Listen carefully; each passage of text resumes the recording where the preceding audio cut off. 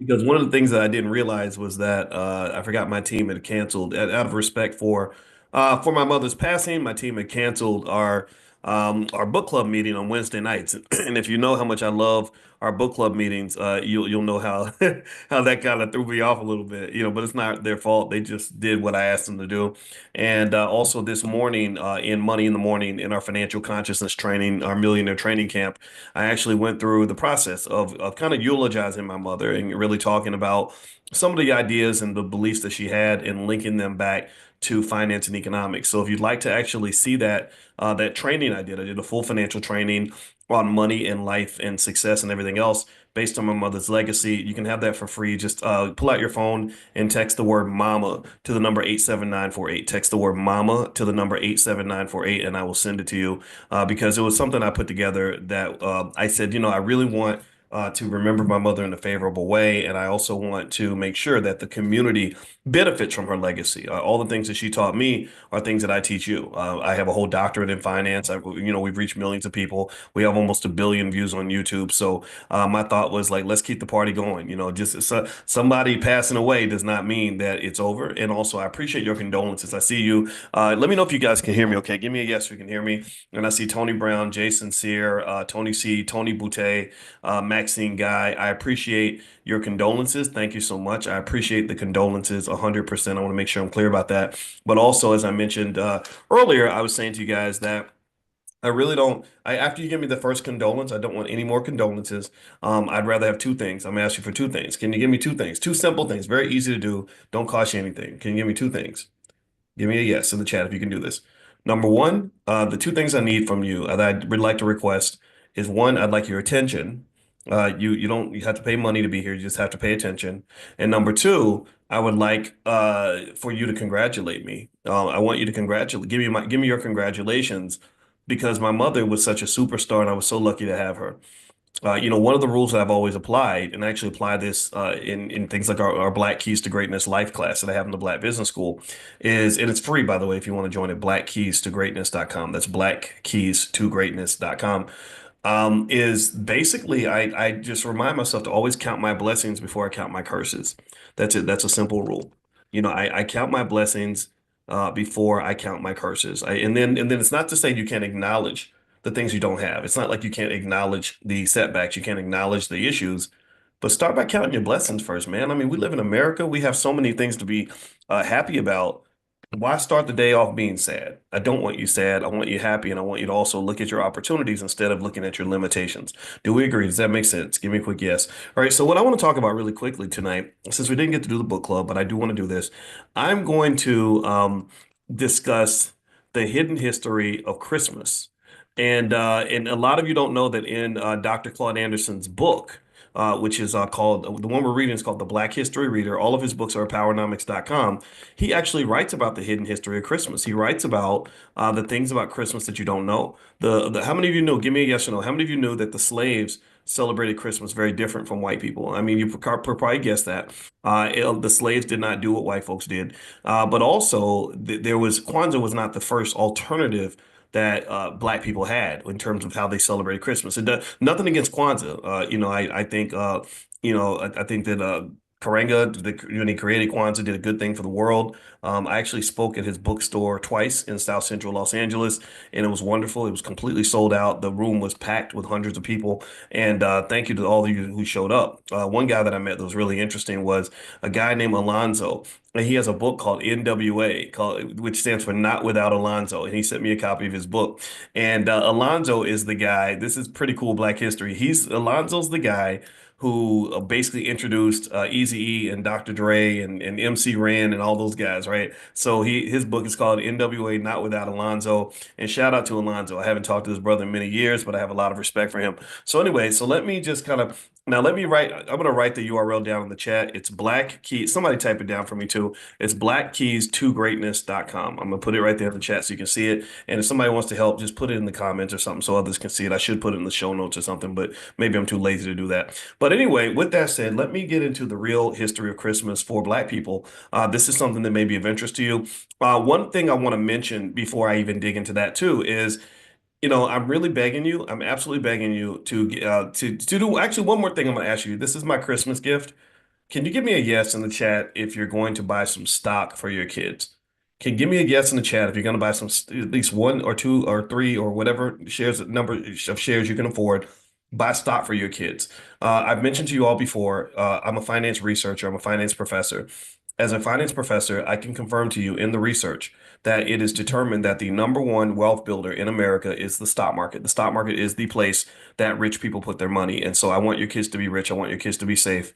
And the reason this is very important is because if you go on TikTok or any other app, you'll see lots of 20 somethings who hate their lives.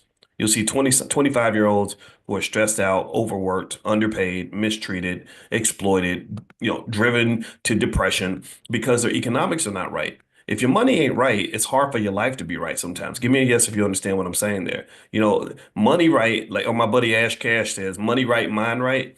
Well, if your mind ain't right, then your money won't be right. But if your money ain't right, then your mind can't be right sometimes. You understand what I'm saying? They connect, they're interactive.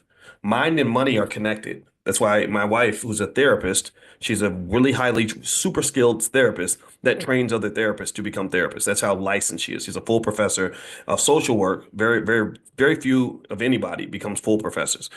And one of the things that we talk about extensively is that there's sort of an interactive, recursive back and forth between mindset and money situation. If your money situation's bad, it's very, very hard to focus and to be productive in other areas.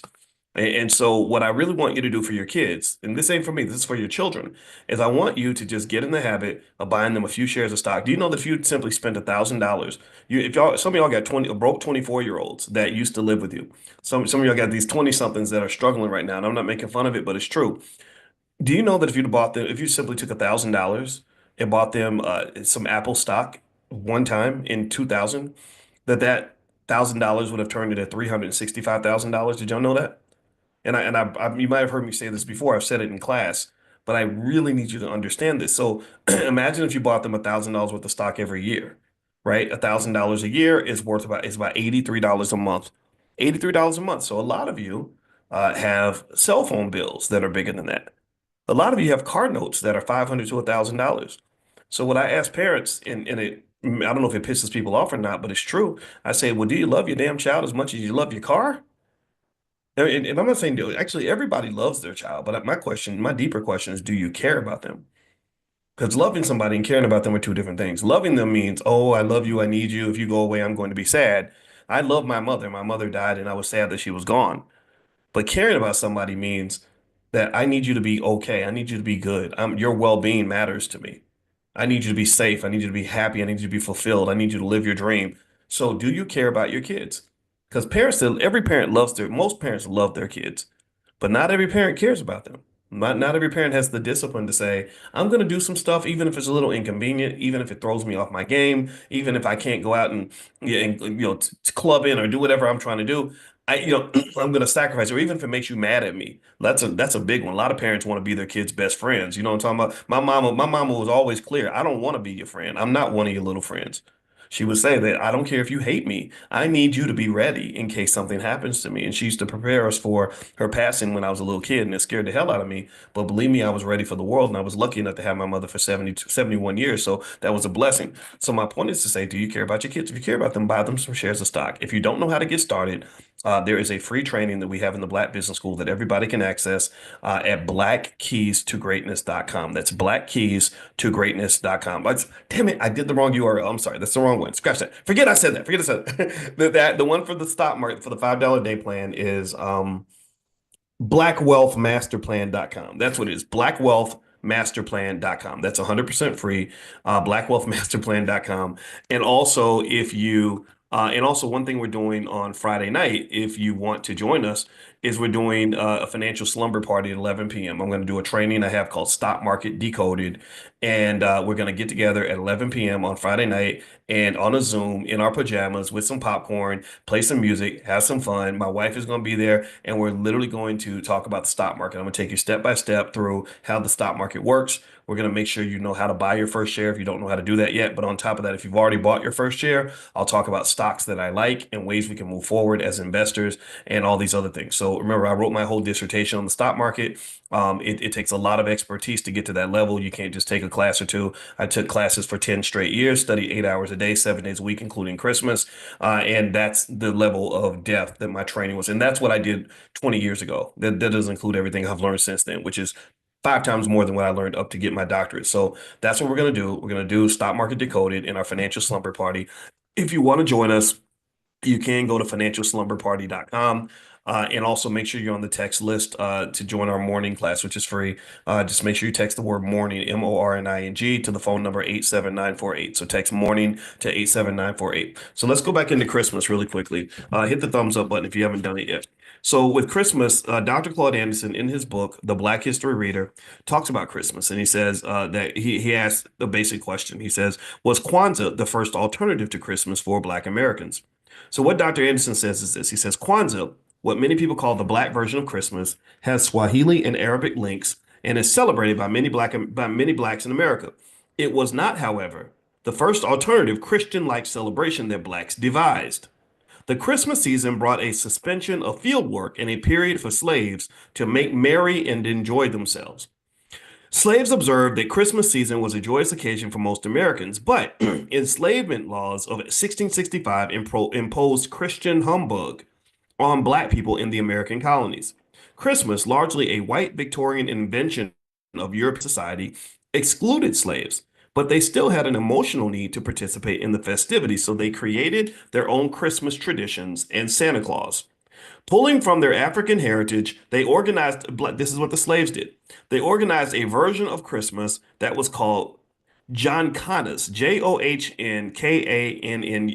Has anybody ever heard of Johnkannas? Anybody? Give me a yes. If you want to impress me, put a yes in the chat if you've heard of Johnkannas. I admit I've never heard of it. Dr. Claude Anderson is writing about it in his book, which, by the way, you can get copies of his books at powernomics.com. I've been telling everybody who supports Dr. Anderson, buy a bunch of his books if you have extra money and just give them away to people in the community. But Johnkannas, has anybody ever heard of Johnkannas? I've not heard of it. Give me a yes if you have, a no if you have not. So he says here, the celebration around a trope of gaily costumed slaves who on Christmas Day would get slave owners permission to travel to several different plantations, singing and playing on homemade musical instruments. The second tradition they created was Christmas GIF, GIF, like, the GIFs that they have for memes and stuff. Christmas GIF. Slaves carried around small pieces of fruit or candy in their pockets like Halloween treats. Whoever said Christmas GIF first received a present. That's pretty cool. In 1966, Malena Karenga, PhD and author and professor of Africana Studies, created Kwanzaa, which injected African traditions into the Christmas season. Since Kwanzaa has become popular among Blacks, mainstream businesses and advertising agencies have followed the money and begun to recognize Kwanzaa as the Black Christmas. So so what Dr. Anderson seems to be arguing, nothing against Kwanzaa, of course. Love Malena Karenga, nothing against him at all. He's amazing. But he's saying that the commercialization of Kwanzaa is what pushed Kwanzaa to the front of the line.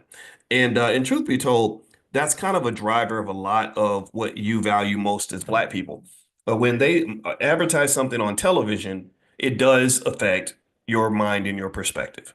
Television is a brainwashing tool. It's a brainwashing mechanism. In fact, it makes me think about the rapper Sexy Red. She actually made a post that was interesting where she said, I feel like some regular girl in the hood that they grabbed and just put on TV. And everyone was like, yes, that's exactly what you are. You are a plant. They just grabbed you, put you on TV, and suddenly you become famous because of that. So to some extent, the same thing happens when we have selectivity in terms of who was picked as our civil rights leaders. There's selectivity in terms of who gets to be the chosen Negro. So effectively, those in control of media, those in control of capitalism, didn't put their money behind certain people, certain horses, certain ideas, and then those ideas become readily adopted.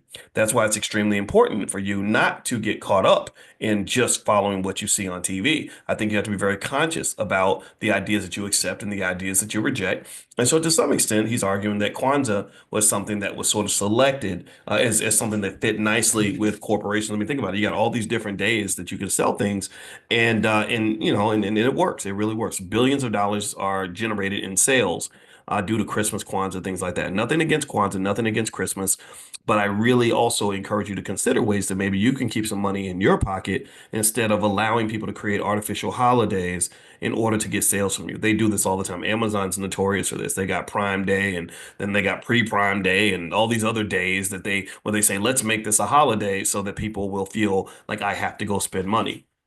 So in 1966, Malena Karenga, okay, let's see, I already mentioned that. Um, Even though there are still different philosophies among blacks about how best to celebrate the holiday season, Kwanzaa is an opportunity for spiritual upliftment, a chance to assemble in a celebratory gathering, and an opportunity to consciously direct commercial dollars into black hands and business coffers. I agree. I think again, like I was saying, I think Kwanzaa is great. I'm not just, so just because I'm pointing out the economic issue, that does not mean I'm anti-Kwanzaa. I am not anti-Kwanzaa. Okay, so I'm curious, give me a yes or no in the chat. How many of you celebrate Kwanzaa? Give me the um let me see how many of you celebrate. Do a lot of you celebrate Kwanzaa or just Christmas? And it's okay to do either one. I'm not, I don't think it's required. Well, let me give you some of the origins of Christmas really quick in case you're interested. First off, is Christmas has origins in ancient pagan festivals such as Saturnalia from Rome, Yule, which is Norse, which celebrated the winter solstice with feasting, gift giving, and merriment. So that sounds very, very white. No disrespect to white people, but it is. Early Christians adopted December 25th to celebrate the birth of Jesus Christ, aligning with the existing solstice traditions to ease the spread of Christianity. Now, what's interesting is, is that you all know my mother died on Christmas Eve. She graduated. She went to heaven, and me and my sister were just talking about that, and we said, isn't that interesting that as much as she loved her Jesus, my mama loved her some Jesus. That was it. I don't go to church. But Mama was definitely all about her Jesus. And she didn't go to church actually because she felt like churches were problematic, corrupt, that they're not truly connected to God in the way that they claim to be. So anyway, I said, my sister said, isn't it interesting that she died on Jesus, or that she went to heaven on Jesus' birthday? Technically, it was Christmas Eve, but we were like, oh, okay, well, that's kind of poetic, right? So anyway, also there was Roman influence on Christmas. The Emperor Constantine, the first Roman emperor to convert to Christianity, declared December 25th to be an official holiday in 336 CE. So a couple thousand years ago, somebody decided December 25th was the day to do it. People have been doing it that way ever since. By the Middle Ages, Christmas had become a mix of religious observations as well during, say, the Middle Ages and the Black Plague in Europe, things like that. They had a lot of rowdy celebrations with traditions like wassailing and feasts becoming widespread. Now, in the 19th century, figures like Charles Dickens and other cultural icons like Santa Claus helped to transform Christmas into a family-centered gift-giving holiday focused on goodwill and cheer. Now, let's talk about Kwanzaa. What's the origin of Kwanzaa? Well, we know Malena Karenga created Kwanzaa about 1966 during the Black Freedom Movement to celebrate African heritage and culture. Good for him. That's an amazing thing. It has a huge Swahili influence. The name Kwanzaa comes from the Swahili phrase Matunda ya Kwanzaa, meaning first fruits inspired by African harvest festivals. Okay, I like that harvest festival. Abundance, fruits, food is good. Right? There are seven principles. The holiday's built around Nguzo Saba. Just don't get mad at me for mispronouncing it. I'm sorry. I know y'all gonna correct me. With seven principles: Umoja, unity, uh, Kuchichala. See, I don't even want to say it because if I say it, I know y'all gonna clown me because I'm saying it wrong. But let me just say self-determination. And the word is spelled Kujichagulia. I'm not gonna say coochie because Kuji Chaguila. Kuji Chaguila. If somebody who knows how to say the word, tell me if I said it right. Kuji Chaguila. See, I'm embarrassing myself, but I'm gonna keep going because I ain't gonna quit. Ujima, collective work and responsibility. Another great concept. I mean, unity, self-determination. Man, I mean, can you imagine how great our people would be if we had unity? Can you imagine how amazing we'd be if we had self-determination? Just said, we gonna do it. We ain't waiting for white folks. We ain't waiting for nobody. Massa ain't got nothing to do with what we about to do. We about to do this. We about to do it right. Ujima, collective work and responsibility. Responsibility, collective work. That's what made China great. That's how China established so much economic power. They work together and they also are responsible for the fate of their nation. Ujama, cooperative economics. Well, I mean, we talk about that every week. Y'all know that's what we about. That's the Black Business School right there. That's Powernomics right there. That's all of that, right? Collective economics. I've explained to you all that economics is a matter of gang affiliation. Economics is very gang affiliated. Most of the wealthiest people in the world tend to be affiliated with some economic gang. These gangs, you might refer to them as corporations.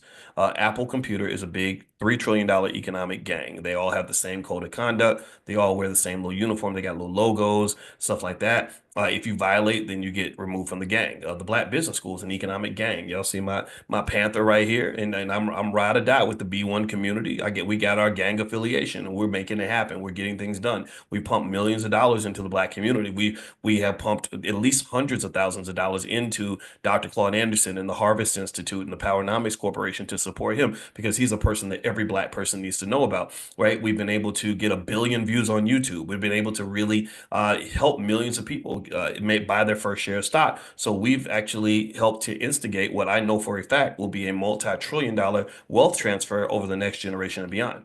There is no other finance PhD kind of doing this kind of thing. I hope that there's more eventually. Maybe I can talk them into it, but there's nobody out there that can say, I got a doctorate in this stuff from a legitimate institution, the Ohio State University, and I'm putting Black first, and I'm every single day for thousands of days in a row talking to Black people about how to build wealth. I don't know anyone else. You tell me if you see that guy because I'm looking for him. I want some friends to do this too. But with that being said, at the end of the day, my point is to say, when we talk about that cooperative economics piece, one of the biggest things to understand is that you don't really need anybody to give you anything else. You have everything that you need in order to do what you want to do. Like there's nobody that is going to come save you. We know this. There's nobody that really needs to come save you. What you have to do is save yourself. Because what happens, unfortunately, is that we are mind screwed. We're kind of cheated into destroying each other and harming ourselves, and then therefore we can't build on that. So we need a community of builders. Building does require skills in areas that go outside of finance, and where people miss it, and where people miss the bigger picture, is they think that it's all about the money. They think that it's all about the economics. It's all about getting a high paying job. It's all about affirmative action or having opportunities or having more NFL and NBA players. We got hundreds, if not thousands of millionaires that are professional athletes.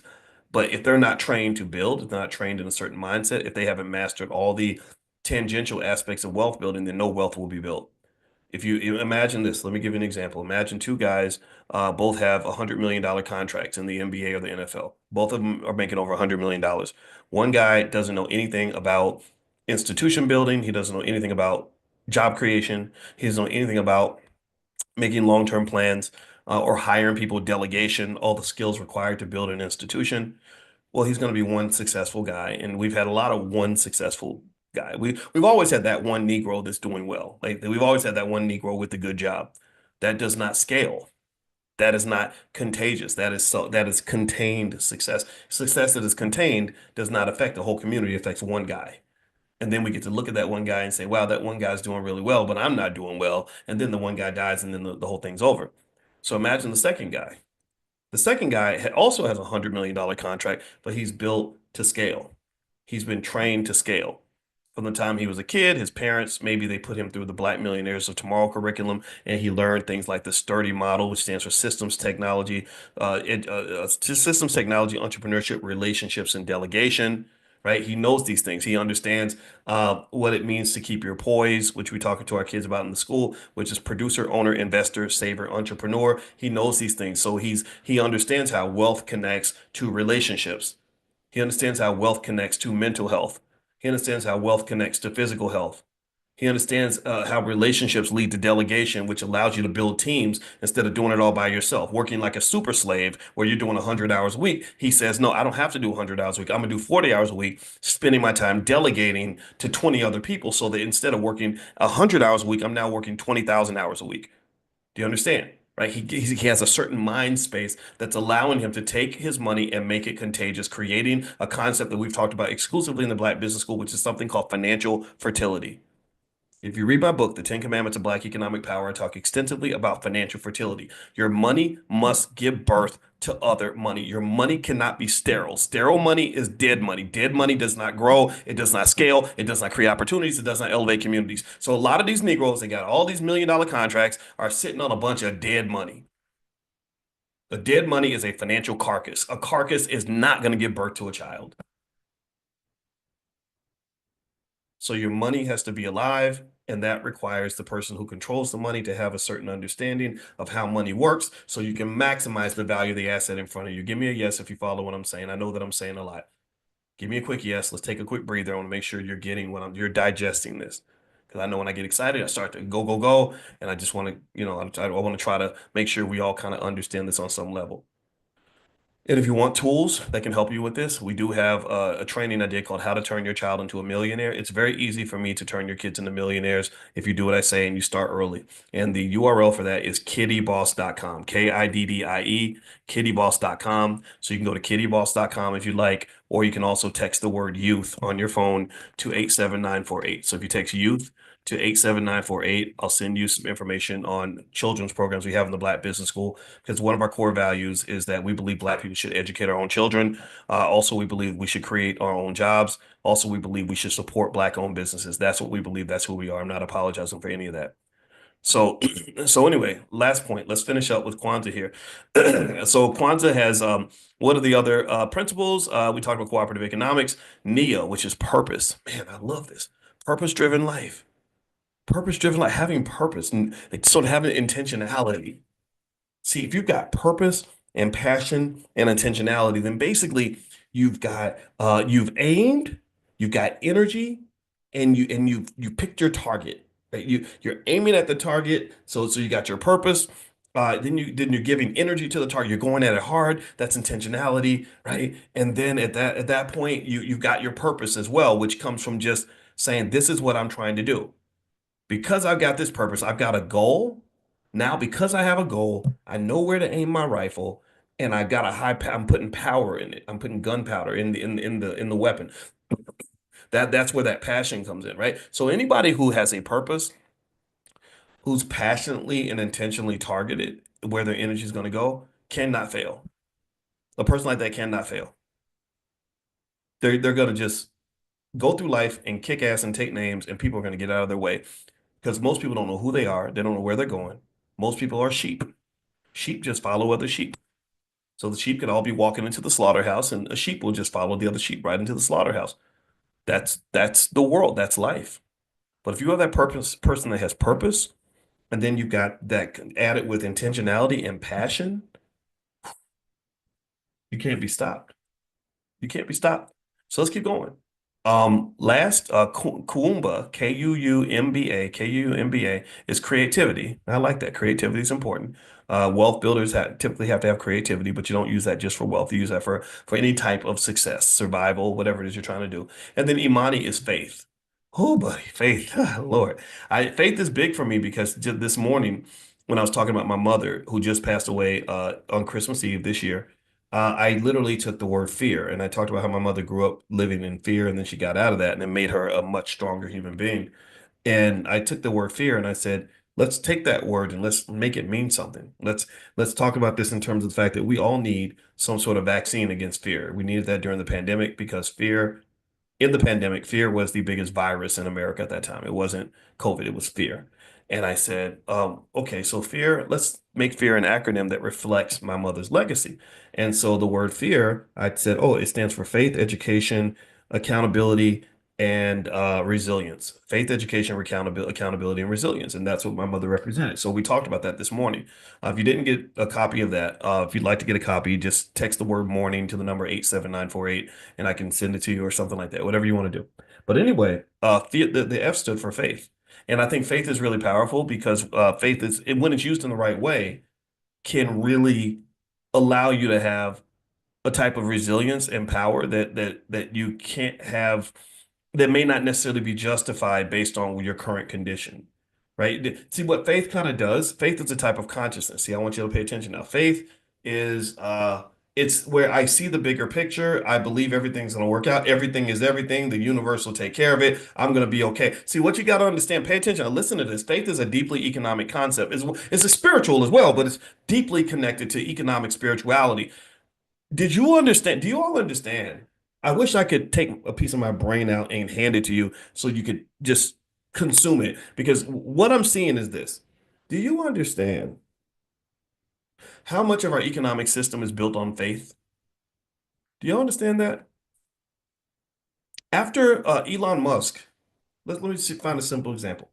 Elon Musk puts out $250 million and buys the presidency. Maybe it was more than that. I don't remember how much it was. He suddenly is in a position of power, right? He's got the ear of the president. He's got the ability to support his space programs and EV programs. Everything he wants to do now is right at his feet.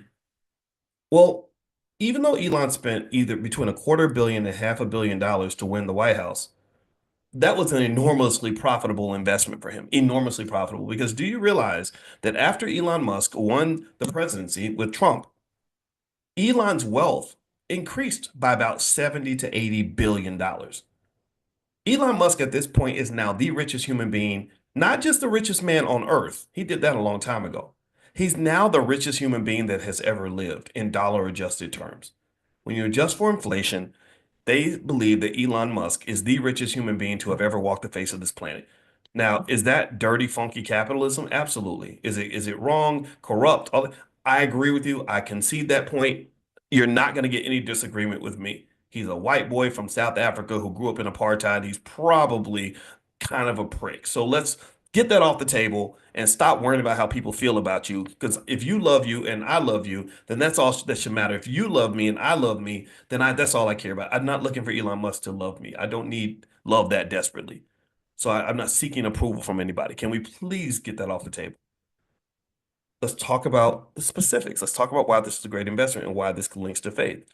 Well, it's a great investment because so he puts out a quarter of a billion. He's now worth another 80 billion. He went from being tied for the richest man on earth to having more wealth than the number two and the number three guy combined. And and a lot of that was built on faith. How was that built on faith, boys? Well, let me explain.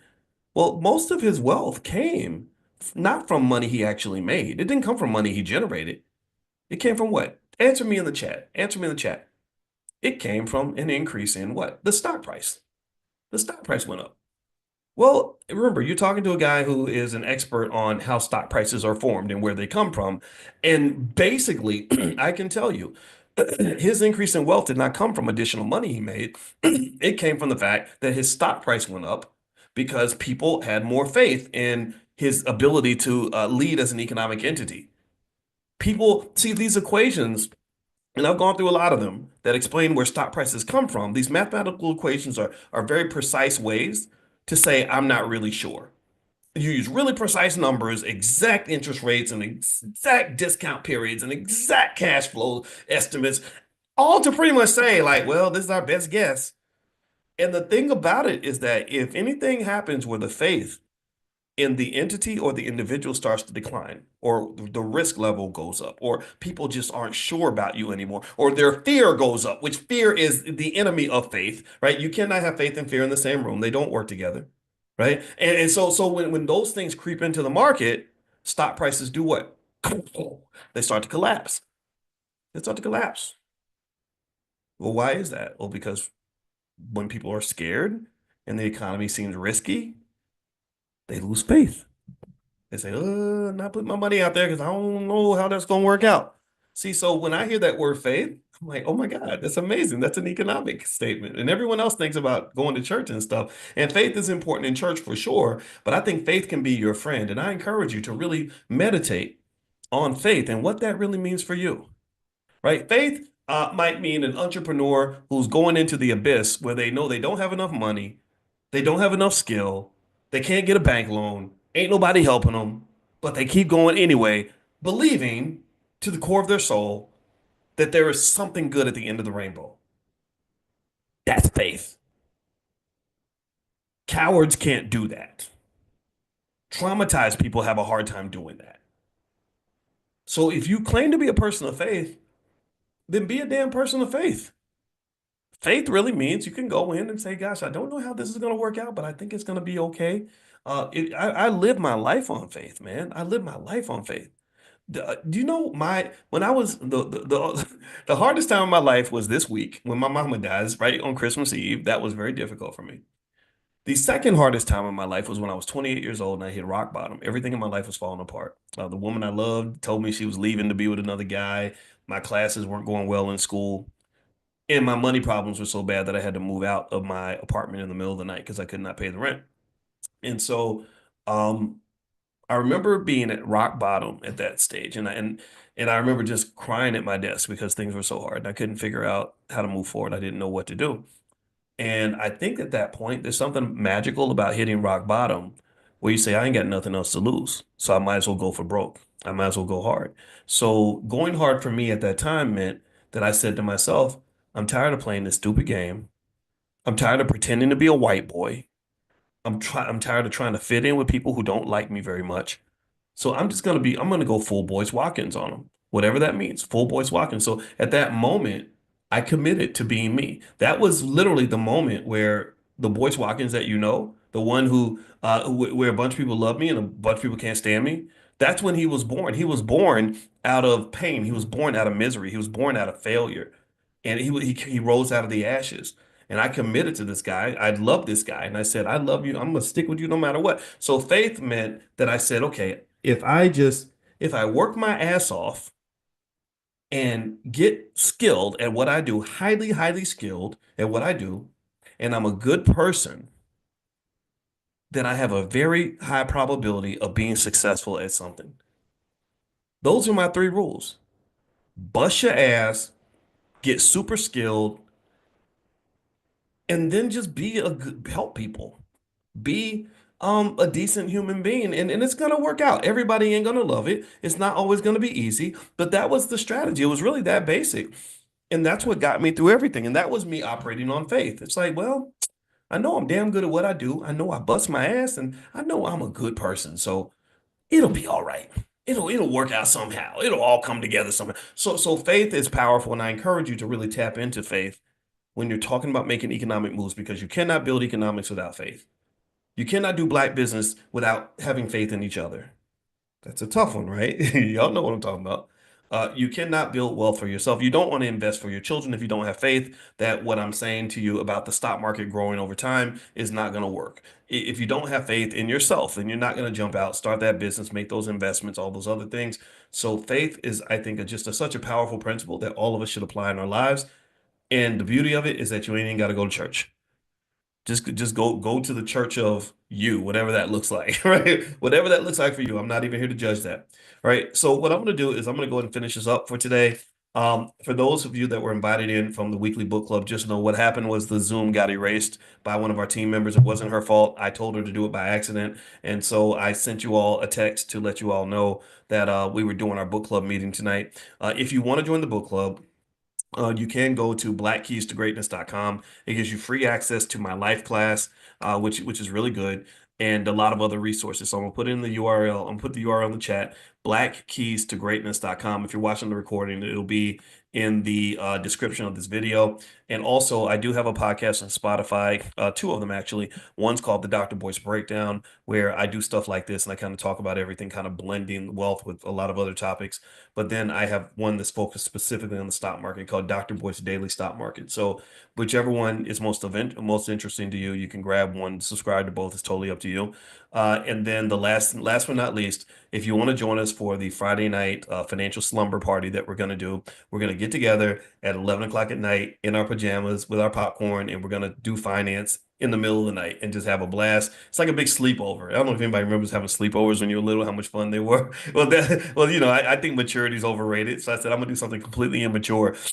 So we're going to cover a training idea called Stock Market Decoded. So by the time you're done, you will be transformed into an investor. You will know, and if you're already an investor, you'll be leveled up. We're going to talk about stocks that I love and why. We're going to talk about rules and principles for picking your favorite stocks. Also, if you're a beginner, we can show you how to get started, all that good stuff. So feel free to join us. The URL is financialslumberparty.com. So I'm going to put that URL in the chat so you guys can take a look and feel free to join us if you'd like to join. So thank you guys for hanging out with me. I appreciate it. Go watch a movie with my sister now. As a family, as you can imagine, we're getting together to celebrate the life of my mother. And also, if you happen to be watching on YouTube or something, if you could hit that thumbs up button or something, that would really help. I hear that helps in terms of getting more viewers, but the algorithm hates me. I think probably because of the pandemic. I think they were they were throttling all these YouTube channels because 'cause I have over 1 million subscribers, but it's really, really hard to get the algorithm to pick up our stuff because I think that there's something about our content that makes them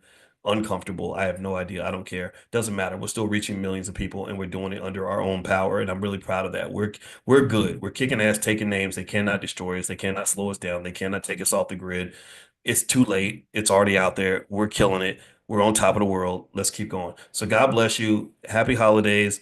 And I hope you all have a wonderful new year and everything else, but you'll hear from me before then. In fact, tomorrow morning, we're going to meet for Millionaire Training Camp, which we do every single day, 7 days a week. We've done this all year long. If you'd like to join us for that for free, just pull out your phone, text the word morning to the phone number 87948. So if you text morning to 87948, I'll send you an invitation to join us tomorrow. And I just hope that you'll bring your family too, because I can guarantee you 100%, if you got kids and relatives that are listening to wealth conversations every day, they're gonna be black and proud and rich one day. It's only a matter of time. So have a good day, everybody. God bless you. I'll see you guys soon. Take care. Bye bye. Peace.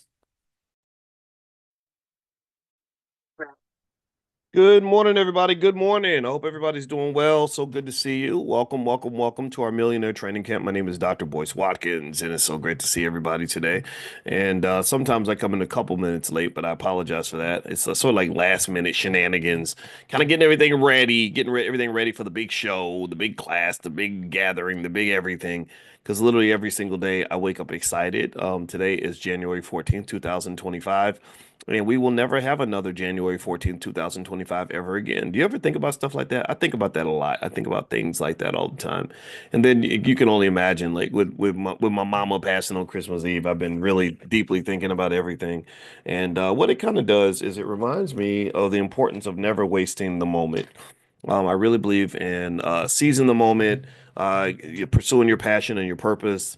I can tell you, I think that you're more alive when you're really doing something that's purposeful and that you're passionate about. That's literally where you have more life inside your body. And I would encourage you, if you're disconnected from your purpose, then spend some time meditating, spend some time learning what your purpose is supposed to be. And I guarantee you, it'll just enhance everything. I promise you.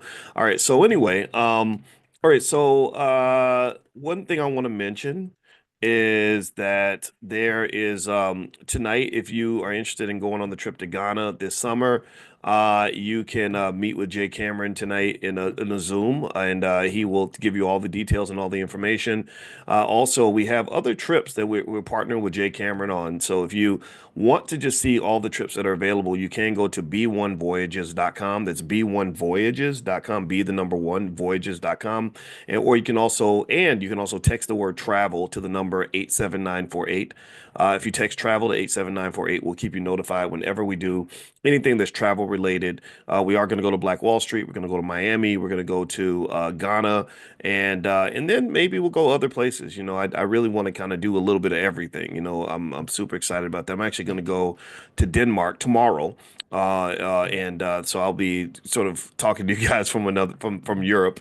So that's going to be very interesting. All right, so here, what I want to do is explain to you, basically give you three reasons why China is going to dominate the world. Okay, China is, not a perfect country. They make some mistakes. There are policy errors that I think are very costly for them.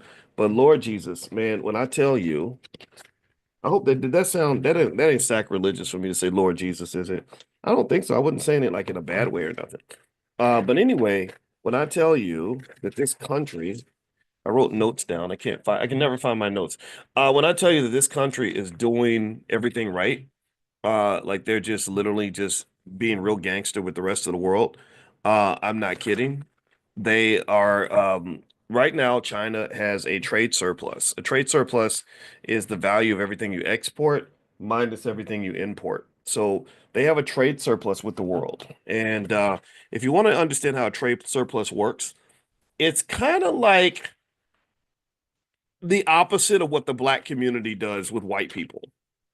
Like if you want to know how a trade surplus works, a trade surplus basically says that I'm selling you more stuff than you're selling me. That's it. That's all it says. It says I'm selling you. You're buying my stuff, but I ain't buying your stuff. I don't get high on my own supply, but I'm serving these fiends all day. right? To go street with it.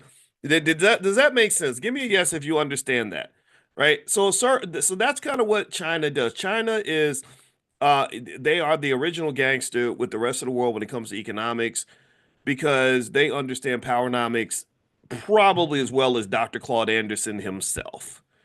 And Dr. Claude Anderson, he's the goatiest of all goats. We know these things. And you know how much I love this man. But I'm gonna just tell you, when you talk about the implementation of a powernomics philosophy, the Chinese have it down.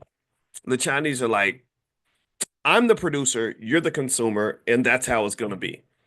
When I get my money, when you get your money, you trick it off. You're supposed to spend it because you're a dumb American. When I get my money, no, we're gonna say we're not buying your stuff. And if we buy some stuff in China, we're not gonna buy the American stuff. We're gonna buy the Chinese stuff. So the same way that we talk about being B1, the Chinese are kind of C1. They're like, no, China first. You want to sell us a car? No, we'll buy we buy Chinese car. You want to sell us an iPhone? No, we make Chinese iPhone. We call it Chai phone. That's what the Chinese do. The Chinese, they're like, no, no, I don't, I know support your family. I support me family. I support my family. That's kind of what they do. And so I mean, I'm not mad at them for it at all. I think it's amazing and it's very powerful. So let me kind of give you some stats to kind of help you understand the severity of the massive economic imbalance that the Chinese are creating. They're what they're doing in a way is they're kind of doing the same things that America used to do. America used to manufacture stuff. Did y'all know that? We used to make things. And we used to make more things than anybody else in the world. That's how we won wars. That's how we won World War II and probably even World War One. Is we just knew how to like we could make like whatever for every one bullet you made, we'd make 100. For every one ship you could make, we'd make 10. For every one airplane you made, we'd make 50. And that was how America won. America was very productive because we knew how to manufacture things, and we lost that. We threw that away. You know, trade agreements, globalism, all that. So now America doesn't make stuff. That's what you go to cities like Gary, Indiana, Milwaukee, Wisconsin, Detroit, Michigan. You see depleted manufacturing bases that don't exist as much as they used to because we just decided, oh, we don't need to make stuff. We're gonna let other people make stuff, and then we'll just let them serve it back to us. And so the Chinese said, okay, we're gonna take over manufacturing. We're just gonna be the greatest manufacturer on the planet. So here are three reasons why. Here's what's going on with China. So let me give you some stats here. I pulled some stats. And by the way, I want to mention, I forgot to tell you that if you want to come to the Ghana informational session, I didn't follow through on my thoughts. Sorry about that. ADHD kicking in again. Is if you get on the text list, I will text you a link to join us for the Ghana informational session tonight with Jay Cameron. You can get on the text list. Text the word morning to 87948. Text the word morning to 87948. Also, for those of you that do stock options with us in the Prime program, I sent you all a video where I was showing you a strategy to adjust to what's going on in the market to generate cash flow. And one of the great students, Errol, another Errol, there's two Errols, both of them are super smart. There's an Errol who has his son. He and his son are learning stock options together. I hope he didn't mind me mentioning that because I think that this is a template for every family. And so Errol asked me to do an example selling puts, and I did and because that's something I'd actually been doing. So I actually sent you all the video link where you can actually apply that strategy, and I did it in my portfolio and generated quite a bit of money that allowed me to deal with the market decline yesterday. So if you want to know more about stock options, and it's a great way to generate income, it's better to me. It's far better than real estate stuff. Like we've talked about this. Feel free to go to drboyceprime.com, or you can also text the word options to the number 87948. Text options to 87948. All right, so let me give you some stats on China. So here's the deal with China. Here are five powerful stats for China's economic dominance. Number one, China accounts for 28% of global manufacturing output, making it the world's largest manufacturer by far. The country's manufacturing sector produces a vast array of goods from electronics to textiles. Anything you need, they got it. You know, we got what you need. We serving these fiends. Number two, China is the largest exporter of goods in the world. with its exports valued at $3.5 trillion per year. 3.5 trillion. That's massive. This accounts for 14% of global exports, cementing its position as a key player in global supply chains. If China stopped manufacturing things, everything was shut down. And that's a national security risk for America. And we'll talk about that in a minute. China manufactures over 50%, 50% of the world's electronics, including smartphones, computers, and televisions, which is crazy. Let's see. China has the largest labor force in terms of people that are involved in manufacturing. There are over 100 million people that they have working in the sector. This allows China to maintain its edge in low-cost manufacturing because the cost of labor is not that high, which is a huge advantage. And also, China's industrial output is valued at more than $4 trillion, which is more than any other country, dwarfing other global manufacturing hubs. This includes everything from steel to machinery, placing China at the center of global production networks. Now, let me continue to tell you why I believe the Chinese are going to dominate the world. Um, I saw the head of the FBI, the former FBI director, on his exit interview as he's leaving office. He said that basically the Chinese have an investing strategy that is something Americans really can't match. And the reason I say it's an investing strategy is because we talked about what investing is. Investing is not it's not about the money. Stop thinking about the money. Some people think I'm always talking about the money. I mean, it ain't about no damn money. The money's not the most interesting part. What it is about the Chinese investing strategy is mindset. As Terrence says, they play the long game. They're very patient. They're very patient. And patient people who are committed to delayed gratification will kick you in your ass every time. Like you never want to really get into a war with a really patient person. Like I had a friend the one time that was like kind of a gangster, like she was a drug dealer, and she had a past that we didn't talk much about. And I said, I ain't gonna ask you nothing about nothing that happened in the 90s. But we were talking about her experiences a little bit. She was speaking like hypotheticals, right? So she would be like, well, if I wanted to go and get revenge on somebody, I would not do anything right away because the police are paying attention or whatever. She says, so I would just I would let you think that it was over. I would let you wait 4, 5, 6 years and let your guard down and get into your comfort zone. And then I would go and handle my business. So that's what she did. She said, I would just wait.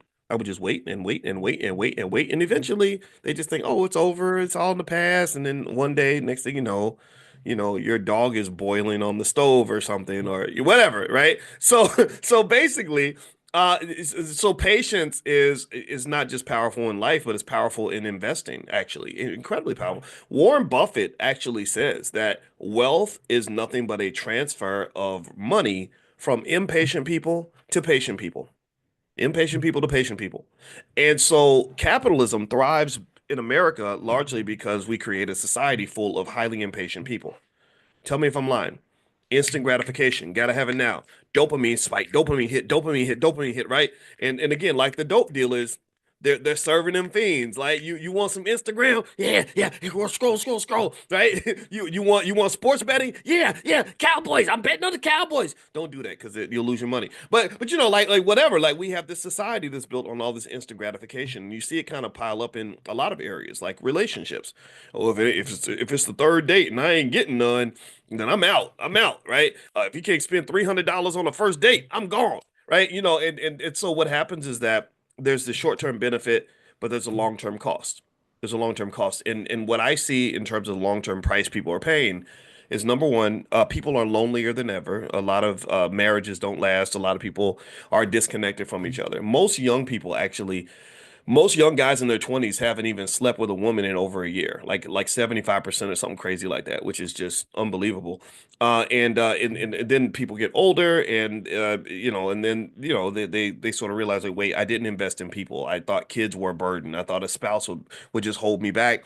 So now I'm 65 years old and I don't have what I wish I'd had if I'd made different choices when I was younger. There's a retirement crisis. Millions of people are not ready for retirement. A lot of people, because again, instant gratification over delayed gratification. So when I come along and I say, well, if you had just put $1,800 in Apple stock in 1997, you'd have $4 million right now. Well, then next thing you know, people are like, so first off, there's the regret, right? It's like, man, I had $1,800 several times in 1997. I could have done it. I could have bought some stock with that. And then then you get these impossible questions like I retire in 2 years. How do I turn $1,800 into $1 million in 2 years? And I'm like, I don't know how to do that. That's like asking me to make delicious Kool-Aid when you don't give me no sugar and no water. You can't make Kool-Aid without sugar and water. If anybody's ever tried that, you know it does not work. What am I supposed to do? Spit in the bucket? Like it ain't gonna work. You need water to make your damn Kool-Aid. So you need time a lot of times to build your wealth. If you throw away time, then you've kind of thrown away your opportunity. So millions of Americans are in the middle of a retirement crisis. Millions of Americans are lonelier than ever because they didn't invest in relationships. Millions of Americans are in a physical health crisis. I saw a stat the other day that said 48% of all women over 55 are going to get dementia at some point. Also, nearly half of all Americans are going to die from cancer. There are easy, simple studies out there that talk about the link between sugar and cancer, and processed food and cancer, and obesity and cancer, right? But then but then there's a price to be paid if you're getting up and going to the gym, if you're avoiding the sugar and the salt and all these other in the processed food, right? So it's hard to do. It's very hard to do, especially when they're putting it in your face, right? They're putting it in your face because capitalism is it's almost like the original kind of artificial intelligence. Capitalism, when it is at its worst, it's like this really smart demon that literally has pierced your soul. It can read your mind. It knows what you want. It knows how to tempt you. It knows where your greed lies in your darkest spots, and it knows how to say, "Oh, you want more of this, don't you? You want some more? You want here? Take some more ice cream, right? And right here, have some sex. You want some sex, don't you? Right? And that's what happens, right? That's why spirituality and consciousness, I think, is really important because that helps you rise up above all that, right? Because we are, to some extent, we are kind of like slaves to the flesh in a way, like the cravings and desires and all. That's what things like the therapy really matter. Because if you get the therapy, then you get the self-awareness. You can kind of look at yourself and say, this isn't who I want to be. This isn't where I want to be. So now I'm going to take a different process of life optimization. I'm going to invest differently.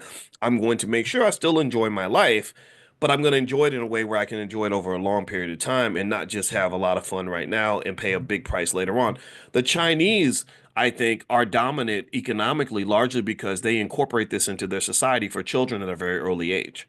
Like their children at an early age. You might have seen those videos on Instagram of like Chinese kindergartners in school and the crazy stuff they're doing. Like they'll be cooking and making like building buildings and like making like sewing sweaters and or they'll play even when they play basketball. They're so much better than like they'll have like 20 kids and they'll all be dribbling a basketball in sync. And like one, you ever see that where they're one like there'll be like a circle of kids. Try to imagine this, right? They'd have a big circle of kids and like maybe 30, and they would have a basketball on each side of each kid. And then they would dribble and then they would move and then take over the dribble for the next ball and then move again and take the dribble for the next ball. And the amount of coordination is very powerful. And when I taught in China, when I taught finance in China back, I think it was about 2006, I noticed that they are in sync unlike anything I've ever seen. You want to talk about unity? We can't come we can't even dream of having that level of unity. I've never seen that level of unity. Like it's almost like they are a cyborg. They are literally they operate like the same person. It is scary and it is amazing. And what I think that they do because they're at war with the United States is they use our impatience, our lack of discipline, and our lack of unity against us. They do. They're like, oh, these people, they believe in stuff like democracy and freedom, which is, I think, actually, I like democracy and freedom. I do. That's a downside of China. They don't let you have that, right? They put the group over the individual. And every strategy has its pros and its cons. So their belief is like, hey, look, the individual is not as important as the collective, and some of you agree with that. But at the same time, when you do want to express individual liberties, there's a limitation on that, right? So every system isn't perfect. It's hard to be all things all the time to everyone, but I can tell you that their unity is something that is, I think, going to make them very dominant. And it's what's allowed them to amass a tremendous amount of power. China's in, I think they had a 100-year plan for world domination that they started in about the 1970s or 1980s, and they're about year 50 of that plan. So in, 40, 50 years with your grandkids, I would say they should learn Chinese, but they actually don't have to now. You can get AI glasses that'll translate everything for you, but they should probably just get used to the idea of another country being the global economic superpower. So let me continue this. Let me lay out some more ways that China's economic dominance helps them to win. Just a reminder also, don't forget that today at noon, we are meeting for Stock Market Tuesdays. So if you want to come in and ask me questions about the stock market, we'll break down the stocks that I like in terms of good investments right now. We'll also kind of do some lessons on how the market works and just whatever you guys need today. So we're going to do that at noon. So if you want to join us and do a free trial, go to drboycestockmarket.com. That's drboycestockmarket.com. All right. So here are basically three reasons why China's trade surplus gives it a lot of power. First off, a trade surplus allows China to accumulate a lot of foreign reserves. They can pull in currency from other countries like the U.S. dollar. So this enables China to maintain a strong currency and support domestic policies like infrastructure development, social programs, things like that. So those reserves also give them financial leverage, so they can invest globally and really have a lot of influence in other economies. So if they've got yen and euros and dollars and everything else, they can go to these places and make things happen. They also have a lot of economic influence. So if you run a trade surplus, they can basically shape global trade and investment patterns. So basically, with China's surplus, they become a major player in global markets. They drive demand for their own goods and services, and they gain the ability to set favorable terms. So he who has the gold makes the rules. China has a lot of the gold. Also, debt financing. So basically, what China does is they lend capital to other countries, especially countries like African countries right now. Anybody ever notice how China their influence in Africa has just spiraled out of control? Jamaica. When I was in Jamaica, there was this big highway that went from Kingston all the way up to the north. I don't remember the cities up in the north, but there's this highway, and it was this beautiful, smooth highway. But I noticed there were no cars on the highway, and that was because the Chinese had built this beautiful highway to avoid having to go through the mountains and everything. Going through the mountains and stuff, I think took like 2 or 3 hours, and it was a really scary drive. It was really crazy. So Chinese had built this beautiful highway, but there were no cars on it because the toll was so high. But they had gotten these crazy 99-year leases on all the land going all the way up to the north. And it just really was like, I don't think this was a good deal for Jamaica, but it's a great deal for China. So they use debt financing to gain leverage over other countries, right? So that's no different from you having people in your family where if you have all the money and cousin Pookie comes and says, I want to borrow money, but you want cousin Pookie to start taking care of his kids and stop smoking dope so much. Well, you could, start making rules. You can say, look, if you want my money, you're going to have to change certain things. You're going to have to go to rehab. You're going to have to stop, you have to stop doing X, Y, Z. You're going to have to show up and rake the leaves every day, right? Money talks. Money talks. Period. That's the world we live in. Money talks. So people that are trained on money early, children that are raised in an environment that is economically intelligent and leads to various forms of economic self-sufficiency and the ability to invest for the future and thrive in the future, those individuals tend to have a lot more power than other people. You don't believe me? Just ask the white man. Because a lot of y'all, many of us growing up, pretty much had to do what Massa told us to do every day. If he said get to work by 9 o'clock and be on time, we'd get there at 8:55. If he said work until 5, we'd work until 5:01. If he says don't call your friends while you at work or you're going to get fired, we don't call our friends. Many of us are more loyal to our boss than we are to our own damn spouse, right? And we know what that is. A lot of us have seen this. And where does that come from? Well, it comes from money. If you want to look at the source of black spiritual and political incarceration, it's money. It always comes back to money. And to break out of this horrible rut, it doesn't require you to become a millionaire. You don't have to have $1 million in the bank to be financially free. All you got to do is be able to pay your own bills. That's it. If you can pay your own bills, then it's much harder for people to tell you what to do or where to be or how to do it or anything like that. So to me, if you're raising kids and you're raising black kids and you want them to be free, I mean, you could tell them to go to Al Sharpton marches and pray to white Jesus and everything else, but I'd rather just teach them how to pay their own bills. That's it. If the person who can pay their bills has freedom. Remember when you were little and you say something to your parents, well, so and so said blah blah blah, and they'd be like, well, they don't pay no bills in this house. So you known this your whole life. My mother used to say, my mother was like, they don't pay no bills up in this house. So my thought, honestly, is if we can get to the point where we just say, I want to be in a space where nobody who oppresses me, no one who hates me is going to be paying bills in my house, that will go a long way toward freedom. That, in fact, that would pretty much give you free. I can just tell you, when you have enough money to pay your own bills, you don't have to listen to shit. Like you really don't. I don't have to. I didn't have to ask anybody's permission to come and talk to you today because I paid the cost to be the boss. I would make money and I invested money to do all the things that I do now. And I did all that because I don't want nobody telling me what to do. I don't want to be getting kicked around. I don't want to be disrespected. When I was 18 years old, and my girlfriend was pregnant, and I was on that college campus trying to figure out what my next move was going to be. Had no money in the bank, didn't know how I was going to make it. I knew a couple of things. One, I did not want to go back to work at Taco Bell because I got disrespected a lot. And number two, I didn't want to be punked. I didn't want anybody kicking me around. I didn't, I wanted to be a grown man. I didn't want to be in a space where I was treated like a little boy or just put through misery that I had no say in. So I kind of saw education as a way to invest early in my life at a significant level so that long term I would have some freedom. So freedom is typically not free. Freedom is something that has a price to be paid. And one of the things that I think you have to confront is when you see it is those who claim they want freedom but aren't willing to sacrifice for it. There's no individual, no country, nobody, anybody, no one on earth in the history of this world that's ever had freedom and could not fight to obtain it and could not fight to defend it. If you cannot fight to obtain your freedom and defend your freedom, then you will have no freedom.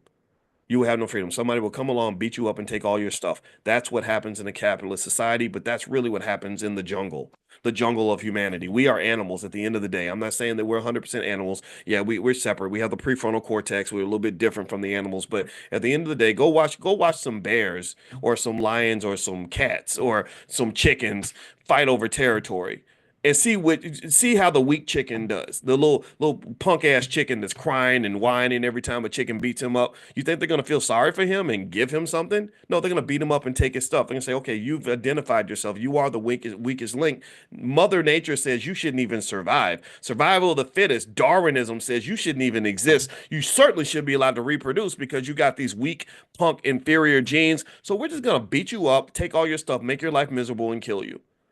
Or you look in a prison. You ever see in a prison? Like it's kind of sad, what they do to the weak, to the weakest in the prisons, right? So what I'm saying is, at the end of the day, I vehemently reject the way black people have been trained to perceive ourselves and perceive each other. I think that we are trained to just feel sorry for ourselves and to be sad and to just politely ask white people to please change your behavior and all this other stuff. And then you see shenanigans. You see a lack of disciplined behavior. Like Dr. Claude Anderson writes about this in Powernomics. He talks about what he calls inappropriate behavior.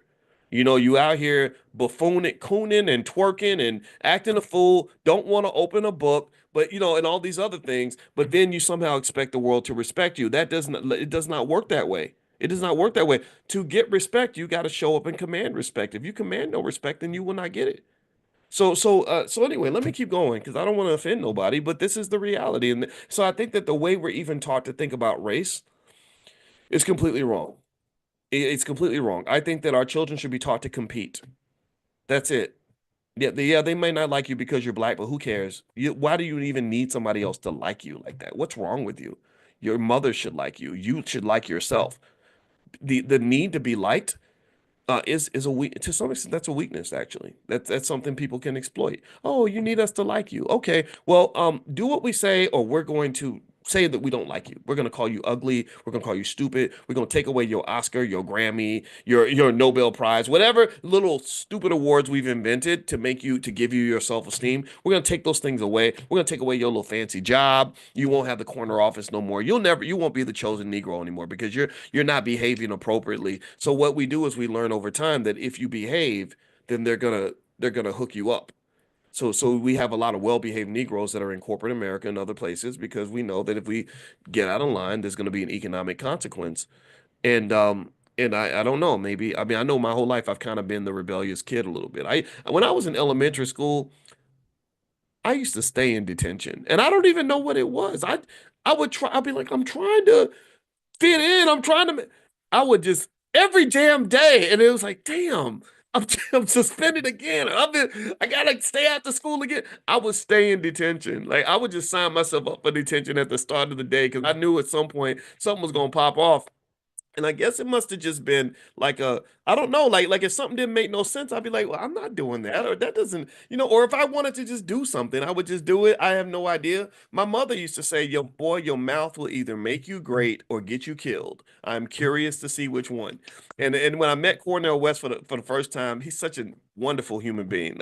And I let me tell you about the time I met Cornell. It was really, really cool. We did something in Brooklyn in 2013 where I had put out this book. It's out there somewhere. You can go find it. It's probably free. It was called Wealth, Education, Family, and Community: A New Paradigm for Black America. And I was kind of doing like a little tour on that book, and Cornell joined me in Brooklyn. And but we met in Manhattan. So I walked in this restaurant in the middle of Manhattan, and it was a fancy restaurant I never heard of, full of white people. And in this restaurant, he let me tell you what he did. This is the kind of guy he is. He gets up in the middle of the restaurant and he walks over and he gets on one knee and he grabs my hand and like bows to me on one knee. And all these white people are like, what's happening right now? Who are these Negroes bowing to? Like, what's going on? And I was like, wow, like he's such a great, humble person. I'm like, stand up, man. Like, this is kind of if I feel like I'm Eddie Murphy and Coming to America.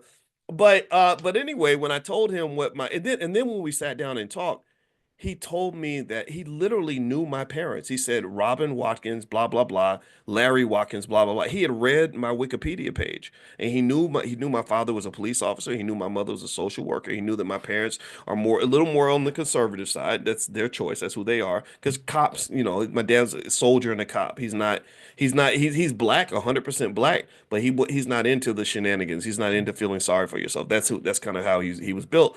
And it was just really interesting. Like, so just that, if you want to know my bias about Cornel West, that's where it comes from. It's like I said, wow, this guy, and I spent years with him and I watched people very closely. Like I spent hours and hours with Al Sharpton, and I told you, I felt like, okay, there's a game being played here, almost like a mafia type of game. It's about power. And but he also is a genius. He's extremely smart. The man is you cannot tell me that he's stupid.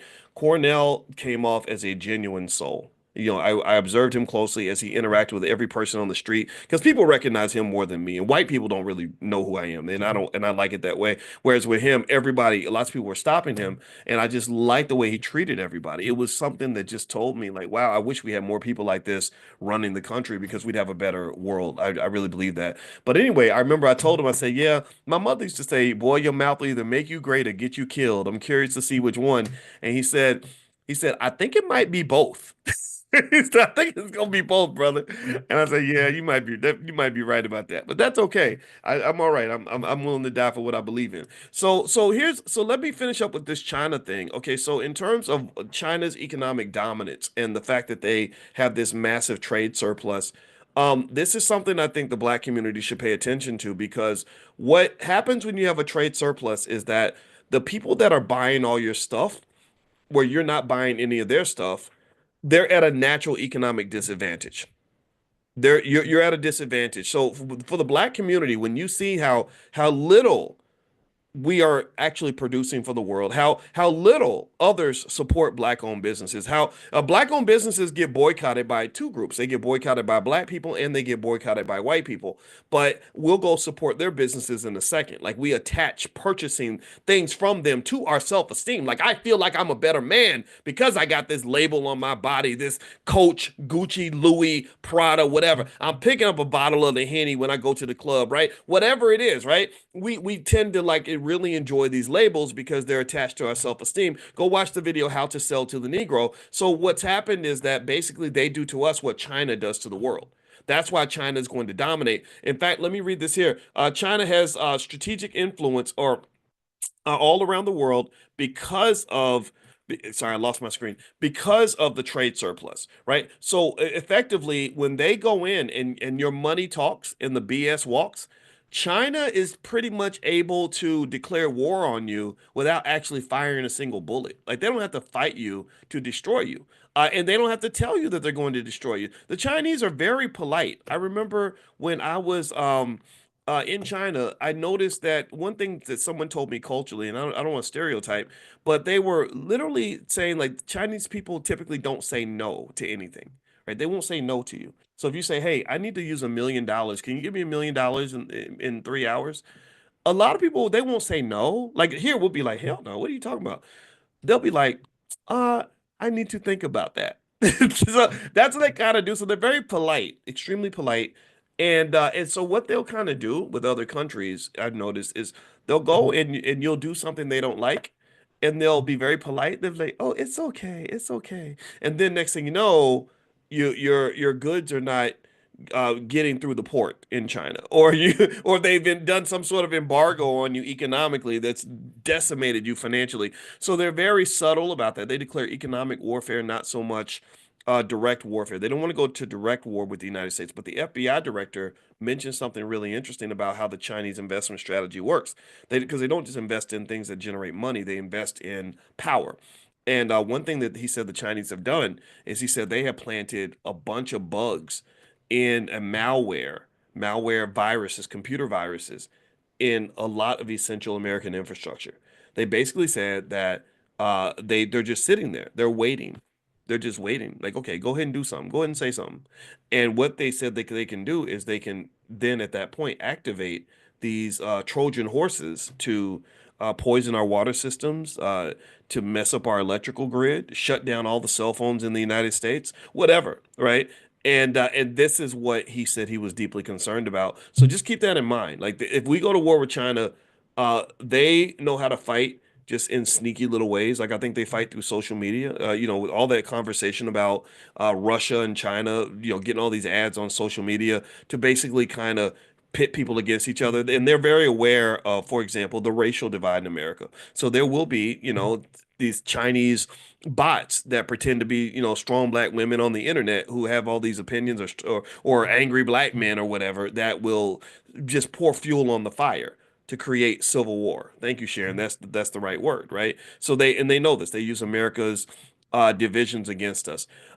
So here is, if you want a couple of lessons that I think we can apply as a black community to learn from China.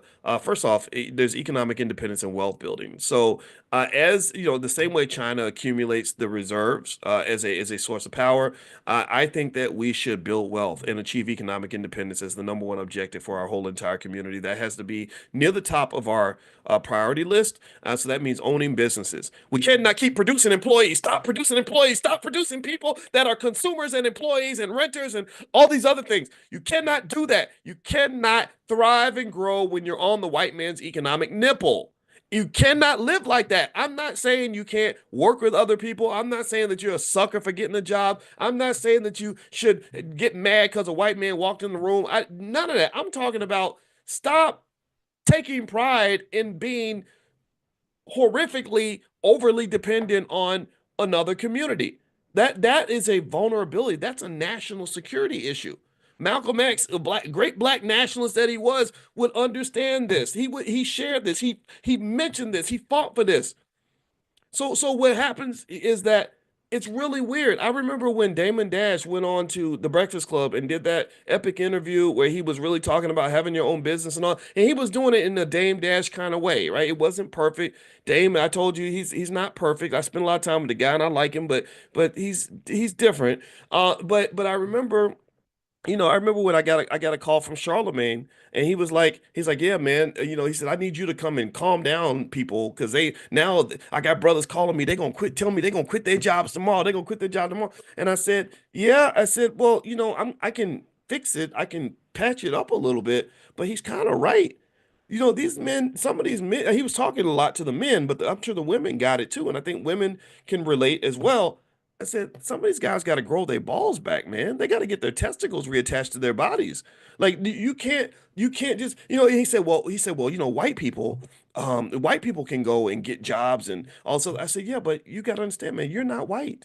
You're not white. I'm not saying that we can't get jobs and that we don't deserve jobs. I'm not saying that at all. right? You go to, you get your master's degree from Brown University or something. You should get that job at the investment bank that you apply for. But what if you don't? What if you don't? What if it doesn't work out? What if they treat you like the rest of us?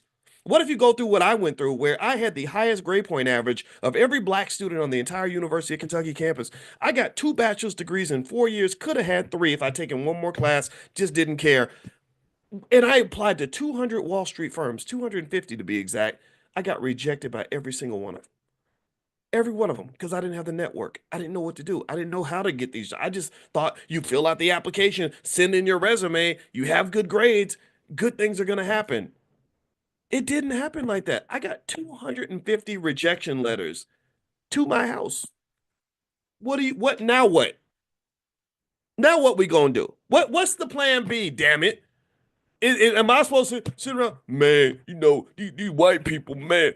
I could have been somebody if they wasn't tripping this stuff. They don't be liking black people. They just don't like you cause you black. They like I'm not, like, what problem is that going to solve? How is that ever going to fix anything? I have to have a plan B. Maybe God is trying. Remember the color purple? God is trying to tell you something, right? So God is trying to tell me something. God was like, number one, these folks don't like you. Number two, their conversations about diversity is bull crap. I'm not gonna say bullshit because I don't want to cuss, but you know what I want to say. And then number three, it means you got to find another way. This system ain't built for you. You're not white, Boyce. Stop thinking that you're white. You're not, your name's not Royce, you're Boyce. And you have to figure out a way you're gonna make this thing work. Where can get in where you fit in, figure it out. So to me, owning businesses and investing is essential for any black person, especially any black person with a strong black identity. Any black person with a strong black identity who wants to reach their fullest potential. Ownership is a must. Any black person with a strong black identity who wants to reach their fullest potential, who also wants to maximize their economic possibilities. Ownership is the key. Any black person who wants to reach their fullest potential with a strong black identity, who wants to maximize their income, who wants to have a little bit of power in this world, ownership is essential. Any black person who wants to reach their fullest potential, who has a strong black identity, who wants to maximize their income, who wants to have power, who wants to have a solid say in the structure of their families and their community, ownership is essential. Ownership is essential. Ownership is essential. You cannot go through life without owning something in this country, or you will be fried and cooked, stomped out, and busted and disgusted. If you don't believe me, just look around. I don't have to talk you into this because you see it everywhere.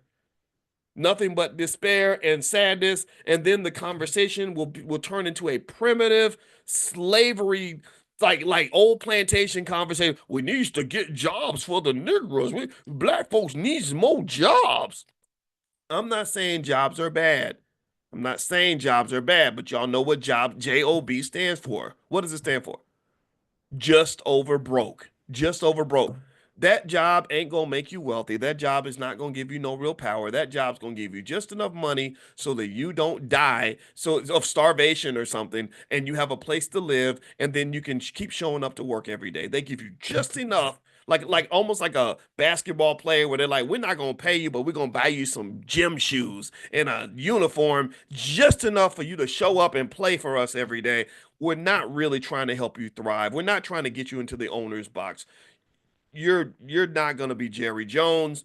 You're going to be like an unpaid member of the Dallas Cowboys. That's pretty much all you're going to be. So what I'm saying is at the end of the day, jobs have to be a stepping stone. That's my point. Jobs should be from the time children are babies. We should teach them, yeah, get a job until you can own something. Or if you have a job, make sure you own something. Or if you like your job, keep your job, but make sure you always have options. Options, options, options. Options are freedom. That's what they are. So make sure you have options, make sure you own something, and then if you don't like the job, you should be able to walk away, get a better job, or go and start something on your own. So this is why you build your networks. This is why relationships matter, because if you're an asshole, nobody's going to want to start a business with you. But if you're a good man, then a great woman will want to marry you and be by your side. If you're a good woman, then guess what? You're going to have lots of friends that are going to want to work with you. They're going to share networks with you, and you're going to succeed together. You're going to thrive together. Want an example? Yesterday, Jay Cameron came in, and Jay is a good guy. And by God, my goal when I met him was I said, I'm going to be a good guy too, so we can be two good guys helping each other out. Neither one of us showed up as the alpha asshole who disrespects people because somehow he thinks he's the most important person in the room. I never do that. It's like, oh, you're a great man. You're a great man too. You're a good guy. You're a good guy too. Hey man, how can I help you? I don't know. Let me tell me what I can do for you. That's how we talk to each other. And you know why we do it? Not just because it's the right thing to do, but because we're helping each other succeed and survive. The world does not want a black man to be successful.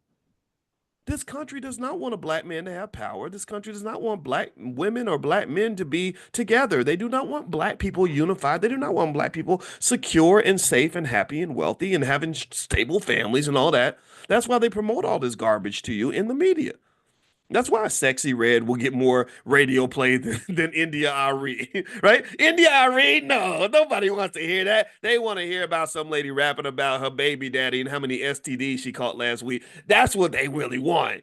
They don't want to hear I'm not your average girl in the video, right? No. What are you talking about? Self-respect. You haven't earned the right to have that. So what I'm saying to you is, at the end of the day, I love what China's doing. Let's circle back to China before I get railroaded in too many other directions. I love what they're doing because they're protecting their economics.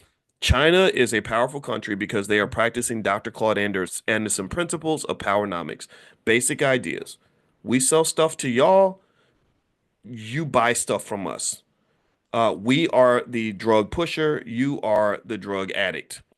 The dealer always has more power than the addict. We support our businesses and you support our businesses. But we don't support your businesses. We in China, we don't buy American products. We buy Chinese products. If you go to China, I dare you to go to China and I want you to look up Facebook on your phone and see if you can find Facebook on your phone or Instagram, or Google or Uber. I want you to try to catch an Uber in China. You'll be sitting on the corner for the rest of your life because there is no Uber in China. They said, "Oh no, we know need Uber. We make our own Uber." So and that's where they pour their resources. So these are simple ideas. This is going to lead to China and Chinese youth being the most dominant on earth. One other fact about China that's really interesting is they produce more engineers in China every year than India, Japan, and the United States combined, and their engineers are more qualified.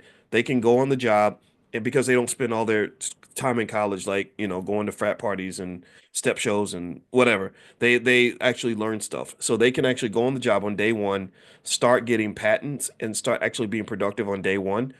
American engineers need 2 years of training after college before they can even become an asset to the company. This is just a fact. Look this up. So ultimately, when you talk about power and influence and things like that, when you own assets, you tend to have more power over your life.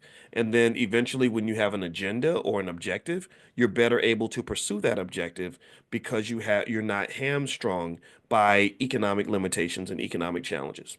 So this is the mandate for the 21st century and beyond.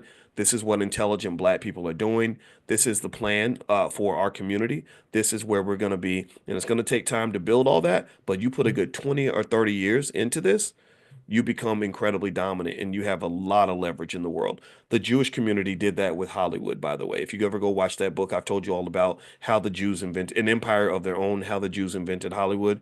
Fascinating book. It's a great blueprint. I have nothing against that community. I admire their power. I don't like what's going on in the Middle East. So let's be clear about that. I think they're abusing their power. But still, it's their power to abuse. And I don't want you to abuse your power, but I want you to just have some. Black power is something that is earned through economics. And the book, Tanya, is called An Empire of Their Own, How the Jews Invented Hollywood. Very fascinating book.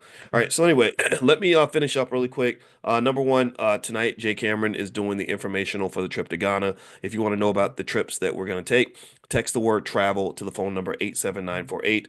And you can also go to b1voyages.com. So text travel to 87948 or go to b1, the number one voyages.com.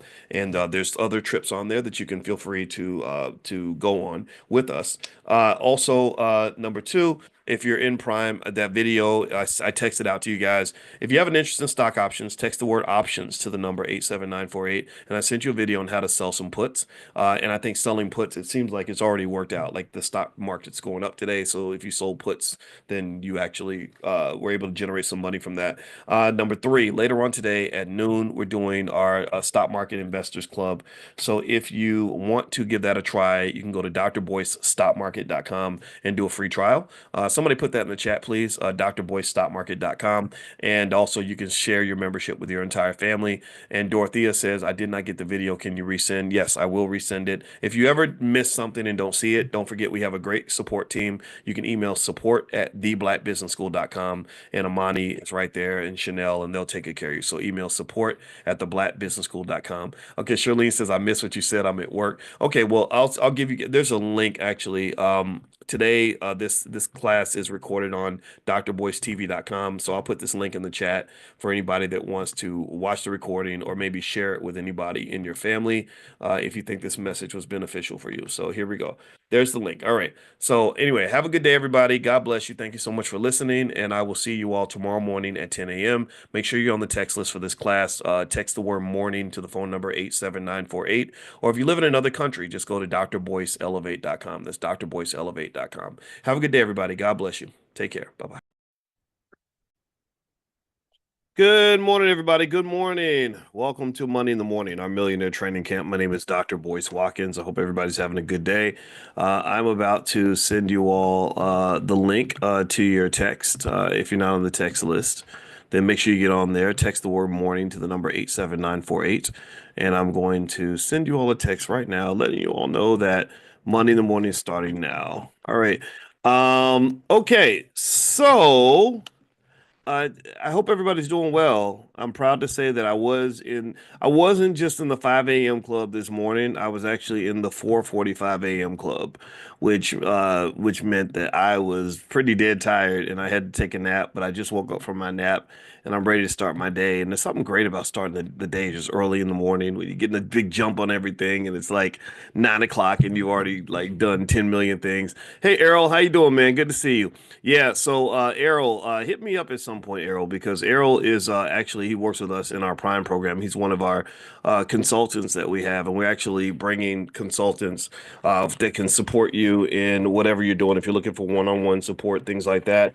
Errol was actually one of the first people that we talked to about this, and Aisha Verzi and some others that are in here. I'll let you guys know about that, but Errol's super smart, and Errol, I'd love for you. We're gonna do our millionaire training camp, our live millionaire training camp in Miami. That's going to be February 21st. And so, Errol, I'd love to have you down there to if you're available, and Aisha and anybody that wants to come down, as well as everyone in here, you're all invited. You guys are the first ones to know about it, and that's something that we're going to do. And also, we are going to probably in the next 6 weeks, we created something called COIN, which stands for Certified Options Income Network. So many of you have a strong interest in stock options, and I do too. A lot of you noticed, for example, today a lot of those stocks went berserk this morning because of the inflation numbers. That's why your stocks went up today.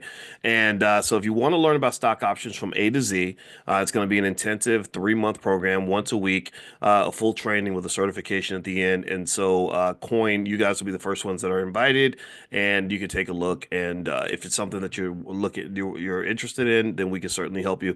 I think stock options should be understood by every black kid in America. I really do. I just really think that it's so powerful, and that economic superpower can protect them from a lot of the stressors that you might run into when you're talking about the struggle. The struggle is very real. A lot of people are having a hard time financially, and it's okay. It's not to be embarrassed about that.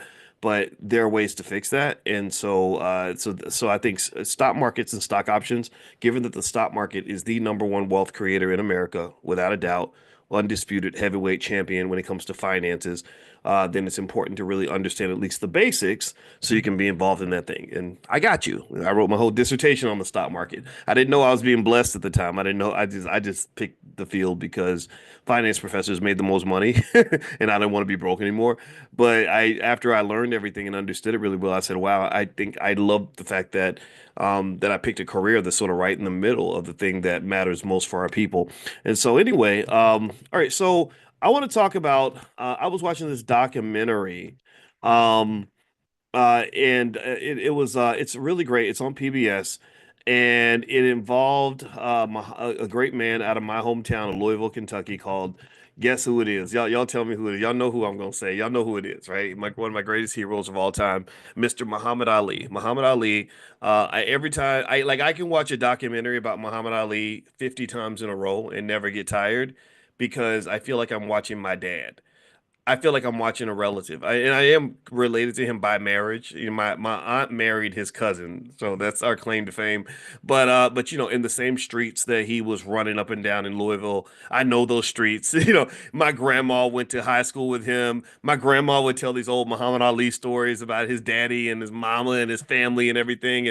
And to sort of see this guy come out of my little city and just become so phenomenal and so powerful in the world really inspired me. And so also, you know, I felt excited about sort of roaming the same spaces he was in. You know, like he spent a lot of time in Chicago with the Nation of Islam, and you know what happened with that and everything. And I lived 2 blocks from Farrakhan, and I would go to Farrakhan's house about once a year. But it's not like you could just walk up to his house and just be hanging out, you know. But I did meet the minister several times, and I just love him. I have a lot of respect for him. And you know, going to New York, meeting some of the same people in New York, and it's just really inspired me. And I saw something in his documentary where they went out of their way to talk about his relationship with the one and only and the extraordinary Malcolm X. And we know that there was an unfortunate divide between the Malcolm X and the Nation of Islam. And I got a lot of friends in the nation, and I just have to be honest and say I love them both, and that ain't gonna change, you know. But I'll tell you what, it was really fascinating because you know it sort of went into why Ali you know, why he embraced you know, the teachings of the Nation of Islam and why he embraced Malcolm as his friend. And I related to that. I said, okay, I get that. You know, you're a black boy from the South. I was a black boy from the South, and you want to be a black man from the South, and they don't really want you to be a man. Really, in America, I don't think they want the black man to be a full-grown man. They want the black man to be a little girl, a little boy, an ignorant fool, or a punk. That's what they want. If you show up as a little boy, a little girl, an ignorant buffoon, or a punk, then America will embrace you. That's why America loves black comedians. They love black athletes. They love black men who are rappers and stuff like that, entertainers. Right? They like all that, but they don't really want you. They don't want you showing up like Malcolm X, and they definitely didn't want Malcolm X hanging out with Muhammad Ali. I mean, there's a lot of political and economic gymnastics that took place when Malcolm and Ali became friends, and Ali embraced the Nation of Islam. And they, right before his first heavyweight fight against Sonny Liston, they told him, "You got to disavow the Nation of Islam, or the fight's going to be called off." He said, "I'm not doing that. I'm just not doing that." So they went and they asked Malcolm to leave the city. They said, "Can you leave, please, at least leave the city, you know, until after the fight's over, or until the fight." That's what it was. So Malcolm said, "Okay, I'll leave the city to, you know, out of respect for him, and I don't want to mess up his opportunity because that's how my friends in the nation are. They're just smart and logical and intelligent and strategic. So strategically, Malcolm left the city and he came back for the fight, and the rest was history, a black history, extraordinary black history, right? So then he comes out and he's like, 'I'm Muhammad Ali, and this is what I believe,' and he stood by that, and that's what made him great. That's what made him a legend. That's what made him amazing. And I'm gonna just tell you, I just love all of that. Like I embrace all of that. When I see pictures of Malcolm and Muhammad Ali together, I say, "Oh my God!" Like those are my two favorite men on the planet. Now, the living versions of the men that I love at that level, Dr. Claude Anderson, I love Kenny Gamble out of Philadelphia. I love Dr. George C. Frazier. I love those men that are just strong men, race men that understand what men are supposed to do, provide, protect, support, lead, whatever it is, be smart, be your best, stand up, all these things. And so, anyway, with that said, I wanted to sort of use today's class, if you allow me to break down some of the economic theories of Malcolm X, but to break them down in a way that connects to the fact that there are academic research papers written that support many of the economic philosophies of Malcolm X. Now, if you remember, you know, Malcolm's life and what he stood for a lot of the things that we believe in the Black Business School: economic self-reliance. Self-reliance. You have to have something of your own if you're ever going to be strong or successful in America. That's just a fact. If you don't own something, then you're really standing on a slippery slope. You're always on thin ice. That which you claim to possess can be taken away from you at any moment. If I'm renting a house, the landlord can take that house. If I only have jobs and don't own any assets, the landlord of that job can take the job. So even with a job, you are renting your financial security. You're paying for it in sweat, blood, and tears, but there's nothing there really typically that protects you from the fact that they may just decide to downsize and make cuts, and next thing you know, you're gone. He also talked about ownership. Ownership is the new black. Wealth is the new black. Tell me if you agree. Wealth is the new black. Ownership's the new black. Economics is the new black. Can we agree on that? We should put that damn thing on a damn t-shirt. I might get I think I'm gonna get a t-shirt. I'm sure somebody else made a shirt similar to it. We about to do that. I'm gonna text my assistant right now. Or actually, I'm sorry, she's my chief operations officer now. Her name is Teresa. She used to be my assistant, but she's so smart. I said, hey, you should be the chief operations officer because you're smart. She's been with us for 7 years. I'm gonna text her after we're done. We're gonna put that on a damn shirt. That wealth is the new black. Um, I personally think that as black people, just the embracement of some of Malcolm's ideas, and Malcolm kept it plain, he kept it simple. That's why everybody loved him. That's why everybody connected to him. He could talk to anybody, and everybody's like, yeah, that's right. We should have our own stuff. We should have self-reliance. We should own assets. He also believed in the circulation of dollars. You should be sharing your money with your brother or your sister before you start sharing it with strangers who hate your guts. That's called common sense. That's called self-esteem. That's called self-awareness. That's called financial consciousness. So ultimately, with Malcolm, those are kind of three core ideas that Malcolm believed in. Now, what I wanted to do to supplement the great work of the legendary Malcolm X is I want to sort of box it in the context of economic theory for you. Academic research papers have been written on this. This is common sense for Malcolm, and he read books and things, but this idea of self-reliance, ownership, and also circulating your dollars, there are research papers written on this topic. So what I want to do is cover a few of these studies that have been done to really help you understand why this is essential. And it isn't just essential for the whole community. Let me start right there too, to make it more personal, more direct. Sometimes it's hard to connect to a big vision for the whole black community. It's hard to connect to this idea that every black person is going to get on the same page. We're all going to do the same thing. We're all going to agree. We're all going to be aligned. That's just hard. I don't know. Anybody else go through that where you just like, man, ain't no way we can all be in alignment. I'm out of alignment with a whole bunch of black people. I'll be like, man, you're stupid. Like what? Stop stop twerking. Stop twerk. Stop. Don't shoot the black guy. Stop that. Right? Like, don't talk about your mama like that. No, you're not. No, you're not. You're not an igger. Stop calling. Don't call yourself. No, stop that. I know white folks giving you money. I know that they paying you good, but that's not good. That's not help. Put down the blunt. But stop. No more Hennessy for you, right? You get frustrated, right? You get so mad when you just see all kinds of shenanigans and chaos. And so I'm not gonna lie. I am not a fan of I've never been a person that can sit in the audience when somebody's like, we just got to get 40 million people to all do the same thing. I'm like, how the hell you gonna do that? You can't do that. That's not gonna work. Only oh, the closest that's ever come, maybe the Democratic Party could do. That might be the only institution that's been able to get nearly all black people to do the same thing. I don't know how they did it. They put something in the Kool-Aid. But here's the thing. Here's what's beautiful about it. To get real economic power, you don't need everybody on the same page. You don't need everybody on the front line. You don't need everybody leading. You don't need everybody absolutely out here killing it. You just need to make sure that your best show up as their best. You don't need everybody. You just need a few good men and a few good women. That's what you need. I heard Farrakhan say that where he said, "Give me 10,000 solid black men and we're ready to go." And I said, "Yeah, that's it. That's good."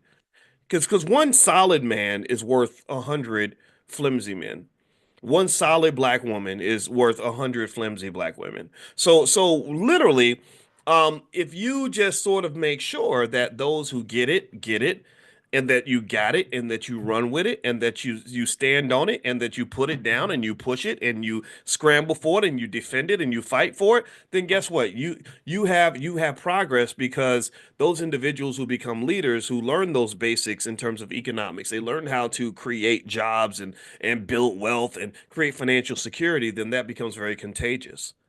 That becomes very contagious. People start to copy that. They start to emulate that. If you ever know, if you want to know what I'm talking about, a lot of times you try to tell somebody about your plan to be successful and they don't listen. But then as soon as you go out and execute the plan and you become successful, those same people are usually coming up and saying, "Well, how did you do it? How do I do like you? How do I become like you?" Right? And it might be after they ask to borrow $20. So you say, "Look, I'll loan you $20, but after I give you some money, I'm gonna give you some game. Shut up and listen to me now because now I have power because I just gave you $20, which shows I care about you, but I also am going to give you something more valuable than the $20. I'm going to show you how to fish. I'm going to show you how to win." People will respond to that, especially young people. So don't always worry about getting everybody on the same page. Get yourself on the same damn page. Half of y'all, I bet half of us in this room, me myself included, half of us are not even on the same page with ourselves. We're not. We're certainly not on the same page with our purpose. We're certainly not on the same page with God. We're not on the same page with what God intended for us to be. We're living another life. We're living in the closet. We're being something that we were not intended to be. We're distracted. So before you try to get the whole community on the same page, get on the same page with yourself. And I'm not talking to you. I'm talking to myself. I'm talking to myself. Because I have different voices. There's many. I have multiple personalities. I'm probably diagnosable. Um, there's the lazy voice. There's the unfocused voice. There's the voice you might see playing video games on YouTube. Y'all ever see me play video? I play Call of Duty sometimes with my friends because it's fun. Um, there's the voice that has doubts. There's the voice that has fears. There's the voice that don't want to do no work right now. There's the voice that isn't being the best version of himself. There's the fat voice. You saw him years ago. The fat voice, he didn't exercise. He didn't want to eat the right food, right? So there's those versions of voice, but then there's the other voice, right? There's the focused voice. There's the intellectual voice. There's the fearless voice. There is the determined voice. There is the disciplined voice. There's the voice that gets up at 5 a.m. There's the voice that goes hard every day. There's the voice that believes in something and sticks with. So that version of him is the one I need to show up every day. So I got to get on the same page with him. Do you understand? So before you get the world on the same page with you, ain't nothing holy and righteous about any of us. None of us are holier than thou or better than other people. Get on the same page with yourself. Get on the same page with your purpose.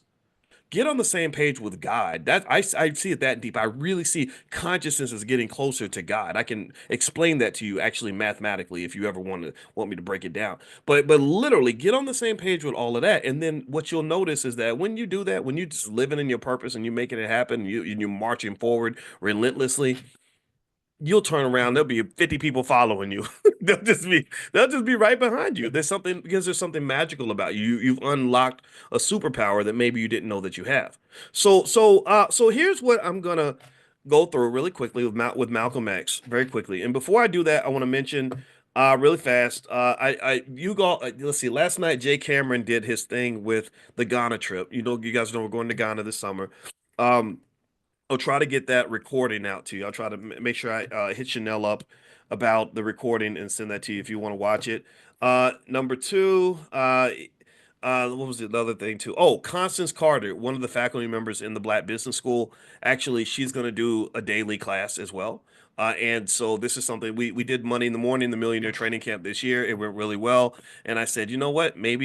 Constance, maybe you should do this too. That way we can be with our people every day and talk to them every day. A lot of you have come in here and seen Constance. You've seen how great she is, how smart she is. So basically, she's going to actually be doing her thing right after I get done. So what I'll do is I will text you all the link so you can go join Constance and hang out with her. If you're into this whole Black economics thing and you just want to keep, just hang out with us for a big chunk of the day.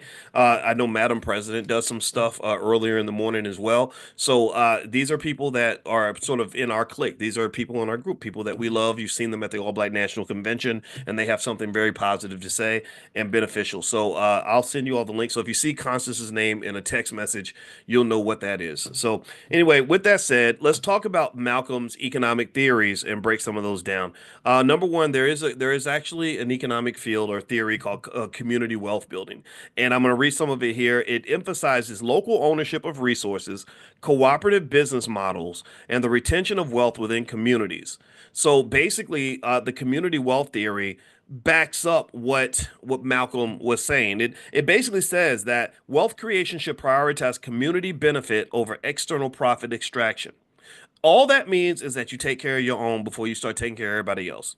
That's really all it's saying. It's saying it's like a type of nationalism. Malcolm was a nationalist, which means that success and prosperity starts at home. It means that if you have a job available, you hire your friend or family member if you can. You go outside of the space if you have to. If you have a dollar to spend, you try to spend it with people that are in your circle. If you can't, then you might go outside of the circle, right? So you do a little bit of both. Also, there are institutions like cooperatives. You probably heard these terms. Give me a guess if you've heard about any of these terms. Has anybody ever heard of a co-op? Co-ops are in this space. Credit unions are built on building community wealth. Locally owned businesses, etc.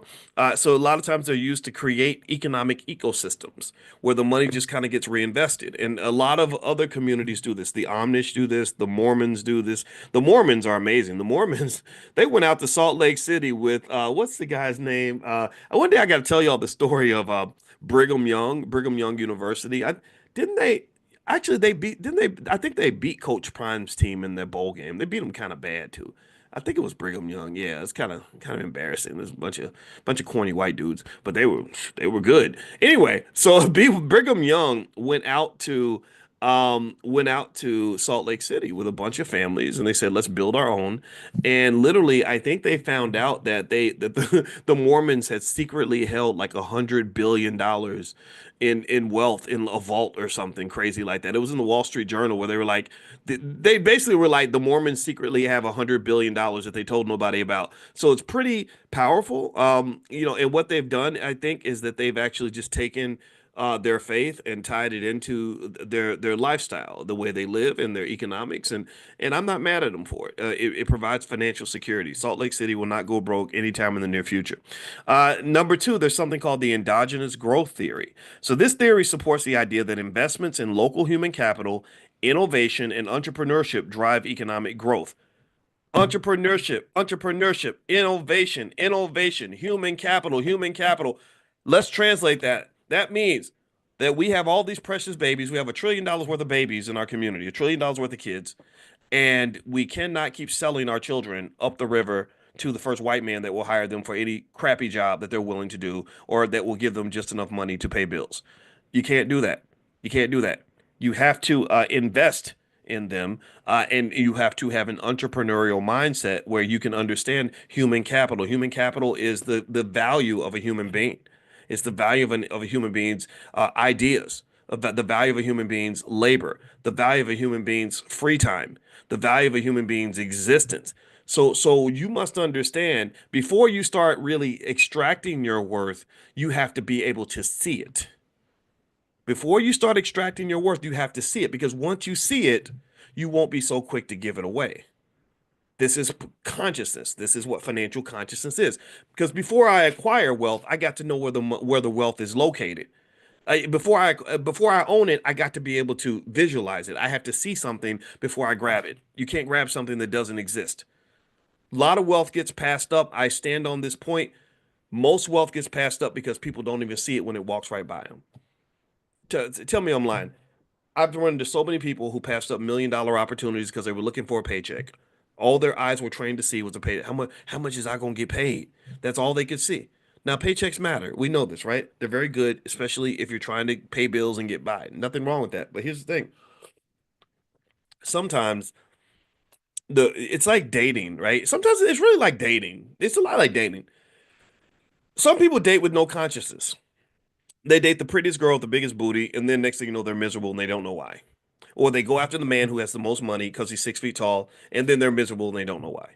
Well, the reason they don't know why, the reason that they end up like getting a bunch of stuff they didn't sign up for is because they didn't spend the time to gain consciousness. They don't have a full throttle vision of what they're actually investing in. They'll look at a guy and they'll look for one thing. How much money you got, right? And if he's got no money, they'll say, "Oh, girl, I ain't interested in him." But they're not looking at all these other things this man may have to offer, right? That are seen and unseen. They're not even taking the time to explore any of that, not doing the due diligence on the investment. Next thing you know, you pick the other guy because he's tall and has money, and but he beats you up and and kills your cat, and and now you're mad, right? So really, I think it's the same way when it comes to wealth and investing. When I was in college and I had no financial consciousness, most of us, when we picked our jobs, we simply picked the job that paid the most money. That's what we would do. It wasn't always the case that we would look at five or six other criteria to say, okay, how's this going to fit in my life when I'm 40? What are the growth opportunities in this organization? How does this fit with my work-life balance? Right? You don't learn these things until you get older and you start saying, yeah, I had a job making a whole lot of money, but it was terrible. Like when I got my dream job, I've told you all the story about my dream job. I got my dream job when I was 19 or 21 maybe. I turned 21 that's no, I turned 20 that summer. I was 19 and I hated that damn job. That job was so terrible. Oh my God. Right. And that was my introduction to wealth consciousness. Like, okay, boys, we can't be going after the most money because sometimes something seems to have the most money but it may not be what's best for you. So the same thing is true when you talk about economic consciousness or you're talking about economic, the endogenous growth theory, that when you're talking about our kids and you're talking about our community and the people that are in it, there's so much value there.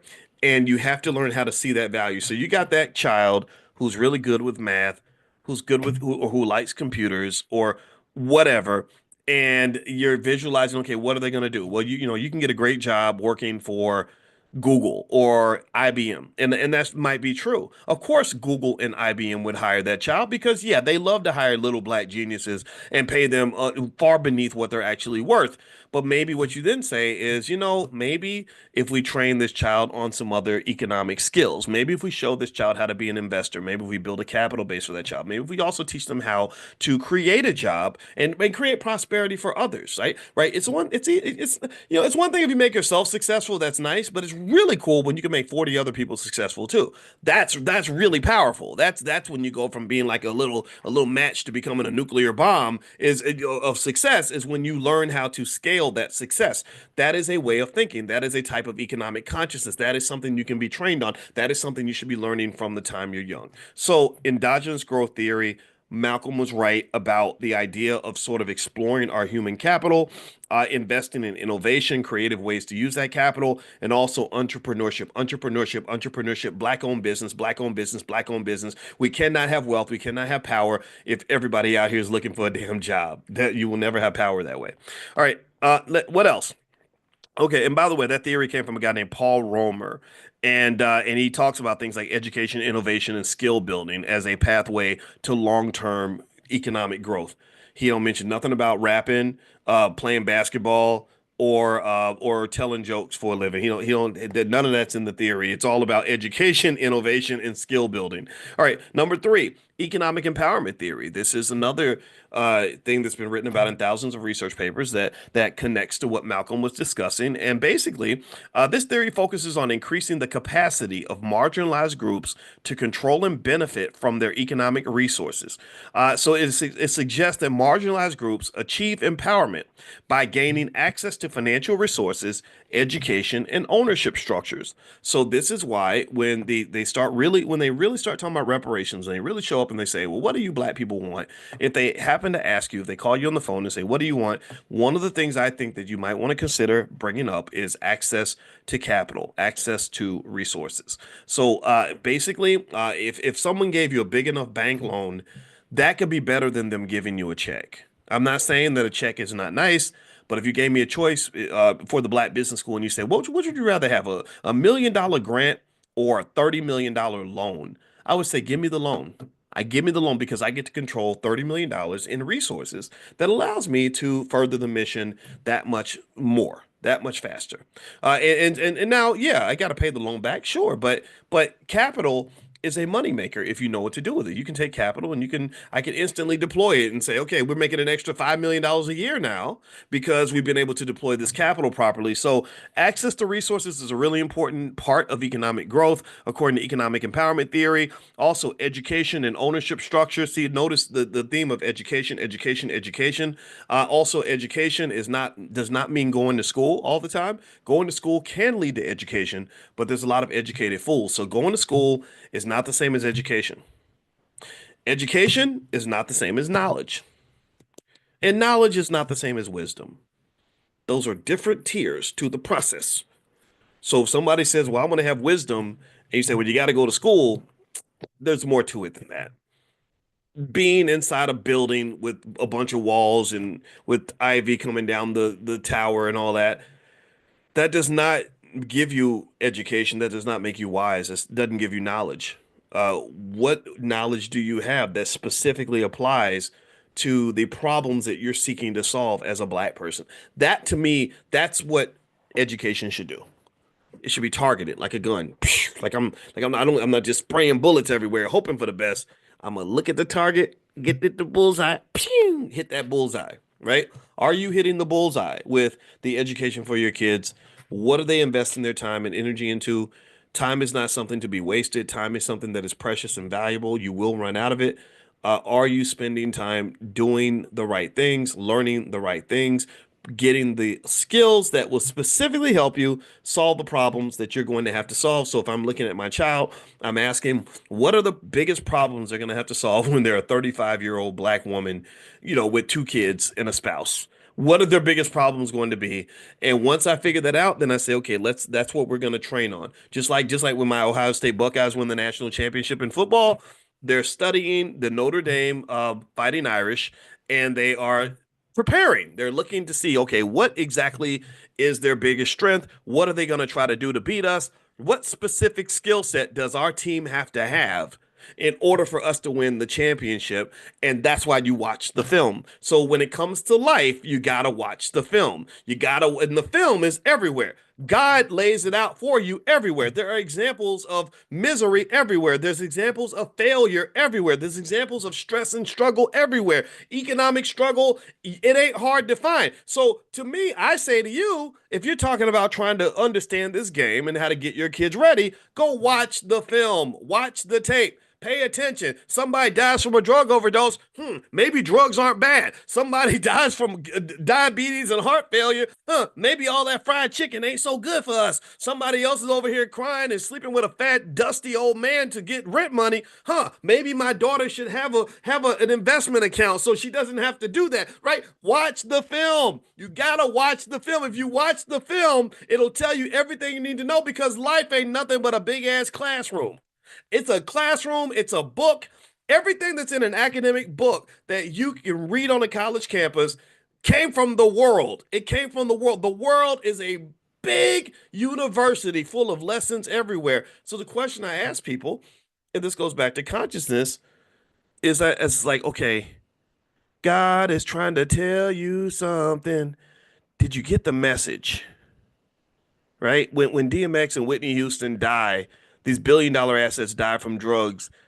Did you get the message, or are you just spending all your time being sad, waiting for the next tragedy to happen? Right? When you see somebody that got their dream job because they went to Yale and got a master's degree, but they're coming home every day drinking themselves to sleep and angry as hell because of the racism on the job. Did you get the message? Did you sit back and say, let me think about that? Right? Or did you just say, "Oh, white people be mean. They need to stop that. White people need to stop. They need to stop being mean to us. That ain't right. That ain't right. Yeah, it ain't right."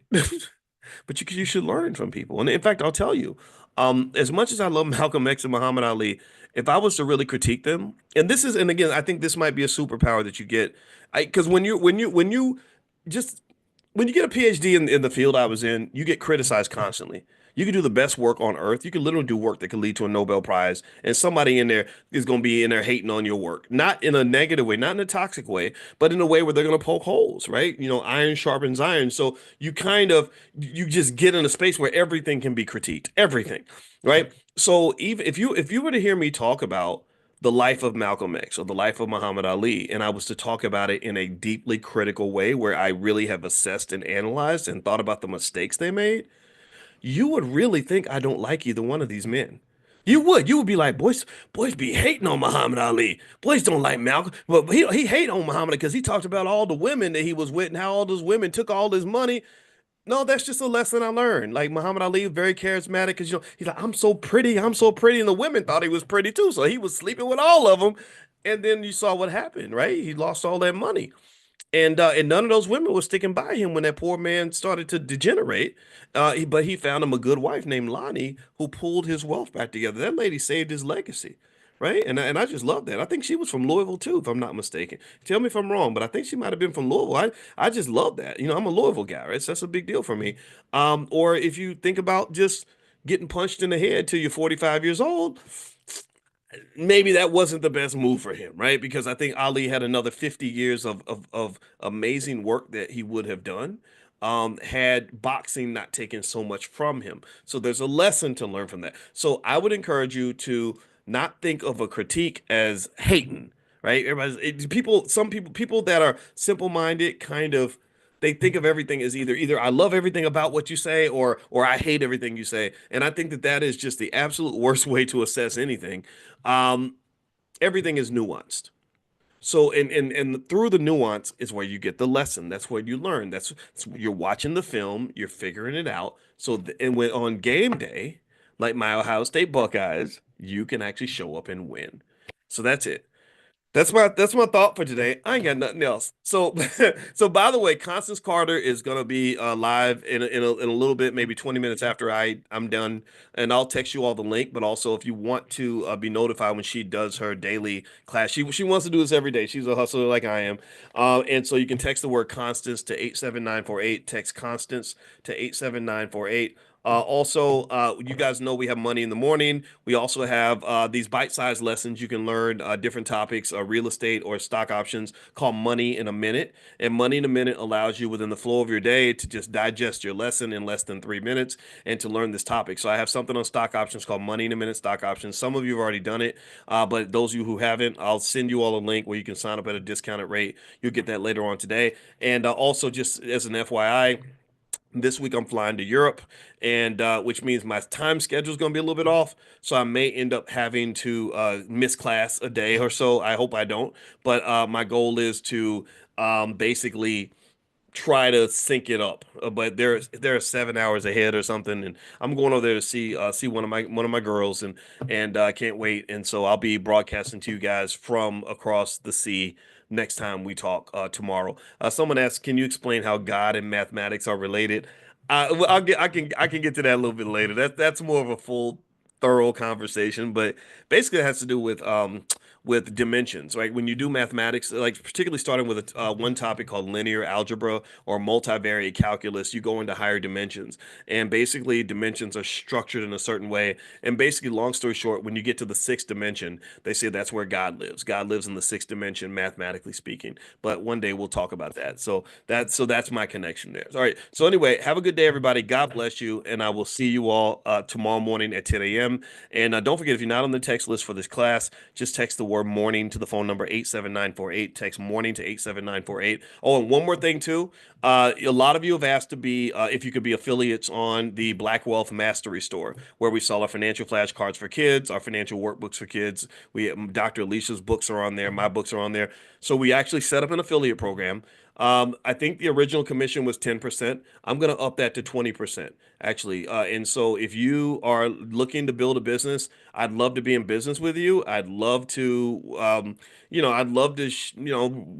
build together. So I will text you all only people in this class, the link where you can sign up and become an affiliate.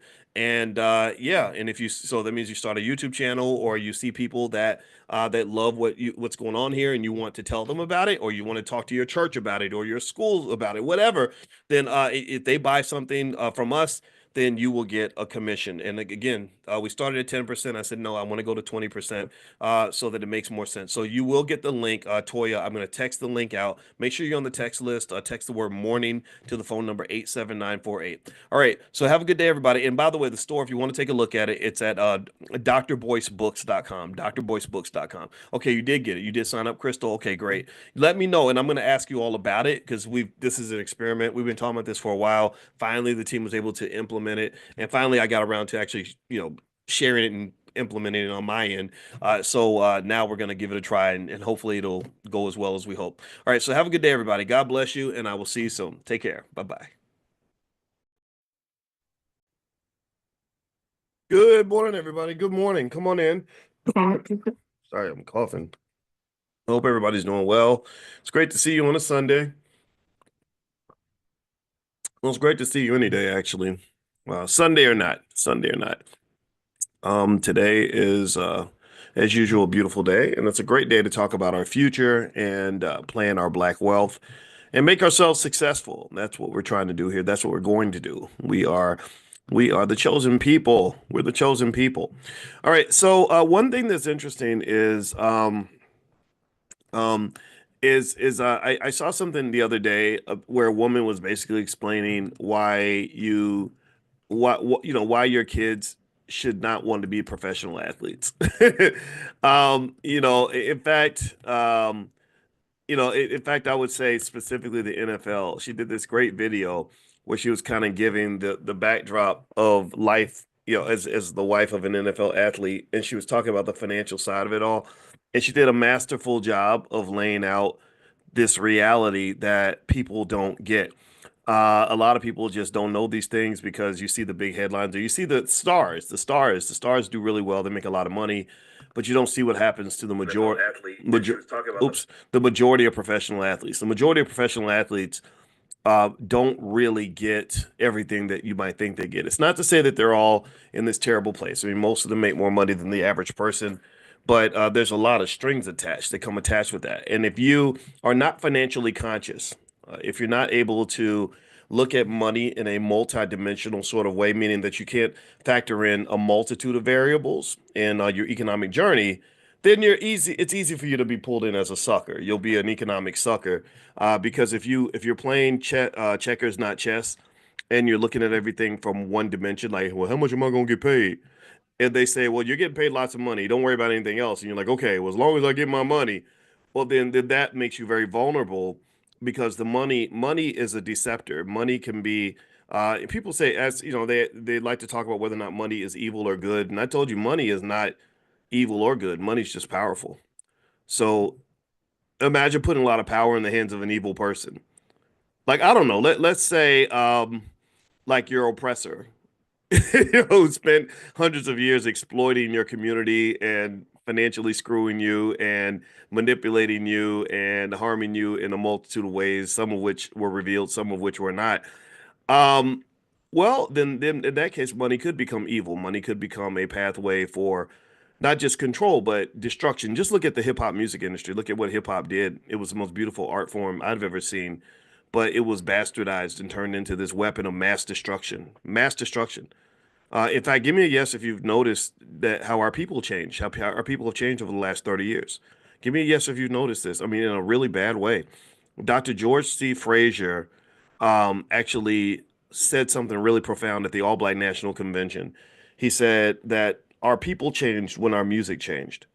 He said our people changed when our music changed, but our music was about love and being there for each other and unity and building and growing and education and all that. We were one type of people, but then when our music became about twerking booty and killing each other and getting high as much as possible and throwing our money away and is being as ignorant as possible, well then that's going to have an effect. And what's so really interesting to me, which speaks to where consciousness really has to be part of the conversation is I can tell you how many people who think it's all okay just because they're making money, or people who will make excuses for celebrities because they're making money. Anybody ever seen that? Anybody ever notice how if a celebrity is accused of something or something goes wrong or they do something crazy, There are people that will defend celebrities to the death. It's really fascinating. And I'm like, this person don't care nothing about you. They wouldn't spit on you if you was on the street on fire. Like, what makes you idolize this person so much that you literally will ignore any and everything that you see about this person because they made your favorite song? I find that really strange. I found that really strange. And I think that that does link back to when we were talking about when Constance Carter came in and we were talking about economic self-esteem and just self-esteem in general. If you feel like you're worthy and you are worth something, you're not going to let people just uh, either disrespect you or you're not going to put people on a crazy pedestal. And so we tend to worship those celebrities because they represent something that we don't believe that we ourselves could ever be. And if you notice, most black celebrities, I want you to do a little experiment. I do this experiment in my head every time I turn on the TV. Whenever they show black people that America admires, I do an experiment. I just say this. I say, I wonder what would happen if that person lost all support from white Americans. Like, what would happen if they didn't have a big white corporation with billions of dollars in the bank backing them? If we would still know who that person is or admire that person? Do that experiment. Like your favorite actor.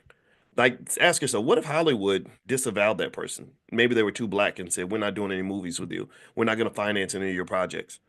See, this is all linked back to money. Or look at your favorite singer. What would happen if no record label was willing to put out their album and spend millions of dollars distributing and marketing that album? Would you know who they are? Think about your favorite athlete. You know, they got the Dallas Cowboys logo on their shirt. What would happen if Jerry Jones decided, I'm not going to invest millions of dollars in putting this guy on the field, and the NFL said, we don't want to draft you. We don't even want you here. We're not going to put you on the platform of the Buffalo Bills or the Dallas Cowboys or whatever. I want you to really think about that because when you do that calculus and you take away the what you could call this call this the white man effect. If you take away the white man effect, a lot of your heroes are people that you never even meet. You'll never know who they are. And here's the other thing too. There are plenty of people in the community who didn't play the game, who decided, you know what, I don't want to be a part of that, that you'll never hear about because they did not get the financing to be able to do what they do. For example, if I was even to use myself as an example, I know a lot of you, I've been able to impact a lot of your lives because I specifically aimed for that. My goal was not just to talk and get in front of you. I don't care about being famous. My goal was to actually get a result. I'm a mathematician. When I taught math at Kentucky, one of the things that we learned a long time ago is that if you do a math problem, you got to have a solution. You can't just wave your arms and scream and holler and give a great speech and get everybody singing hallelujah and think that that's the answer. That, hallelujah is not the answer to your problems. Right? I'm not saying hallelujah is not important in your life. Sure, go to church, accept the good Lord. Do what you're supposed to do. But this idea that somehow we think that having a feel good moment and a rah-rah speech is the same as actually solving a problem. That's just not the case. That is not a solution. What that is the injection of dopamine into your brain to help you feel good, and it numbs you from your pain. See, what you got to understand is that there's a lot of drug dealers out here that don't sell drugs. There are a lot of drug dealers out here who don't sell drugs. For some of y'all, your biggest dope dealer is your pastor. Drug dealers who don't sell drugs, but instead of selling drugs, they sell you dope. Look it up. Dopamine. Dopamine is the feel-good chemical in your brain that you get when a comedian tells you a joke. Oh, they dealing dope. I'm laughing because it helps me get over my pain and my undiagnosed, untreated trauma. When I go to church and the pastor's like, when the good Lord tells you, you got to do it. When the good Lord says it, you got to mean it. When the good Lord steps up and he says to Jacob that you got to climb the mountain. You might not want to climb the mountain, but you got to climb it anyway. And then when you climb the mountain, you got to keep climbing because you're going to get tired. And when you get tired, you can't take a breath. You got to keep going, right? So when the pastor's doing all that and you're like, yes, Lord, hallelujah, hallelujah. And then you realize after 2 hours, he ain't really said nothing. He's repeated himself over and over and over again. But you loved it because he spoke at the same cadence and it got you all riled up and he tapped into your emotion, but not so much your intellect, right? You're feeling good. But the problem with inspiration and motivation is that that's very temporary. So you ran out of church doing cartwheels and jumping jacks and you sprinting and you did right and you just you feeling it. No disrespect. Some of y'all going to church today. Go do that. Go do that. Go do that. But then I want you to just notice you can't stay hyped up like that forever. Your cortisol levels will be through the freaking roof, first of all. Like, you can't live like that all the time. It helps. It's a spark. It's a spark.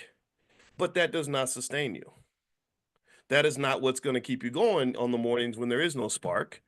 And you got to get up and you got to stick to that diet. You got to go to the gym. You got to work on that business. You got to go back to class. You got to teach your kids. You got to do all the things that you were hyped up to do. But now you're tired. So again, dope dealers. You got a lot of dope dealers who don't sit. You get a lot of, sorry, drug dealers who are actually dope dealers because they're not dealing you drugs, they're dealing you dopamine. That's what a comedian does.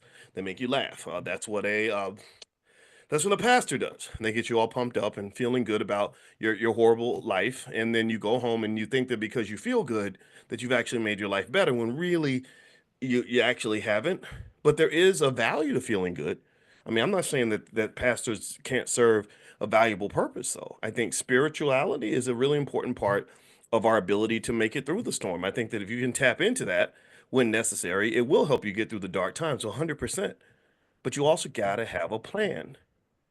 Do you understand? You got the motivation to get through the dark tunnel, but you probably need a map. You probably need some type of consciousness to sit back and say, okay, what am I doing here? What's the next move? How do we get to where we want to get to? So anyway, let me get back into one of the topics I wanted to cover today. I'm gonna play this video, and it's from this wife of an NFL player who, where she's basically kind of given the reality of what it's like to be married to an NFL player. I don't know if her man was a star, but I know that he was drafted, I think in the fourth round, and he played for the Jets or something. And she's kind of like, yo, look, it ain't what you think it is. And I appreciated her video, so I just thought that I would bring it into class today. And also, I wanted to mention to everybody, by the way, make sure you're on the text list for this class. Text the word morning to the phone number 87948. If you text morning to 87948, I will send you all a schedule of all the activities we have going on in the Black Business School this week. That way, if you want to participate, you can take a look. I am going to meet with the stock options group a little bit later. I did something yesterday, a little YouTube video yesterday was I was explaining all the little things you need to know about real estate. Um, that people don't know. A lot of people talk about real estate online, and they get, it sounds exciting and it's really cool. And I'm not saying don't do it, but a lot of people don't know a lot of the details of it that can make you absolutely hate it. So there was a really smart Black woman who did a great video where she was talking about her real estate journey. And she literally said everything that I always said in class about cash flow and headaches and everything else. So if you want to see that video, I'll text it out to you guys a little bit later. I think I might have, if I text it twice by accident, please forgive me. It's just me making sure you guys see it, because I think it's something that you want to think about as you sort of decide what your next move is going to be. Because I know a lot of your family investment clubs are doing real estate projects, and I really think it's important that you know what you're getting into. All right, so let me jump in and share my screen. All right, so uh, here is actually, let me fix this. Hold on, so I don't do it all wrong. All right. All right, so this is a lady. I have no idea who this lady is. We'll call her random white lady. And she is, I know that's so petty, boy. Stop doing that. Okay, I won't do it no more. All right, and what I'm gonna do is share my sound and let me know if you can hear the video. And I'm gonna play this video. It's on my Instagram. My Instagram is Dr. Boyce Finance. So here is the video. We're playing it right now. And it has no sound. See, that's where I'm messing up. There we go. My husband is now retired from the NFL, but he was a free agent a lot of the time, but he was on 8 different NFL teams. That means 8 different contracts are being signed and broken. So of course, I don't even have to say this, when you're on a team, it is good money. No matter what, practice squad, active roster, it is all good money, of course. But since these contracts aren't guaranteed, like my husband, he signed a contract and then a couple months later, you get nothing, especially if you sign at the beginning of off season and then you're cut during off season. You're not seeing any of that money because you haven't played again in a game. You haven't gone to practice. You haven't really worked out with the team, even though you signed a contract with the team as a futures contract. And us personally, because we were on 8 different NFL teams, that means 8 different states. We're moving that many times. I moved personally with him to 6 different states. And at one point in time when he was released in 2018, 4 different times we moved to 4 different states. And we were actually at one time paying for 3 different rents. It was a little bit of ignorance on our part, but also like we couldn't really prepare for that situation. So he had just signed, renewed his lease for his place in New Jersey and then was released with New Jersey after being drafted the year before. This comment. So my husband is now retired from the NFL, but he was a free agent a lot of the time, but he Okay, so let's stop there. How about y'all call? Give me a yes if you caught that part about three different paying three different rents. Let's just start there. I thought that was really interesting. Paying rent at three different places. Um, okay. That's tough. And so so that right there would be enough for me to be like, whoa, wait a minute, how did that happen? So ultimately, here's the deal with the NFL in particular. A lot of us. One time I spoke at a school with black boys, and they had it was a school with all where all the teachers were white, and 80% of the kids were black or Latino. And I went into the class for the kids that were labeled as emotional or psychologically or ADHD, psychologically slow or mentally whatever. And of course, it was full of black boys. That's what they do. They this is how the school system screws your sons and destroys your wealth because your son's supposed to be an asset to the family, but it's hard for him to be an asset if he has no skill. And in many of these cases, they don't educate them. We know these things. So I'm in this class with all these boys that are supposed to be intellectually deficient, and they seem fine to me. They reminded me of my little cousins. And I was talking to the boys, and I said, "What do you want to be when you grow up?" And about 70% of them said they want to be an athlete. 70% of them said they want to be like a NFL or NBA player. I think most of them were not even on a sports team. They weren't even playing sports. And a bunch of them are short, and I'm sitting there thinking, wow, you're going to be in the NBA, but the most you're going to grow to is about 5'8". This kind of ridiculousness is obviously something that just sort of has to be confronted, right? We kind of have to really talk more about this, and because what all is also true is that even if you're in that that 1% of 1% of 1% that does get to make it to the league, uh, it's your life isn't what you think it's going to be. Most of the people I know who became professional athletes did not make very much money for very long. I knew one guy, he was All-American at Syracuse. He played defensive end, he was extremely good, and he was in the NFL for about 2 years. He was on the backup roster or something, right? Like the thing about the NFL is that you have to be an unbelievable talent just to be on the bench, just to be a backup to the backup, just to be third string. I had another friend I saw at my mother's funeral who's an incredible athlete who ran the 40-yard dash in 4.3 seconds, which is very fast, by the way. And he said, I said, yeah. So did you keep playing football? He said, yeah, I tried out for the Seahawks. And I said, what was that like? I said, how did it go? He said, oh man, you have no idea. It was unbelievable. Because the talent was just through the roof. And so this guy that from Syracuse, he was 6'7", 270 pounds. So that right there is just, I mean, how many people do you know that are 6'7", 270 pounds? Anybody? Raise your hand. Raise your hand if you know like three people that are 6'7", 270. Most of us don't, unless you played in the NFL, right? And anyway, he was in the NFL for about 2 years, and he tore his body up. Because the thing is, when you're leaving the league and you're being pushed out, unfortunately, you're losing more than just a job. You're losing more than just a paycheck. You're losing part of your identity. Like your whole life. If you're 6'7", 280 pounds, I would be willing to bet you that most of your life, your consciousness was manipulated. You were groomed as a child, groomed like they're grooming you for the ultimate Diddy party of economics, where they're going to screw you for life. And he was groomed to see himself as pretty much an athlete. Right. So when you're groomed that way, almost like they're molesting your consciousness, right? They're pulling you away from your community. In his mind, all he saw himself as was an athlete. That's all he could see. That's all he didn't see. Okay, I could be a father. He didn't see, oh, I could be a great husband to somebody. He didn't see, oh, I could be a great entrepreneur. He didn't see, oh yeah, I could be a great intellect. He didn't see the things like people like Dr. Myron Rolle, who's another friend of mine who has a very successful NFL journey. He didn't see all the other things he could have done, and I always talk about Myron Rolle because I just admire the guy so much. Every now and then, like a famous person will reach out to me on social media, and I'll be like, wow, this is so cool. Like I have so much respect for you. Oh, you respect me too. That's nice. We just gonna sit here respecting each other. How about that? And he was one of those people. He had sent me a nice little note. He sent me a copy of his book, and I said, man, you have no idea. I've been talking about you for years.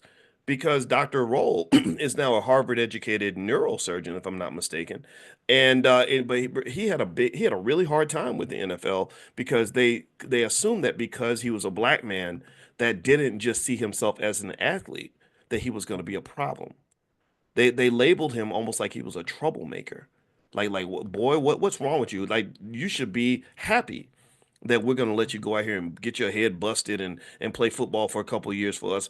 We're all you got. We're your only option. We're your best solution. We clearly must be the best place you could be because there's nowhere else for a black man to go other than the football field or the basketball court or whatever. Like if we don't want you, nobody will. Like an abusive relationship, you know how the abuser will be like, "Girl, if I don't want you, nobody will because you're ugly and you're fat and you stink," right? But you know, so that's kind of what they do to us, right? So with Dr. Roll, he said, "No, I'm not worthless without you.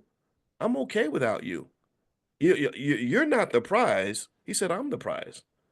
I'm the prize because not only am I one of the most talented players to ever play at Florida State, the second greatest defensive back at Florida State, other than the absolute GOAT, which was Deion Sanders. But on top of that, I'm actually smarter than you too." And so Dr. Roll literally left the NFL. He didn't take I think he didn't go right into the league. He finished college, almost won the Heisman or something. He was like way up there, like candidate for Defensive Player of the Year, that kind of stuff. And he's like, "No, I want to just go be a Rhodes Scholar because I'm smart and I have options." And I think that was the most brilliant thing in the world. Whoever raised him right. Because I've told you all that the most valuable thing that a black man or black woman can have in America is options. If you want to bless your children infinitely, teach them how to have options. Options, options, options. If you have options, then you will have freedom because options and freedom are like cousins. They're connected. You can't have one without the other. It's hard to say I'm free when you ain't got no options. Am I right or am I right? Am I right? And what is an option? An option, a stock option, the definition of a stock option is the right but not the obligation to buy a certain asset at a certain price on or before a certain date. But that first part is where it all kind of captures the idea. The right but not the obligation. That means you can do whatever you want. You have rights. I know my rights. We're always talking about civil rights. I know my rights. So you have the right but not the obligation. Ain't nobody gonna make you do nothing. But I have the right to do lots of things. So if you want to understand one of the keys to consciousness and the ability to see the whole playing field, so to speak, and to succeed in this place called America, learn what it means to have options. I have the right to do this, the right to do that, the right to do that, but I'm not obligated to do nothing. I'm the prize. I'm the prize. Y'all competing for my attention. I'm not competing for yours. So yeah, I'll go to the combine, and I'm sure Dr. Roll had to do all that, right? I'll sprint and show you how fast I am. I'll bench press and show you how strong I am. I'll catch some balls and show you how what kind of dexterity I have, and then I'm gonna let you sit back and try to convince me to come play with you because I got other things I could be doing other than being here. Options. Everything is about options. So you think about this, right? You ask a black man in America, like you say, "Hey man, it's 9:30 in the morning. What you gonna do today?" And he says, "I'm going to work." You say, "Well, why are you going to work? Why don't you go and why don't we go to the movies or something?" And he's like, "Well, man, I can't." Well, because you have to go to work. Why don't you have any? Well, because in that moment you don't have any options. And I'm not making fun of you. I'm saying this is the way this is the way society is designed. Welcome to capitalism. That's what capitalism, see, capitalism is this thing where it's a little bit of a Ponzi scheme in a way. You could define it like that. Or like Hunger Games, Squid Games type scenario where the people at the top want to have plenty of options, but they don't want you to have no options. That's why wealthy people worked so hard in the 1970s to dismantle labor unions because they want to have options. They want to be able to pick this employee or that employee or that employee. What they don't want is for the employees to either have options in terms of places they can go or some sort of structure where they're unified and the employer has no option other than to negotiate with them. They want to lock them in where they're like, we don't want you to have options. So that's the power game. That's how the power game kind of gets played. One of the problems that a lot of wealthy people had during the pandemic is that suddenly people had a lot of options. Why? Well, the government was writing checks, so people had stimulus money, and they were staying at home, and they started to think about their lives and all the things that they wanted to do. They started to gain consciousness, which really is the enemy of oppression The oppressor does not want the oppressed to have consciousness. So they started to have consciousness, which is sometimes can just come from sitting around and thinking. You ever see a guy that goes to jail and he loses his freedom and he's just sitting there thinking for like 5 years and thinking about his life? And sometimes they come out super wise. You ever talk to like a smart guy that went to jail for 3 or 4 years and notice that when he comes out, in many cases, if he used his time wisely, he's smarter than most people? Right? Anybody ever know Malcolm X is one great example. Thank you, Calvin. See, Calvin always does that. You need to stop that. He's always coming with the right words at the right time. I swear he's got a gift. But literally, so they come out and they have a consciousness that exceeds most people. They're like, oh, well, did you know that the Dalai Lama once said that the key to quantum mechanics is, well, like, and you're like, wait a minute, Wall Street Trapper, Big Trap, that's my buddy. I love Trap, right? So there's so many people that will use that time to gain their consciousness, and then they elevate, and then they're suddenly able to see the world a certain way.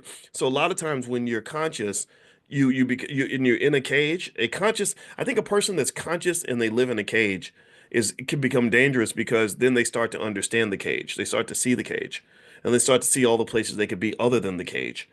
And then at that point, once they have freedom, and a free person that has consciousness is very, very hard to oppress.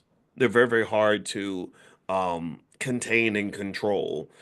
Like if you think about, pimps, and the way pimps will control a prostitute, they don't want her to be conscious. They don't want her to have high self-esteem and education and knowledge of all the places she could be. They want her limited in her options, and then maybe they'll give her drugs because a person who's high, they're not very conscious at all, right? So unconscious people are manipulated. That's why Diddy kept the baby oil that was laced with the whatever it was, the that drug that makes everybody go to sleep so they'll be unconscious so that then bad things happen, right? So anyway, with that being said, let me finish up this point on the NFL stuff with a few stats that might be interesting to you. Second thing I want to mention really quick, later on this week, I'm going to send you guys a list of of some good stocks that you might want to buy your kids if you want your kids to be introduced to wealth. So look out for that. If you're not on the text list, get on the text list. You can get on there by texting the word morning to the phone number 87948. So text morning to 87948. Or also you can go to drboyceelevate.com. I know some of you live in other countries. So if you live in another country, you can and you can't do the text, you can go to drboyceelevate.com.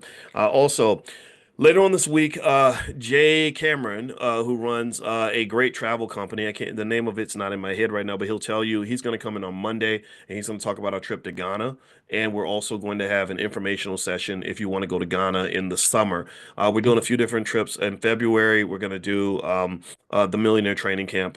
Probably, I think Miami is actually the place that the team chose. We were going to do LA, but no disrespect to LA, but my gosh, my heart goes out. I mean, LA is just, so bad things are happening there. And so the team decided to kind of move it out east.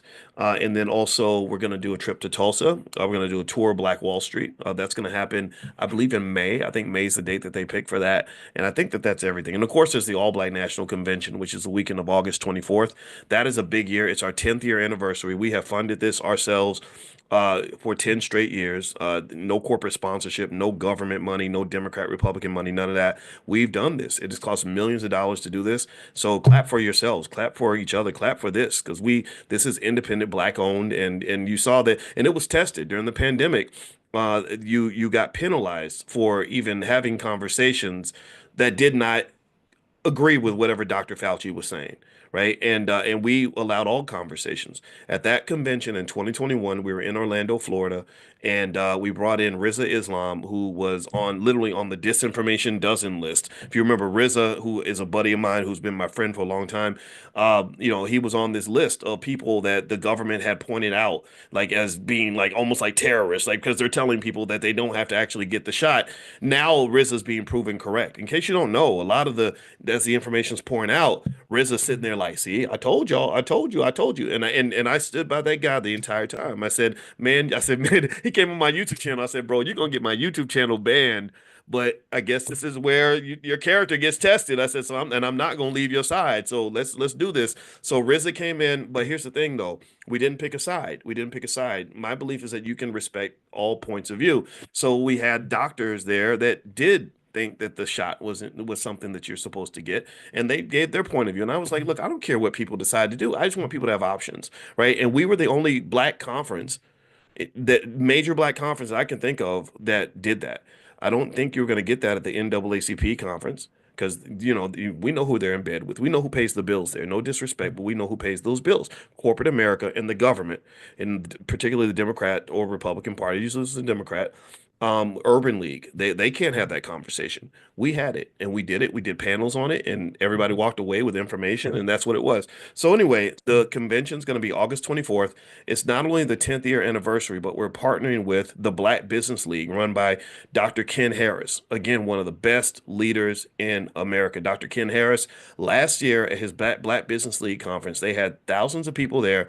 They had entire delegations from African countries. I think he might have like 5 or 6 African leaders that are going to speak there. And what he's doing is he's connecting African Americans in Africa with black businesses that want to do business in Africa and just doing it on an epic scale. So this year we're doing a joint conference basically. So when you come to the All Black National Convention, you will have access to our convention and you'll also have access to the Black Business League's convention. This happens, so our 10th anniversary happens to be the same year as their 125th anniversary. They were started by Booker T. Washington. Sorry, I almost said W.B. Du Bois.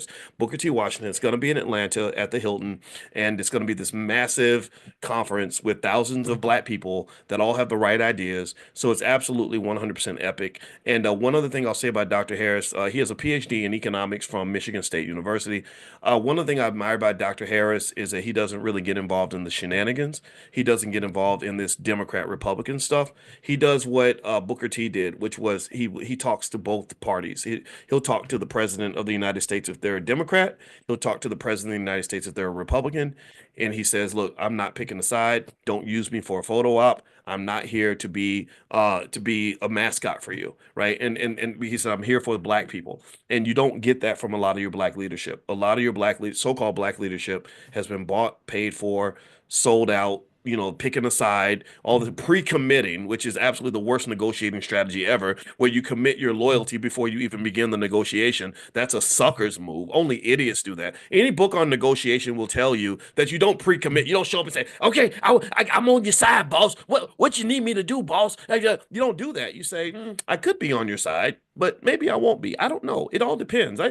I don't know what you got for me, right? What you got for us? What do you have for us, right? And that's what negotiation is supposed to be. This whole idea of like I'm pledging my loyalty in advance before you even offer me anything, you can't negotiate properly if you're desperate. Like that's just weird. That's just sad. It's pathetic. And I'm gonna tell you, as a black man, that offends me. That gets on my damn nerves. Like, don't be out here acting like that. You're supposed to be a man. You're supposed to be defending, protecting a community, but yet you're out here negotiating like a little punk. You don't do that. Stop trying to make friends and start trying to make progress. How about that? Stop making friends and start making progress, and then we'll be okay. So anyway, so to some extent, if you want to know my position on black leadership, I think you are the black leader of your household. Forget these people on TV. They're not going to help you. Anyway, let me go through some quick stats. And here's some quick stats to tell you why I don't think you want your kids to go to the NFL. Maybe if they're extremely talented and they're lucky enough to do it, then it might be a pathway or a springboard to something better. I think that that's absolutely appropriate, absolutely fine. I'm from Ohio State. We got some of the best football players on earth right now. We're about right to win that championship. I don't know if you're a sports fan, but you saw my Buckeyes kick butt, and I was really proud of that. And there's been some great athletes at Ohio State. There's one guy named Robert Smith. And Robert Smith was this amazing running back. He was built like a freaking Adonis. He was a track star and he was a football star. And because a lot of people don't know, I think he won, I think they won the national championship in the 4x400 meter relay that year because a friend of mine was on that team. And, but Robert Smith played maybe about 7 years and he left the NFL early. And I think that he left because he was like, I don't want to keep on playing and get hit in the head like that because that's not good for you. And the CTE is 100% real. Just speaking on other NFL stories, there was a guy. I met named what was his name? Antoine Randall L. And Antoine Randall L played at another alma mater of mine, Indiana University. I was at Indiana. That's where I met my wife. And Antoine, I knew about him because he was a great quarterback. He was All-American. He played for the Pittsburgh Steelers. He won a Super Bowl, and I think he won the NFL Man of the Year award, if I'm not mistaken. Maybe I'm wrong about that, but he was a great athlete. And so he and I were about to go on a panel, and the panel was hosted by Etan Thomas, who played in the NBA, another really smart guy. A lot of athletes are very smart people, so I don't want to when I critique what's going on, I don't want you to think that I think all athletes are dumb or all rappers are dumb. I have a lot of friends that are rappers and athletes, and a lot of them are good people. Some of them are just dummies, but a lot of them are just good people, smart people, making great moves. So anyway, I'm sitting there talking to Antoine, and we're standing outside of the in the hallway getting ready to go up on the panel. And my first thought is, because I used to be an athlete, right? So I'm looking at him, looking him up and down, and I'm like thinking, dude, we're the same height. You play in the NFL. I could have played in the NFL. Like you're no bigger than me. Like what? I'm pretty. I got some muscles, and I'm like, I could have done this. Oh my god. So, but I didn't say all that. And Antoine, if you're watching, just no offense. Like but I'm bigger than you. I thought in my mind, I was like, I could probably beat him up. But anyway, so so we're talking, right? And we had a friendly, great conversation, and we were talking. I said, hey man, so that CTE stuff, which happened to be discovered in Pittsburgh. The black doctor that discovered CTE, the brain damage thing that athletes get, he was in Pittsburgh, and Antoine it played for the Pittsburgh Steelers. And and I said, "Is that real? Like, are athletes really getting that?" And he said, "Yeah, man." He said, "A lot of my friends." I said, "Really? Like what?" And he said, like you might see your boy that you used to play with, and he'll be like, "Hey, man, what's going on? How you doing?" And he said, and then the same guy 2 or 3 minutes later will see you again and be like, "Hey, man, how you been? I ain't seen you for a long time." It like he literally forgot that he just talked to you 2 minutes ago, 3 minutes ago. Now, this isn't happening to everybody, right?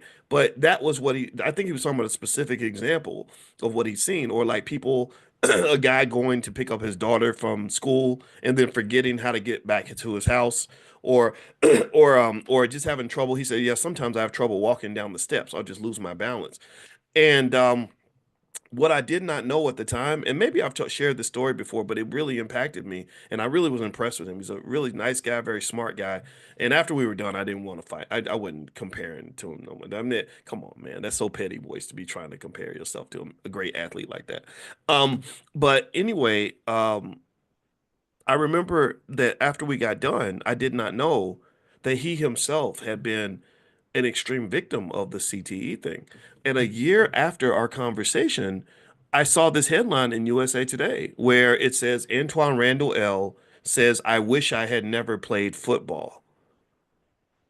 That was heavy. That was really heavy. And I thought back to our conversation, and I had no idea that he wasn't describing other people. He might have been describing himself.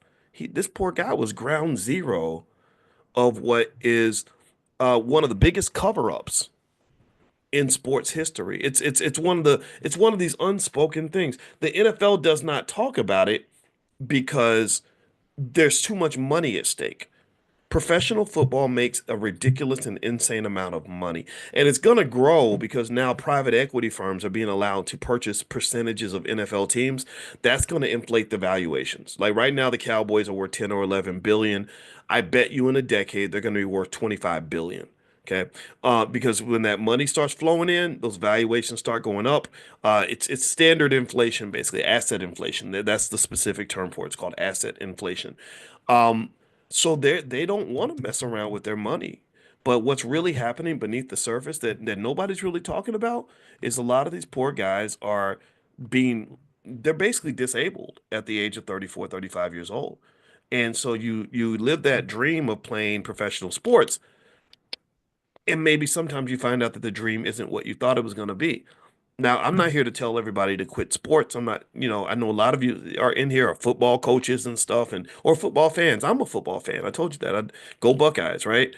But I kind of think at the very least, you should know what you're getting into. I think that's really the requirement. It's like investing. When we talk about investing and someone will say, "Should I buy this stock or not buy it?" I say, "Well, I can't tell you if you should buy it or not buy it because either way, I'm going to be wrong. Because if I say don't buy it, you shouldn't buy it, Well, there's millions of people that disagree with me because there's millions of people that already own that stock. Do you understand? If I say you should buy it, well, that's wrong because even more people disagree with me. They didn't buy the stock. It's really a matter of knowing what you're getting into. If you know what you're getting into and you've assessed the risk and you're okay with that, then I support you 100%. But if you're doing it either because A, you don't know, then I'm concerned for you, or B, you feel like you don't have any options. We talked about that word earlier. Like, you don't feel like you have any options, like I can't do nothing else but play football, then I beg to differ because you're a big, strong, smart black man. You're 6'5", 240 pounds.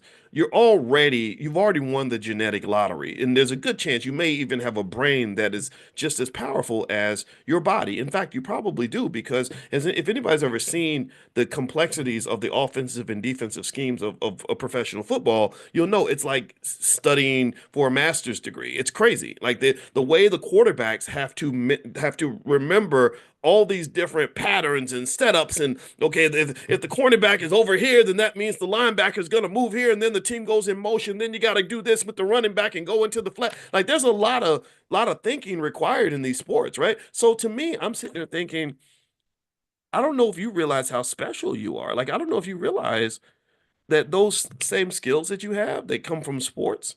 You know, hard work, determination, consistency, right? Courage, right? Discipline, intellect, planning, strategy, skill.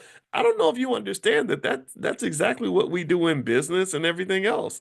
That's exactly what you have to have those skills to be a surgeon. You use those skills to be, to be an accountant, to be an entrepreneur, to be an investor. Like all these things come into play. In fact, the reason I was the number one student at the University of Kentucky, I had the highest grade point average of all the black students, and I had a triple major.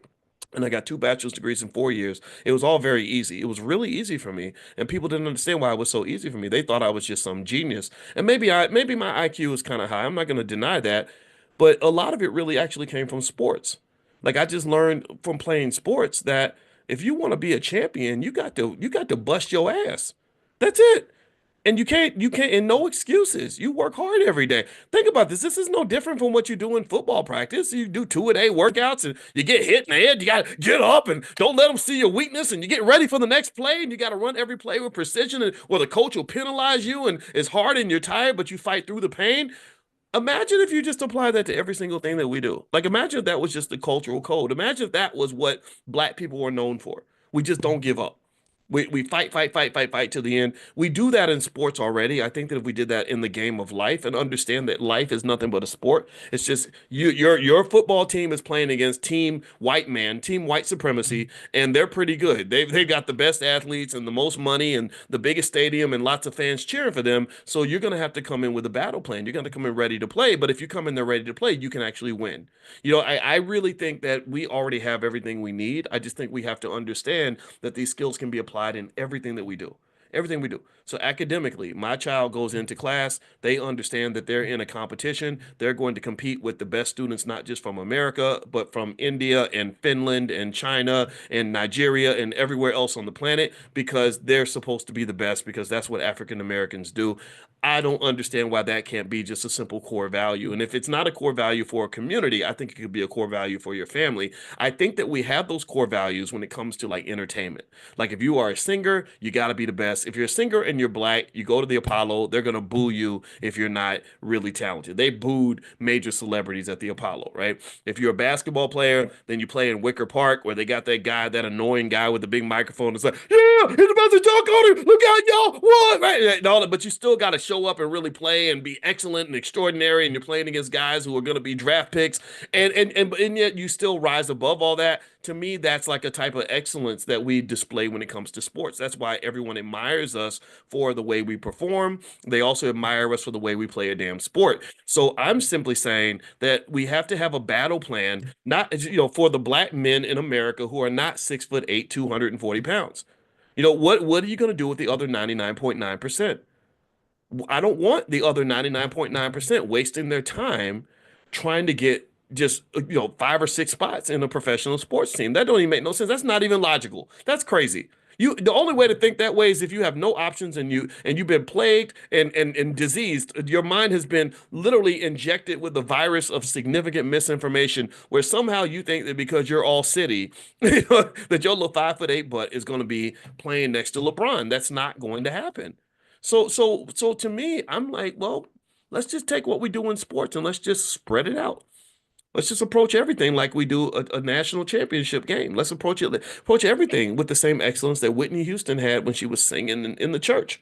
Right? I think that if we did that, we did that in business, we did that in education, and we did that in family in terms of like what type of family structure we want to have. If we did that in raising kids, if we did that with our mental and physical health, right? I want to have excellent health. I want to have excellent physical health, mental health. I want to have strong relationships. I want to know how to build wealth. I want to understand cash flow and financial security at the highest level.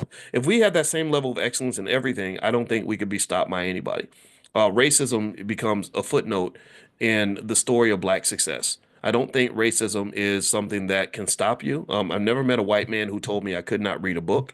I've never met a white man who told me I couldn't start a business. I've never met a white man who told me I could not take care of my kids. So this default bullshit about sort of looking at racism and thinking that racism is the reason that everything's going wrong in my life is absolutely something I reject completely, and it's something that doesn't even make any sense. Yeah, I really don't think white folks are really thinking about you like that. I really don't. I think that you're thinking about them. I think that we know that they don't admire us very much, except for when we're playing sports or entertaining them, right? But I don't think that they're really thinking about us. I think that we think about them. I think we admire them. We're like, oh, what that white man thinking about me? Oh, he looked at me funny. He must not like black people. Man, who cares? Who cares? I have a neighbor like that. I have a neighbor who is he is like he's a cop, and he's like a big card carrying big Trump supporter, big American flag, like what's it Blue Lives Matter kind of dude, right? Now, I think that because I'm black, and also because maybe he's Googled me. I have neighbors that Google me and stuff, and I'm sure they whisper about me and stuff. I think that he thinks that I'm offended by him, right? He thinks that I look at him and I get mad, or I don't know. I'm not sure. I have no idea, but I know that when I've tried to like go up and say, "Hey, how you doing? Nice to meet you," blah, blah, blah, it doesn't work. It doesn't work. Like at one point, I swear to God, I said to the guy, um, I said, okay, I'm sorry that my package got delivered to your house by accident. I said, but here, how about I give you my phone number and you can call me and let me know and I'll come over and get it. And you know what he said? Normally, most people were like, okay, sure, let me get your number. He goes, I know where you live. I was like, okay, peace out. I'm gone. Yeah, I get it, right? Like just real, like, and he's kind of interesting, right? Like I'm kind of like, okay, are you like, do you have like little dead puppies in your basement or something? Like, am I gonna find out one day that you just got something going on that you don't want nobody to even ask questions? He's a real interesting neighbor, and the interesting crazy part is I don't know if he thinks that because he's a cop and the Black Lives Matter whole movement was like kind of anti-police. He doesn't know I that my father was a cop for 25 years, and I don't get offended by cops unless they're bad cops. I think good cops are needed. I think that the fact that we all call the police when something goes wrong means that we should show appreciation to the officers that put their lives on the line to protect perfect strangers. I'm not doing that. Most of y'all ain't doing that. So I admire cops and soldiers. I'm sorry. If you're good at what you do and you're not hurting nobody, you get all my respect. I think you should make $200,000 a year because ain't nobody else out here gonna put their life on the line. That's my practice. That's how I approach things. But this guy, I think that there's something there, right? But I don't care. I don't care what he thinks about me. It's like I got my family, you got yours. Good luck. I don't care. So I think that generally I don't understand. I think as I get older, I have a harder time understanding why we are so obsessed with what others think about us. I think we should be more obsessed with what we think about ourselves. I think that actually is the solution because my belief is that if you think highly enough about yourself, you don't really need external validation. You don't need other people to tell you you're pretty if you already know that you're gorgeous, right? You don't need other people to tell you you're smart if you know that you're smart. Like Magic Johnson, when Magic Johnson got rejected from the Olympic team, remember first when he first became HIV positive, he was like, I don't really need the Olympic committee to tell me that I'm a great basketball player. I don't need that. I don't need that. Just like I don't need someone to tell me that I know finance. I have 30 years of experience in this field. That's enough. That tells me what I need to know. I appreciate you telling me good or bad, whatever you think. I appreciate your opinion, but that you 30 years late to the party, man. It starts internally. Think about that internal compass. Now, a couple more things. One, those of you that I invited a lot of you into the Fly Newbie Money Club, where Constance Carter did her whole 6 and 7 figure blueprint. There's a lot of other good stuff in there. So if you guys want to join the Fly Newbie Money Club, it's all the teachers are women. So every 2 weeks they bring in an expert in some area and they do a club meeting around some topic that expert can deliver. So Constance did her thing on Saturday. A lot of you were there. A few hundred of you were there. If you want to see the recording of that, as well as all the other trainings that they've done, just go to flynubianmoneyclub.com and I'll send you guys the link. I'll text it out to you. Make sure you're on the text list. Text the word morning to the number 87948. Somebody said it was fire. Okay, good. I'm glad you liked it. Yeah, yeah. Constance is great. Constance teaches with us in the Black Business School, and I have a lot of respect for her. So anyway, we'll text that out to you. So make sure you get on the text list. Text the word morning to the number 87948. And also the Queens go live every day at 1 o'clock. And I really I keep reiterating, like I hope that you we support our women. We got to support our Black women that are doing amazing things. I feel like as a man, I feel like we can do better. And I feel like, and as women, a lot of you women support us, and I want to say thank you for that. And if you're not supporting us, I hope that you'll reconsider that.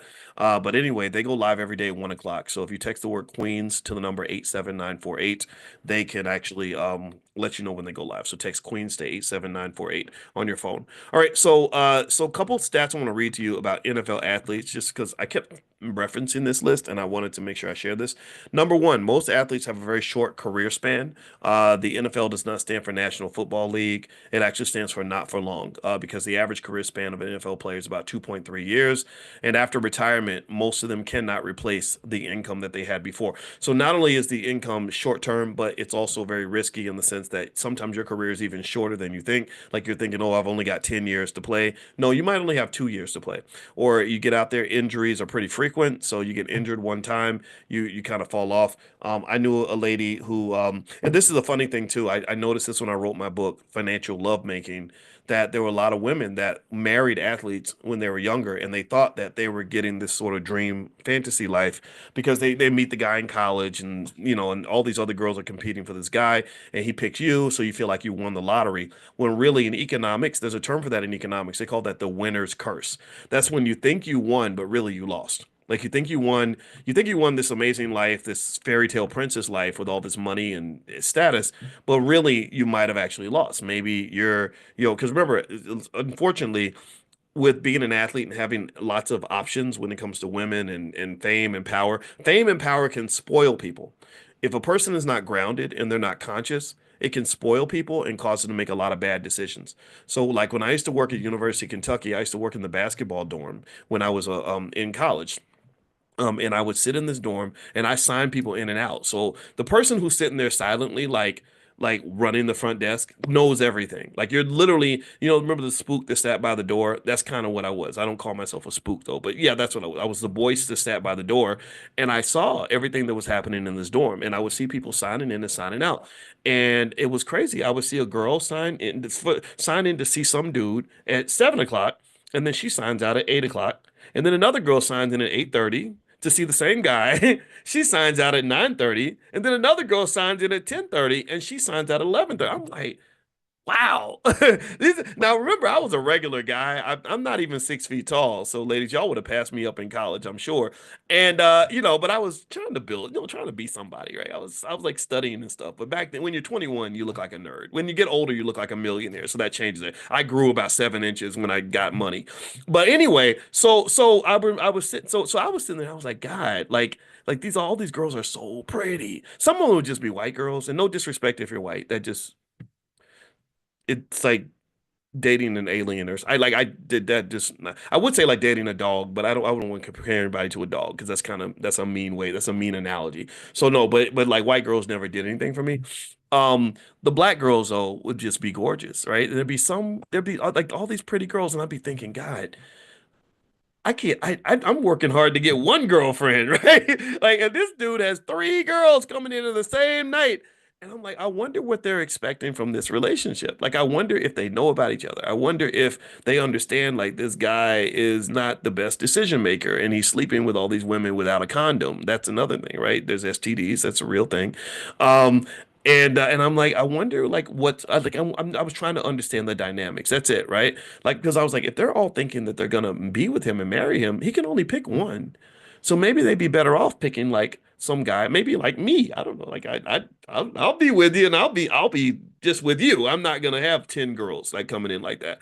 And so anyway, there would be one, and then he would pick that one girl. Maybe they get married or something. They go to, to the NFL, NBA, whatever. And then sometimes in some cases, you're dealing with a lot of extra stuff, like a lot of shenanigans, right? Like this constant competition from like thousands of other women who are trying to get your man's attention. You're dealing with drugs, right? A lot of NFL athletes have to take drugs and painkillers, especially in order to keep playing. Maybe you're just dealing with like kind of crazy culture, crazy spending, maybe some arrogance, right? Okay, why would I work hard on this relationship with you when I've got five other women that are telling me how much better they would be for me than you are, right? So a person who doesn't have consciousness or good values, like they're not firmly rooted in terms of knowing, like, okay, this too shall pass. Remember, consciousness is time and space, where they can see the bigger picture, right? They're thinking, okay, this is my wife, and I want my wife and I to have a good family. So I'm not going to get caught up in the temporary shenanigans because I want to focus on having a wife and a family. And sometimes you'll see that if you watch some of the NFL series like Quarterback, it seems like they would show like Patrick Mahomes, who has a $500 million contract, and he could be running to the stripper club, throwing money in the air, living his best life. But he seems like a guy that's like, no, I got my wife and my daughter and my football, and that's it. And I'm not interested in all the extra stuff. But maybe that's just front. You don't know. And so anyway, yeah. So I knew a lady who married a guy who played for Penn State, who ended up getting drafted in his junior year, and he played for the Seahawks, and he thought he was going to have a long career. Because why wouldn't he? I mean, he was All-American, and they ended up cutting him like halfway through the season because he got injured, and he was waiting to come back from the injury, and he was waiting to get a phone call from the team. The call never came. So, but because he's this athlete, he didn't think of himself as a person that had options. He was a person that thought of himself as only an athlete, and so he just waited. He didn't do anything in the meantime. He didn't try to build anything. Didn't start a business. Didn't go to school. Didn't do anything. So he'd be sitting at home waiting for the team to call. Now, here's what happens, right? So the mental health starts to decline. The mental health starts to dip. Why? Well, because you're waiting for the call because it's impossible that your dream is going to die. You're only 22 years old. Why? It can't die this young, and because you're too good, you're too talented. All you need is that one shot, and you're going to come back, whatever. Well, the team never called. So then you're sad and depressed. So maybe you're taking those painkillers still because they feel good, or you're drinking liquor, right? The idle mind becomes a devil's workshop. If you ever want to know the most dangerous type of man in the world, it's a man who has no purpose. A man who has no purpose, unfortunately, can be a person that that's when you dabble into the drugs, the alcohol, the porn, the whatever, right? Because you're the dope. You're getting into the dope, the dopamine. Everything's about the dopamine injection, right? The pleasure-seeking behavior. So you're dealing with five or six women because you ain't got nothing else to do. So you got a bunch of women, the weed over here, the liquor over here. A lot of y'all know men like this. Give me a yes if you've seen that. And it's sad. It's sad. It's like that Jamie Foxx movie Soul. Remember that Jamie Foxx movie Soul, where they showed people in the real in the soul in the soul space. I guess that's what they would call it, or like the spiritual world, where they would just be sitting there just drifting along, because they don't have anything that's giving them passion, nothing that's giving them purpose. You have to have a purpose. Right? I think that's really important. And that your purpose has to come from you. It can't come from the world. It can't come from other people. If you have your purpose, then you're truly alive. You're truly living. If you're living your purpose, you feel good. If you're not living your purpose, it's easy to become stuck in a rut where you become this sort of soulless, empty vessel that's just sort of navigating through life. And a lot of our people, unfortunately, get trapped in that space where there's a lot of people that have almost like walking depression, like a spiritual version of walking pneumonia, where they're able to go through the motions and do what they have to do, but deep down they're really, really depressed. They're really, really unhappy. A lady wrote a book like that. I forgot it. I think it's still called Black Pain, Terry Williams. I met Terry a long time ago. I haven't talked to her in a long time, but she wrote a great book called Black Pain, and she talked about millions of black women in particular that have depression and anxiety. They tend to go together, but it's undiagnosed, untreated because, well, why would you treat it? Why would you even talk about it? You're a strong black woman, and so you should be able to just function and do everything for everybody all the time, everywhere. And but yet deep down, maybe you're dying on the inside. Your mental and physical health is just kind of deteriorating because you're trying to be this rock for everyone. So I think it's important to kind of do that work. But anyway, like yeah, so when I wrote Financial Lovemaking, I saw a lot of couples like that. If you want to know how that story ended with the woman that married the Seahawks guy, she got to the point where she said, I was surprised. I thought that I would have an easier life as a professional, as a wife of an athlete. But she said, actually, it was harder because I had to get two jobs to pay all the bills because he refused to get a job because he only saw himself as an athlete. Right. So he would sit at home and she would be out working all day. And then after eventually he became abusive, right? The drugs and the alcohol and all that does mess with your head. An unhappy man who gets liquored up or whatever, then you have a risk of violence in many cases. And he started beating her up, and then eventually that's when she got the divorce. So everything that she thought would be a dream turned into a nightmare, and that is an example of the winner's curse. So when I wrote Financial Lovemaking, which by the way, you can have a copy of the book for free, an e-copy, just go to boyceandalicia.com, boyceandalicia.com. And Anyway, there were several women who had that winner's curse. Several women I saw, because again, lack of financial consciousness means you're looking at what someone is right now, you're looking at where things are right now, and you can't see what's this going to look like 10 years from now. Where's this person going to be 15 years from now? Consciousness is like Wayne Gretzky, the hockey player, used to say, I don't look at where the puck is located, I look at where the puck is going. So in your life and in the lives of others, I think that one good way to be able to see good investment opportunities when you're talking about investing in people, the biggest investments you make are in people. They're not in stocks and bonds and real estate. It's people. When you marry someone, you're investing in them. Do you understand? Do you agree with this? Do you get what I'm saying? You're investing something that's more valuable than money. Money is like this. Your life is like this. So you're investing like years of your life. You'll never be a cute 22-year-old ever again. You might be a cute 32-year-old, but you won't be a cute 22-year-old. Those comes with different types of benefits, right? So when you choose that man or you choose that woman, you are making an investment. So a big part of investing in financial theory, I could show you 1,000 research papers that break this down, is knowing where the puck is going. You don't look at what a company is right now. Do you understand this? This is how the whole stock market is valued, by the way. The whole stock market, it's not valued based on what companies are actually worth. The stock market is not valued based on what companies actually have or how much money companies are actually making. You do understand this. Companies are valued based on where the puck is going, what they think they're going to be worth, how much money they're expected to make. Do you understand? So the stock market is what they call a forward-looking vessel. And I think it's quite logical, but sometimes you can be wrong, right? If you're not conscious and not intelligent about it, then you'll buy that stock that's shooting up in value because everybody loves it right now, but you're not thinking about where the puck is going. So generally speaking, in your life, I encourage you to always remember that everything you see, most things you see that are in motion, whether you're talking about people or opportunities or investments, what they are and where they are is not nearly as important as where they're going to be. If I'm in a car and I'm going 60 miles an hour down the road, don't judge me from where I am. Think about where I'm going to be in 5 hours. If I tell you I'm in Connecticut and you think that I'm going to be in Connecticut for the rest of my life, but I'm going 60 miles an hour and I'm headed west, then you're wrong. I'm going to be in Connecticut for a little while, but eventually I'm going to be somewhere else, maybe New Jersey or something. So that really, to me, I think is a great principle to apply when you're talking about what moves you're going to make. I also think, just circling back, I think that black families should be fully aware of the limitations of professional sports.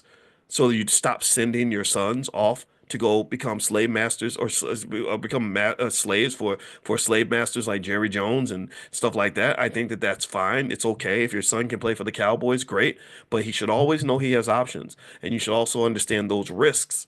They are destroying the brains of these poor young guys. These guys are getting out of the NFL, and they're never going to tell you because they're very strong, hard, type guys. But a lot of them are living in a quiet hell, and I just don't want that to happen to anybody. In fact, I have another NFL story I could tell you, but I'm not going to tell it because I've been telling too many stories. But it involved Dave Durrison. I knew a lady who dated Dave Durrison who played for the Chicago Bears. He was NFL Man of the Year, just like Antoine Randall L. And he played on that '86 Bears team that was really good. They won the Super Bowl, and it was probably arguably the greatest team in NFL history. A lot of people think that they are. And Dave, was a smart guy. He went to Notre Dame. He was All-American, a straight A student, that kind of thing. And a great businessman, got an MBA, just a really great all-around citizen for the most part. But he had brain damage, and Dave eventually. I remember my friend who was dating him at the time. I think that I don't think he was dating only her though. I think it was he kind of was a Rolling Stone a little bit. And I remember her calling me because she would call me and complain about Dave all the time, and stuff he was doing and other women and whatever. But then one day she didn't call me and tell me this. I did talk to her 2 days earlier though, and I saw on TV. I was in Chicago, and on the news they said Dave Durison killed himself, and he shot himself in the chest because he wanted to preserve his brain, and he asked them to investigate his brain to figure out what's going on with his mind. And when they did, from what I understand, I think they found the CTE. I'm not sure. I got to double check the story, but I believe he was actually featured in that Will Smith movie all about the CTE. So this is real. I encourage you to think about this. If you have athletic sons, black boys are the best athletes on the freaking planet. African American boys in particular, when it comes to football, basketball, track and field, we just are head and shoulders above everybody else. I honestly think it might have to do with slave breeding. I really do. I'm gonna tell you the truth. I think that they did something to us genetically that made us just on another planet. Like there is no white version of a Shaquille O'Neal. There is no white version of a Michael Jordan. There is no white version of an Usain Bolt, right? So again, we could talk about that later, but I think ultimately we have this asset called our athleticism that everybody wants, right? The colonizers, they want to come in and get a piece of that. And I kind of think that we should understand either, first of all, we should be the ones who benefit first before anybody else does. That requires development of systems that allow you to keep that wealth as opposed to giving it away. Number two, we got to think about what the consequences are, right? You're literally running our boys through this factory, this cultural factory that spits out all this toxic waste. Where you when he's high flying and he's making lots of money and he's on top of the world, then you want him, you want every piece of him, you want to represent him, you want to marry him, you want to keep him with you. But then when he's like this sort of like shadow of himself and he's no longer good for your purposes anymore, you dump him off back in the hood. And we got some guy that's an alcoholic and a drug addict who's sitting around talking about what kind of player he used to be and all this other stuff. And that's kind of the way things work, and that's actually something that offends me. I'm not happy about that. And so the other things too about being a professional athlete that should be considered is that they've spent a lot of money on agents and management fees. A lot of that money gets eaten up. Also, there's a lifestyle expectation. A lot of NBA players went broke trying to gamble with Michael Jordan. Like Antoine Walker talks about how he would gamble with Michael Jordan all night, and Michael had a gambling addiction. And so he would just gamble like 24 straight hours, and they would be betting like $100,000, $50,000 a hand, stuff like that. Most guys could not afford that, but there is a lifestyle pressure that comes with making more money. A lot of you felt that actually when you maybe finished college. Maybe you got your MBA from Harvard, and everybody thought that because you got the MBA from Harvard and you got this fancy job making $250,000 a year, that you're just made of money. So when you have that expectation placed on you, because you've let everyone know how much money you have, or somehow they can maybe guess because they came to your house and saw your car, well, then now sometimes there's pressure to fulfill that expectation. Let me know if you've gone through that. Anybody go through that where you go to dinner with relatives and they don't even look at the bill, they don't even look at the tab when they eat with you because they know that you're going to cover it because you're the one who has money. I'm ground zero for that. Whenever I go eat anywhere, people pass me the bill. And truth be told, usually I can take the bill and it's not a big deal. But before I go in, I have a consciousness of what restaurant we're eating at and how comfortable I am with paying the bill for this many people. So if it's like 12 or 13 people, I'll say in advance, I'm not paying for everybody. And not in this restaurant, but we can get a pizza. Right? Well, how about this? Because I want to be generous, I'll buy 4 Domino's pizzas and everybody can eat.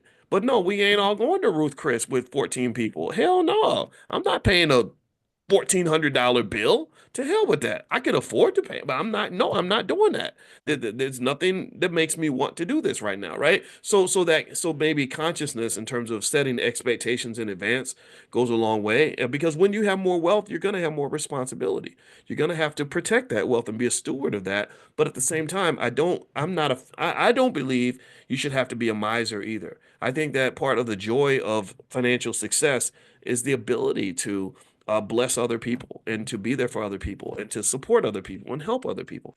And so I don't think it's healthy to go to the other extreme either, where you're so obsessed with money that you become just really greedy and mean and evil, and you're watching every nickel. Why are you watching a nickel, man? You got $10 million in the bank, dude. It's a nickel, right?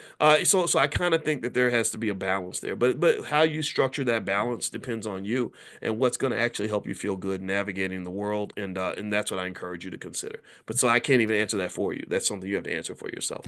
Okay. All right, so let's get out of here. Let's see a couple more things. Pretty soon I'm going to reach out to you guys to do stock options class. If you guys want to meet for that, text the word options to 87948 if you want to get notified when we do stuff related to stock options. And it's really good stuff. So we're going to do some stuff this week. So text options to 87948. And also, we have a social media platform you guys are welcome to join. It's B1 Nation, and you can actually find people that live in your area. There are groups on there, stuff like that. So feel free to go to b1nation.us, b the number one nation.us. And Amani, by the way, I saw Amani, who's on our customer success team in the Black Business School. She's in the chat. So I want to say thank you, Amani, for hanging out this morning. I didn't expect to see her today, but I'm glad she's here. All right, so have a good day, everybody. God bless you. I will see you all tomorrow. Take care. Be good. Peace. Hey, what's going on, guys? I hope you guys are having a wonderful day. Welcome to the Black Financial Channel. My name is Dr. Boyce Watkins, and also, just in case you don't know, I do have a podcast called Dr. Boyce Daily Stock Market, which is on Spotify. If you guys want to go check that out. Now, I want to talk to you guys about real estate. I want to break something down for you that is probably going to surprise you. A lot of people love real estate, and I love it too. I do own real estate. I think real estate is great as an investment vehicle for diversification purposes. But I'm going to just tell you the truth. I really actually sold a lot of my real estate, and I'm going to explain to you why I don't know if the so-called American dream of owning property is really what it's chalked up to be. I think it might be a little bit overhyped. Now, what I want to do as you come in, please hit the thumbs up button, thumbs up, share, subscribe. Is I want to play a video for you, and this video is there's a young lady. Her name was Stephanie Kabidi, and I'm going to share her video, and she did a really good job of explaining her experience as a real estate owner and why she's selling a lot of her properties. And so I'm gonna play this video for you guys so you can take a look and hear from the sister's mouth. She's very smart. She looks like she's really deep in the real estate game, and I respect it. Hold on, let me turn this down a little bit. And I really think this is worth watching. Okay, guys. So I'm gonna share this real quick. Do me a favor, hit the thumbs up button, thumbs up, share, subscribe. And I hear you about the homeowners insurance, Jeremy. That's a real thing, especially if you live out west, and y'all know what it is. Okay, so let me play this video. Give me a yes if you can hear the audio. I always want to make sure the audio comes through okay. Let me see if I can find this dang video. Hold on. I got it. It's somewhere around here. Here we go. Here it is. Okay. So here's the video. I'm pulling it up now, and I'm going to play it. Let me know. Give me a quick yes if you can hear the audio as I play it. I'm going to look for your yeses in the chat. Here we go. It's in only 18 months, and now I regret it. Just to show you, here's a 2-unit property I own. Here's another one that's a 6-unit apartment building, and here's another one, and here's another one, and there's even more properties, but I'm done driving around wasting my gas, and I feel you guys understand. I thought owning rental properties would be a great source of income, but boy, was I wrong. Most real estate investors teach about buying rental properties, rehabbing them, renting them out to tenants, and then refinancing them with a bank, just to only cash flow $300 per month. And that $300 per month may sound like a small amount, but when you have a lot of units, that amount adds up. For the 22 units that I own with my business partner, we roughly cash flow on an average of $600 per month, and that's per unit. And on a monthly basis, that comes to $13,200. And on an annual basis, each year, that comes to $158,400. And that's a big cash flow amount just for only owning 22 units. Now that we talked about the money side of things, you're probably thinking to yourself, Stephanie, why on earth would you regret buying all these properties and wanting to sell them if you're making well over 6 figures with them? Well, because I'm here to tell you the dark side of owning rental properties that the other real estate gurus won't tell you. I honestly thought that as we buy more rental properties, that I would make more money. And as we continue to buy more, I just became more broke. So owning 22 rental properties looks great on social media, but in real life, it sucks. And the 6 figures that you see that we make from all these properties isn't really 6 figures, because as you buy more and you scale, more of that money of that cash flow that you make just goes into buying more properties. And not only that, you have to remember you're dealing with properties and things happen. So a roof could go out, an HVAC system could go out, windows could need to be replaced. And those are some pricey items. And that starts to add up. Look, think about it. Let's say you own a single family house and you decide to rent it out and you cash flow $400 per month. That's great. That's above average because because typical investors look to cash flow roughly $200 a month. So you're making $400 a month just from this one property. Now, let's say your roof goes out, and to buy a new roof, that costs $5,000. All your cash flow of that $400 per month is completely wiped out just because of that one thing, just because you have to pay for that roof. Look, I'm not here to tell you what to do with your money, whether that's buying rental properties or not. I'm just here to tell you what my journey is and the ups and downs that have come along with it, just so it can help you along the way. Because at the end of the day, we all know that there are pros to rental properties and there are also cons to rental properties. Throughout us buying all these rental properties within an 18-month time frame, I quickly realized that we were becoming equity rich, but cash poor. And having a lot of equity is great, but equity does not put gas in my tank for me to be able to drive to the office and drive to appointments. I don't like living a life having to constantly check if my bank account is in the negatives or not. I just got tired of it, honestly. And with you being equity rich and cash poor and not having enough in your bank account, you have to think of those things. Like, are you going to have enough money for food? Are you going to have enough money to have gas? Are you going to have enough money for just the regular bills in your life? And that's where I just got over it. You know, I was just tired of living a life like that and just came to this realization where I just regret building and scaling this fast.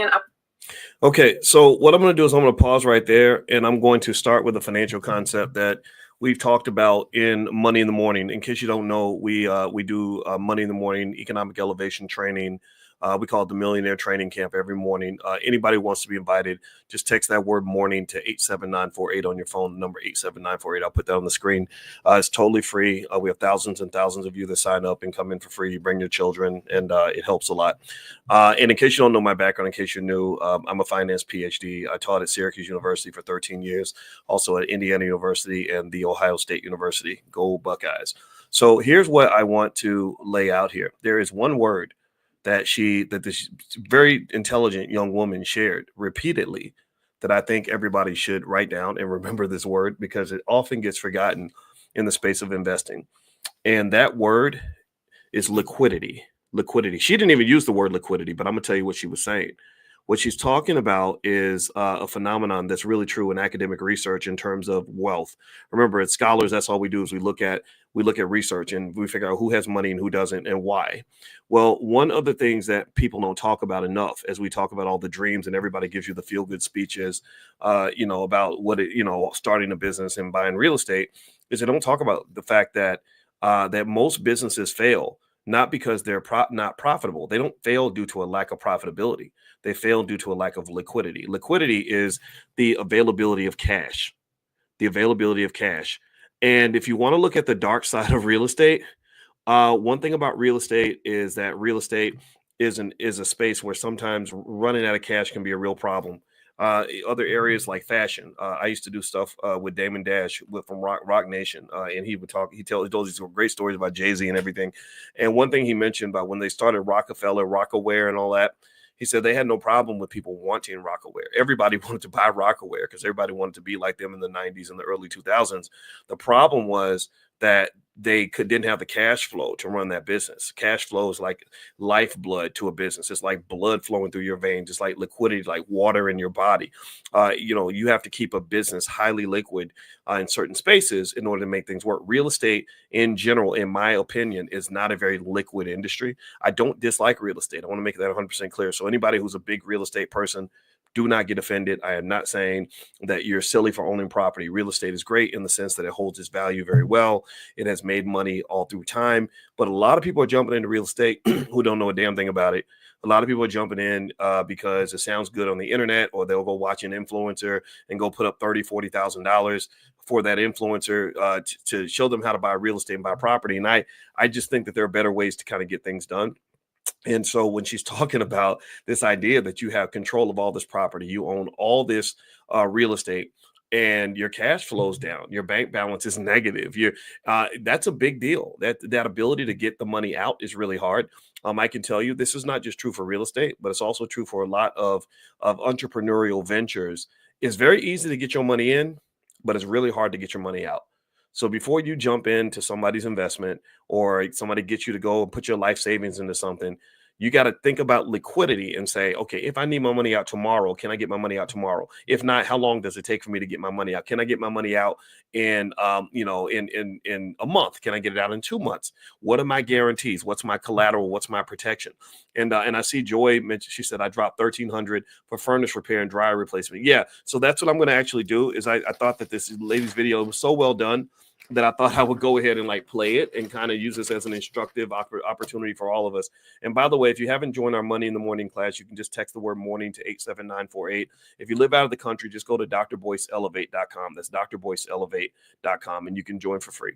All right, so here is this video, which I just love this video. I love what this young lady did. And I just said, man, I like this so much. I want to play this. So here we go. I'm going to play it again. All right, y'all give me the yes in the chat. Let me know if you, hold on. See, I'm already hitting the wrong buttons. Hold on. Let me hit the right button. Hit the right button, boys. Come on. Okay. All right. Got you. All right. So let me see. Here we go. I think this is the video. So let me see if I can play it. I want you guys to know that when you are dealing with rental properties, you need another source of income just to help you sustain. Because as I just said, you will be equity rich and cash poor if you do it this way and just build and scale so fast. So that other source of income that we took into consideration was wholesale deals. But unfortunately for us, our wholesale deals were very, very inconsistent. So we weren't making really any money from that. It was just the money from our cash flow. But you got to think about it. For us, there were some things that did need repaired. And when we had no money coming from wholesale deals, then we would use our cash flow money. But when we were low and didn't even have cash flow money to use that, then we would have to come out of our own pocket. And guys, remember I told you being cash poor and not having any money in the bank account? You're probably wondering, like, how are you going to pay for repairs if you have no money from your personal pocket? Well, the bad thing we've done that I don't recommend is we just put it on credit cards. And that's where you get into a hole. And that's why I'm making this video, because I don't want you guys to be in the same position that I'm in. I want you guys to learn the lesson. Okay, I'm pausing again. I'm pausing again because here's how cash flow works. Okay, you can think of it almost like when you had those fires in LA and everything. You know what happens when the hydrant runs out of water? What happens when the reservoir runs out of water? Where do you go after that?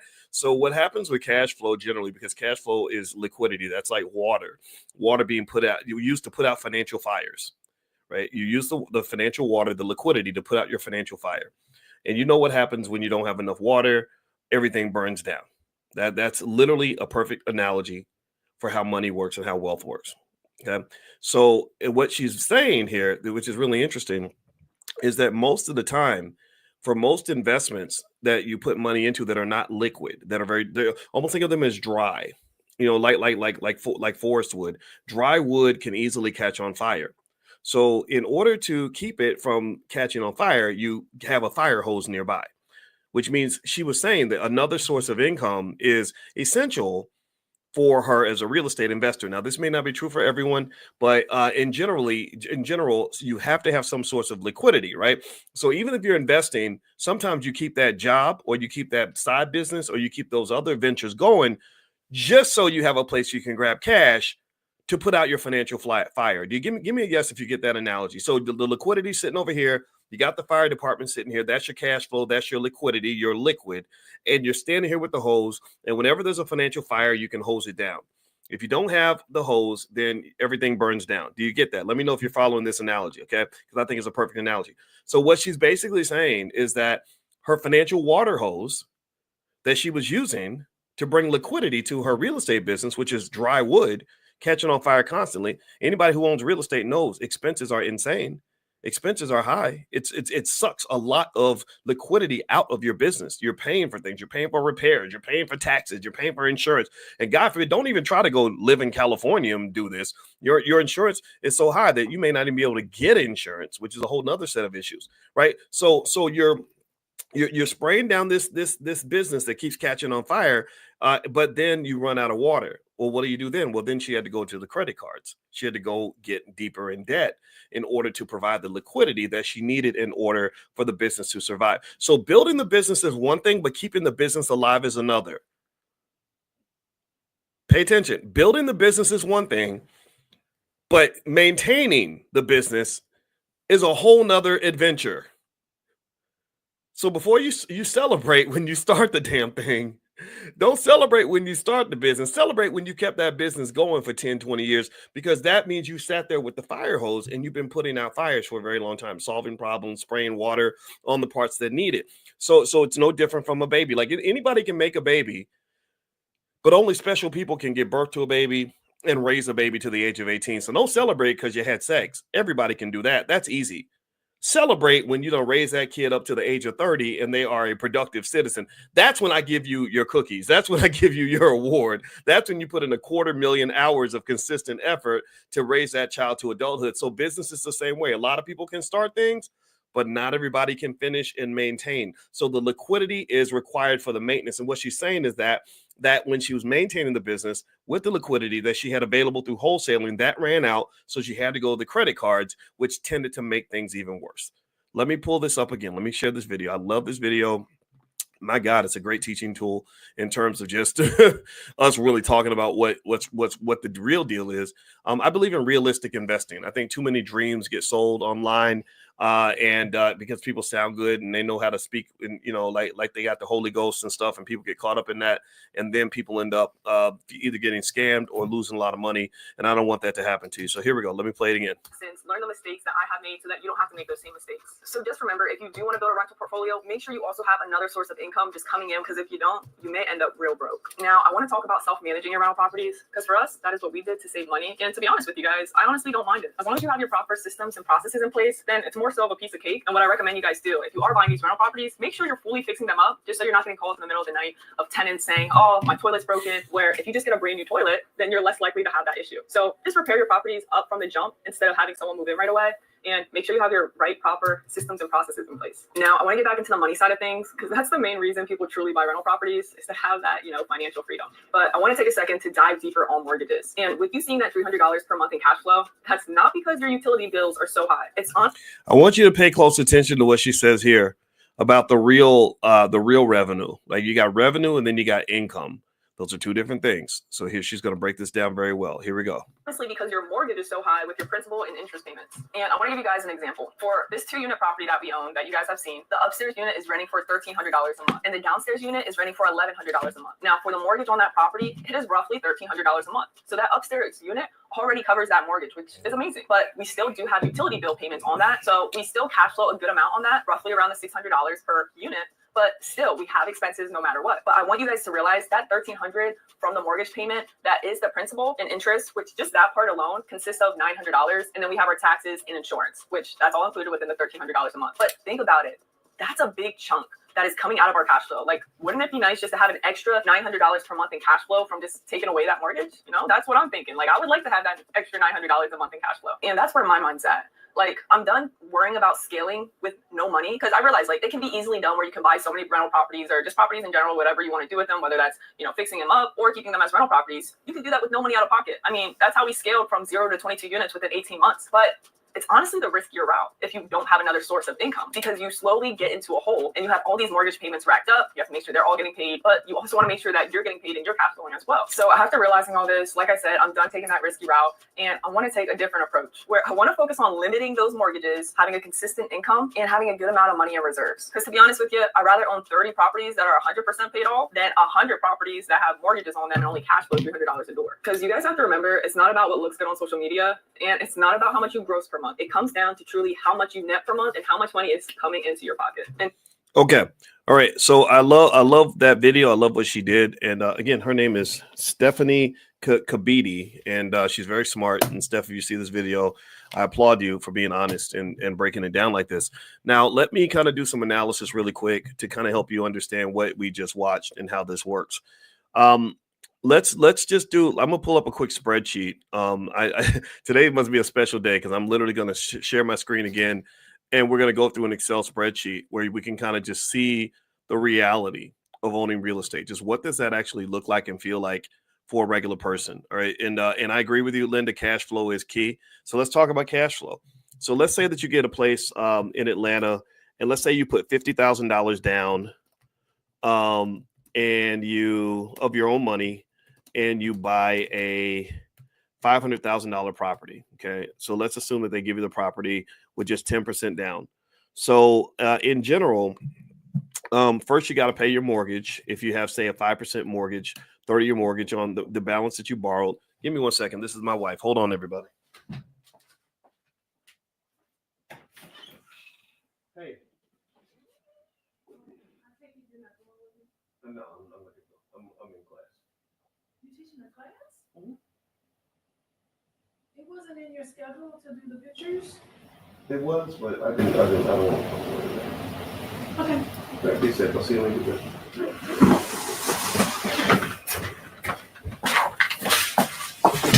Okay, guys, sorry about that. Thank you for your patience. All right, so here, let's assume that you spend you get your mortgage. Your mortgage is $2,415. and then you have taxes. And let's assume your taxes are $416. I base this on average amounts in Atlanta. And let's assume that you can rent, your monthly rent is $5,000. Okay. So your tenant's paying you $5,000 a month. Now, just so you know, I think this number is very optimistic. My wife and I own a property in Atlanta that we paid $590,000 for. And the income that we got was $3,500 a month from the tenant. But we didn't charge as much as we could have charged. Maybe I'm thinking we could have got at least $4,500 a month.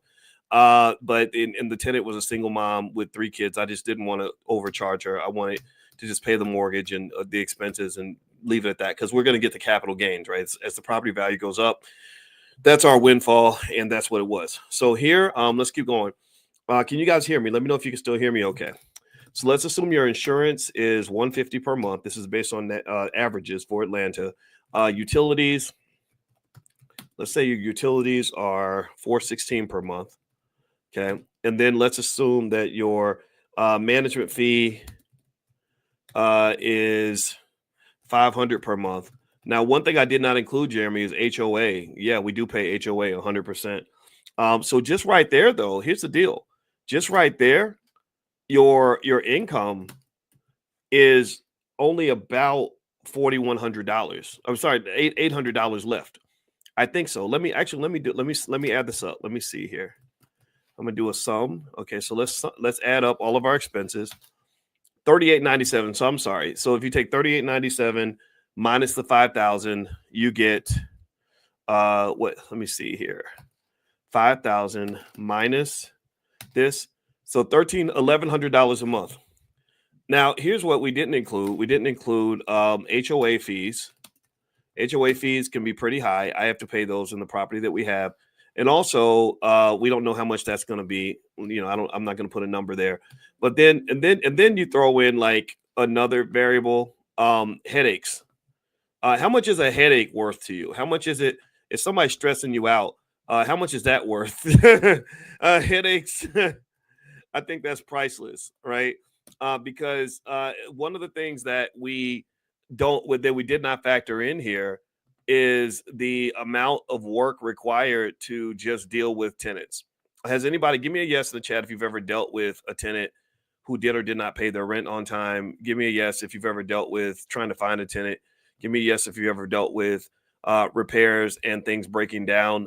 Here's the thing. If you were to look at sort of a list of all the things that people complain about when they own properties, first of all, you got tenant issues, especially if you live in a place that is very overly tenant friendly. They assume that landlords are all super rich people. So rich people are evil in those places. So they pretty much every ruling's in favor of the tenant. They can squat on your property and it's hard to get them out. Late payment of rent, non-payment of rent. If they don't pay the rent, you have to still pay the mortgage. Your expenses still come in even if they don't pay the rent. So there's $5,000 or $3,800 a month in expenses, which happens on a normal month. That's assuming nothing breaks down, by the way. That's assuming that I don't have, a broken, busted toilet or a broken, or I don't know, like something doesn't happen with the electrical system or there isn't a leak somewhere. And believe me, that happens all the time. How many of y'all have ever owned real estate? Anybody ever owned real estate and rented it out? Like, just say something in the chat about just how much stress it was and financial stress it was to pay for everything, be responsible for everything, take time out of your day to fix things. Even when you have a property manager, they still got to get on the phone with you and talk through it and say, we're going to fix the such and such. And you got to send us a check for $2,000 to get a new blah, blah, blah. Right. It's crazy. Right. So the headaches are priceless. Some other things that people you have to deal with. You got to screen any new tenants that come in, maintenance and repairs. We talked about that. If the property is getting older, you just might have to maintain it because it's getting older. If the property is vacant, then you still have to pay the mortgage, even if it's vacant. That's thousands and thousands of dollars lost. Now, mind you, you're defending all this with an $1,100 a month income, right? So your $1,100 a month is very fragile. That's the point. If you have one thing go wrong, that in many cases will wipe out every penny that you make, and then cost you more money, which is where she had to keep going back to the reserves. She had to keep calling the fire department to put out the fire because she didn't have enough liquidity in her business to even sustain the business. The business couldn't sustain the business. So she had to have another business to sustain the first business. That's the reality. I'm not telling you not to do it. I'm just telling you what it is. Also, don't forget, you in different cities and states, you have different building codes. eviction laws. Sometimes the taxes can be complex. If you talk about managing property, you either pay a management fee, roughly 8 to 12% a month of your rent, or you do it yourself. And that's extremely stressful. Oh, and then we didn't even talk about the liability. We didn't talk about liability. What if you own the property and somebody forgets to check the carbon monoxide detector and everyone in the house wakes up dead? Well, then they're suing you. They're taking everything they can get their hands on. And then you got to like do little stuff like get an LLC for every individual property to protect. It's a lot of work. It's stressful. Okay. So that's just my 2 cents. I'm not saying don't do it. I'm saying just make sure that you're clear on this if you decide to go into that space. There are different ways to invest in real estate without having to actually buy it. They have real estate investment trusts. I sent you all a list before of different real estate investment trusts that I like that you can invest in that will still give you the benefit of owning property without actually having to own property, so to speak. You let somebody else kind of handle all the headaches of the management of the property and you just become the investor. I'm a big believer in investing. Maybe I'm biased because my doctorate's in stock market stuff, but I'm just telling you, like, this is the number one wealth builder in America. There is no jobs don't build wealth the way investing builds wealth. And actually what I'm going to try to do is find this list of real estate investment trusts, and I'll even put it in the chat so you guys can have it. And also another thing too, if you want to know what I think is a better use of that money, I really think selling stock options is a beautiful way to generate that cash flow at a higher level, in a clearer, easier way with fewer headaches. So in a more liquid way as well. And you guys know me, you know how much I love stock options. But anyway, there's that list of REITs. I just put it in the chat. I'll also put it in the description of the video. But anyway, let me show you another calculation here. And we do stock options. We sell stock options in the Prime program. So if you're interested in taking a look, go to drboyceprime.com. That's drboyceprime.com. It's on the screen. All right. So here is, let's take a look at stock options. Let's see what we could do. Now, remember, the original capital base that we had was $50,000, right? So what I'm going to do is I'm going to take that $50,000 and I'm going to do something else with it. Let me erase the real estate. So actually, I'm going to leave it up there, and I'm going to share the screen again. Okay. All right. Don't mess this up, boys. Here we go. All right. So here is, all right. So let's imagine that we took the 50,000, we did something else with it. Let's assume we go to even Robinhood. Like, you can do this on an app, very easy to do. And we go get some margin, and we can then go, let's say we want to go into business with Mark Zuckerberg. We're going to do the opposite, right? Remember there was a time where other people, where they got all the benefits and we did all the work. Well, I think with investing, you can let them do all the work and you get the benefits by being an investor. You just have to come up with the capital. So let's say we take this 50,000, or let's say we get it up to enough money where we can buy 200 shares of Meta stock. Okay. And the cost per share right now, you can do this tomorrow, actually, if you want. Not tomorrow, whenever the market opens on Monday. The cost per share is $615. Can y'all see this on the screen? Let me know if you can see this. I want to make sure it's coming through okay. Can y'all see this? All right. So the cost per share is $615. So the cost of 200 shares would be $123,002. Okay. Now, you can get margin. They'll loan you half the money. They'll loan you, like whatever you have 50,000, they'll loan you another 50. If you got 60, they'll loan you another 60. So actually, this will require a capital base of about $61,000. But you can do this, right? You can do this tomorrow. So what I could then do is I can go in to Meta right now, and I can sell a call up. Today is January 11th, so I'm going to sell a February 14th call option with a strike price. And you guys, if you don't know what strike prices are, it's basically you're placing kind of a bet on your stock. You're letting people, you're telling them, like, look, if the stock goes above this price, you can have it. So I'm gonna pick a strike price of 640. Okay. So that means that if the stock goes above 640, they get to buy my stock for 640. But I'm not mad, because if the stock goes all the way up, if it goes up $25 a share, then I make an additional profit of 25 times 600, which I guess is what, $12,000 or something like that, for $14,000 that I get, because they're buying my stock at a premium. They're not buying it at the current price. They buy it at the premium price. So I'm okay with that. I'm not mad about that. So that option right now on the market would be worth $24.45 per share. I've got 200 shares, so I can sell 200 of those suckers. And that would give me an income right now in my bank account of $4,889. That's how much money I get. And what I want you to notice is, first off, 4889 as an ROI on the investment is a hell of a lot higher than 1100. That's a hell of a lot higher. That's you're 4xing your money. You're making 4 times more than you would make if you went out and bought a whole bunch of real estate with that same amount of money. First of all, let me just ask you all this simple question right now. Give me a yes if I've convinced you that this is at least something worth considering. Give me a yes if you can see why I like this so much better than real estate. Let's start there. Give me a quick yes, because I want to make sure you're following me, because I don't want to go over anybody's head. So I just sold this option. And what I basically did was someone gave me money. They put almost $5,000 in my bank account instantaneously. And all I got to do now is just sit there. I don't have to do anything. Okay. That's the first piece, right? And it's a lot more than this 1,100 I would have made by taking that same 60 grand and going out and buying a bunch of real estate and paying mortgage, taxes, insurance, utilities, management fee. And but then here's the other part that's interesting that you got to really process is quality of life. I didn't have to get out of bed to get this money. I didn't have to make any phone calls. I ain't got to deal with no tenants. I ain't got to worry about a squatter in my property. I ain't got to worry about a broken toilet.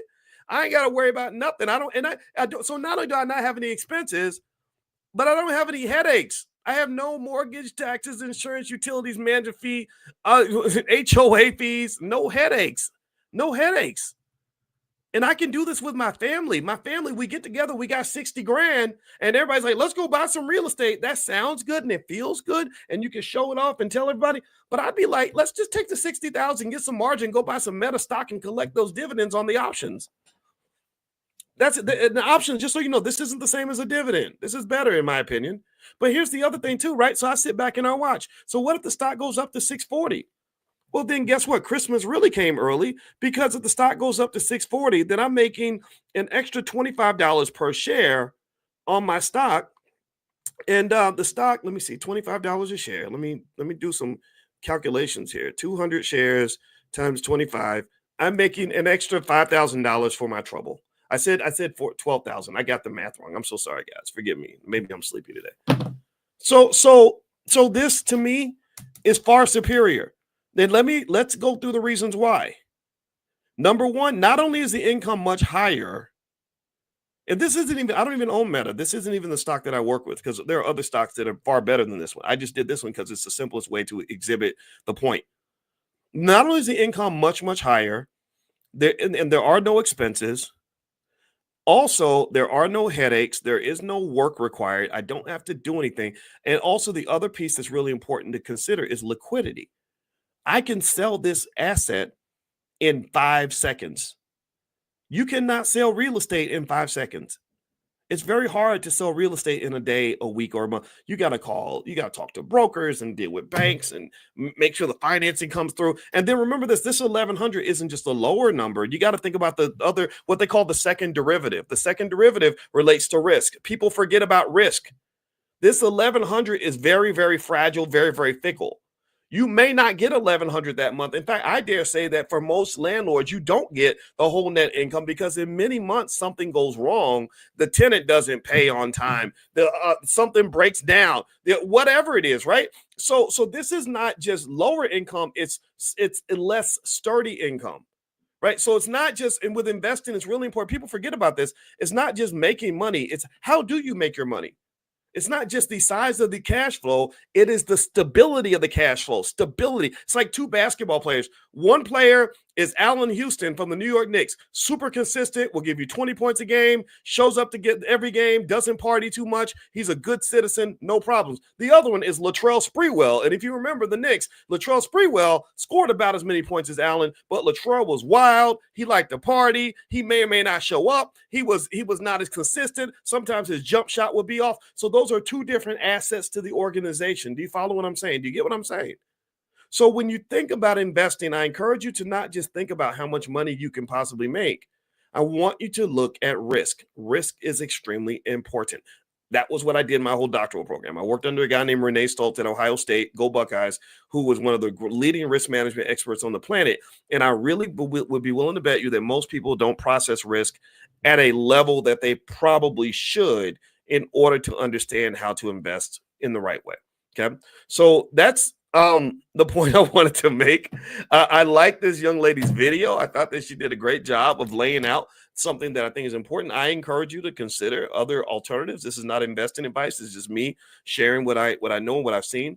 If you want to join us in the Prime program, we have a good program in the Black Business School that does all this stuff. I'll show you guys what I'm doing and exactly what I'm buying and how I'm doing it. So feel free to go to drboyceprime.com if you're interested. You can also text the word options to the phone number 87948. If you text options to 87948, I'll send you a link that way as well. So thank you all for listening. I hope this conversation was helpful. And thank you to Miss Stephanie Kabiti, who did that great video. She's super smart, and I love the fact that we're starting to see the truth about investing. When I started doing a lot of this stuff back in 2006, 2007, a lot of our people weren't as into investing as we are now and into generational wealth. So I remember just kind of going around to different shows trying to say, like hey, we got to invest. Like, we like money. We got to go make money. But what happened, unfortunately, is that when we started, a lot of people were just doing it wrong. They were taking too many risks, and they didn't understand the difference between investing and gambling. And also, we're not factoring in the important variables like quality of life, risk level, liquidity levels. All these things matter when it comes to picking an investment. So it's not just about making money at this point. It's about how you make your money and doing it in a way that is comfortable and satisfying to the other parts of your life that are more valuable and more important than money. Okay. So anyway, guys, thank you for hanging out with me. It was great to see you. And again, drboyceprime.com if you're interested in jumping in. And I will see you guys soon. Take care. Have a wonderful day, everybody. Love you. Peace.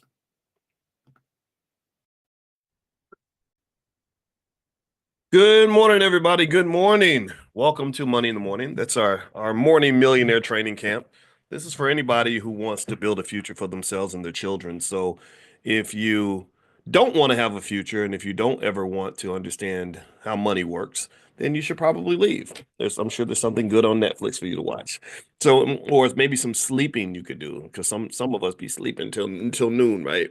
But we don't do that in here. I was not in the 5 a.m. club this morning. I was actually in the probably about the 6:45 a.m. club, but I did go to the gym and I did do my workout, and I'm telling you, it makes you feel good. Now, give me 1 second here. I'm going to get a setup, and I want everybody to know I sent you all a text. Let me know if you got the text, because I sent out a text this morning letting everyone know that we were about to meet for class as we do every day. And I'd heard from some of you who actually reached out to the support team and said you were not getting the notification, which concerned me. And so I want to be careful about that. So give me 1 second here. Um, one of the things I want to talk about today that I think we can learn something from is has to do with a new show on Netflix called Squid Game. And what I'm going to do is my goal is to rock your world in terms of sharing with you something that'll make you say, I never thought about it like that. And this is the purpose of Money in the Morning. In case you haven't been here in our millionaire training camp, the goal is to embrace something that we do in the Black Business School that we call conversational learning, which is better than like sitting there and just with a pad and a pen and always taking notes. Sometimes just having discussions and talking about things is how you learn, right? Because economics is culture. And as you guys know, in my book, I wrote a book called The 10 Commandments of Black Economic Power.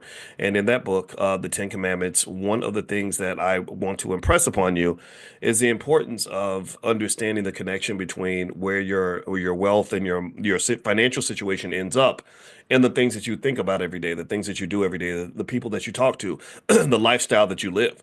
In fact, if you go to my Instagram at Dr. Boyce Finance, I put up a video of Mike Epps, who's a comedian. I do not know Mike, but I know someone who knows Mike really well.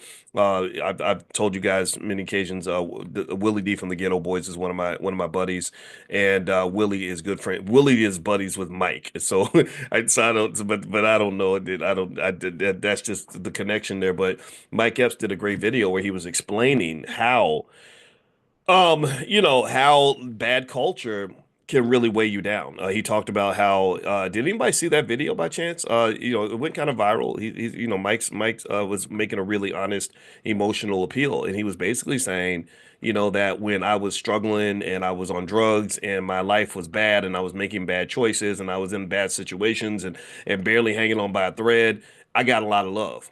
He said my friends would say, "Oh man, I'm praying for you, brother. I love you, man. I got your back, man."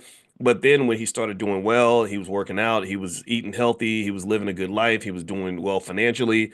He said that a lot of those people did not support him like they used to. They liked him better when he was in the mud. They actually could empathize with him more when he was in the basement with them and engaging in bad habits like them. And I love the fact that Mike then connected that to our kids. And he basically said a lot of our kids fail because they're trying to fit in with a loser. They struggle because they're trying to fit in with degenerate culture that is heavily promoted, particularly to black males.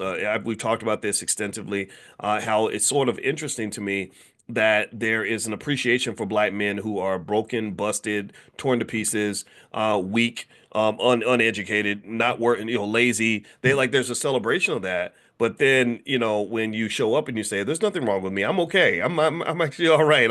I read books. I don't know. I'm not gonna pick up the liquor bottle. I'm not gonna go to the club and shoot somebody and get 30 years in prison. I actually do take care of my kids because that's what you're supposed to do. Not because I'm special. I don't take care of my kids because I'm a credit to my race." You ever see that where people are like, "You take care of your kids? Oh my God, that's so wonderful. You take care of your kids." I'm like Chris Rock. Chris Rock said you're supposed to take care of your kids. That's what human beings do. So the fact that they convince you that it's normal to not do that is fundamentally hilarious. And I'm gonna tell you what really burns me up as a black man. And I'm gonna talk about Mike Epps and that little thing in a minute. Then I promise I'll bring it back to my key point. Is I saw where Zendaya, the Disney lady. Anybody know Zendaya? Give me a yes if you know who Zendaya is, if you've seen her. She's beautiful, smart, talented. She's in all the Spider-Man movies. She's got a real black family. She actually had a show where she told them to put black people on the show. Like I much respect to Zendaya. Our kids love her, and so I get to learn about the Disney people because of when you got girls in the house, you gonna know Disney. And so anyway, Zendaya is engaged to Tom Holland, who was this white guy that played Spider-Man. And it's an interesting match. He's like about 2 feet tall and she's like, statuesque. It looks a little weird, but whatever. Love is love, right? But the interesting thing to me was I compared and contrasted that to two other Disney-ish types of young ladies. Well, not Disney-ish. One was Disney, one was not Disney. One was the Disney lady. You know I'm talking about, the one that played the Little Mermaid. And the black girl, you know what I'm talking about. Put her name in the chat. I don't remember all I'm bad with names. But anyway, very talented. And she ended up having a baby with a rapper.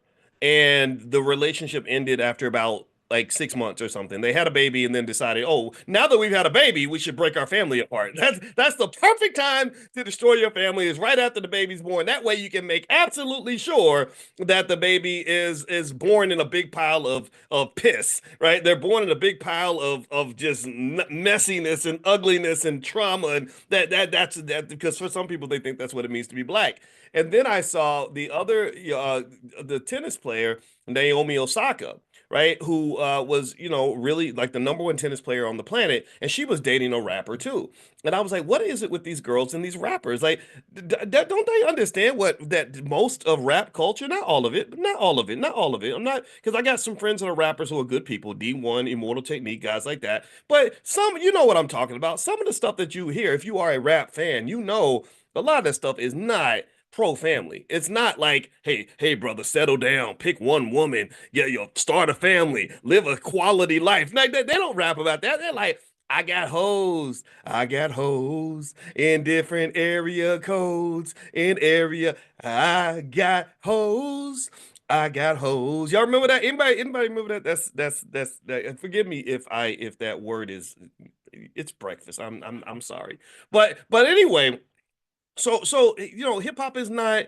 It's not. I'm sorry, especially gangster rap. It's just not pro family, right? Lil Wayne literally had a song. I swear to God, in this song, he literally said that I will steal your girlfriend, make her into my hooker, and then I will use her up and make money from selling her body, and then I will chop her dead body up and put it in the trunk of a car and mail it back to you. Or I swear, go look it up. Look it up. It's like, whoa, that's not even sex trafficking. Like that's Jeffrey Dahmer type stuff, right? And but yeah, but everybody's like, oh, that's so, but the song is so good, the beat is slamming, yo, and they because they didn't take a psychology class on the subconscious mind and how how words have power and the things that you recite over and over and over again become mantras. What's the quote people use? What is it? Words are spells, basically. And I do believe that. Like you repeat it over and over and over again, that does seep into your culture, and you do see some of that, right? So long story short, here's the deal. Here's where I'm going with this.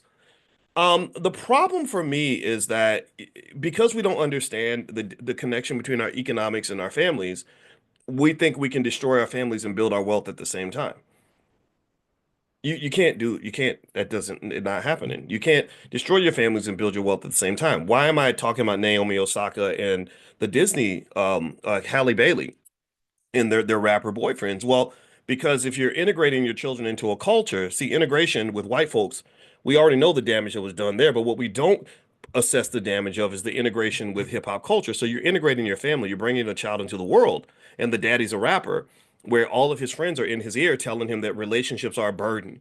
Children are a pain in the butt. I heard Hallie's boyfriend say that having a relationship is like having a part-time job, man. Like that's not because why would in his mind it's like if you're all addicted to the dopamine of new experiences, then why would you settle down with one woman when you could have 12? Right? That's the thinking of a 22-year-old child, right? And so ultimately, long story short, what you have is you have a scenario where the infrastructure is broken before it even gets built.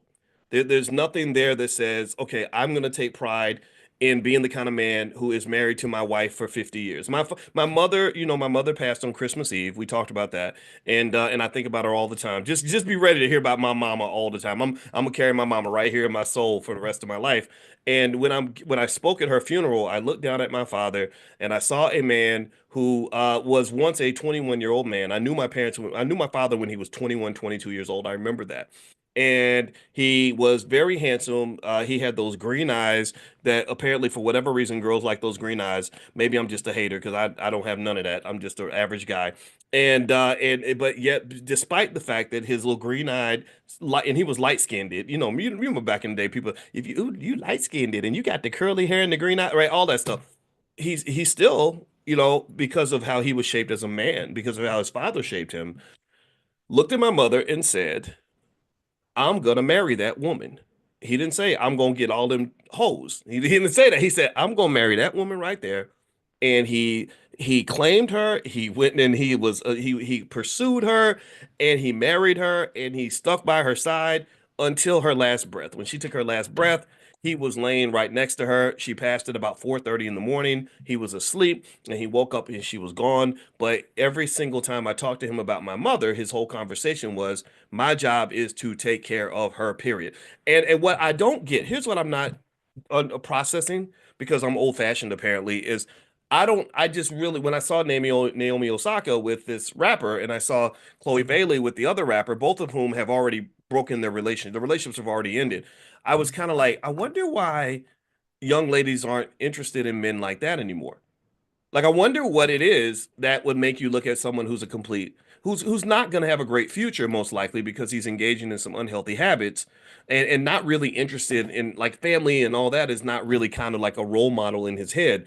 What would make you want to align your children with him versus the guy who says, I want to be with you, I want to marry you, I want to cherish you, I'm going to take care of you until we're old and gray and dead. I want you to die. If you die first, I want you to die right next to me. If I die first, I want you next to my bedside.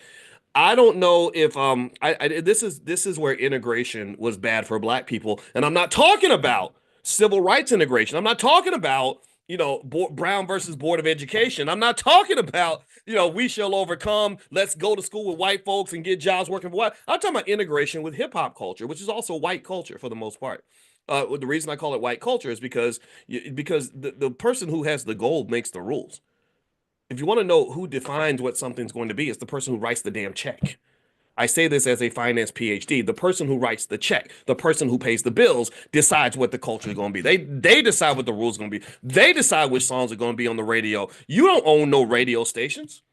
You don't own the systems of distribution. You haven't raised $1 billion in capital to start a record label. Not one rapper on in the history of the world has ever gone to Chase Bank and gotten $1 billion to start a record label. Never has that occurred.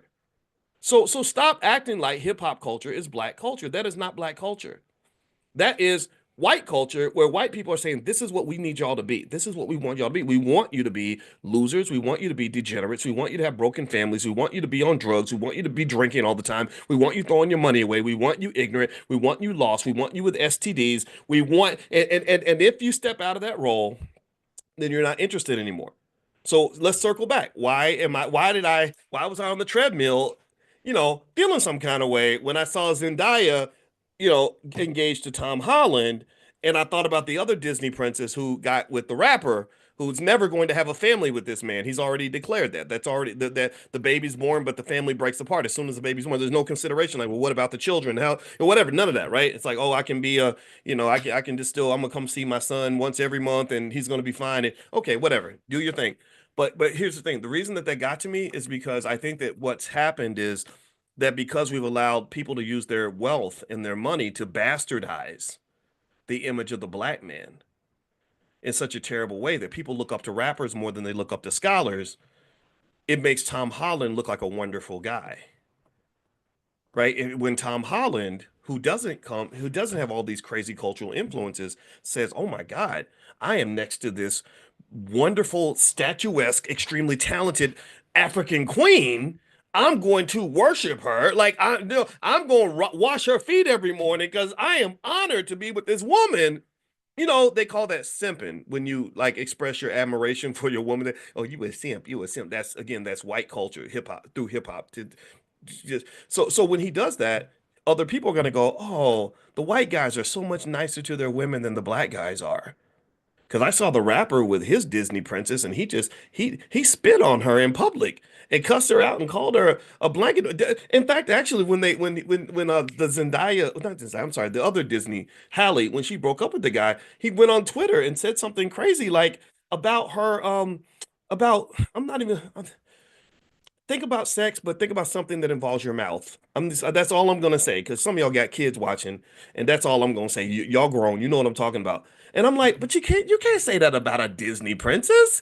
Come on, man, don't do that, man. Like, seems in a Disney movie, bro. We don't want to. That don't even make sense, So my point is to say that when you talk about culture, and it's not entirely true. It's not everybody, right? There are some rappers that have families and and completely have walked away from the culture. But what I'm saying to you is that there's just this awkward bastardization that takes place where Zendaya, who's hanging out with Tom Holland, looks like she made this superior choice to the other Disney princess who now has a baby daddy, right? Or when the rapper Eve goes over to London. Has anyone ever seen the pictures of Eve with her white family? It's really fascinating. Like they look like something out of like they look like a British aristocrats. It was like her with a big long. It was one of those big long tables like the King Henry VIII would have, and it was nothing but like 25 white people at the table and then her, right? And it looked kind of weird, but she looked real happy. She had this big gigantic house and they're probably on like 1,000 acres of land and it almost gives this impression. Or even when the one lady, what's her name? I forgot her name. Meghan Markle married Prince Harry. I saw a lot of people really fantasizing about that wedding. Like they were really excited about this royal British wedding. And what I really think is fascinating, what made me kind of salty a little bit, I'm not gonna lie, is that I know millions of black men, or not millions, but I know a lot. I know a lot of black men who love women that much, who honor women at that same level, who some of whom may not be able to give you the royal British wedding, but they will treat you well. They will honor you. They'll be honored to be with you. And I think that it's fundamentally unfair that these guys get overshadowed by the rappers. That's what I'm saying. That's what I'm getting at. And that actually made me, and I thought about that when I thought about even the Mike Epps video where he talked about how there's something about this promotion of degeneracy that can occur in the community that fundamentally undermines the community, not just in terms of wealth, but in all the things that allow you to even have a chance to build wealth. It's really hard to build wealth when you own crack. It's really hard to build wealth when your mama is running the streets. It's really hard to build wealth when your daddy is in prison. It's really hard to build wealth if your family is in complete chaos and in the middle of trauma. And just divorce alone, just baby daddy, baby mama-ism alone is a major factor in killing your ability to really thrive in this society. You're kind of in survival mode at that point, almost like a basketball team that has completely thrown out their playbook and is completely disheveled, and half the players are injured, and you don't even know what to do next, and you don't even know which basket is your basket, and you don't even know how to dribble. You're not going to win an NBA championship with that kind of a team. Do you understand? You to win a championship is already hard, even if you're organized. It's hard, even if you have great athletes. Right? It's hard even when all the players show up. It's hard even when you have a game plan. It's hard even when you've been practicing. So if you've never done any of these things, you haven't practiced, you have no game plan, you have no skill, everybody's injured, half the team showed up. What in the hell makes you think you can ever win anything? What makes you think that you can compete with anyone who is structured, organized, and prepared? And so a family really is your team. And so really me, again, as the 53-year-old man who shakes his fist at the air, I probably sound like an out of touch old man because half the stuff that y'all young people think is lit and cool and hip, I think is stupid because I see what's going to happen 20 years down the line if you keep doing that dumb stuff. And maybe you'll receive it from an elder and you'll say, "Oh, an elder's talking and he's an educated elder. Maybe he has a point." Or you're going to say, "Ah, man, you just a dumb old man. You just out of touch, dot. You just blah, blah, blah." Okay, cool. I don't care. It's your choice. But I because I'm really saying this for people that want to listen and for people that want to hear a different voice. Because because when I would see just this sort of fascination with like this sort of thing that's being promoted amongst black males, the very unhealthy stuff, liquor and drugs and STDs and ignorance and wasting all your money and and the babies mamas and sleeping with everything that moves. It's really sad to me. And it's sad because not only do people, a lot of young people make these mistakes and they don't know what's going on because nobody ever explained these things to them, but it's kind of like when you try to help, you get sort of attacked a lot. You get kind of like you get made fun of, right? You get called a nerd or whatever. And the really the secret, the reason I related to Mike Epps' video, let's go back to Mike Epps. And this problem, I promise you, this relates to wealth because Mike became rich and famous, and all of a sudden his old friends from the hood, a lot of his friends had an issue with that. When I saw Mike talking about his experience, and the video's on my Instagram, which is Dr. Boyce Finance, you can go watch it. I said, wow, I had the same experience. When I heard Mike say, when I was struggling, when I was in the mud with you, you really were happy for you. You were my friend. You loved me. But then when I climbed out of the mud and I said, hey, I made it, y'all. I'm doing better. I'm going to the next level. Suddenly, I became public enemy number one in your eyes. And I had to detach from you because you're no longer an ally. You're now an enemy. I related to that because one of the I don't get to talk about this much, but one of the things that one of my secrets to success as a young person was to detach from a lot of the black men in my life. Not all of them. It wasn't like I didn't want to be around you because you were a black male. That's not true.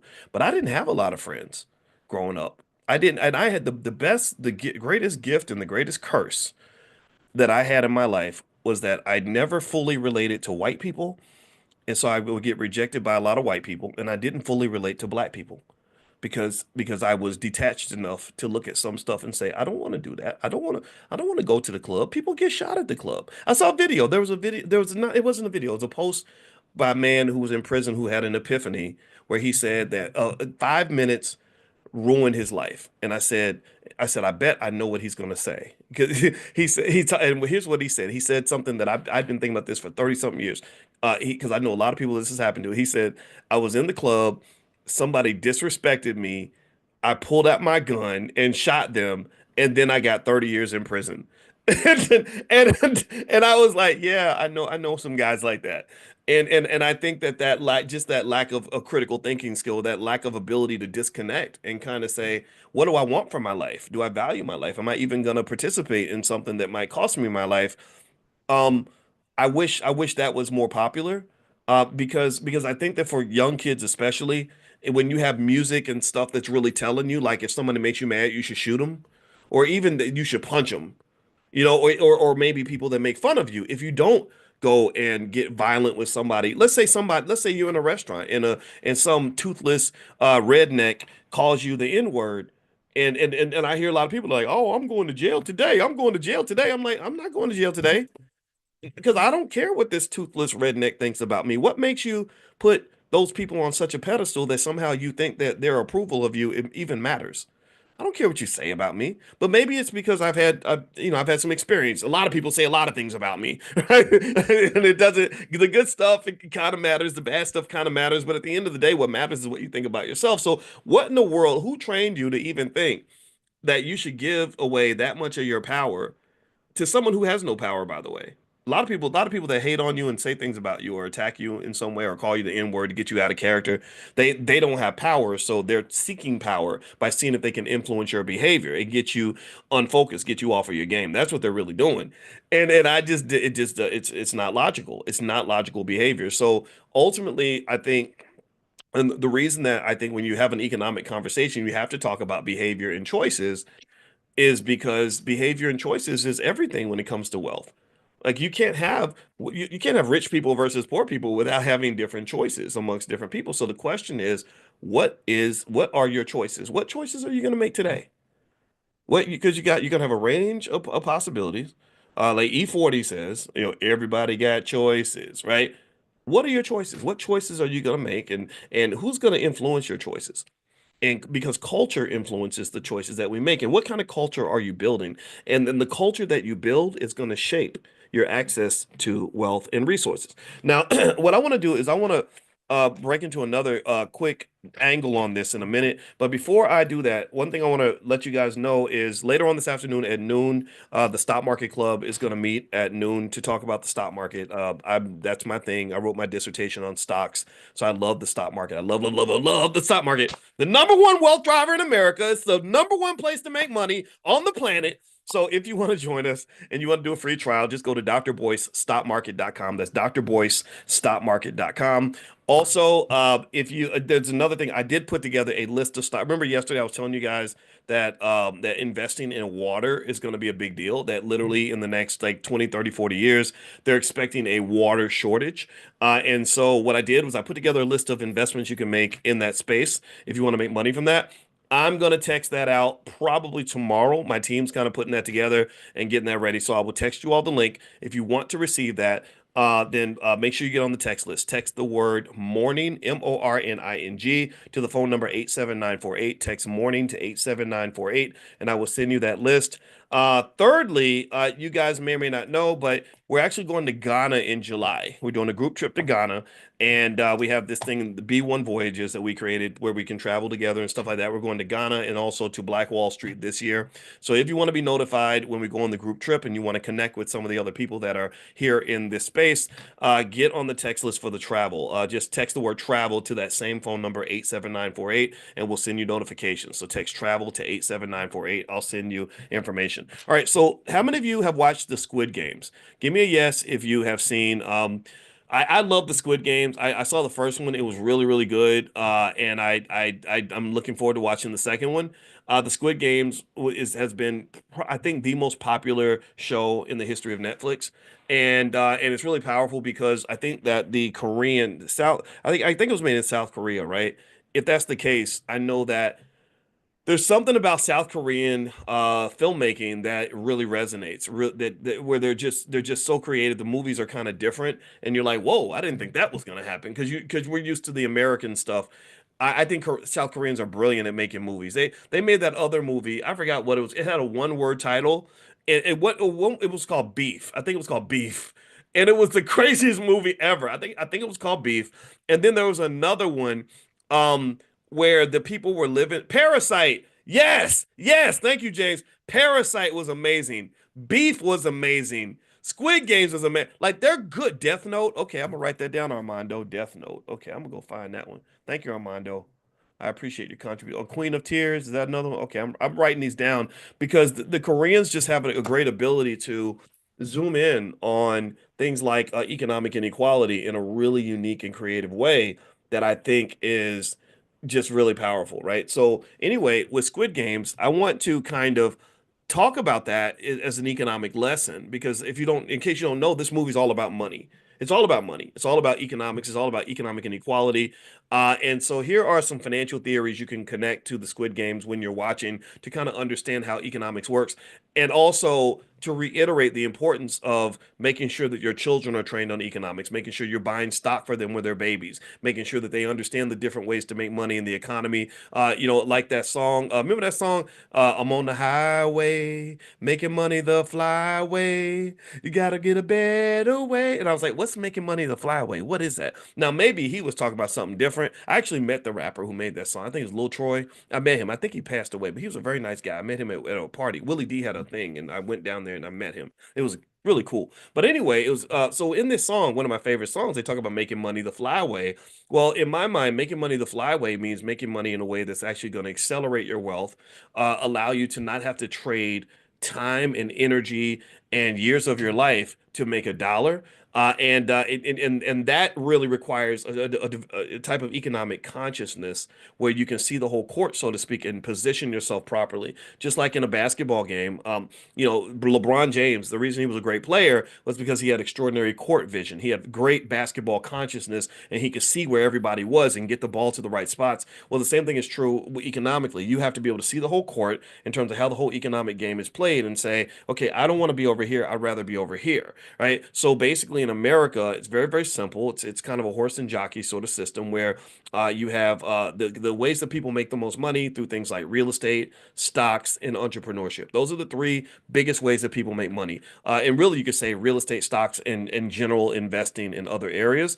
The hard ways to make money are definitely through labor, like working for other people. America does not support its workers. I just heard something on this show called Morning Brew Daily that I listened to, where they said that these ski resort workers are on strike and they work for this massive corporation that makes something like I forgot how many billions of dollars a year that they make, and they literally couldn't get them to give them a $2 raise. Where literally I think they said it would cost them $900,000 to give them the raise, but the company's net income is like either in the hundreds of millions or the billions of dollars. So literally they could give them the raise and it wouldn't even affect their bottom line hardly at all. And I remember thinking, well, the government should be stepping in and forcing them to treat their workers properly and give them worker labor rights. But again, I've explained to you guys in previous conversations that our government has kind of been bought out by the capitalists. So they're not giving and supporting power to, you know, to workers. This is just not the country you live in. So making money by working and all that and picking a career and working into the ground and all that just really isn't the best approach. Not just because you don't typically get enough money to thrive, you only get enough to survive, but it's also uh, costly because you're giving up so much more than just your skill. You're actually giving up years of your life. And so even if you do something like become a surgeon, if you become a surgeon and you go to school for, what do you do? Go 4 years of college, 4 years of medical school, a 1 year internship, 6 years of surgery, surgical training, right? So you've gone to school, what's that, like 14 years of your life. And you go to school 14 years of your life, just not to make money. It's not like you do the 14 years and they're like, okay, here's a $5 million check for all the years you put in. Now, at that point, you have what is referred to as human capital. That means that now have all this skill in your brain. God forbid that you slip and fall and bust your head and or get killed in a car accident on the day of graduation. That's got to be terrible. But even then, you don't have money. You have the ability to make money. So you can go in now. Now, yeah, you can go and you can do surgeries and make $1 million a year, $500,000 a year, whatever. But that's even then, you're still working so much that it deteriorates other areas of your life, right? There are a lot of people that are very successful professionally, high paid attorneys, high paid surgeons who have horrible lives, right? Whose mental health is gone, their physical health is gone, their families have fallen apart, or they sacrifice family altogether just for their career. And I personally think that building intellectual capital, building an economic base off of an organic entity, which is you, I think that's a misalignment. I think that that is a severe problem. I think that's an addiction a lot of people have. It's what we're taught as kids, and a lot of people aren't really talking about it the way that they should. But I think that that's really, really, really a bad trade. It's a bad, horrible trade, right? Horrible trade, right? So instead, why not do a better trade? Why not trade dollar for dollar, capital for capital? So that means, if I've got a kid and I'm like, hey, I don't want you in none of this. I don't want you to even the best parts of this system as a worker. I don't want you to have that. So I'm going to just buy you some stock and get you a capital base. Start when you're little. I remember if you bought $1,800 worth of stock for your kid in 1997, they'd have a couple, $2, $3 million now and never have to work for anyone ever. So I'm going to buy you little shares of stock. Then by the time you're 20, 25 years old, you're going to have a capital base. And also I'm going to give you some knowledge, not anything fancy. I'm just going to, maybe I'll bring you to Dr. Boyce's class every morning with me, and we'll just sit here and listen to this weirdo talk. And then after, a few of these trainings, you'll understand economics at a higher level so that you then have the ability to take this capital base that we're building and then be able to kind of make things happen. Okay. So ultimately, this is the trade-off that I think works best. And I think Squid Games is interesting because Squid Games does a good job of really highlighting what happens, or the necessity of economic preparation as a protection against financial exploitation and economic vulnerability. Okay, so let me pull this up. I made some notes on this. And by the way, I see some of you are asking about the list of water stocks and investments you can make in terms of water. I'm gonna text that out. So text the word morning to the number 87948. So if you text morning to 87948, I will send it to you. I cannot email it to you.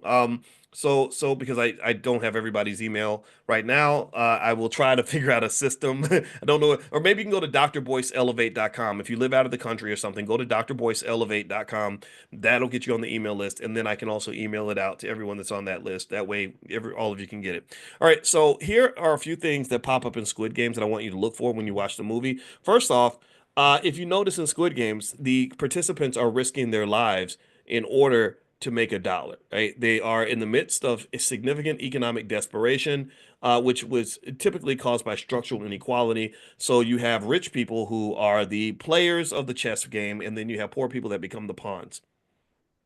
Okay, so ultimately, the wealthy have a different type of consciousness because they're looking at the economic game from the top down. They're just looking at the different players in the game, and you're looking up at them, and they're just moving you around like little chess pieces. And the Squid Games does a good job of connecting to this. There's something called Tom Piketty's Capital in the 21st century. He has a theory on this. He says that unchecked capital accumulation can exacerbate wealth inequality, leading to social instability. So players that have the debt, basically they're trapped, and they reflect how systematic inequality can force the poor into exploitative systems. So systematic inequality is a real thing that does exist, but it's not an excuse.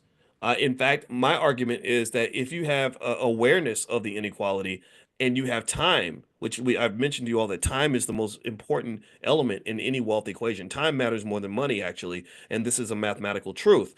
Then you can actually navigate around some of the pathways through which the inequality is created. For example, if I tell you, for example, if we're talking and I say, corporations get you to become a consumer by basically manipulating your dopamine levels by advertising in a certain way, to make you feel aspirational or whatever. Like for example, like that video, how to sell to the Negro. Then now you're aware. Now you know what's going on, right? Now you know. Now you have a choice. Before, maybe you didn't have a choice. Before, you just didn't know, or you just weren't aware of what was going on. But now you know the game. So then at that point, the question is, how are you going to play that game? How are you going to circumvent those issues? Number two is debt as a tool of exploitation. So one thing that happens in Squid Games is that a lot of players join the game because they have so much debt. And remember, debt is something that is powerful if you use it properly. It can become incarceration, financial incarceration, if you use it improperly. So a lot of people, because of student loan debt, they get locked into the corporate plantation because they went to college, and the same institution that will loan you $200,000 for a student loan would not loan you $25,000 for a business loan. Why is that? Well, because a student loan works to their advantage. A business loan works to yours. A student loan means that all you're doing is you're taking that money and you're turning right around and handing it to them. So it's like you're giving them dollar bills, they're giving you Wendy's coupons, right? So if I buy $1 million worth of Wendy's coupons, that's not like having $1 million in cash because Wendy's coupons are restricted in their use. I can only use that if I go to the restaurant and pay for their product, which already has a markup attached to it. But if you give me $1 million in cash, that's a whole different reality. So if I had a choice, if somebody said, Dr. Boyce, which would you rather have? $1 million in Wendy's coupons or 100,000 in cash? Oh, give me the 100,000 because then I have the ability to apply those funds in any way that I see fit. I don't have to go buy a bunch of damn cheeseburgers at your restaurant and somehow feel like I spent $1 million. So ultimately, that's so debt is when it's sort of applied in a way that's not beneficial to you, it does become a trap. And so when people have in Squid Games, a lot of the players are in debt and they're trying to get out of the debt. And there's a theory. Karl Marx had a theory of exploitation. He explained that capitalists can extract value from workers through asymmetric power dynamics. Their workers have less power than the employer, which is what's happening in the ski resort out in Vail. They're making hundreds of millions of dollars, and the ski workers are saying, "Hey, we just want to make $23 an hour because we can't live in Vail. Our customers can, y'all can, but we can't." And that fits with what Marx said. I'm not a Marxist, but Marx was right about this, and he says that it says here in modern economics, financial institutions also play a similar role, which where they leverage debt to perpetuate class subjugation. So debt is powerful, but you must be very careful with debt. There is good debt and there's bad debt, and so debt can be a good thing in your life or it can harm you. The illusion of meritocracy. This is what's interesting. So the game of the Squid Game appears to be fair, with everyone having an equal chance to win. However, factors like physical strength, alliances, and manipulation of the rules reveal that outcomes are far from equal. And that's kind of like in a way what it's like to be black, right? A lot of people are pushing right now, like McDonald's, for example, just got rid of all their diversity programs apparently, and which I personally think I mentioned this on my podcast on Spotify. It's called the Dr. Boyce Daily, Dr. Boyce Daily Stock Market. You can go listen to the segment if you want. But on Dr. Boyce Daily Stock Market, what I did say was I said so McDonald's is interesting because there are a lot of other corporations where diversity was cool when it was convenient. Now it's inconvenient because they've got the Republicans that are kind of putting pressure on. There's a guy named Robbie Starbucks, and all he does is spend all his time going after companies that have DEI programs. And now, on one hand, DEI kind of got screwed up in the sense that they started equating gay people to black people, which is not the same. I'm sorry. I love my gay friends. Nothing against you, but still, that's not the same. Stop that, right? And then suddenly, you got gay people and white women and everybody else benefiting from the DEI programs. But I do know some black people who are fans of DEI who benefit from DEI. I got my first job at Syracuse University through a DEI program. They had to force them to hire us. They did not want to hire black people at that university. They had, I think, almost 100 faculty in the business school at Syracuse, and not one of them was African American. Not one. They did not. They were like, we don't want no black people up in here. We want y'all playing basketball, picking up the trash, and tackling people on the football field. We do not want you teaching our white kids. That was. But we'll take black students because we're getting their money. But we don't want black professors because they're the ones making money from the university. Yeah, that's what it was. So they had to force them to hire us. They hired three of us, and one of them was gone very quickly. Two out of the three were gone, and the third one they treated her so badly. I'll never forget this lady. She was half white actually, so she was like kind of one of them in a way. And she and she really she played the game. She really I can't play. I don't play games that well. I'm not good at that. I can't pretend. I'm the Negro that'll get you fired. I've always been that guy. You can go back 25 years. When I was 25 years old, I was the same dude. But with her, like she did everything right. She made friends. She would go to their kids' birthday parties. I didn't know where all the people I work with, I did not know where they lived. I did not know if they had kids. I didn't know if they were married. I didn't care. I was there to work. That's it. I worked on my research and that was it. That's my flaw. That was who I am. She did all the social stuff. She connected with them, and I was like, oh wow, this whole like being white thing is really working out for you. Maybe boys, maybe you're too radical. Maybe just slow down. They still treated this poor lady like crap. When she actually got promoted and they gave her tenure, not one single person. Usually, when you get tenure, and I can just tell you about the rules of academia, when you get tenure, everyone's like happy for you because it's like a kind of a big deal. It's kind of like getting married or something, right? It's like, but tenure, it's like a lifetime job. kind of like welfare for smart people, right? So you can work forever and they can never fire you. My wife has tenure. She's actually a full professor. Very few PhDs become full professors. Very few black female PhDs become full professors. So give that black woman her props. But anyway, so she got promoted, and even though typically everyone congratulates you, not one single person in her department sent her a congratulations letter because they were resentful and mad because they felt that she only got it because she was black. And so and so what really kind of like made me sad for her was I said, "Man, you did all this selling out. You did all this bending over. You were literally doing everything they told you to do. Me, I understand why you'd want to get rid of me. I'm just not pleasant in that way. I don't fit in those spaces. But you, I didn't understand it. And I remember her kind of talking to me, and I said, okay, so I get it now. There's just kind of a disdain that they have for those of us who want to fit into certain spaces. That's it. Like when they talk about black jobs, they're really talking about black jobs. They're not talking about the white jobs. Right? There's certain roles like they're like, okay, if you want to be a rapper who comes and like wants to hold your testicles and call yourself the N-word at the office party, then we're gonna cheer for that. That's amazing. If you want to be the big basketball player who shows up and with your basketball uniform and talk about what it's like to play for the Lakers, we're gonna honor that. We love you, man. You're awesome. But when you show up and you're black and you're like, I don't play basketball because I'm not tall enough. I don't know how to rap, but I can program a computer, or I do have a PhD and I can do cutting edge financial research. It's like, nah, you're not interesting. You're kind of boring. And and I think that this is something that we have to kind of acknowledge and understand. I'm not saying that some of us can't find our way to wiggle through the system. Some of you have, and I congratulate for that. I support you 100%. But I do think that there is kind of a belief about sort of us being in our place, right? These are the places that you can fit. Even when I was on the campus at Syracuse, I remember that there were black people that were kind of kept in in a certain place. There was like they would put everybody like in Africana studies. They call that the ghettoization. So everybody all the black professors they'd be like, "Oh, you'd be great for the Africana studies department." And that just speaks to the idea that in some spaces the first thing they see when you're black is that you're black. They don't see you as a human being first. They see you as a black person first. Right? And so what this means, in my opinion, is I think this necessitates the absolute essential nature of what we're dealing with. It tells us what we must do. It tells us what we have no choice. We have to develop spaces and institutions of our own. We have to. We have to develop spaces, not so much where we're just disconnected from the world or that we just walk around being mad at white people all day. No, I think that we get rid of all that because if you're focused on what you're doing, you're not so worried about what he's doing, right? If you got something of your own, you're not jealous of what somebody else has got. Do you understand what I'm saying? Like I think being conscious of what we're conscious of. So like the consciousness of our consciousness is critical in the sense that um every day I wake up, I got to be conscious about what I'm thinking about because there are some things that you can sit around and be mad about all day that are just not going to benefit you. It doesn't benefit me as a black man to sit around and just be angry all day about what white people are doing.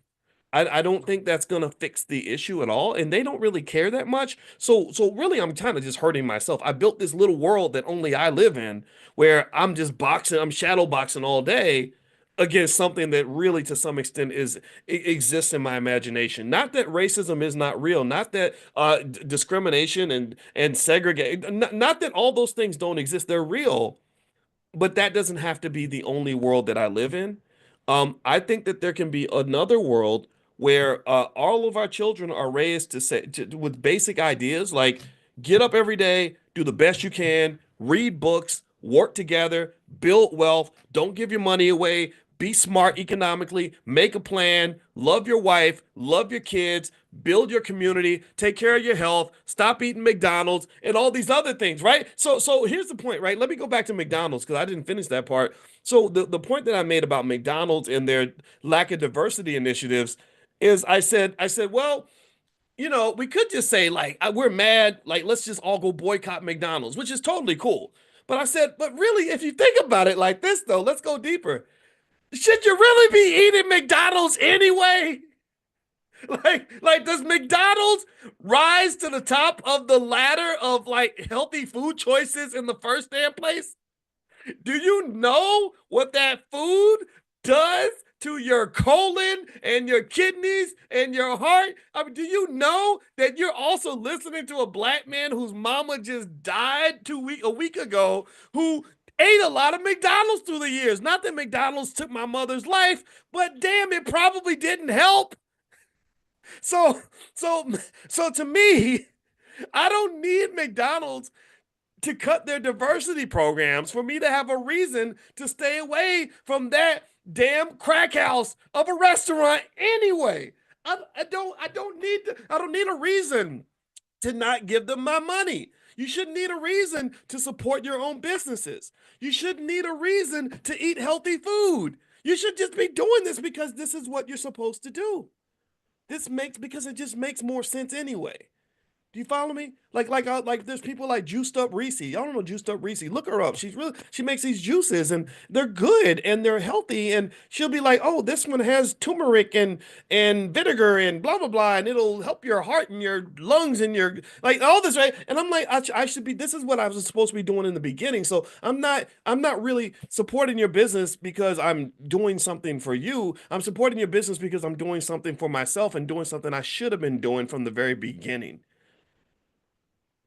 So I think that like with our economics, I think that hitting kind of the reset button and instead of building black wealth in response to white oppression, I think we should build black wealth because that's the damn thing God put us on this earth to do in the first place. That's where you were supposed to be already. You were already supposed to be doing what's best for your family. These are the things. So you don't need to be mad at somebody else for you to start loving yourself. Does that make sense? Does that make sense? I hope you get that. I hope I help somebody today with that because that's something I think that if we process this properly, I think that we can really do some things, man. I believe our potential is just infinite. I think that our kids are just amazing. I think that if we do our job in this generation by guiding them in the right way and developing spaces for them to really truly be who they're supposed to be, they're gonna just run off here. They're gonna run out here and just kill it. They're just gonna be amazing. So now some of us we're getting older, right? So some of us we got a lot of regrets or whatever, but I don't think we should raise our children to have those regrets, right? And that's my thought for today. I don't have anything else to talk about. I do, but if I do, I'll be talking all day. So how about this? Before we go, one thing: if you want to get that list of investments in the water industry, I'll send that out to you. Make sure you're on the text list. Text the word morning, MORNING, to the phone number 87948. So text morning to 87948. Also, those of you that are doing stock options with us or interested in generating income by selling stock options, which is a great way to make money, we're gonna meet. The Prime program is gonna meet tonight at 8:30 p.m. Eastern. I also texted you all a Q&A that I did. I'm gonna do another one today where I answer your questions on video and I send out the video and you can watch it and kind of learn the process. And if you are interested in options and you'd like to participate, you can text the word options to that same phone number 87948, and you can also go to drboyceprime.com.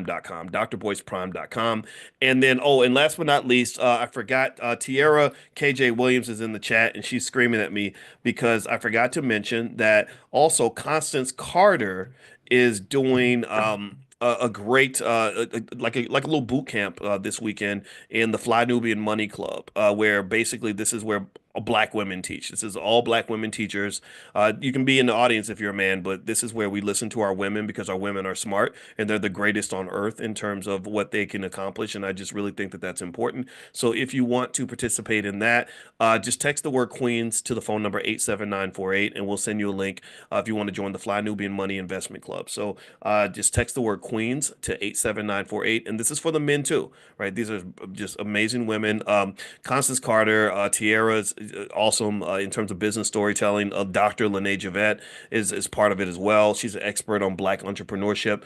Dr. Alicia Watkins, my wife, is a participant as well. So if you would like to take a look at what they're doing over there, just text that word Queens to 87948. And I'm really also just really talking also to the men too. Like let's put these suckers to the side. These guys that just really don't want to have a good interaction with black women. I think that that's very unhealthy.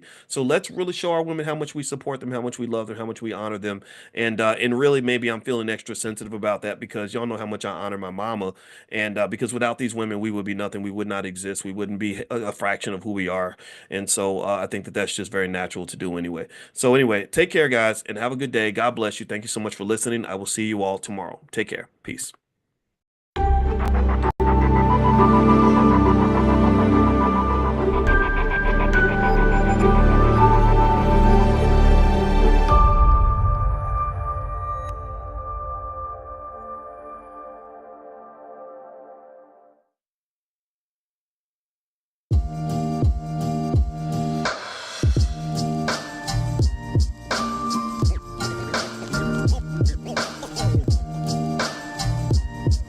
I took a big step in dental health. I had to go and get some dental work done, and Alicia's been pushing me to do it. It wasn't something I didn't want to do. It was just something I was going to do eventually, but not right away. But she kept pushing me. So I said, okay. Dental health is really important, you know, for your physical health. So I went ahead and just surrendered to the process, and they had to do this oral surgery. And I told them I wanted to get some implants to really tighten up some stuff, and they did. So they put me under, and it turned into like a little bit of a shit show.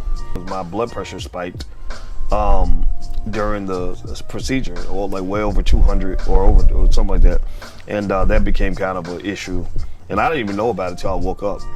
So it's literally like 14 hours of being in a dentist chair. It was only supposed to be 7 hours. It was pretty fucking terrible, but you know, but it was almost like, it wasn't, it's like, as I tell the story, it sounds terrible, but going through it, even as I was going through it, I was like, this is really terrible. But it was just like, okay, you know, I'm just here. Like, I really I wasn't as uncomfortable as I actually feel like I should have been just describing the story. It sounds terrible, you know, but because they gnawing on your teeth and all that for 14 hours, but it wasn't that bad. It was just like, okay, all right, well, let's do what we got to do.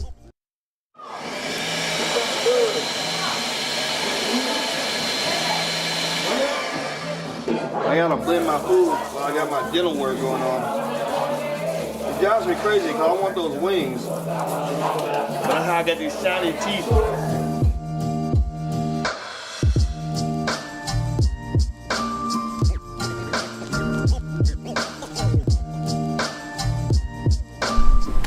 We had a little issue, his blood pressure. As soon as we put him under, his blood pressure shot up, and they said it went up above 200. And I was like, okay. And they said, we're gonna bring him up. It's gonna take him a while, and then we're gonna finish the rest of it while you were awake. How long was I under? So they put you under around 8 or 9 o'clock in the morning. You did not come to till 1 Oh, really? p.m. And then they would not let me leave. What time did they tell you that they had to bring me up? Probably around 11 or noon. Oh, really? Okay. Yeah, and so I had to sit there and wait for like an hour or so. I don't feel any anxiety about that whole, you know, it's like something about dying in your sleep, possibly. Like, I don't want to die. I wouldn't want to die, but it's like it just doesn't. It's like, well, you know. I wasn't ready for you to go. I will be. Hold on, dental surgery that I pushed you into because I was being pushy. Oh, you were. I told you. Pushy and I can be sometimes, and so I tell Boyce to just tell me, Alicia, you're being too pushy.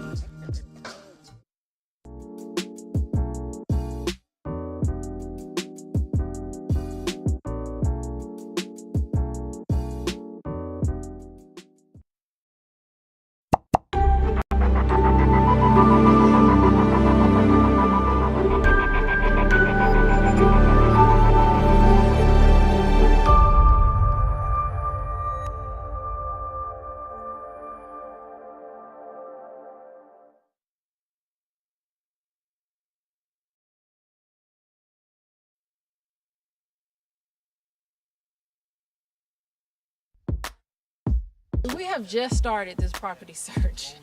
We have found a builder that's awesome. So we were looking at homes with our realtor, and we knew exactly what we wanted, but we didn't see the house that matched what we wanted. But we found a house that was pretty close, except the neighborhood that it was located located in, it seemed pretty, it wasn't a tough neighborhood. So we reached out to the builder and we met with the builder yesterday, and we like what we put together. We should look for a property that's a little easier to work with. Now our challenge is just to find property.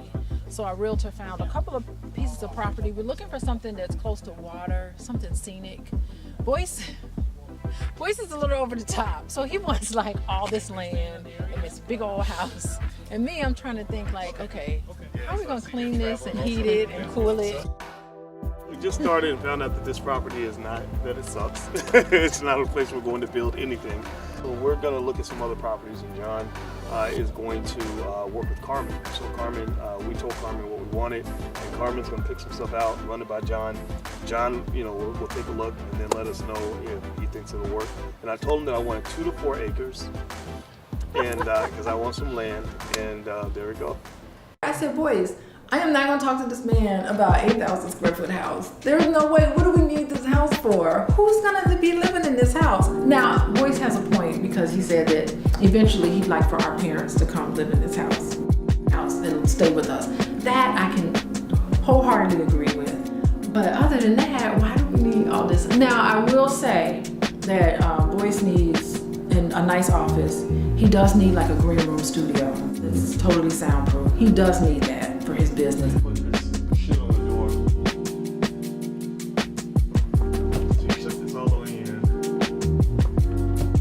And then, well, how about this? We'll take a look. I mentioned 2 to 4 acres, right? And then we'll take a look, and then we'll look at the price and have a conversation and decide. I want a yard. I want a yard. I don't like this place felt cramped. It felt like there wasn't supposed to be a house back here. Okay. And then check this out. I think you said that the front door would have to be most likely facing the water. And didn't you say that's bad for feng shui? No, that's actually good. You do want water. Oh, the water shouldn't be in the back of your house. In the front. Well, yeah, sometimes in the back your chi could run out in the back. Oh. But you can put shrubbery to cover it.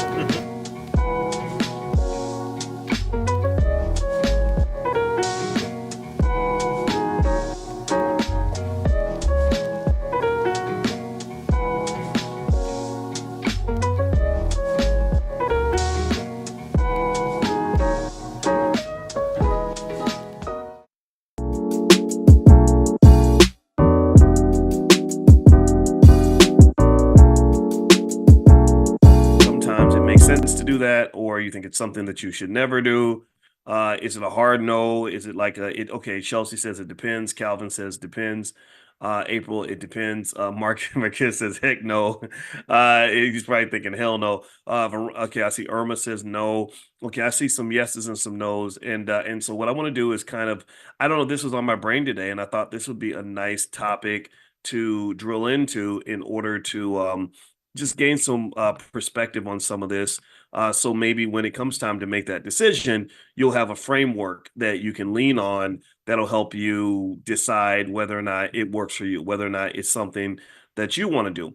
Believe it or not, there's financial research on almost everything. There's research on all kinds of topics in terms of what, how people respond to money. As you know, money is power. Money is also a source of a lot of emotion. It could be a source of happiness and and feeling good about life, or it could be a source of tremendous distress. And so so what I'm going to do is basically explain when you should loan money to relatives, okay? And not so much tell you that you should or should not do it, but just to say that if you ever thought about doing it, there are ways to do it safely, and ways to do it in a way where you're not going to end up hating your cousin for the next 40 years because they didn't pay you back. My grandfather, I've told you all, how many of y'all know that my cousin was in that group TLC? Give me a yes if I've ever told y'all that story. I don't know. Some of y'all know me well enough to know the TLC story. But anyway, yeah, my cousin's in TLC, which I think is the greatest female group of all time. Her name was T-Boz, aka Tiana Watkins, and she's and I felt kind of awkward when I realized she was my cousin, because I always thought she was the prettiest one in the group, and but you can't be looking at your cousin like that. That's just weird. And so anyway, the way we're related is our grandfathers are brothers. Her grandfather's name is Sam. My grandfather's name name is Matt. And basically, Sam and Matt, the reason I was asking my family, I said, okay, I know we got 10 billion cousins because I mean, they had a lot of kids, generate a lot of generational wealth in terms of children and family. Family is a form of wealth. We've talked about this. We talked about how your family is your multi-million dollar asset, but you have to activate it. It's just like a business or a trust. If you don't put assets in a trust, then a trust has no value. But if you put assets in the trust, you fill up that bucket, then that can become something that is creates generational wealth for the next 100 years. So or business. If you get the business and you work the business and you're skilled at the business, then the business can make you very wealthy. But if you're sloppy with the business or you don't know what you're doing or you don't put the time into it, then it's not going to help you. It becomes a liability rather than an asset. So really, when it comes to family and children, what I encourage you to really, really think hard about is how do we activate this asset? How do we really, take these little badass kids and really turn that into something that's just going to put our family, on fire in a good way. And help us to just really do some amazing things. And I spoke today with a brother that I met when I went to Atlanta. I forget, I don't have his name in front of me, but he was a black man that he happens to be a member of the Nation of Islam, which I told you all, I think that you should study the nation in terms of their philosophies on family structure, on economics, education, things like that, mental health, because there's a lot to learn there. Anyway, he had 3 kids. He homeschooled all of his kids because he didn't want them to be harmed by the school system. And now a lot of his kids, I think at least 2 of his kids work for him, and he has a very successful construction company that's doing really amazing work. And so, really, ultimately, I encourage you to really understand that children are an asset, but like any asset, you have to activate the asset. You got to work the asset in order for the asset to become worth anything. If you acquire an asset and you don't invest in it, it's going to fall apart. So, for example, I was listening to a podcast where they were breaking down whether or not private equity firms are good or bad for business. Is it good or bad when a private equity firm takes over a company? And they point out examples where it was good and examples where it was bad. Like Red Lobster pretty much got destroyed because the private equity firm came in and they sucked the company dry. It's kind of crazy how they do this. They do these things called leverage buyouts. It's crazy, right? So what they'll do is they'll say, we want to go buy Red Lobster.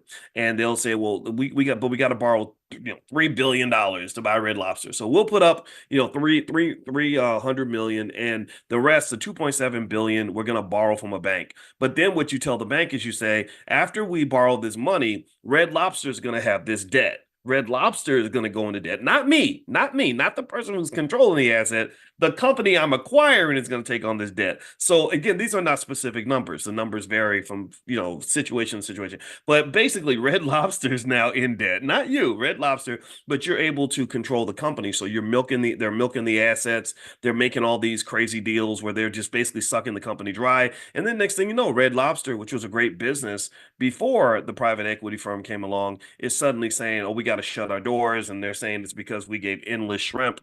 And it wasn't because of the endless or bottomless shrimp or free shrimp, all you can eat shrimp. That wasn't what brought it down. It was basically some moves by the private equity firm that allegedly caused this company to have so many problems. Okay. So ultimately, I think it's like, in a way, you can think about that like with children, where or any asset that you have, if you invest in the asset in a relevant way, where you are pouring something into it consistently, you're not just sort of milking it dry.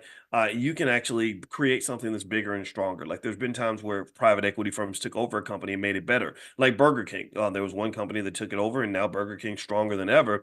And so that can work out very, very well. But if you go the opposite direction, where you either don't invest in something or you're just a taker and not a giver, then that thing's going to fall apart. And this is not just true for economic investments. This is also true for relationships. Relationships. Hey, seriously, has anybody ever had a relationship with a taker? If you're a giver or a pleaser or whatever it is, however you might be defined by your therapist, has anybody ever been in a relationship with somebody who takes? How many of y'all have gone through that? It is the absolute worst feeling in the world. It's terrible. It's not fun. You don't like it. And takers tend to know they know who to go after. Believe me, take it from a man who's had money for quite a while. I can spot a gold digger from a 50-mile radius. I can pick up on it. I can pick up on the women that suddenly thought all my jokes were hilariously funny and that I was the most interesting man in the world and all this other stuff. And it's not, I mean, I don't have a problem with it, right? Because the studies show that the women are naturally attracted to resources and stuff. And I get that. But when I get a sense like, okay, that you're literally looking at me like fresh meat and you kind of know, like, okay, because this guy has this money, I can buy this and I can buy this and I can buy this and I can buy this. That's not interesting to me, right? And so when I married my wife, I specifically was happy to marry somebody where money isn't that important to her. And also she had her own money, so it wasn't as big of a deal, right? So ultimately, when you're talking about relationships, it has to be give and take. It has to be reciprocal. Some of you have relatives that take. You have people that you've had relationships with that take. And those sorts of interactions don't tend to work. They're not sustainable because you can't take from something forever without replenishing what you take. You can't, you, I'm gonna stop right there. You can't just keep taking and then not replenish. It's okay to take. See, this is the thing. People think that it's bad to take anything. I had a whole conversation when I spoke at UPS yesterday. I spoke to a young lady, 27 years old. She was a single mom and she was an airplane pilot. So we kind of really had a good conversation about airplanes and flying because I got my pilot's license, but she's a real pilot. I'm just a student pilot. And she was saying that she said, I really want to fly more, but it's expensive. I said, yeah, it is expensive. And but I said, you're around all these airplane pilots. I just met with all the black UPS pilots the other day. They would love to help you. They would take you up. It wouldn't cost you anything. And she said, yeah, but I really don't know. I really don't like asking for help. And I said, no, no, no, no, no. See, don't think like that. It's okay to ask for help. It's okay to take things. You deserve support. You're doing great things with your life. I'm really proud of you. People will want to help you. I said, but if you want to make yourself feel better, make it reciprocal. If you feel guilty about taking, just give. Just make a rule. Give twice as much as you take. Right? So if somebody offers you help, it's not charity. It is mutual support. So when they come in and they say, "Hey, I'll help you fly. It won't cost you anything. We can take my airplane and whatever." Then what you do is you say, "Okay, anything you ever need, I got you." Their birthday comes up, you send them a gift. They have a problem, you step up and you help them as much as they help you, and then it becomes a great relationship. Then you have a web and a network of people around you where everything is beneficial for everyone. It's a win-win-win-win-win. Right? And so taking is not the problem. Taking is not the issue. Taking is only a problem if you're not giving as much as you take. It's only a problem when it's not reciprocal, right? And this is the issue that you run into. This is why a lot of athletes go broke, why a lot of celebrities lose money, is because they're giving, but nobody's giving anything back. Nobody, and part of that is built around how you frame yourself. Some people frame themselves as charity cases. If I have a brother who goes off and becomes a rap star and he's making lots of money, maybe I define myself as a person who can do nothing for him except be a part of his entourage and just sort of hang around him and wait for him to pay my bills. Right. And that's not effective. What has to occur is that I got to say, okay, how can I help? Maybe you need security.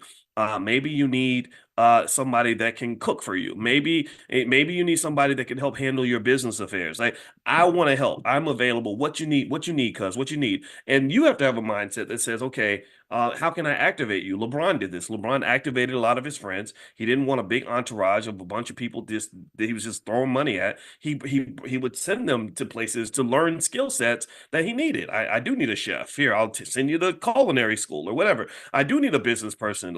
So I'm gonna make sure you get trained so that you know what to do with my money when I start getting rich. Rich Paul, thank you. That's his name. So long story short, there's nothing wrong with taking. I would think of it almost like when they do environmentalism. If you notice, the environmentalists, I think they have these rules like where like every tree they chop down, the environmentalists worked with the industrialists who want to go chop down these trees. So they have these little rules where it's like for every one tree you chop down, you plant 5 trees or something. So that works out perfectly fine. Okay. So don't think that taking is bad. Don't get to the point where you embrace this rugged individualism where you're trying to do it all by yourself, figure it out all by yourself. That's what a lot of folks do. I think a lot of people get caught up in that nonsense of thinking that they're supposed to conquer the world all by themselves. And that's very lonely. It's very, very hard. it typically fails and it doesn't work. But if you find good people that will give to you as much as you're giving to them, then that becomes a beautiful thing. Then you can ask for things and it's okay. So let's talk about loaning money to relatives. So one of the things I want to sort of drill into, and actually before I forget, let me give you all this quiz that I created this thing. You can try it out. Tell me what you think about it. But it's a quiz on whether or not your estate plan is properly put together. And so this quiz will allow you to kind of figure out where you are. Remember, building all this wealth doesn't matter if you throw it all away, but when you die and stuff, because we're all going to die. And what's interesting is that a lot of us are not prepared for death. We just kind of, I don't know, think we're going to live forever or something. But you're black, and that doesn't happen for black people or anyone. Actually, no one lives forever. But black people, we kind of die a lot. So it's kind of important for us to kind of have a plan for that, especially if you love your kids and love your family and stuff like that. So in fact, that same single mom, and I hope I invited her to class, so she may be in here. I hope she doesn't feel embarrassed. I won't say her name, but I was talking to her about her. By the way, the link is in the chat. I did tell her. I said, as a single mom, you got to ask yourself, what happens if I'm not here tomorrow? If I'm not here tomorrow, what happens to my child? What happens to my life? Who knows where my bank accounts are? Who knows where my investment account is? Right. So anyway, so there's the link to the quiz. It's in the chat. So feel free to grab it and you can keep it and take it, or you can take it right now. It's totally up to you. And it'll kind of give you a sense of where you are in terms of planning for your estate. And also don't forget, if you want to be on the text list to get invited to this class, just text the word morning to 87948. Text morning to 87948. All right. So here's a few stats on loaning money to relatives. I wrote about it a lot in my book, The 10 Commandments of Black Economic Power. And you can find a copy of that at drboycebooks.com. And so anyway, here's some data on loaning money to relatives. And I chose to write about this because I've loaned money to relatives before. I still do. And sometimes it hurts your feelings. It really does. Sometimes it's like, damn it, like who built these people that think they can borrow lots of money from you and just never pay it back? Like who created these childlike individuals? I call it childlike. It's a form of what I refer to as economic immaturity, because you don't understand, you're not grown enough to understand that that person who loaned you that money, they need their money. Like, what makes you think that you can take from other people and they're going to be okay? Like who defined you to be the 30-year-old kid in the family? You're in your 20s, you're in your 30s. It's okay to ask for help. But when you ask for help and then you don't do what you say you're going to do, you don't pay back the money that's owed, somebody has to pay that price. In economics, we have a term that says or a phrase that says there's no such thing as a free lunch. And that means somebody's paying for that. So the idea that you think that you can take and not give anything, and that somehow it's going to magically get covered for or taken or sort of fixed by somebody else pretty much means that you have what I refer to as a form of economic immaturity. Because economic immaturity is where you're thinking like a child. Children do that. Children are like, I'll make a mess. Somebody gonna pick it up. Children think like, oh well, I need new toys. Somebody's gonna buy it. Not me. Not me. I mean, I just a little kid. And you get these like 35-year-old versions of little kids. Like, I just a little kid. I gonna borrow money. I just gotta pay. I can't pay it back. I don't have no money. Right. So when you don't solve the problem, you're handing the problem to somebody else. And part of what creates challenges in a lot of our families is that, again, you got these grown ass kids, 45 years old. Hey, yeah, I can't, I'm just struggling, cuz I can't come up with nothing. No, that's not appropriate. Because if everybody thought the way you think, then everything would fall apart. Everything will fall to shit. It really goes deeper than that. Even goes, to the point of somebody making a baby and just being like, oh, well, my baby's mamas, they got it covered. They holding it down. They're holding it down because your weak ass can't hold nothing down. Like, that's what they're doing. They're holding it down so you can go play like a child. And they're the ones who figured out how to go pick up the baby from school, how to take care of the baby when they sick, how to go buy an extra pair of diapers or a set of diapers that the baby needs. I mean, it's crazy to me. And it's not just men, right? It's everybody, right? So it's not just gender specific, but it's a mindset. It's a mindset that says, I am not without accountability. I can add no value to anyone else's life. And if I do have the ability to do something good for the world, I'm going to do it for me. Right? I'm going to do something that's going to give me pleasure or allow. I'm going to go buy me a new pair of Jordans, knowing that I owe my cousin $400 that they really needed when they loaned that money to me. That is a mindset. That is psychological. That is 100% in your brain, because there are other people who think in the completely opposite direction. There are people who say, "Gosh, I know you really need your money. I borrowed it from you. I'm going to get it to you as soon as I can. Even if I can't pay it right away, I'm going to do everything I can to try to make this right. I'm going to be accountable to you because I understand my role in the ecosystem. I understand my position on the basketball team. If I don't get the rebound, if I throw the ball out of bounds, or if I can't hit the open shot, then the team is going to lose. You understand? Because remember, your family is your team. Your family's your team. And a lot of your teams are losing because your players don't understand their position. They're not playing their position. They're not playing their role. You're passing the ball and they're asleep on the bench. Or you're waiting for them to play defense with you. You're playing defense all by yourself because they at the club getting high or something, right? So ultimately, this all is a mindset, and this is something that is detrimental. It costs the Black community trillions of dollars. There's so many different reasons that this horrific ecosystem does come into existence, because it's one of these things where you can't sort of isolate the blame. You can't say, well, it's because of these men or it's because of these women, because remember, a lot of these men were raised by women. So you can't say it's just the men, and you can't say it's just the women, because a lot of the women are abandoned by the men, right? And so and I believe that men, we have a certain type of power, and we do set a standard. So if we don't set the standard the right way and show up in the best way we possibly can, then guess what? Everything falls apart. This is where I become the old school Southern black man. I'm not politically correct. I don't give a shit about being politically correct. I believe that the man is the tent pole of the tent. I believe that the father, the man, you got this thing in your body called testosterone. You've got these big muscles and all this, and these other things that give you special skill sets nobody else has. And I believe that you set the standard. You are the tent pole of the tent. So if the tent pole falls down, the whole collapses on everybody. If the tent pole is flimsy, then the tent cannot withstand the storm. If the tent pole is short and tiny, then the tent's not going to be very high. So one of the things that I talk to our son about all the time is I say, look, man, you're the tent pole. You're the leader. You set the standard. You're 6 foot. He's 6'9", by the way. So he's not my biological son. I am not capable of creating a child that's 6'9". His father's a wonderful man, but I spend a lot of time with him in the house. I'm his bonus dad, and I love that role. I'm honored to play that role. And I just remember talking to him and saying, look, man, you're 6'9". You're very smart. You're a natural leader, and people sort of follow suit based on what standard you set. So in my view, when you see women around you that need help, you're supposed to step up. You have to be reliable. You have to be sturdy. If you're not reliable and sturdy, then it kind of creates chaos for everybody.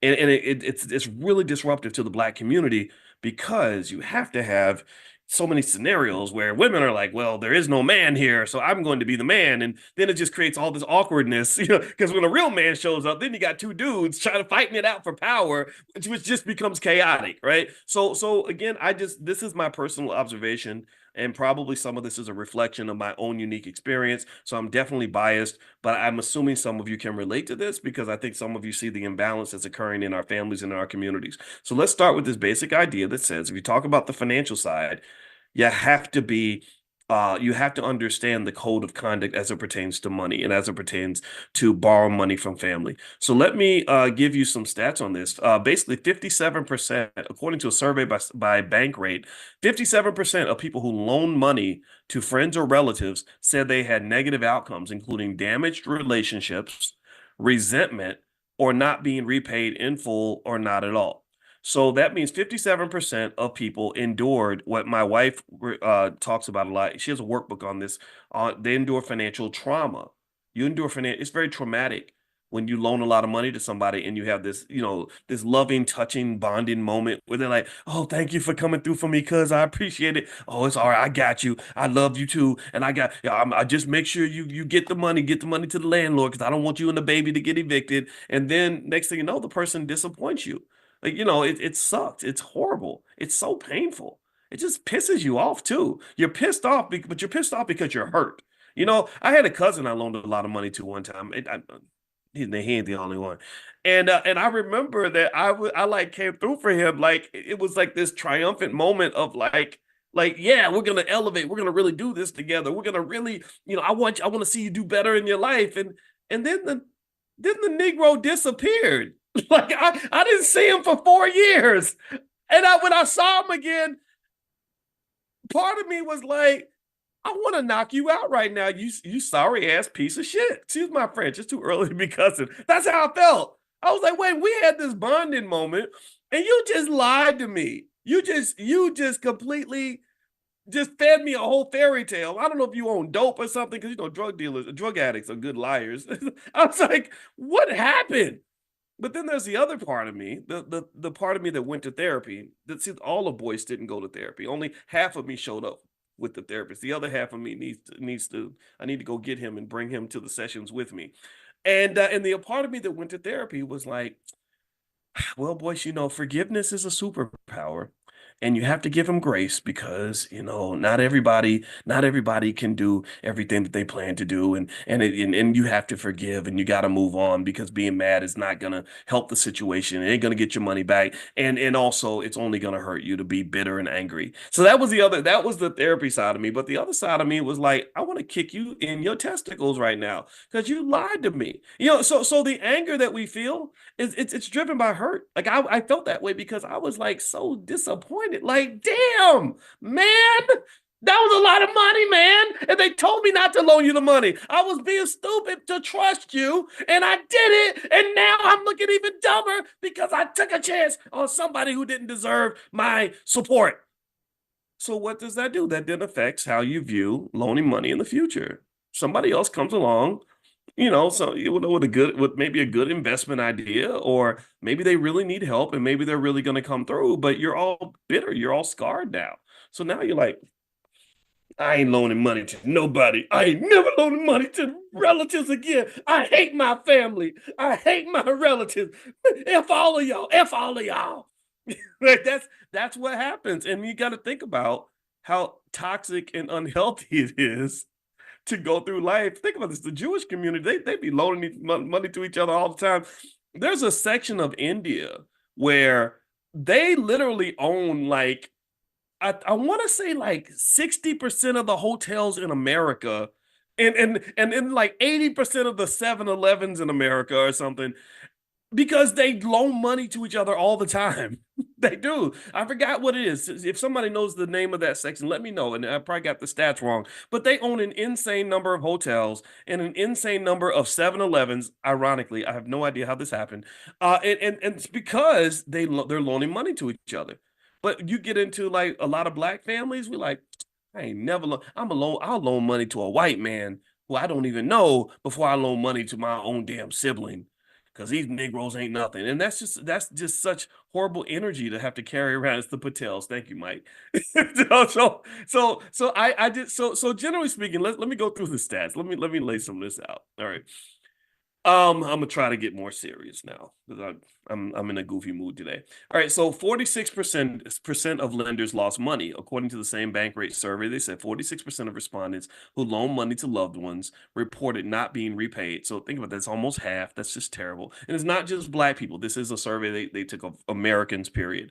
26% feel resentment or hurt. I mentioned that there's a lot of hurt when you trust somebody and you go on a limb for them and they completely let you down. And so the question would become like, well, what made me trust you in the first place? That's when you question yourself. But then the question for them is, what made you think it was okay for you to do that? What in your culture? See, culture is very important when it comes to money, because in the Patels, apparently the culture is, if you borrow money, you pay that shit back. If you borrow money, you pay it back. You pay what you owe, right? But for whatever reason, in our culture, it's like, maybe I'll pay you back, maybe not. And there's not sort of an understanding of the fact that you're not just going to lose the money there, but you're going to lose the relationship. So loaning money to people that are close to you, it's important to find a way to do it because we have to share resources. That's a powernomics principle. Shout out to Dr. Claude Anderson. But the downside is that it's a highly risky endeavor. It's a highly leveraged kind of thing because so many assets that you have are correlated, connected to what you're doing. So what do I mean by that? Well, you're not just when I loan you money and you're my cousin and we have this relationship. And then what happens is by me loaning you money, I'm not just risking the money, I'm risking the relationship. Because if I loan you a lot of money and you don't pay me back, then I lose a cousin and I lose the money. And which makes me a double sucker. It makes me sit back and say, man, what was I doing? That was so stupid. I should have told my cousin no. But then that creates the other alternative where you left somebody you love stranded like that. And it creates a special dilemma for those of you that are doing well. When you got extra money and your family knows that you're doing well, you're doing better than everyone else. So your survivor's guilt kicks in and you want to make sure that you're there for other people, and you say things like little things that don't typically mean anything like, hey, let me know if you need anything. Well, that term means nothing if you're broke. If you have nothing to offer anybody, then if you say, hey, let me know if you need anything, then that's easy. It's easy to say it because you ain't got nothing to give nobody. So it's like a greeting. You just say it, just to say it. But what if you got like $1 million in the bank and you say you talk to your broke cousin because you want to keep it real, you want to be, you want to stay down, and you're like, hey, let me know if you need anything.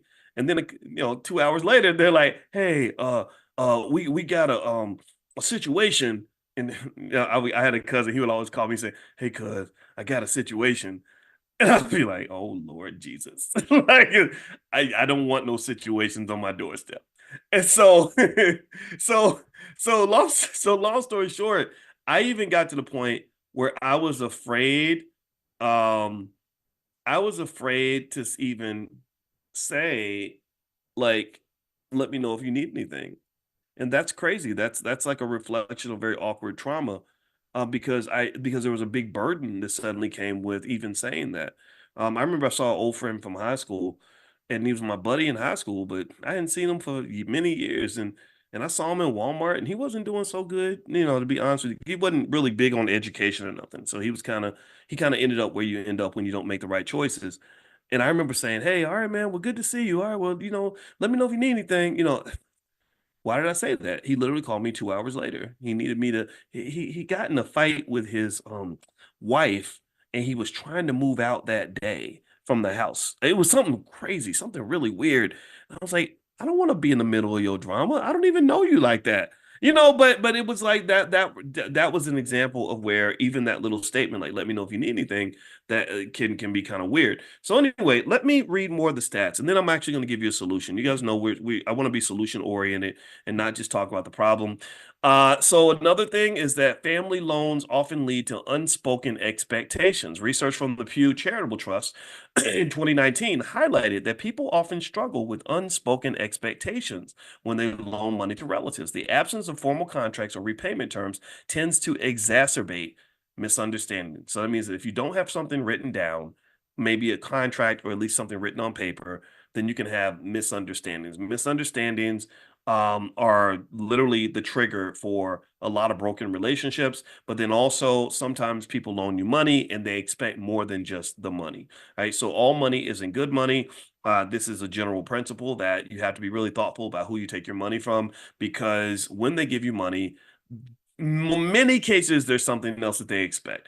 So for example, that's why with the All Black National Convention, we don't take any money from corporations. We don't take any money from the government. We don't take any money from the Democrat or Republican parties, because I know money well enough to know that you're not going to write a big fat check without having some sort of expectation that comes with that check. Like, oh, hey, Dr. Boyce, we want to put this person on a panel, or we'd like for this politician to come speak at your event. No, I don't want to hear all that. And I'm not going to be on stage, thanking Walmart for Black liberation. That's not something I'm interested in doing. So it's like, you know what? I'll pass on that money. We'll get the money some other way. Same thing is also true when I was Michael Bloomberg gave hundreds of millions of dollars to a lot of HBCUs. And I was very concerned about that. I was happy because it's great. You know, a lot of young black kids get to go to school and become doctors and lawyers and everything else. But also Bloomberg is a strategic person. He moves in a certain way. He's very, very political. So you don't even have to tell me. It doesn't have to be revealed to me that there are going to be certain expectations that come with this money. I know that if the guy who wrote you a $50 million check calls the president of that university, he can pretty much get whatever he wants, right? If he says, I think this person should be your commencement speaker, then that person's going to be the speaker. If he says, I need you to not bring these ideas in or not do XYZ, or I heard Farrakhan was coming to your campus and I'm very concerned because he's anti-Semitic and whatever they want to say about him, right? So these sorts of things are very real, and it's very important to understand that when you get money from someone, I think it's really critical to kind of just figure out like what comes with this. And if you don't have that conversation, then you can have a lot of confusion, a lot of misunderstanding. So lack of repayment is very common. A lot of emotional tension is connected to loaning money to relatives, and also formal agreements can really help to kind of clear the process. Now, let me give you a few rules that you can apply when it comes to loaning money to relatives, so that if you decide to embrace a poweronomic strategy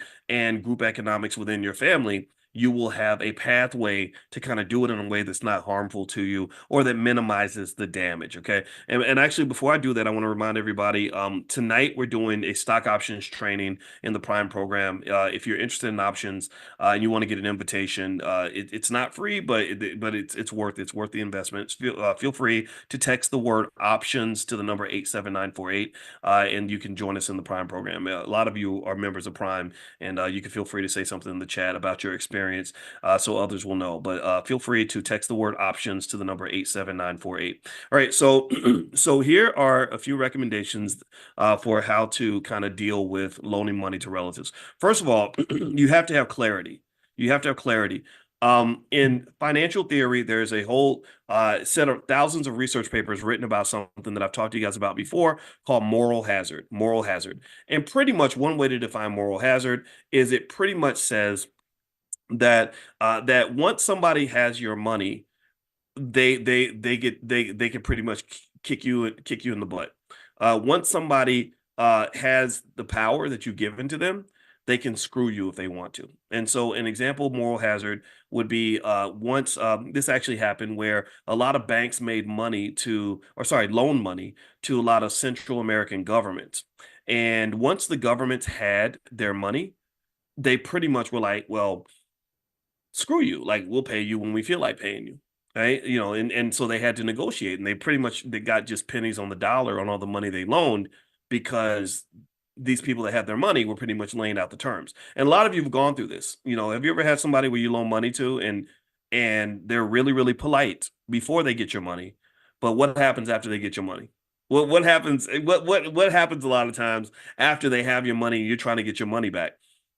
Well, suddenly the attitude has shifted, right? They're not as friendly as they used to be. They used to pick up the phone on the first ring when they were trying to get your money. It was like, sure, anything you need, cuz I'm gonna pay you back on Tuesday, no, actually I'm gonna pay you Monday because I'm gonna get paid. And as soon as I get paid, I'm gonna walk the paycheck to your job. Where you work at? What's the address again? Are you gonna be free at 3 o'clock? Like, it's real, like, serious and intense and accommodating before they get the money. But then after they get the money, what happens?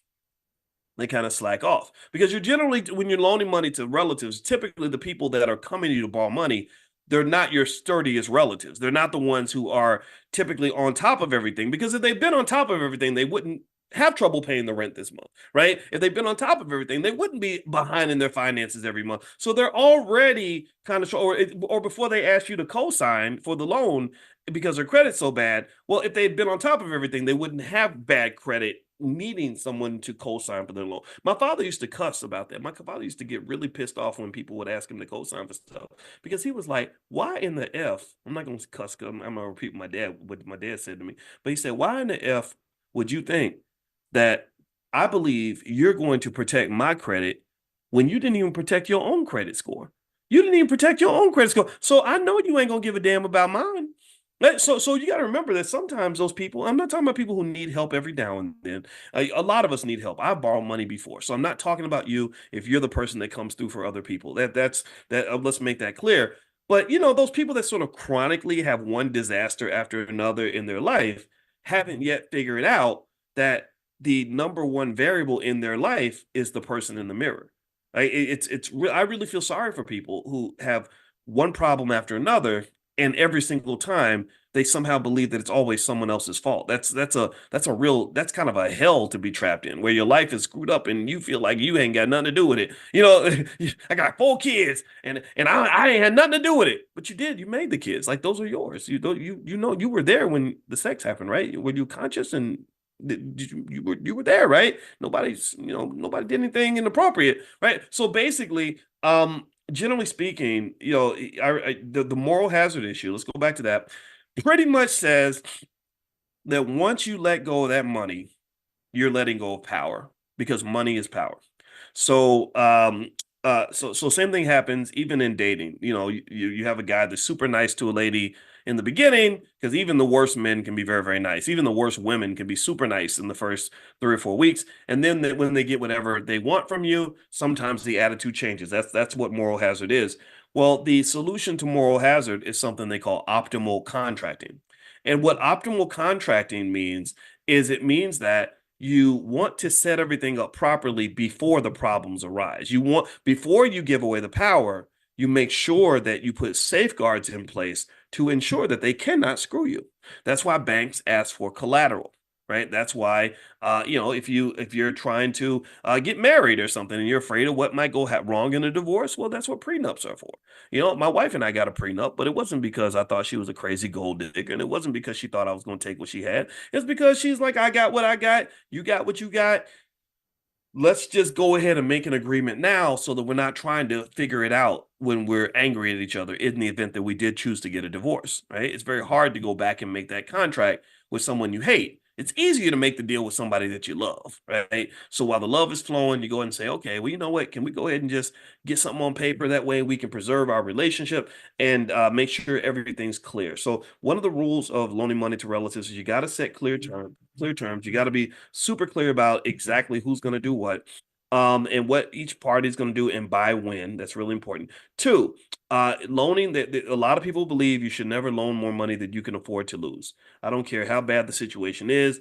I don't care what promises are made or how sure you are you're going to get paid back. Loaning more money than you can afford to lose typically is a losing strategy. If you consider the fact that half of all the people who loan money to relatives don't get their money back, you're taking a huge financial risk by loaning money that you actually need. And that's just not a healthy thing to do in general. So generally, I've seen people where they understand, like, look, the relationship is more important than the money. I want to not hate you as my cousin, so I'm only going to loan you an amount of money that I can afford to give away. In fact, some people do it just in advance. They say, look, don't, it ain't a loan here. Just take this.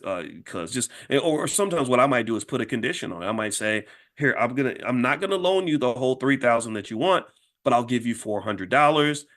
And the agreement is that you cannot ask me for money again for 2 years or something, right? Or a year or whatever.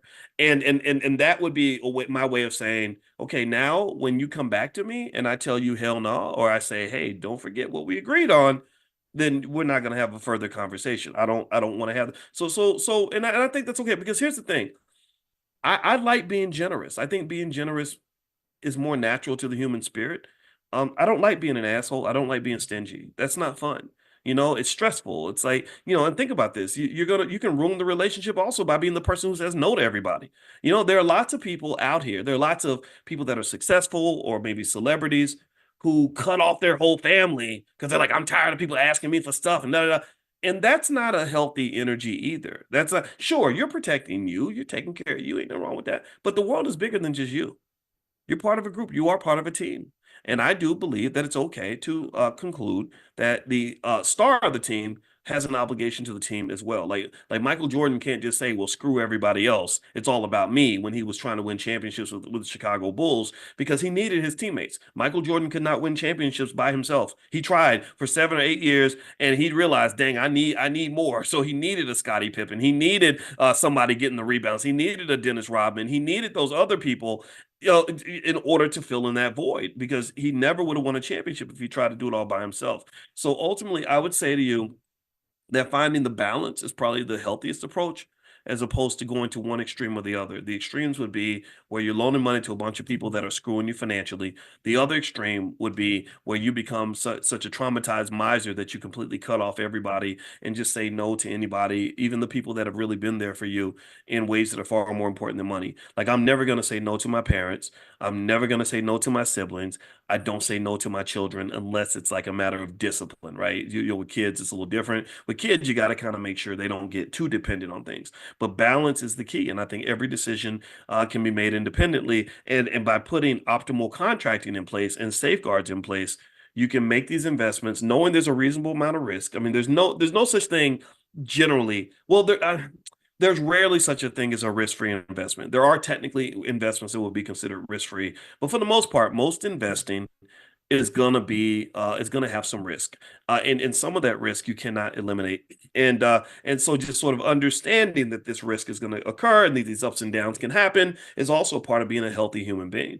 It doesn't mean you go through life where nothing bad ever happens to you. It's like, for example, if you never want to ever be in a car crash, then stay home for the rest of your life. Never get in a car. But that's not a healthy life. That's an extremist life, right? So what happens is maybe you get in the car and you drive safely, you put on your seatbelt, and you minimize the risk, but there's still risk out there, right? So in accepting that as a part of life. So also, a lot of experts believe you should discuss the consequences. Like, look, if you don't pay me back, I'm gonna let you know like what's gonna happen. My grandmother, rest her soul, she's right behind me, by the way. That's our Panther. Our Panther's name is Felicia in the Black Business School.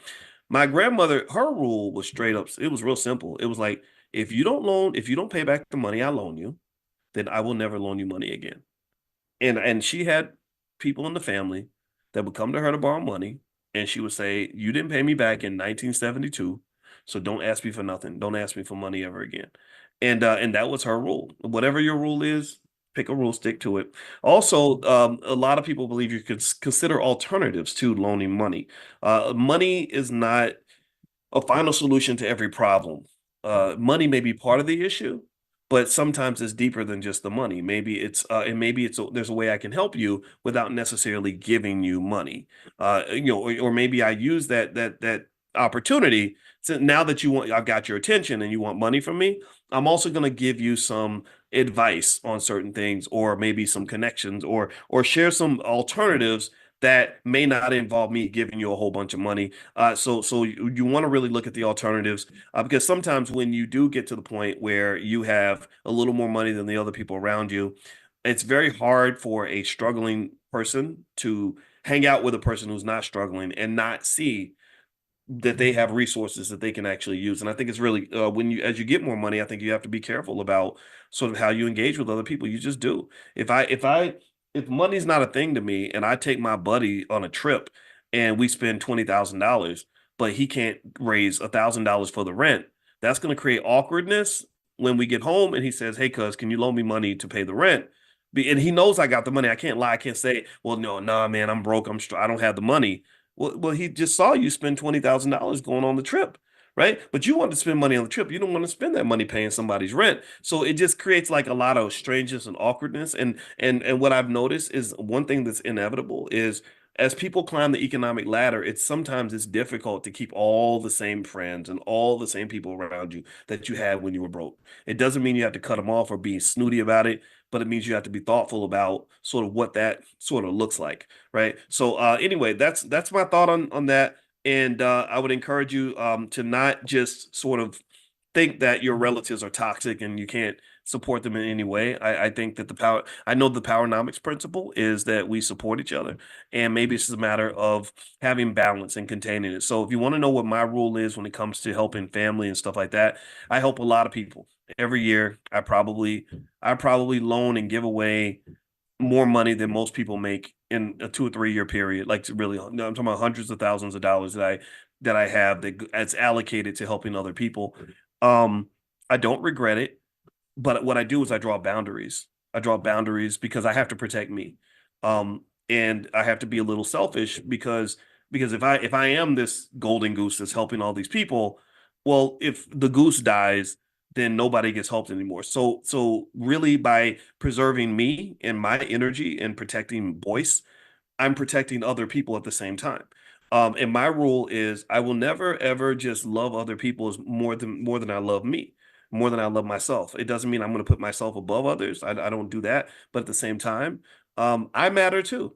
You matter, right? And I think having those boundaries can really help because when you keep the boundaries, then you can show up appropriately when there are people that want to lean on you for whatever reason. So when relatives call me and stuff like that, if I don't have the energy to deal with whatever problem you're trying to dump on my desk, I'm just not gonna do it. I'm just not, but hey, when I got a little extra energy and a little space and I'm able to handle the capacity, then I'm all in, right? So and I love that. I really like doing that. I think that that's okay. It doesn't make you stupid or weak or a user. And I get advice all the time. Like, boy, you got to stop letting these people use you like that. And I'm like, no, I know so and so is using me, but it's okay. I want them to use me. And actually, me and Dr. Claude Anderson have that relationship too.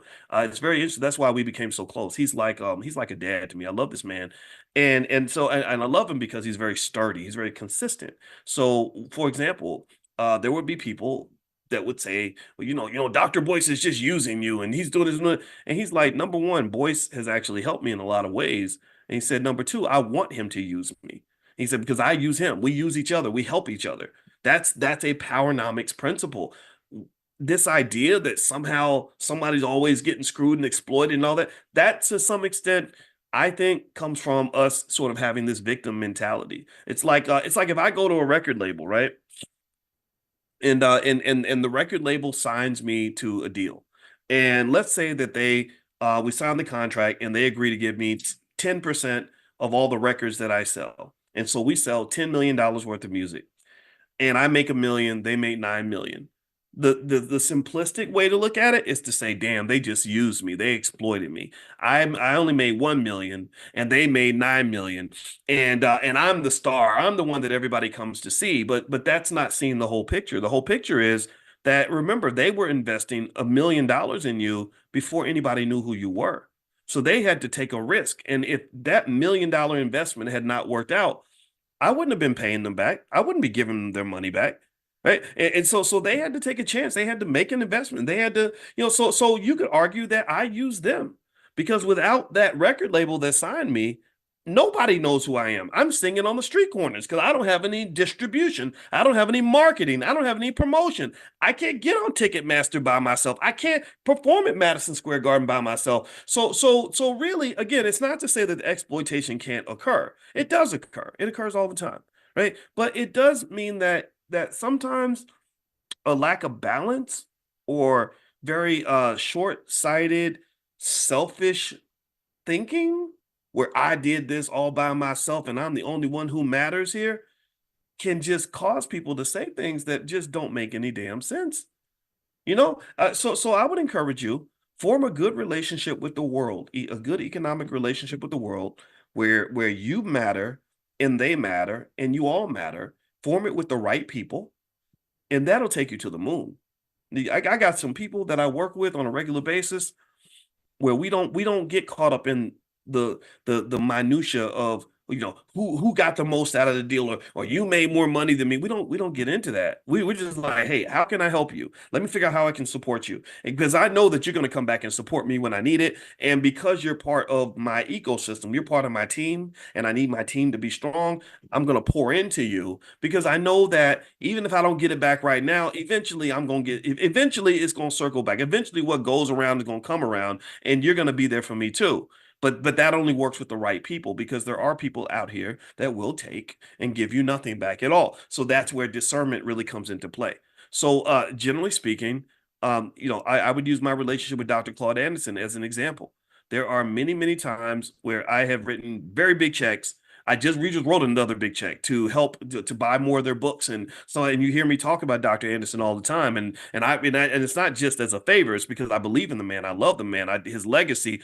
Everybody needs to know Powernomics. Everybody needs to know about this man.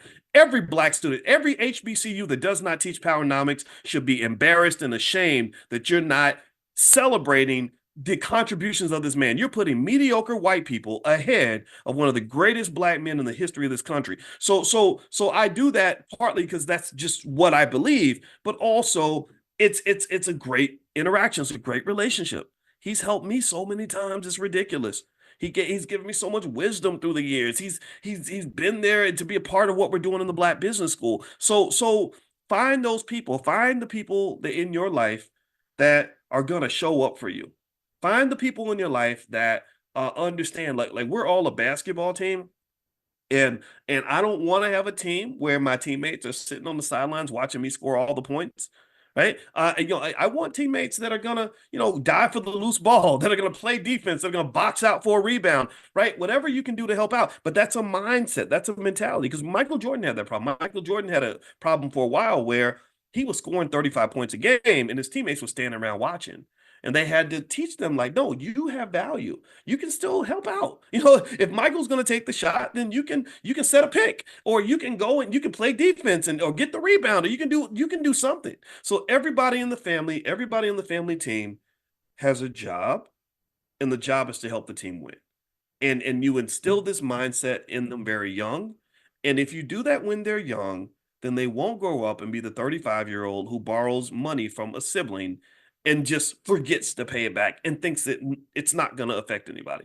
They're not even, that's not, that kind of mindset doesn't even cross their brain. Okay. So that's my 2 cents on this. I hope I didn't overtalk it. I hope I didn't lay it out in a way that sounds awkward or weird, but it's me just sort of laying it out as honestly as I can see it. And I wish you the best. And I encourage you to drill into that multi-million-dollar asset called your family, build on that, pour into that, invest in that. That's the best investment you'll ever make. It's more valuable than any investment you'll ever make on the stock market or anywhere else. All right. So have a good day, everybody. I'm gonna get on out of here. Really quickly, if you want to get a copy of my book or any of our financial flashcards for kids or anything like that, feel free to go to drboycebooks.com. That's our Black Wealth Mastery store, drboycebooks.com. Also, make sure you're on the text list. I'll send you some other information through to via text. To get on the text list, you can text the word morning to 87948. If you text morning to 87948, I'll send you an invitation to join us in Money in the Morning. We do this every single morning. And actually, I think today's Thursday. I gotta check, but I think we might have Dr. Cornell West coming in sometime. I gotta check. I think it might be Friday, but I could be wrong. So anyway, we are talking. I'm hoping I can get him in here because I like Dr. West. That's a good guy. All right, so have a good day, everybody. God bless you. I'll see you soon. Take care. We're this notoriously wealthy family that just pretty much, is they own so much stuff that people just make up rumors and myths about the family. Like they're almost like the financial boogeyman to some extent, where people are just scared of that family. They sort of believe that they control almost everything, which to some extent is probably somewhat true. And I'll kind of give you some insight into that. But I thought it would be a worthy discussion today in terms of really understanding the secrets of just what families like that are doing and what your family can do that can help you to have a level of power that's pretty extraordinary. It does require a certain degree of planning and stuff like that, but well, I'll try to break it down for you so that you can kind of sort of see the vision for your own family. In fact, how many of you feel like your last name is important? Give me a guess if you care about your family legacy. Give me a guess if you understand what I'm talking about when I talk about the afterlife. The afterlife isn't just heaven in a place where the streets are paved with gold and everybody eats blueberry pancakes for breakfast. The afterlife basically is what happens after your life is over. What happens after your life is over. And I spent a lot of time thinking about that when I was in Egypt, as the Egyptians were obsessed with the afterlife. They would just have these elaborate tombs and they would put all this stuff in there. They would try to take stuff with them, like their horses and their gold and everything else, which is crazy. But it was interesting though, because when I saw that King Tut only lived like 9 years, but he spent the whole 9 years preparing for the afterlife, and now he's got this 5,000-year-old legacy that came out of 9 years of labor. I thought that was kind of interesting, right? So I decided to talk a little bit about legacy building, and what I want to do um, is kind of give not just sort of a history and an understanding of the Rothschild family, but also some things that we can kind of learn in terms of how they got to be so powerful and so wealthy. If you want to know how wealthy they were, they were so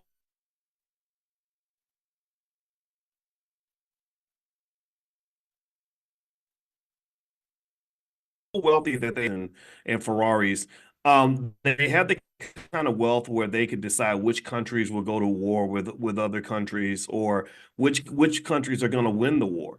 And this sort of went on for hundreds of years. In fact, I heard Kennedy, Robert F. Kennedy, or I think that yeah, that's his name, the presidential candidate, and he was explaining that when we give a bunch of money to another country like Ukraine or Israel, it's not really money being given away.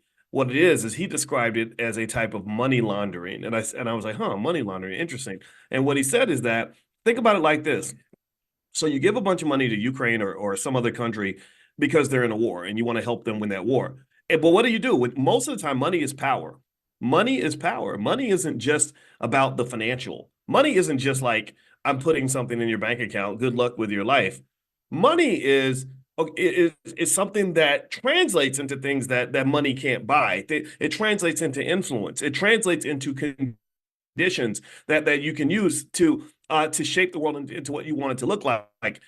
This is why things like Powernomics are so important. Why every child on Earth, every child in our community, anyway, needs to read books like Powernomics, because what money lets you do is money lets you influence people. It can influence policy. It can influence governments.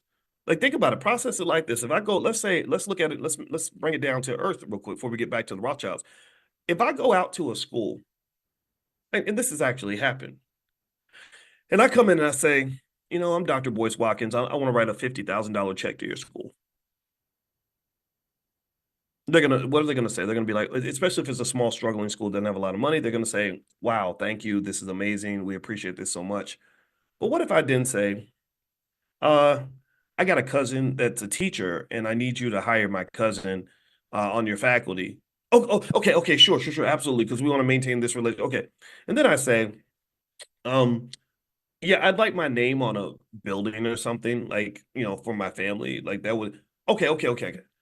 And then let's say it could go into other things like, well, I really think you all should teach Black economics in the school because, our kids need to learn economics. Okay, well, Dr. Watkins wants that. That's what we want. Right. And now mind you, power doesn't have to be used for malicious purposes. It's not like I've donated to a lot of schools, but never once have I pushed for anything that would be deemed inappropriate.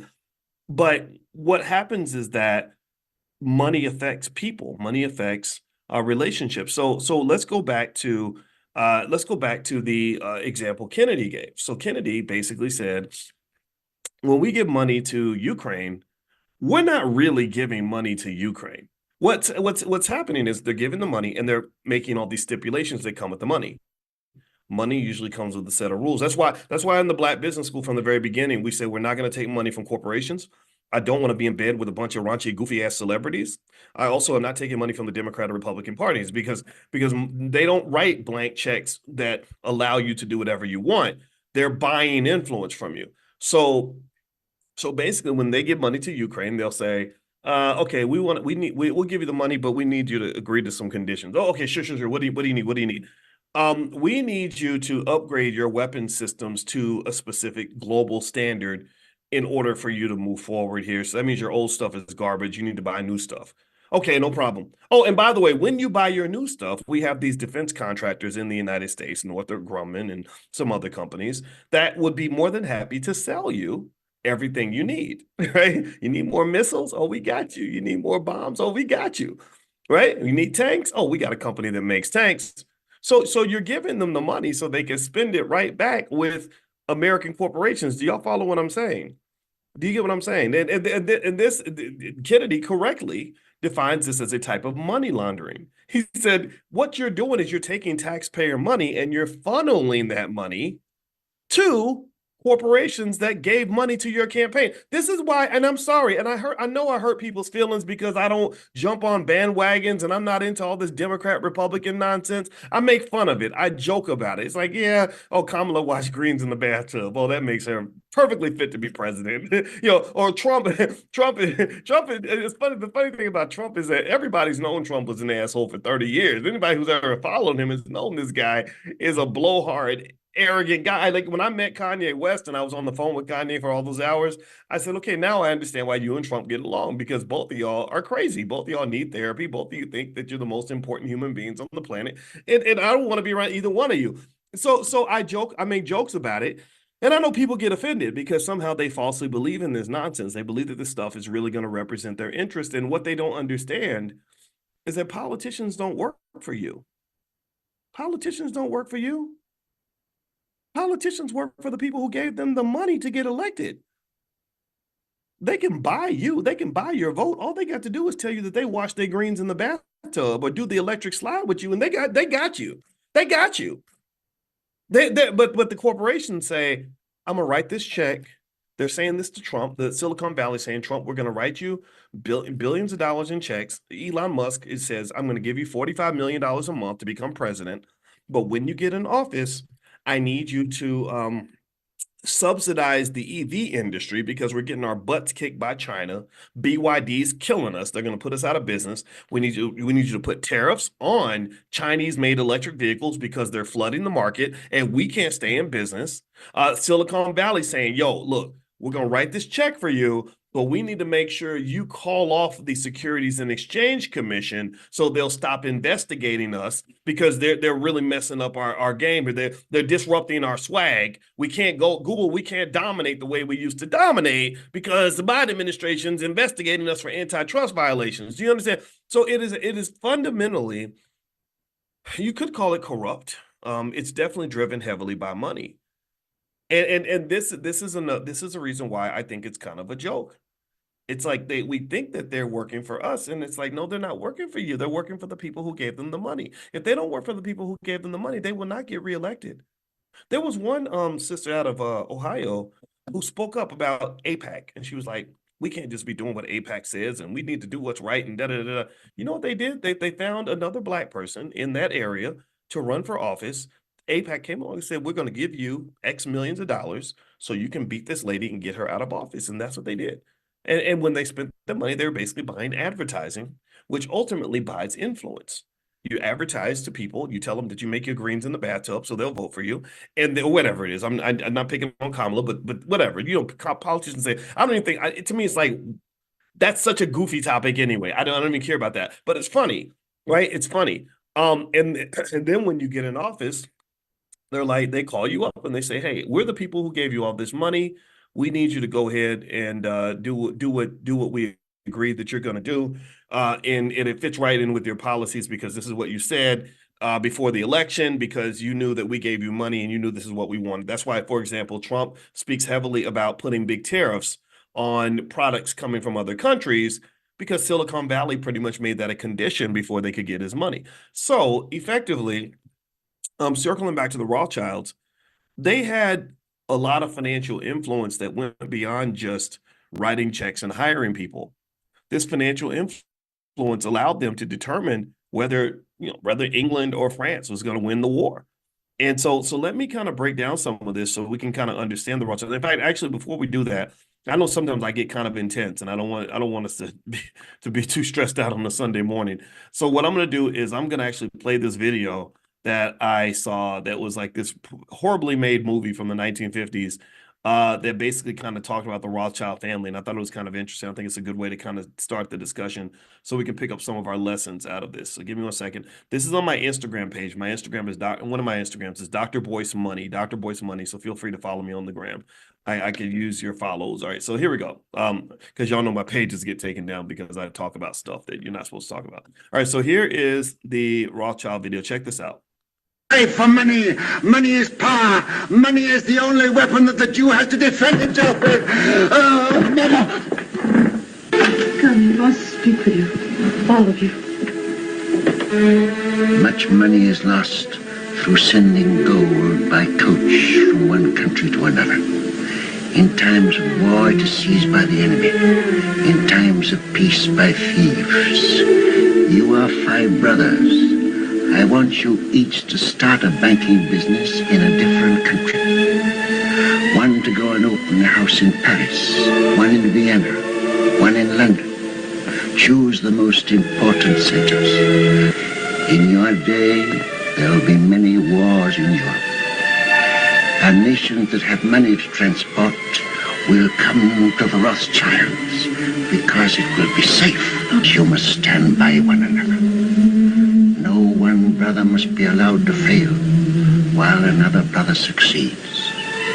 Your 5 banking houses may cover Europe, but you will be one firm, one family, the Rothschilds, who work always together. Work and strive for money. Money is power.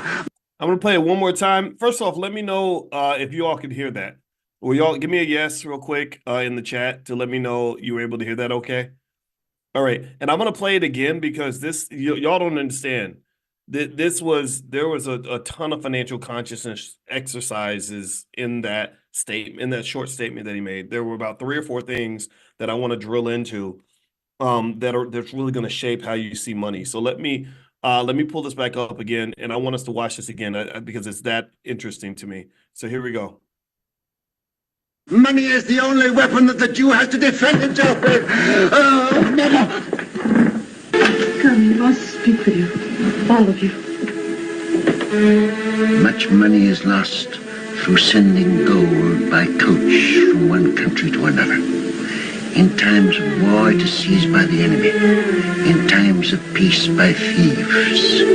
You are 5 brothers. I want you each to start a banking business in a different country. One to go and open a house in Paris, one in Vienna, one in London. Choose the most important centers. In your day, there will be many wars in Europe. And nations that have money to transport will come to the Rothschilds because it will be safe. You must stand by one another. No one brother must be allowed to fail while another brother succeeds. Your 5 banking houses may cover Europe, but you will be one firm, one family, the Rothschilds, who work always together. Work. Okay, wow. First off, did anybody else sort of understand how powerful that was? Give me a yes if you could feel the power of that state of what you just saw, without me even jumping into it. Let me know. I want to know if you get why I watched this, why I had you watch this twice, why this was a hell of a lot of game dropped in one. And then this was, again, Dr. Claude Anderson's been dropping this kind of game for many, many years, and people don't listen. But what I want to do is I want to go through piece by piece that short video and 4 or 5 financial consciousness lessons that you can extract from just something that simple, right? To learn finance, you don't have to go to a college campus or take a class or wait for white people to put you in school. You can learn these things on your own. You can learn these things from each other. And I think that's better and it's actually safer because I don't think other people should be educating us, because someone who makes money controlling you is never going to teach you how to be liberated.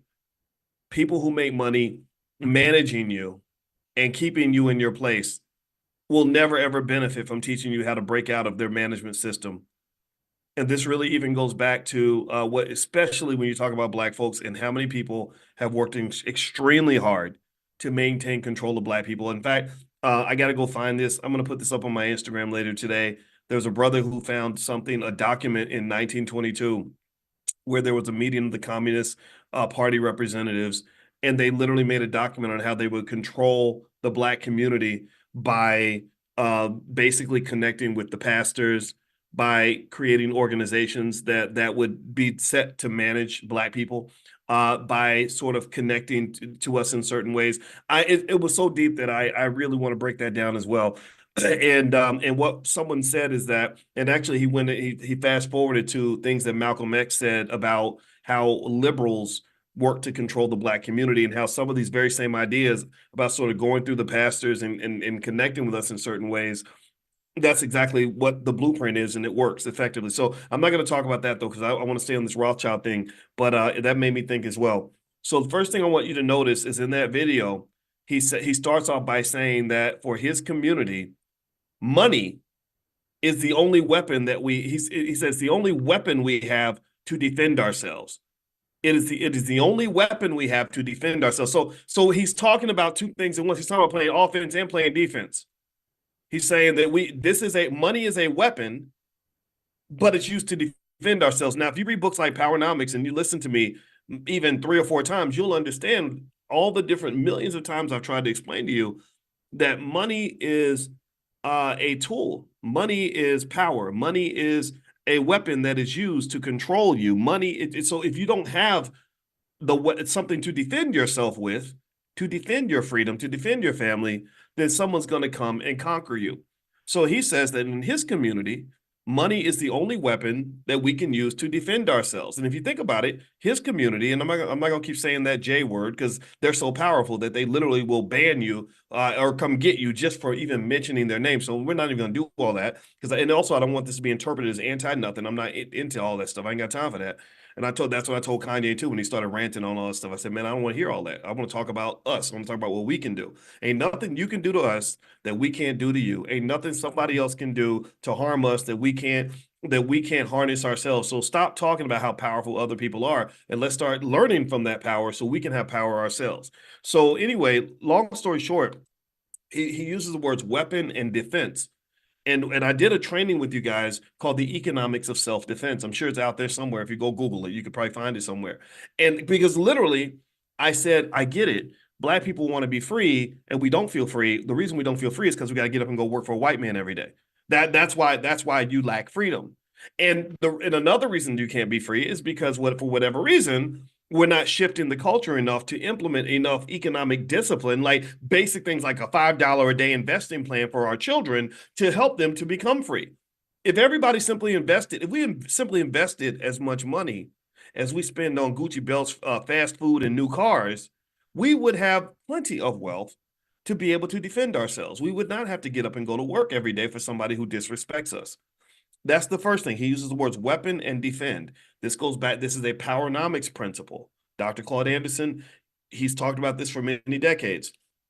Number 2, he says, during times of war, when your gold is transported, it will be seized by the enemy.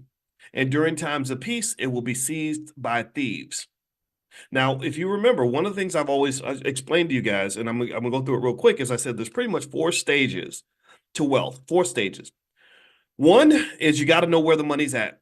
You'd be surprised how many people lack even the basic financial consciousness to even know where money is. My thing is like, how do you plan to have money when you don't even know where the money's at? You don't even know that the stock market is the #1 wealth builder in America. You don't even know that entrepreneurship gives you a far greater likelihood of having wealth than working for somebody. You don't even know the value of owning versus renting. You think you can consume and buy things for the rest of your life and that you're going to somehow be wealthy. That doesn't make any sense. Or you're going this, get my bachelor's degree, go $200,000 in debt and work for other people route. That doesn't work. The studies show that doesn't work. So financial consciousness is critical for anybody that wants to be financially strong. So the first step is financial consciousness, learn where the money's at. The second step is you have to have a plan. I tell my girls, I say, look, if you ask a man what his 10-year plan is and he can't give you an answer in 60 seconds, that's not the man for you. Because success doesn't typically happen by accident, especially when you're Black. Because there's already a plan. You don't have a plan for your life, but they got a plan for your life, though. They got a plan for you already. So because you have not thought about your plan or God's plan, you're gonna have to submit to Massa's plan. Because Massa has a plan for you. Massa's plan for me was that my mother would abort me before I was born so that I would never be a problem. That was Massa's plan for me. So my mother, by going to those public schools and arguing with those teachers who wanted to put me on medication and put me in special ed because I didn't follow their rules, she was aborting, or she was, I don't say use the word abort, that's a different kind of abort, right? She was basically superseding Massa's plan and say, no, no, no, this is my plan for my child. This is what my child's going to be. And actually, if you ask my mother to this day, she'll say, I was implementing God's plan, because in my mind, when I sat down at that altar and prayed to God about this baby, should I have it? She said, God told me. This is what my mother says. Now, maybe she's making it up. I don't know. But she says, God told her, you got to have this baby because this baby is going to help change the world. She literally will say that. She said, I did not feel that about in my other children. I love my brother and my sister. They're amazing people. But she literally said that to me. And who knows, maybe it was a self-fulfilling prophecy. Maybe the fact that she told me that made me say, okay, I got to go do this, right? Which is yet another interesting thing about how the mind works, right? Whatever it is, but that's what my mother told me. So you have to be able to implement your plan and be strong enough and committed enough and fearless enough to make sure that that plan overrides any other plan that's out there, because they got a plan for you. They do. So the first thing is financial consciousness. The second step is to have a plan. If you don't have a plan, then you're not going to be successful typically. The third is you got to work the plan. You got to execute. Wealth is nothing but an accumulation process. All wealth is doing the same thing over and over and over again, and then eventually you've done it a whole lot. You're saving $20 a day or whatever, and then over time you end up having $1 million because you've been investing that money the whole time. Or just like walking down the road, if I take 2 steps every 10 seconds and I do that consistently, I'm going to eventually take 10,000, 20,000 steps. Right? That's literally how wealth is accumulated. So you have to work the plan, be consistent, do the same thing every day. Every single day I get up each day and I talk to you every day about economics. Every single day. I've been doing this since probably about 2009. And now I look back and I'm like, holy crap, I've done 22,000 videos and it's gotten over 1 billion views. Oh, it was step by step by step. Because I'm not the most popular person in the world. There's a lot of people that hate my guts. A lot of people don't understand me. A lot of people don't want to hear what I have to say. I'm not a great speaker. I'm okay. I'm not anybody special. But one thing I am special about is that I know who I am and I'm very consistent about it. You can call me whatever you want to call me, but one thing you cannot call me is inconsistent. That's it. Even the people who hate me, sorry, my chair came down. Even the people who hate my guts can never say that I'm not consistent, right? So, and that's all. When I hear them say that, then when I hear them admit to that, I'm like, okay, that's all I need. I don't need you to like me. I need you to know that I'm going to be here. Period. So, what else? The fourth part. And this gets to the Rothschilds thing. So we talked about having consciousness, knowing where the money's at. 2, making a plan to get the money.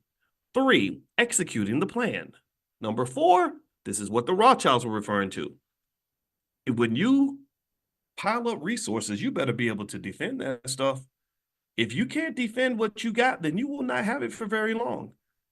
Once you get money, you become a target. You become a target of every cousin that's got a sob story. You become a target of the government that will tax you into the ground. You become a target. You a man, you're going to become a target of every cute little girl who's trying to come and get a piece of that money. If you are a woman, there are women that I know, wealthy Black women who are hit on by what they call these hobosexuals, these men that are sexy and know how to drop it in bed, and they're really trying to get close to you so they can get access to what you got. Even the men are doing that to the women now, right? And so what he's saying is that during times of war, when you got money, somebody's going to try to take it. Either the enemy's going to seize it, or the thieves are going to try to steal it.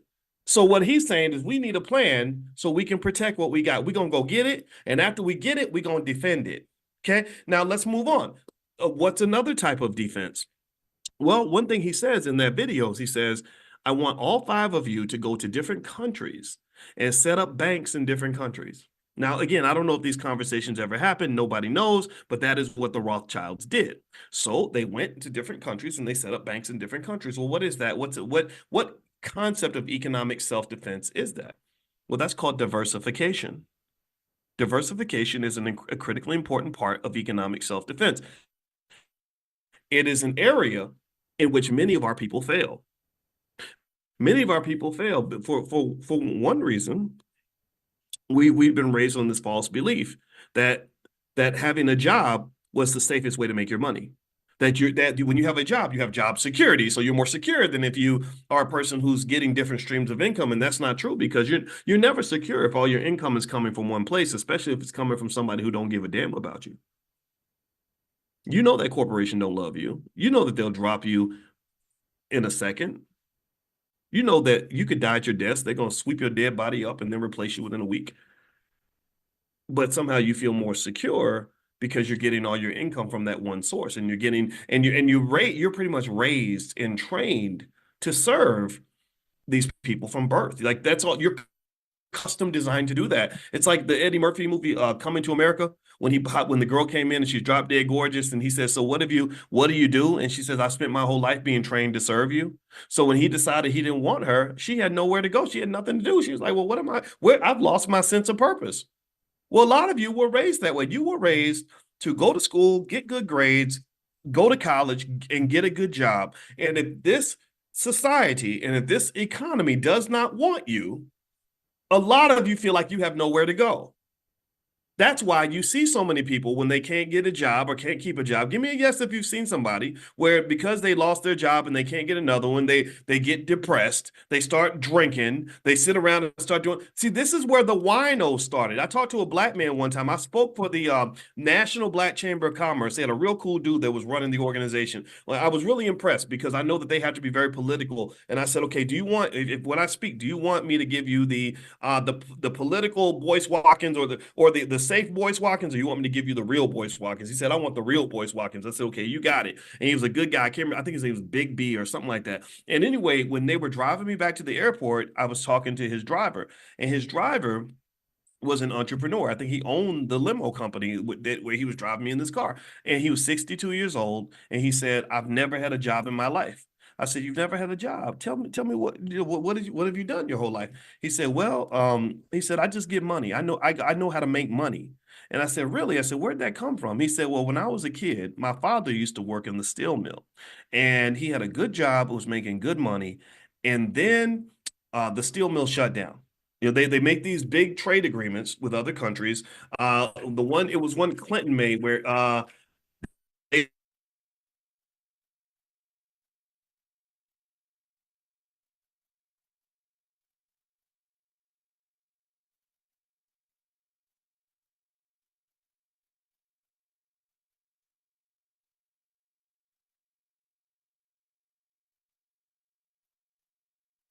and basically saying, "Uh-oh, somebody said I'm frozen with no sound. Can you guys hear me? Okay, let me know if you can hear me. Oh, this is bad. Okay, give me 1 second, guys. Let me see. Am I in here? Can y'all I'm gonna you can hear me. Okay, yeah, I'm in a hotel and this hotel Wi-Fi. Lord Jesus. All right, let me you know what? I'm gonna try to switch Wi-Fi's real quick. Hold on, guys. Sorry about that. Okay, hold on. Let me see if I can switch my Wi-Fi. All right, so you guys can hear me. I'm good now. Am I good enough to keep going? Okay, let me know. Interrupt me if I go out again. Okay, so what he said was, he said, my father used to work in the steel. That's what. So let me tell you. So the reason that the manufacturing base in a lot of countries disappeared is because when they let China into the World Trade Organization, China was able to make a product for $1 that would have cost $30 in the United States.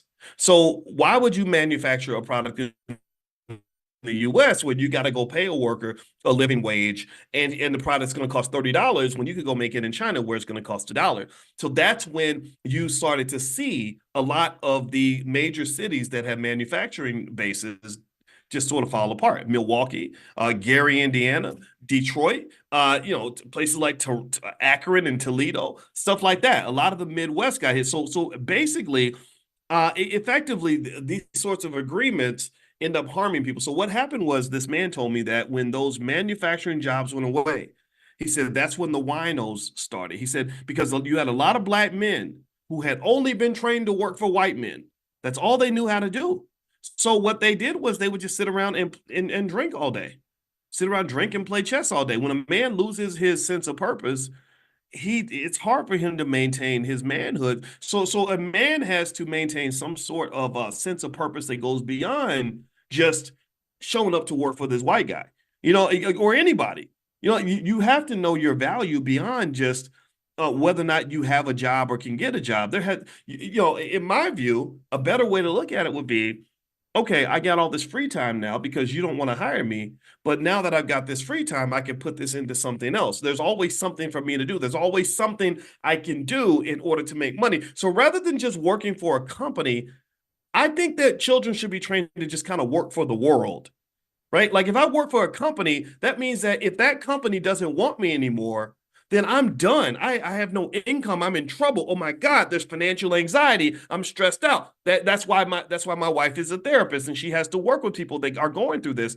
But if your child is trained to just kind of work for the world, then they know like, hey, you know what? If I can't work over here, then I'm going to find a customer somewhere. Instead of finding a job, I'm going to find a customer. Do you understand the difference?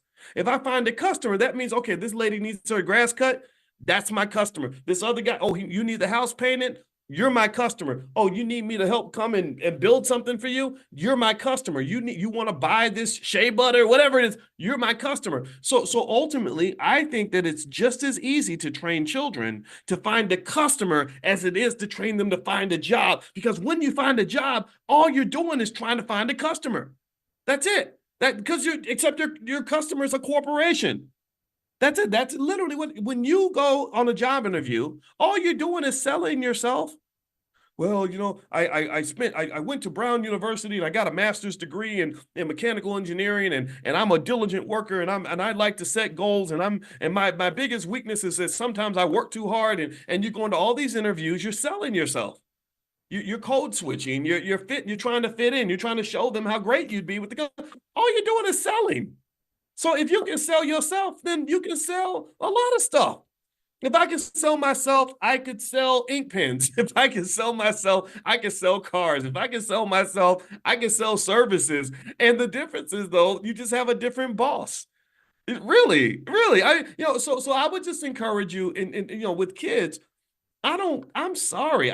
People think I'm radical for saying this, but I don't think this whole like raising your kids to go work for white people thing is really working out for us. When I look at how many people I know that are going through all kinds of daily struggle because of the stress of their job, I say, wow, like you're really crying on your way to your dream job. Like, you used to dream about this job back you really wanted this job. Now you have the job. Now you're crying because the job is so stressful for you. This isn't where you're supposed to be. And maybe no one gave you the courage to realize that you can be in other places than this bad relationship. Maybe we have to heighten your economic self-esteem a little bit to let you know that you are worthy, you are valuable, even if this company don't want you no more. And I just think this is something that has to be taught in the beginning. So because I don't think any of the Rothschilds were sitting around saying, well, how are we going to get a good job? I don't. I think they were thinking, how we're going to find a customer. So let me keep going. Let me finish this video. I'm going to play this video one more time for those of you that just came in. And also some of you are asking for this link. The link for the estate planning class in the Dr. Boyce Academy. In case you just came in, I did finish it's estate planning essentials. So it's for beginners. It's all about legacy building, protecting your legacy, stuff like that. A lot of you have asked me for this, so I put something together. It's $299 for lifetime access, but the first 100 people can actually get it for $99. So what I'm going to do is I'm going to grab this link and I'm going to put it in the chat, and also I'm going to text it out later. If you want to get the text, make sure you're on the text list. To get on the text list, pull out your phone and text the word morning, MORNING, to 87948. Text morning to 87948. And what I'm going to do is before I show this Rothschilds video again, I'm going to actually give you the link in the chat for those of you that want to hurry up and sign up now. Give me a second here. Hold on. All right. I am grabbing this. And I think everybody should have some sort of estate plan in place. I mean, you have too many celebrities that die without any sort of plan, and it's just terrible because you're throwing all their money away. You're literally selling your kids into slavery. I mean, that's the craziest thing in the world.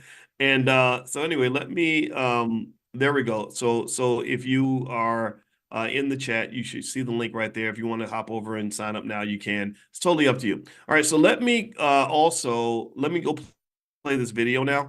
And this is a video of some movie. I don't know the name of this movie, but I liked the theme in the sense that they were kind of going through the story of the Rothschilds. A lot of you have heard of the Rothschilds, but you may not know why they were famous and why they were so powerful. But here's the video. I'm going to play it one more time, and then I'm going to go through a couple of other lessons, financial consciousness lessons you could pick up from this. Here we go. And strive for money. Money is power. Money is the only weapon that the Jew has to defend himself with. Oh, never. Come, you must speak with you. All of you. Much money is lost through sending gold by coach from one country to another. In times of war, it is seized by the enemy. In times of peace, by thieves. You are 5 brothers. I want you each to start a banking business in a different country. One to go and open a house in Paris, one in Vienna, one in London. Choose the most important centers. In your day, there will be many wars in Europe. And nations that have money to transport will come to the Rothschilds because it will be safe. You must stand by one another. No one brother must be allowed to fail while another brother succeeds. Your 5 banking houses may cover Europe, but you will be one firm, one family, the Rothschilds, who work always together. Work and strive for money. Money is power. Okay, so we talked earlier about some basic lessons. First of all, he talked about money as power, as a weapon, and as a tool to defend yourself. Okay, so that is that's important to understand from a powernomic standpoint. Never think money is just money. I don't know the name of the movie, Rosa. I wish I could tell you. I just saw the clip and I thought it was great. I'm always looking for something. But I see something where I'm like, oh, this would be great to cover in class. That's what I grab. But if anybody knows the name of the movie, then feel free to share it with me. I'm sure we can Google it. Number 2, he talks about another aspect of financial consciousness, which is that when you acquire money, you have to be aware of how people see you. He says that during times of war, money will be seized by the enemy. During times of peace, it will be seized by thieves. The lack of financial consciousness reminds me of this woman that I met who told me that one of her friends, they had a little group of 3 really pretty girls, and they would keep track of when athletes or rappers would come to town because they feel like rappers and athletes are stupid.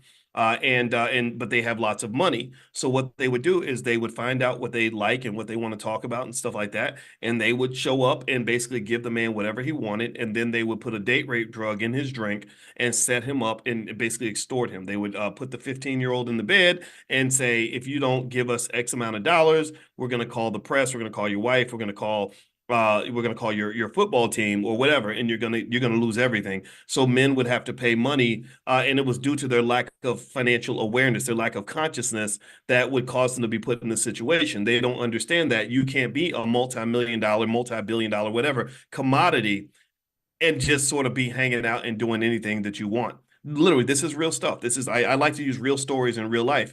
In fact, I remember my father always telling me that a man who has something to lose should not be in a space with a bunch of people that have nothing to lose. Or a woman too. If you've got a lot to lose, you should not be in a space with people who have nothing to lose. Tupac, I think that's why Tupac's not here anymore, to be honest with you. Tupac always wanted to be the same no matter what, but he didn't understand that the more famous you become and the wealthier you become, the way the world sees you is going to change, and you're going to have to adjust with that. So anyway, with that said, he talks about thieves and enemies stealing your money once you get it. Then he talks about diversification. Okay, there's 5 of you. All 5 of you are going to go start banks in different countries because we're going to be spread out. We're going to be diversified. That's another rule of economic self-defense. The other thing, too, is he understands the power of family. He says we have 5 sons. And he says at the end, he says there's nothing more important than being a Rothschild. He says that no one, he said, you will stand by one another. No one is allowed to fail. You are one family. That is a powernomics principle. That is understanding that many of you, how many of y'all got kids? Any of y'all got kids? Anybody in here? Any parents in the room? If you are a parent or a grandparent, raise your hand. All the parents, because your job is extremely important, and it's the most important job in society. I don't care what anybody else says.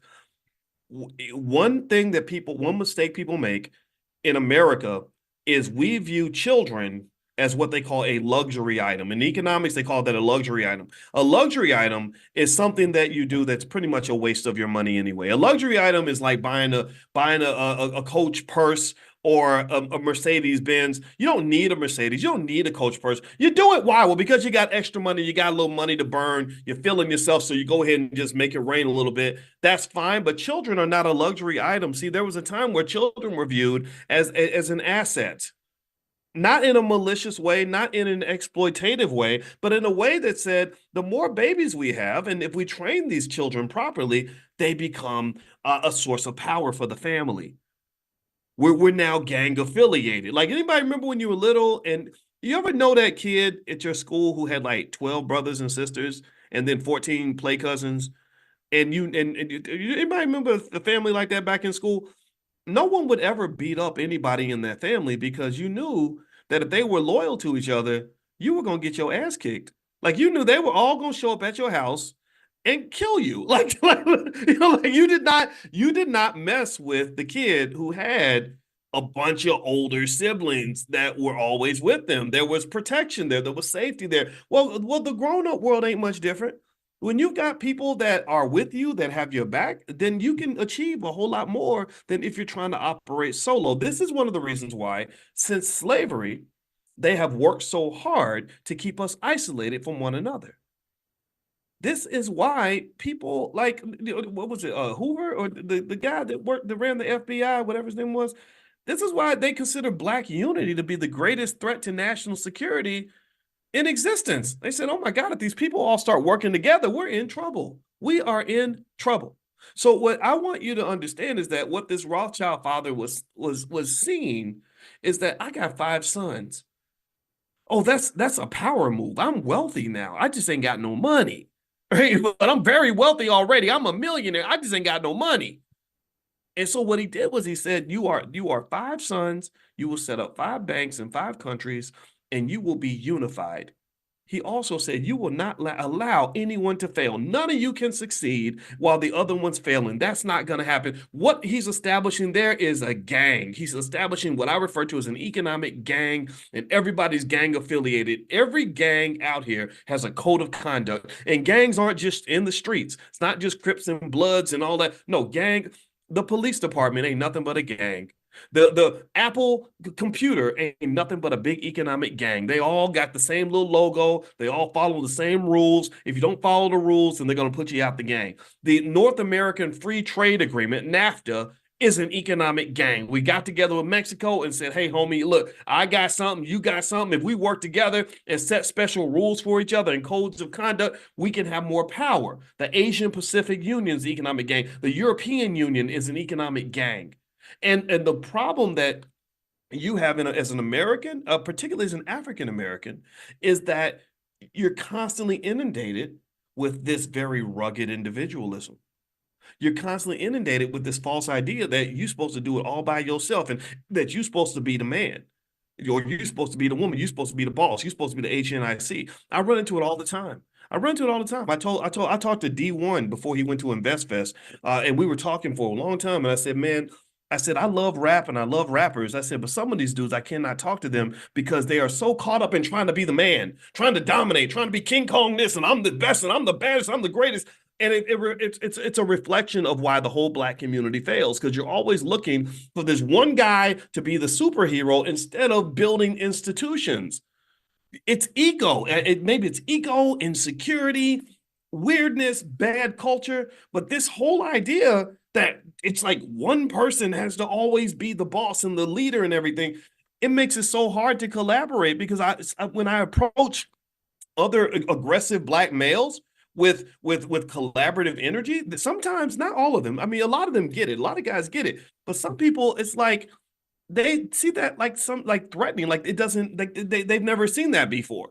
Like either I'm dominating you or you're dominating me, but we can win together. Like, what's with the scarcity mindset? I think that's a scarcity mindset, to be honest with you. I think it's scarcity because it makes you think that the only way I can be successful is if I push you out of the picture. And that's not how the world works. When you're working together, there's something called synergy. And synergy is where 2 + 2 is not 4. Synergy is where 2 + 2 is 7. Synergy is where we're not getting together to chop up one pie.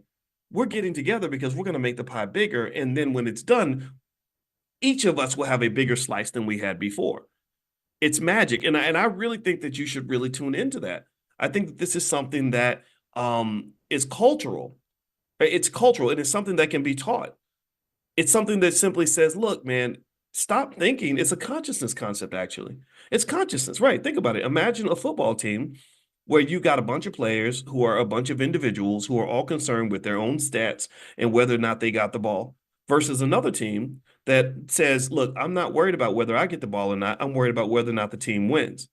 That second team is going to win far more championships than the first team, and there's going to be a lot more success to go around. And typically what's interesting is that when you start to see people's consciousness decline and people start to operate on that low vibrational level is when the team starts losing. When the team starts losing, it becomes every man for himself and everybody's trying to get their best stats in because they know the team's not going to win. And that's when you start to get people and their egos kind of clashing and fighting with each other. But when the team is winning and if everyone has the right energy, then you can all understand that you're better together than you are individually. Go look at, for example, groups like New Edition. In New Edition, when they were young and immature, Bobby Brown wanted to be out swerving his hips and kind of being the superstar. The other guys got jealous of Bobby. Next thing you know, the group breaks up. Ralph goes solo. Johnny goes solo. Bobby goes solo. The other three are just sitting there. They don't know what to do because none of them sing. But actually, what's interesting is that Michael Bivins, who I actually did meet him, I liked the guy. He seemed like a leader. He seemed like a guy that would pull people together. He forms Belle Biv DeVoe. And Belle Biv DeVoe became more successful than Johnny and Ralph and almost as successful as Bobby, right? And they'd have the least talent, but they had the right energy. They said, well, okay, individually, we suck. We can't sing that well. I'm not gonna say they suck, but y'all know they couldn't really sing as well as Bobby and Ralph and all that. But they became successful because they understood how to work together. They understood synergy. And then now that synergy of New Edition is as great as ever because now they're older guys. They're all over 50. A lot of the egos are gone. And now you see all six of them on stage. Bobby's up there huffing and puffing, looking like he's about to pass out at any moment. But I love watching that because it reminds me of this basic idea that you really can be far more successful when you are willing to submit to something bigger than yourself.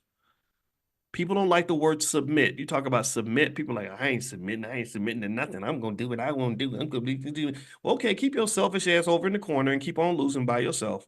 I'm submitting. Every day I submit to my wife. My wife submits to me. Every day I submit to my family. Every day I submit to my goals. Every day I submit to y'all. I'm not better than you. I just want to be a good teammate. Right? I show up every day because I'm like, I want to be a good teammate for you so that you'll be a good teammate for me. So that if I come through for you every day, you're going to come through for me when I need you to come through for me so we can be a great team. I will never, ever meet any of you and pretend like I'm better than you. That's it. I'm just not interested in that. Why do I need all that?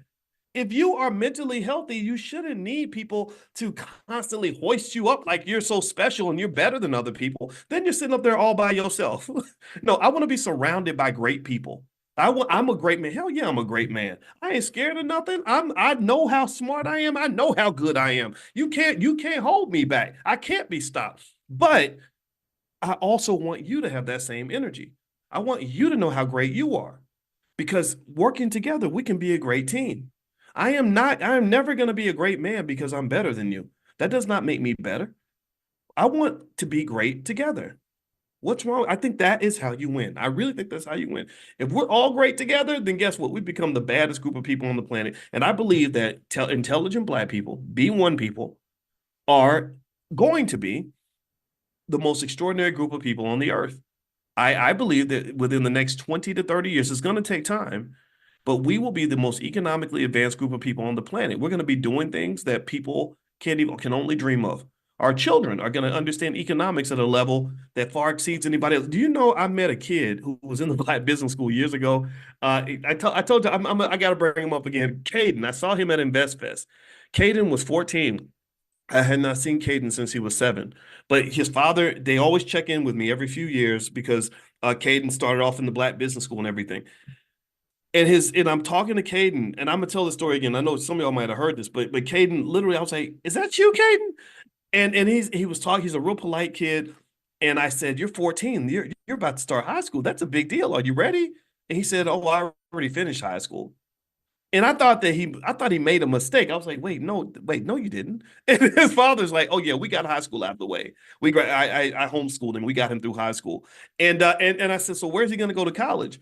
And his dad said, well, Caden already makes more money than most college graduates, so he's just going to focus on his business. We went to the White House last week. Like, this is what this kid is doing. And here's what I'm saying to you is that I think we can mass produce little Cadens the same way you mass produce cars off an assembly line. I believe that we can have 10 million kids like this. Because let me tell you about Caden. Caden, his dad told me, he said Caden couldn't talk until he was 5. He could not talk till he was 5. There was something going on in terms of a delay or something. I don't know what the issue was, but his dad said so. It's not like he's some, he was born some massive super genius. He's smart now. Don't get me wrong, he's very smart, but he's not any different from a lot of the kids that you have in your own household.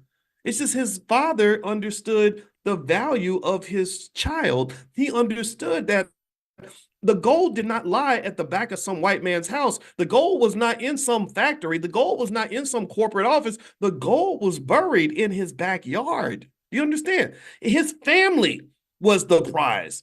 He was the prize. His son was the prize. So he said, instead of investing my energy, think about this. When you invest your energy into something, what you're doing is it's like you're digging. You're digging for oil, or you're drilling for oil, or you're digging for gold, right? So you're going to your job every day, digging for gold. You're going out into the world looking for possibilities. You're like, oh, I wish they would give me an opportunity. But what you don't understand is for a lot of you, just like it was for the Rothschilds, the gold is buried in your backyard. That's where, in my view, that's where you should be digging. So if you're a parent, grandparent, play parent, step parent, mentor, coach, whatever, understand your multi-million-dollar asset is right there around you. But what we do that is so backward, in my opinion, is we will neglect the kids so we can go off and serve massa. Tell me if I'm lying. Tell me if I'm lying. We will literally, our kids grow up like, I forgot my mama's name because mama's working 14 hours a day. And I understand mama's got to go pay the bills sometimes, but Lord Jesus, we don't even understand. Again, because we look at our children as luxury items. We're like, oh, we have these little badass kids. They cost all this money and whatever. And you do the bare minimum. And then you say, well, you drop them off at some public school so that some white guy can like get into their brain, right? And next thing you know, they're coming home and telling you that you're mispronouncing your pronouns, right? Or whatever.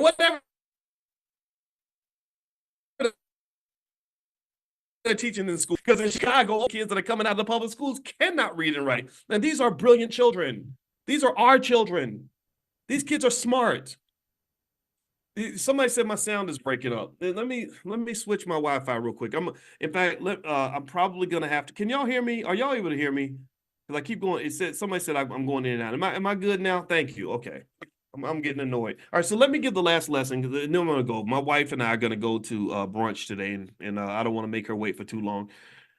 The last thing that he mentions in that Rothschild video. So he tells them, you're one family, you stick together.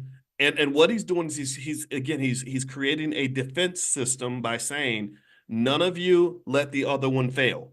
This is exactly what I talk about in my book, The 10 Commandments of Black Economic Power. That's exactly what in that book. If you go read that book, you will see that these are the things that I talk about. You have to set up a code of conduct. You take your family, they become an economic gang. Every gang has a code of conduct, and he's giving them the code. He's giving them the game. He's saying, look, this is what you're going to have to do. You're going to have to protect each other. All right. So somebody says my sound is going in and out. You know what? I'm going to switch Wi-Fi real quick so I can finish this point up. So give me 1 second. Let me open up my personal hotspot because apparently this hotel Wi-Fi is a piece of junk. So, and then we'll do the last point. Then we're going to get out of here. So give me 1 second. All right. Hold on.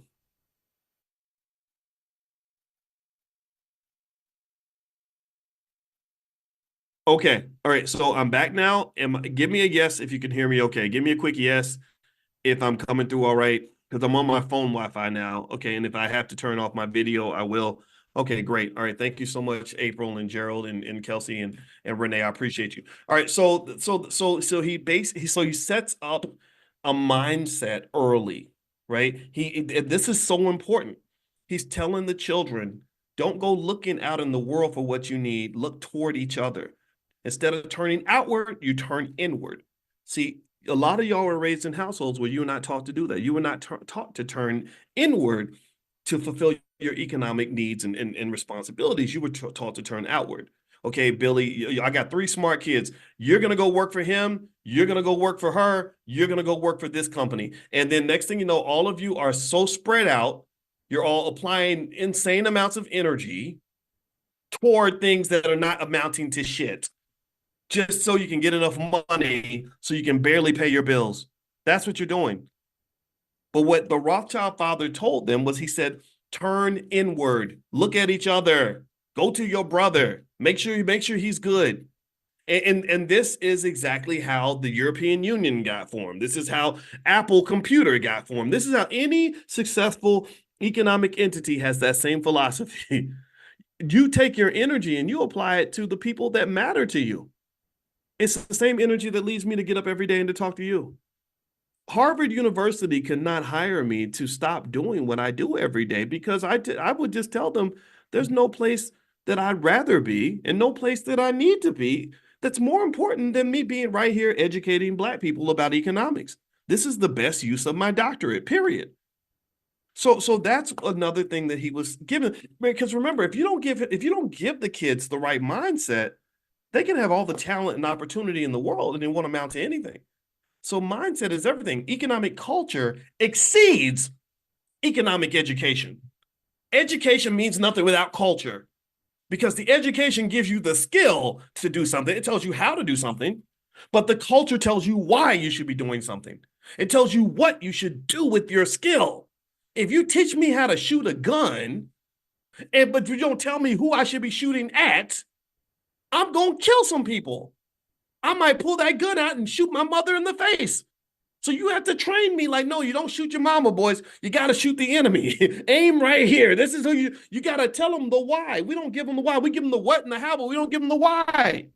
Why are you doing this? The why is where the fire's at. When I come in here acting like a crazy man, jumping up and down, it's not the what and the how that's making me do this. It's the why. I'm doing this because I know that in a few years, we're going to kill it. And I'm going to tell you, I was extra fired up when I went to InvestFest, and I said, this is what I was always aiming for. Thousands of Black people getting together only to talk about economics. This is so different from the beginning, when everybody acted like it was crazy and weird and stupid and nobody was interested. Now everybody's interested. Now we got our people right where we want them. Now in the next generation, what we do is we're elevating this. We're building on top of this. See, because the Jewish community did not become the most economically capable group of people in the world in one generation.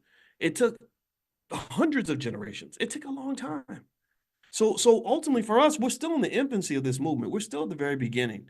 Sure, we're doing a lot, but what's going to be amazing is what your grandkids do. They're going to be looking at us 100 years ago and say, this is where it started, and this is what we're doing now. They're going to be running trillion-dollar corporations. And what our job is to lay out the framework, to lay out the groundwork, to get them started, to move them in the right direction, to make sure that we can clear the obstacles. It's like if you're trying to build a building on a forest, first you got to clear the land. You got to chop down the trees. You got to remove all the stuff that's going to get in the way, and then they're going to build on top of what we created. So the last piece I'm going to throw in here is the last thing. The Rothschild father said that was really interesting. He said, there will be many wars. Now, he did not say which side of the war you're supposed to pick. He didn't say who you're supposed to fight for. He said there will be many wars, and in these wars, both sides are going to need our services. So he wasn't saying go out here and gamble and get into a war and fight people. He said pay attention to the war, and whenever people need a service involving the transport of money, they will come to the Rothschilds. So here's what this made me think about. In the California gold rush, most people who rushed for gold did not get any gold. Most people who went into the gold rush, they jumped in and they did everything they could to be a part of it. But most of those people came back with nothing. But there were people who said, look, I don't want to go dig for gold, but I'll sell lunch to the people who are tired after they spent the whole day digging for gold. Or I can be a tour guide for the people who are trying to figure out where to go to dig for gold. Or I'm going to sell, or Levi blue jeans. They said, we're going to sell these really rough, rugged blue jeans so that when people are digging for gold, they can have some good pants to wear while they're digging for gold. I'm not going to dig with you, but I'll sell you the service that will help you to go and speculate. And that's what the bankers and the Rothschilds were doing. They were like, look, we ain't gonna fight in these wars. We ain't trying to be involved, but we'll finance the war for you and we'll sell weapons to both sides. That's what they and so to this day, and this creates some animosity for them, unfortunately, is to this day, this is kind of the reputation they have. This is why they became the economic boogeyman, because they were the ones who got to decide as the bankers who was even going to win the war, who was going to have what they needed, who was going to get access to the gold. And so so again, so effectively what it says is that when you're thinking about business, see, it's like almost reminds me of like stock options, right? A lot of people are into buying stock options. They love to speculate. They love to, throw money out and invest it and hope for the best. And I got a text message from a rapper. I'm not going to say his name, but the other day he was a rapper. He sent me a message on Instagram, and he was asking me about stock options. And he said, man, I was curious to know what you think, because he said I lost, $100,000 buying stock options. And he said, so what do you think about that? I said, well, actually, I don't buy stock options. And he's like, what do you mean? I said, well, I don't speculate. I sell stock options. I don't want to buy the option because that means I might either make a bunch of money or I'm going to lose money. But if I sell the option, I'm always going to make money because I'm selling the option to the people who want to speculate. I don't want to be the gambler. I want to be the house. And so basically, when you're thinking about investing and making your money move, you want to sort of understand the terrain well enough to know where you want to position yourself. So this is that was the last point that was really interesting, is that he was basically telling his sons various aspects of economic consciousness. He said there's going to be many wars. Money is a weapon that can be used to defend yourself. He mentioned that when you get money, you're going to have haters and enemies that are going to try to take it from you. He said, which means that you're going to have to stick together and you're going to have to diversify, which is why I want all of you in different countries. I also want all of you to have each other's back. And then at the end of the day, we're not trying to get involved in the petty nonsense and the low vibrational stuff, like wars and all that. What we're going to do is we're just going to give people what they need so they can do whatever they're going to do, because at the end of the day, the Rothschilds are always going to win. And I kind of think there's something to really learn from that. So like literally when I'm watching all this stuff, I'm gonna tell you right now, I'm very frustrated because I don't enjoy watching Black people fight each other over Democrat Republican stuff. I don't want to see, one Black person stop being friends with another Black person because they're fighting over politicians that don't give a damn about either one of you. I understand if you're a Democrat, be a Democrat. If you're a Republican, be a Republican. But I don't see where any of this division is going to benefit our community directly. So I would encourage you that after you finish being a Democrat, after you finish being a Republican, become an intelligent Black person. Connect to each other and say, okay, now that we've argued over the basic stuff, let's go ahead and put that to the side so we can focus on the stuff that actually matters. And I think this is a level of consciousness that I hope more people can embrace, because I don't think everybody's going to get it. They know exactly how to trigger us. They know exactly how to get us fighting with each other. And I just really encourage you, and I applaud those of you who are able to kind of see beyond just the very basics. So anyway, that's it, guys. I'm done talking. I hope this conversation was helpful to you. I hope you guys have a great day. I'm going to go eat lunch with my wife. She's been waiting patiently. So I will see you all tomorrow morning. If you want to be on the text list to get notified when we do Money in the Morning, this is 7 days a week, every single morning at 10 a.m. Eastern. Just text the word morning to the number 87948. Text morning to 87948. Also, I will text out a link where you can join the estate planning essentials class. I put that together. The lifetime access fee is $299. For you guys, for the first 100 people to sign up, it's $99. So I cut the price by $200, and it's lifetime access. It's yours for life, and it'll get you started on legacy building and preparing for the next generation. So I'll text that out to you as well later on today. So have a good day, everybody. God bless you, and I'll see you all tomorrow. Where this notoriously wealthy family that just pretty much, is they own so much stuff that people just make up rumors and myths about the family. Like they're almost like the financial boogeyman to some extent, where people are just scared of that family.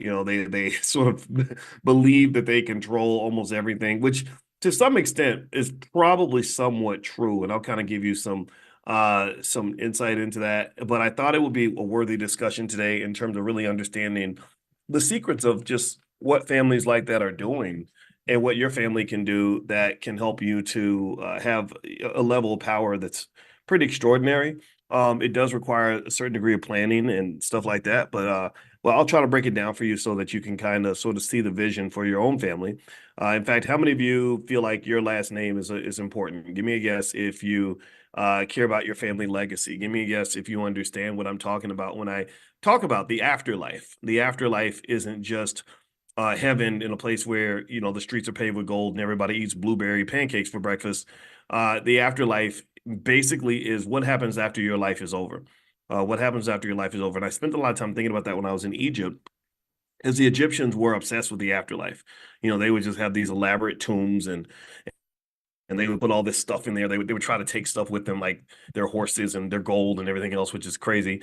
But it was interesting though, because when I saw that King Tut only lived like 9 years, but he spent the whole 9 years preparing for the afterlife, and now he's got this 5,000-year-old legacy that came out of 9 years of labor. I thought that was kind of interesting, right? So I decided to talk a little bit about legacy building, and what I want to do. Is kind of give not just sort of a history and an understanding of the Rothschild family, but also some things that we can kind of learn in terms of how they got to be so powerful and so wealthy. If you want to know how wealthy they were, they were so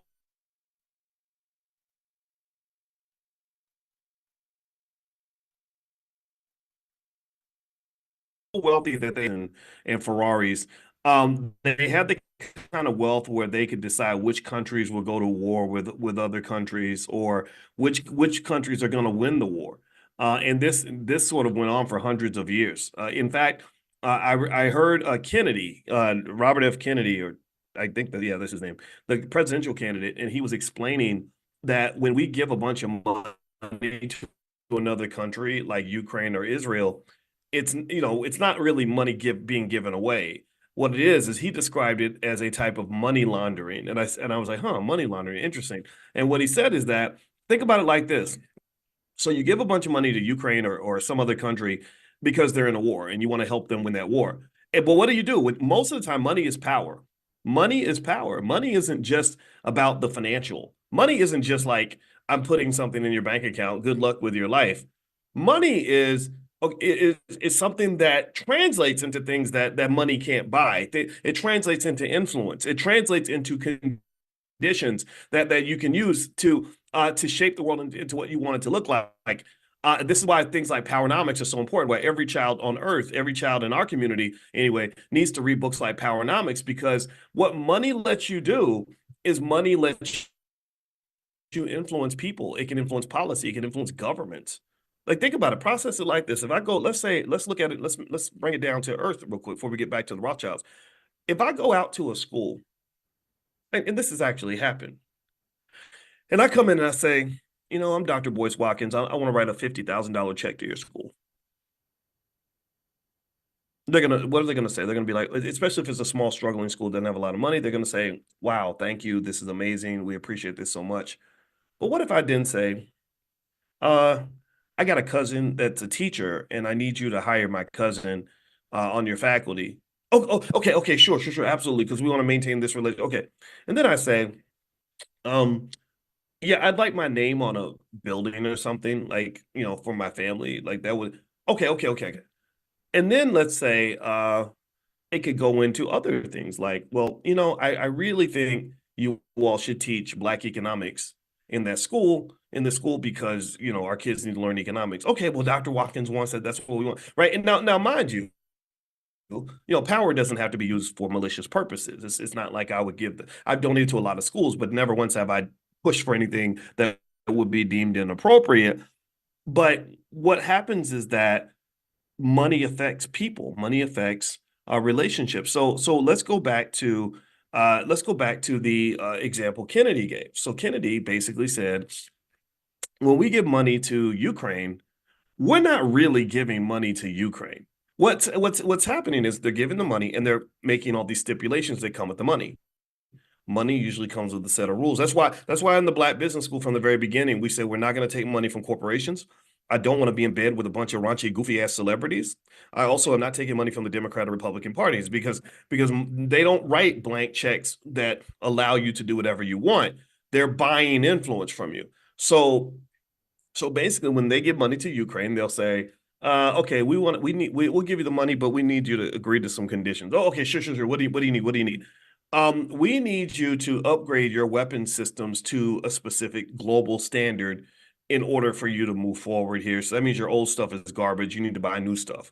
Okay, no problem. Oh, and by the way, when you buy your new stuff, we have these defense contractors in the United States, Northrop Grumman and some other companies that would be more than happy to sell you everything you need, right? You need more missiles? Oh, we got you. You need more bombs? Oh, we got you, right? You need tanks? Oh, we got a company that makes tanks. So you're giving them the money so they can spend it right back with American corporations. Do y'all follow what I'm saying?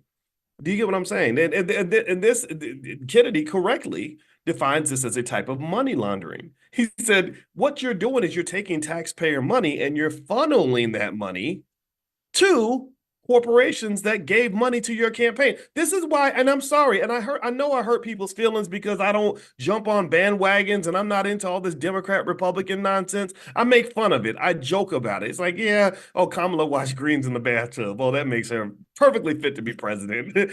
Or Trump. It's funny. The funny thing about Trump is that everybody's known Trump was an asshole for 30 years. Anybody who's ever followed him has known this guy is a blowhard, arrogant guy. Like when I met Kanye West and I was on the phone with Kanye for all those hours, I said, okay, now I understand why you and Trump get along, because both of y'all are crazy. Both of y'all need therapy. Both of you think that you're the most important human beings on the planet. And I don't want to be around either one of you. So I make jokes about it. And I know people get offended because somehow they falsely believe in this nonsense. They believe that this stuff is really going to represent their interest. And what they don't understand is that politicians don't work for you. Politicians don't work for you. Politicians work for the people who gave them the money to get elected. They can buy you. They can buy your vote. All they got to do is tell you that they washed their greens in the bathtub or do the electric slide with you, and they got you. They got you. But the corporations say, I'm gonna write this check. They're saying this to Trump. The Silicon Valley saying, Trump, we're gonna write you billions of dollars in checks. Elon Musk says, I'm gonna give you $45 million a month to become president. But when you get in office, I need you to subsidize the EV industry because we're getting our butts kicked by China. BYD's killing us. They're going to put us out of business. We need you to put tariffs on Chinese-made electric vehicles because they're flooding the market and we can't stay in business. Silicon Valley saying, yo, look, we're going to write this check for you, but we need to make sure you call off the Securities and Exchange Commission so they'll stop investigating us because they're really messing up our game. They're disrupting our swag. We can't go Google. We can't dominate the way we used to dominate because the Biden administration's investigating us for antitrust violations. Do you understand? So it is fundamentally, you could call it corrupt. It's definitely driven heavily by money. And this is a reason why I think it's kind of a joke. It's like we think that they're working for us, and it's like, no, they're not working for you. They're working for the people who gave them the money. If they don't work for the people who gave them the money, they will not get reelected. There was one sister out of Ohio who spoke up about AIPAC, and she was like, we can't just be doing what AIPAC says, and we need to do what's right, and da-da-da-da. You know what they did? They found another Black person in that area to run for office. AIPAC came along and said, we're going to give you X millions of dollars so you can beat this lady and get her out of office. And that's what they did. And when they spent the money, they were basically buying advertising, which ultimately buys influence. You advertise to people, you tell them that you make your greens in the bathtub so they'll vote for you, and whatever it is. I'm not picking on Kamala, but whatever. You know, politicians say, I don't even think, to me, it's like, that's such a goofy topic anyway. I don't even care about that. But it's funny, right? It's funny. And then when you get in office, they're like, they call you up and they say, hey, we're the people who gave you all this money. We need you to go ahead and do what we agreed that you're going to do. And it fits right in with your policies because this is what you said before the election, because you knew that we gave you money and you knew this is what we wanted. That's why, for example, Trump speaks heavily about putting big tariffs on products coming from other countries because Silicon Valley pretty much made that a condition before they could get his money. So effectively, circling back to the Rothschilds, they had a lot of financial influence that went beyond just writing checks and hiring people. This financial influence allowed them to determine whether England or France was going to win the war. And so let me kind of break down some of this so we can kind of understand the Rothschilds. In fact, actually, before we do that, I know sometimes I get kind of intense, and I don't want us to be too stressed out on a Sunday morning. So what I'm going to do is I'm going to actually play this video that I saw that was like this horribly made movie from the 1950s that basically kind of talked about the Rothschild family. And I thought it was kind of interesting. I think it's a good way to kind of start the discussion so we can pick up some of our lessons out of this. So give me 1 second. This is on my Instagram page. My Instagram is one of my Instagrams is Dr. Boyce Money, Dr. Boyce Money. So feel free to follow me on the gram. I could use your follows. All right. So here we go. Because y'all know my pages get taken down because I talk about stuff that you're not supposed to talk about. All right. So here is the Rothschild video. Check this out. For money. Money is power. Money is the only weapon that the Jew has to defend himself with. Oh, never. Come, you must speak for you. All of you. Much money is lost through sending gold by coach from one country to another. In times of war, it is seized by the enemy. In times of peace, by thieves. You are 5 brothers. I want you each to start a banking business in a different country. One to go and open a house in Paris, one in Vienna, one in London. Choose the most important centers. In your day, there will be many wars in Europe. And nations that have money to transport will come to the Rothschilds because it will be safe. You must stand by one another. No one brother must be allowed to fail while another brother succeeds. Your 5 banking houses may cover Europe, but you will be one firm, one family, the Rothschilds, who work always together. Work and strive for money. Money is power. I'm going to play it one more time. First off, let me know if you all can hear that. Will y'all give me a yes real quick in the chat to let me know you were able to hear that okay? All right. And I'm going to play it again because this, y'all don't understand. There was a ton of financial consciousness exercises in that statement, in that short statement that he made. There were about 3 or 4 things that I want to drill into that's really going to shape how you see money. So let me pull this back up again, and I want us to watch this again because it's that interesting to me. So here we go. Money is the only weapon that the Jew has to defend himself with. Oh, never. Come, you must speak for you. All of you. Much money is lost through sending gold by coach from one country to another. In times of war, it is seized by the enemy. In times of peace, by thieves. You are 5 brothers. I want you each to start a banking business in a different country. One to go and open a house in Paris, one in Vienna, one in London. Choose the most important centers. In your day, there will be many wars in Europe. And nations that have money to transport will come to the Rothschilds because it will be safe. You must stand by one another.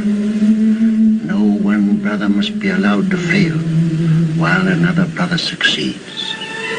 Your 5 banking houses may cover Europe, but you will be one firm, one family, the Rothschilds, who work always together. Okay, wow. First off, did anybody else sort of understand how powerful that was?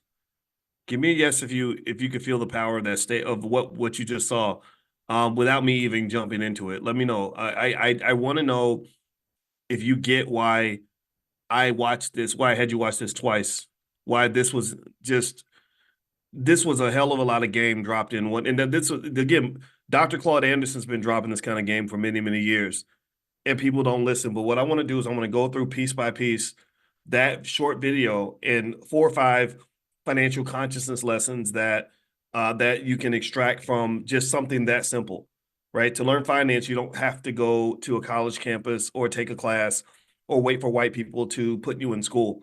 You can learn these things on your own. You can learn these things from each other.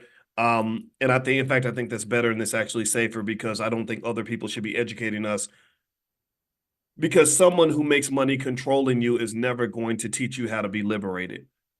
People who make money managing you and keeping you in your place will never ever benefit from teaching you how to break out of their management system. And this really even goes back to what, especially when you talk about Black folks and how many people have worked extremely hard to maintain control of Black people. In fact, I got to go find this. I'm going to put this up on my Instagram later today.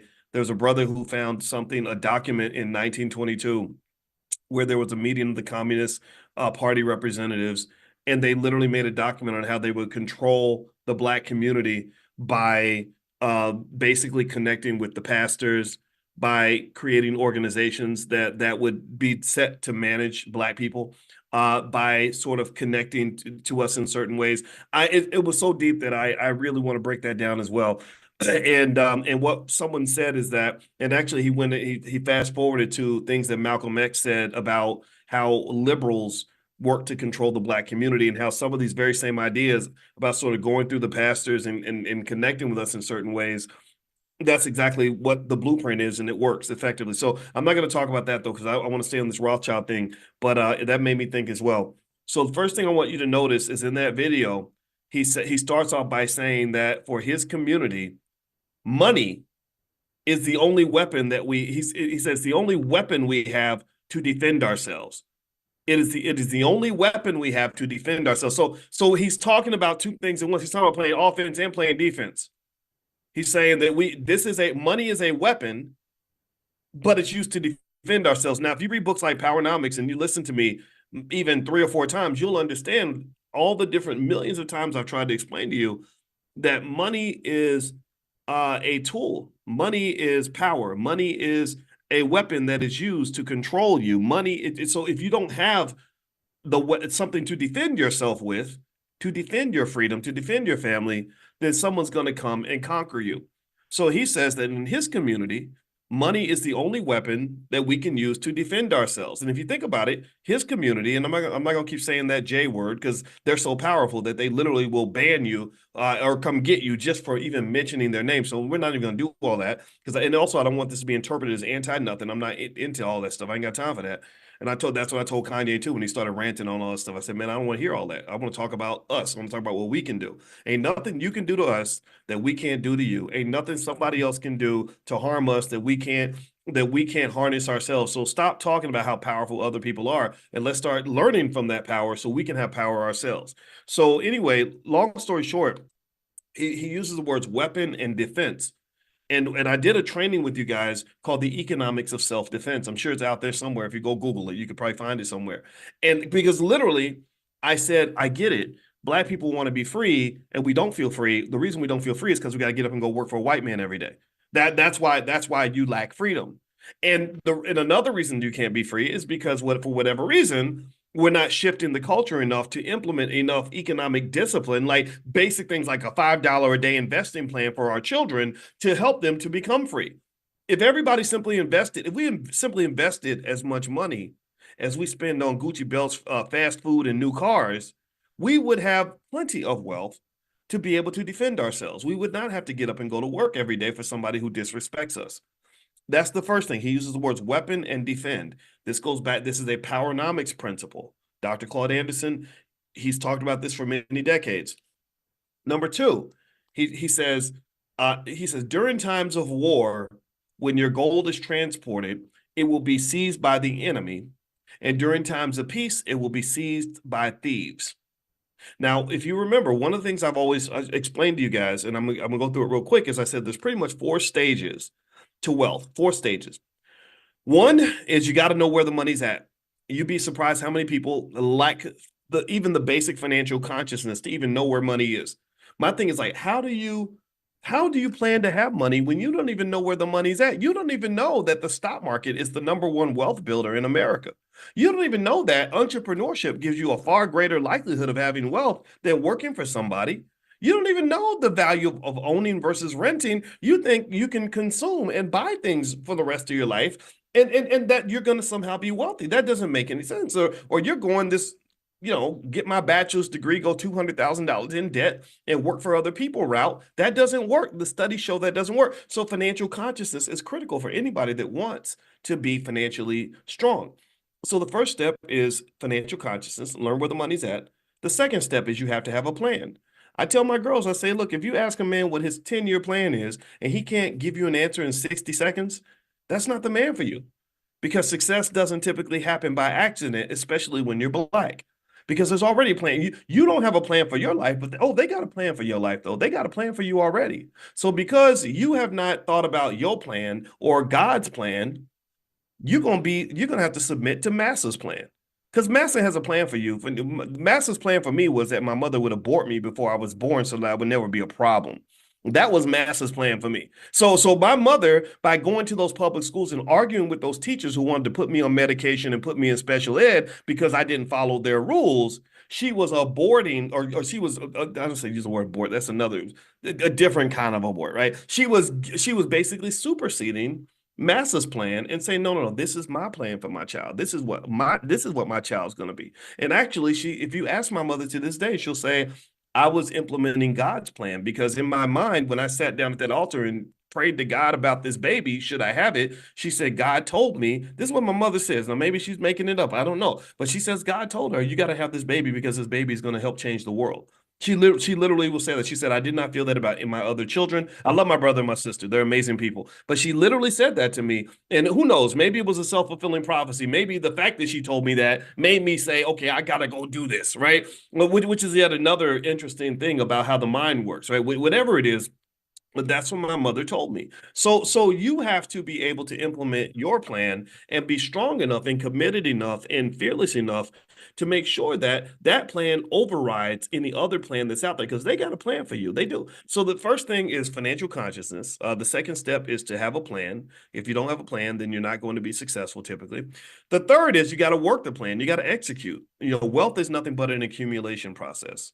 All wealth is doing the same thing over and over and over again, and then eventually you've done it a whole lot. You're saving $20 a day or whatever, and then over time you end up having $1 million because you've been investing that money the whole time. Or just like walking down the road, if I take 2 steps every 10 seconds and I do that consistently, I'm going to eventually take 10,000, 20,000 steps, right? That's literally how wealth is accumulated. So you have to work the plan, be consistent, do the same thing every day. Every single day I get up each day, and I talk to you every day about economics. Every single day. I've been doing this since probably about 2009. And now I look back and I'm like, holy crap, I've done 22,000 videos and it's gotten over 1 billion views.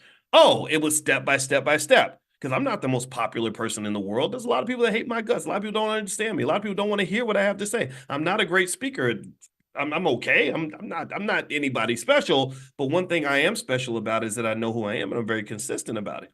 You can call me whatever you want to call me, but one thing you cannot call me is inconsistent. That's it. Even the people who hate me, sorry, my chair came down. Even the people who hate my guts can never say that I'm not consistent, right? So, and that's all. When I hear them say that, then when I hear them admit to that, I'm like, okay, that's all I need. I don't need you to like me. I need you to know that I'm going to be here. Period. So, what else? The fourth part. And this gets to the Rothschilds thing. So we talked about having consciousness, knowing where the money's at. 2, making a plan to get the money. 3, executing the plan. Number 4, this is what the Rothschilds were referring to. When you pile up resources, you better be able to defend that stuff. If you can't defend what you got, then you will not have it for very long. Once you get money, you become a target. You become a target of every cousin that's got a sob story. You become a target of the government that will tax you into the ground. You become a target. You a man, you're going to become a target of every cute little girl who's trying to come and get a piece of that money. If you are a woman, there are women that I know, wealthy Black women who are hit on by what they call these hobosexuals, these men that are sexy and know how to drop it in bed, and they're really trying to get close to you so they can get access to what you got. Even the men are doing that to the women now, right? And so what he's saying is that during times of war, when you got money, somebody's going to try to take it. Either the enemy is going to seize it, or the thieves are going to try to steal it. So what he's saying is we need a plan so we can protect what we got. We're going to go get it, and after we get it, we're going to defend it. Okay, now let's move on. What's another type of defense? Well, one thing he says in that videos, he says, I want all 5 of you to go to different countries and set up banks in different countries. Now, again, I don't know if these conversations ever happened. Nobody knows, but that is what the Rothschilds did. So they went to different countries and they set up banks in different countries. Well, what is that? What concept of economic self-defense is that? Well, that's called diversification. Diversification is a critically important part of economic self-defense. It is an area in which many of our people fail. Many of our people fail for one reason. We've been raised on this false belief that having a job was the safest way to make your money. That when you have a job, you have job security, so you're more secure than if you are a person who's getting different streams of income, and that's not true because you're never secure if all your income is coming from one place, especially if it's coming from somebody who don't give a damn about you.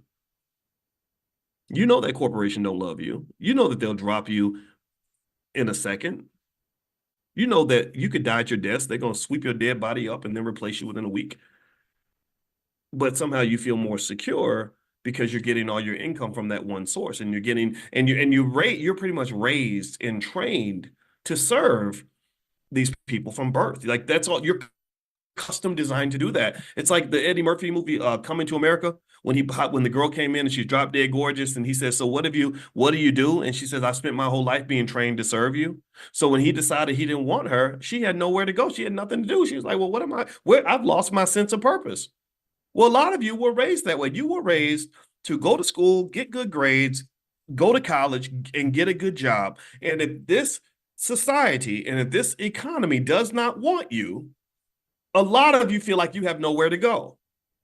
That's why you see so many people when they can't get a job or can't keep a job. Give me a yes if you've seen somebody where because they lost their job and they can't get another one, they get depressed, they start drinking, they sit around and start doing. See, this is where the wino started. I talked to a black man one time. I spoke for the National Black Chamber of Commerce. They had a real cool dude that was running the organization. Well, I was really impressed because I know that they have to be very political. And I said, okay, do you want, if when I speak, do you want me to give you the political Boyce Watkins or the safe Boyce Watkins, or you want me to give you the real Boyce Watkins? He said, I want the real Boyce Watkins. I said, okay, you got it. And he was a good guy. I can't remember, I think his name was Big B or something like that. And anyway, when they were driving me back to the airport, I was talking to his driver, and his driver was an entrepreneur. I think he owned the limo company where he was driving me in this car. And he was 62 years old. And he said, I've never had a job in my life. I said, you've never had a job. Tell me what have you done your whole life? He said, well, he said, I just get money. I know how to make money. And I said, really? I said, where'd that come from? He said, well, when I was a kid, my father used to work in the steel mill, and he had a good job, was making good money. And then the steel mill shut down. You know, they make these big trade agreements with other countries. It was one Clinton made where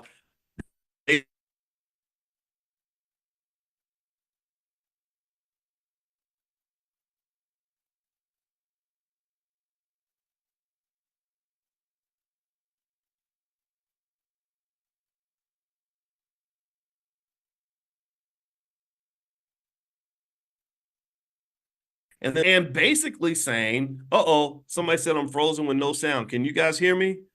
Okay, let me know if you can hear me.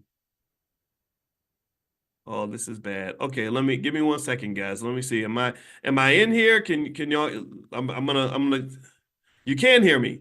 Okay, yeah, I'm in a hotel and this hotel Wi-Fi. Lord Jesus. All right, let me you know what? I'm gonna try to switch Wi-Fi's real quick.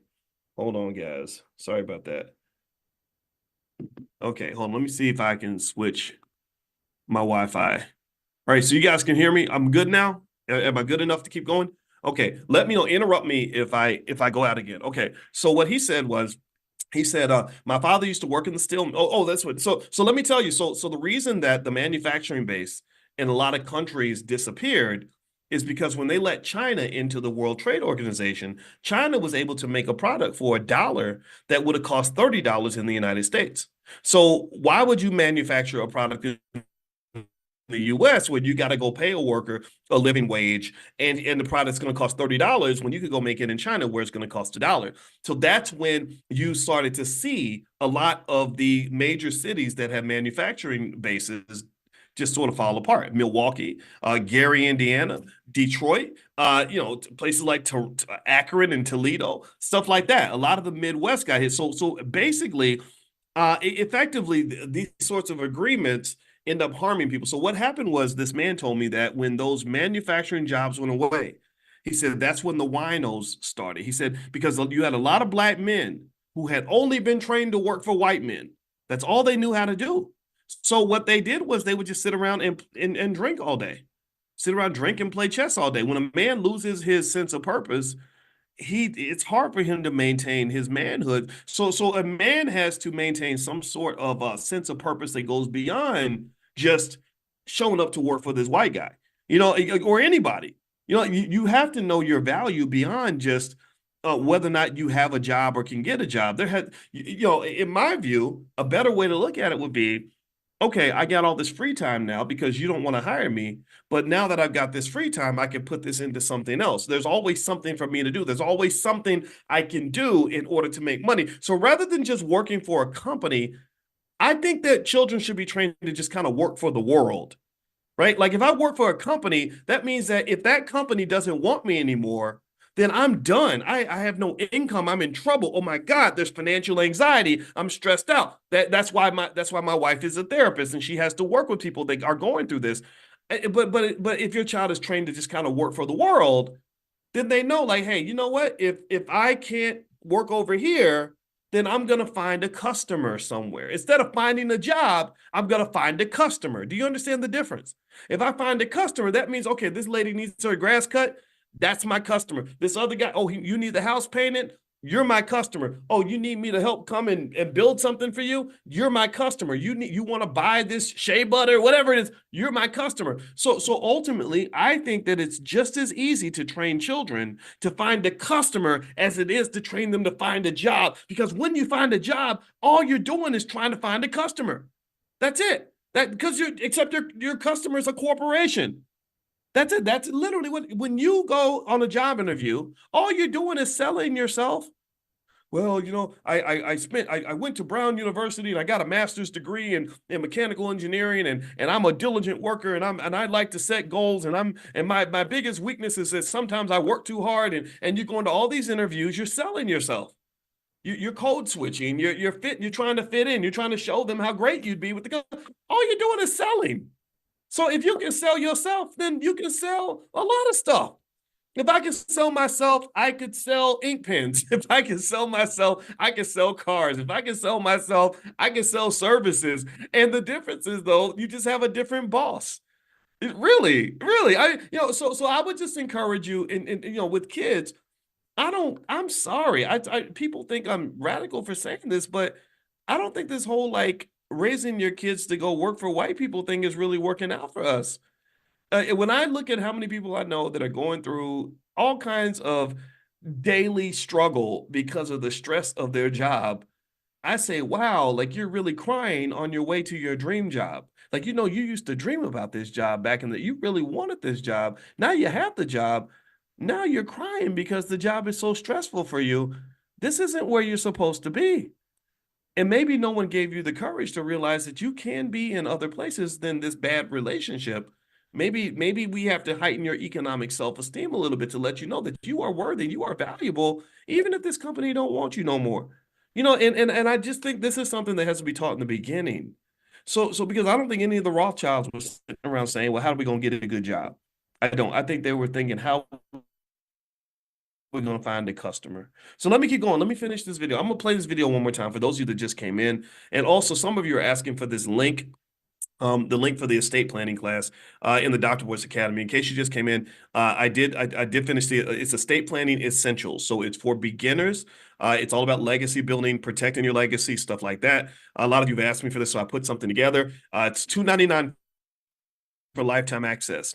But the first 100 people can actually get it for 99 bucks. So what I'm going to do is I'm going to grab this link and I'm going to put it in the chat. And also, I'm going to text it out later. If you want to get the text, make sure you're on the text list. To get on the text list, pull out your phone and text the word morning, MORNING, to 87948. Text morning to 87948.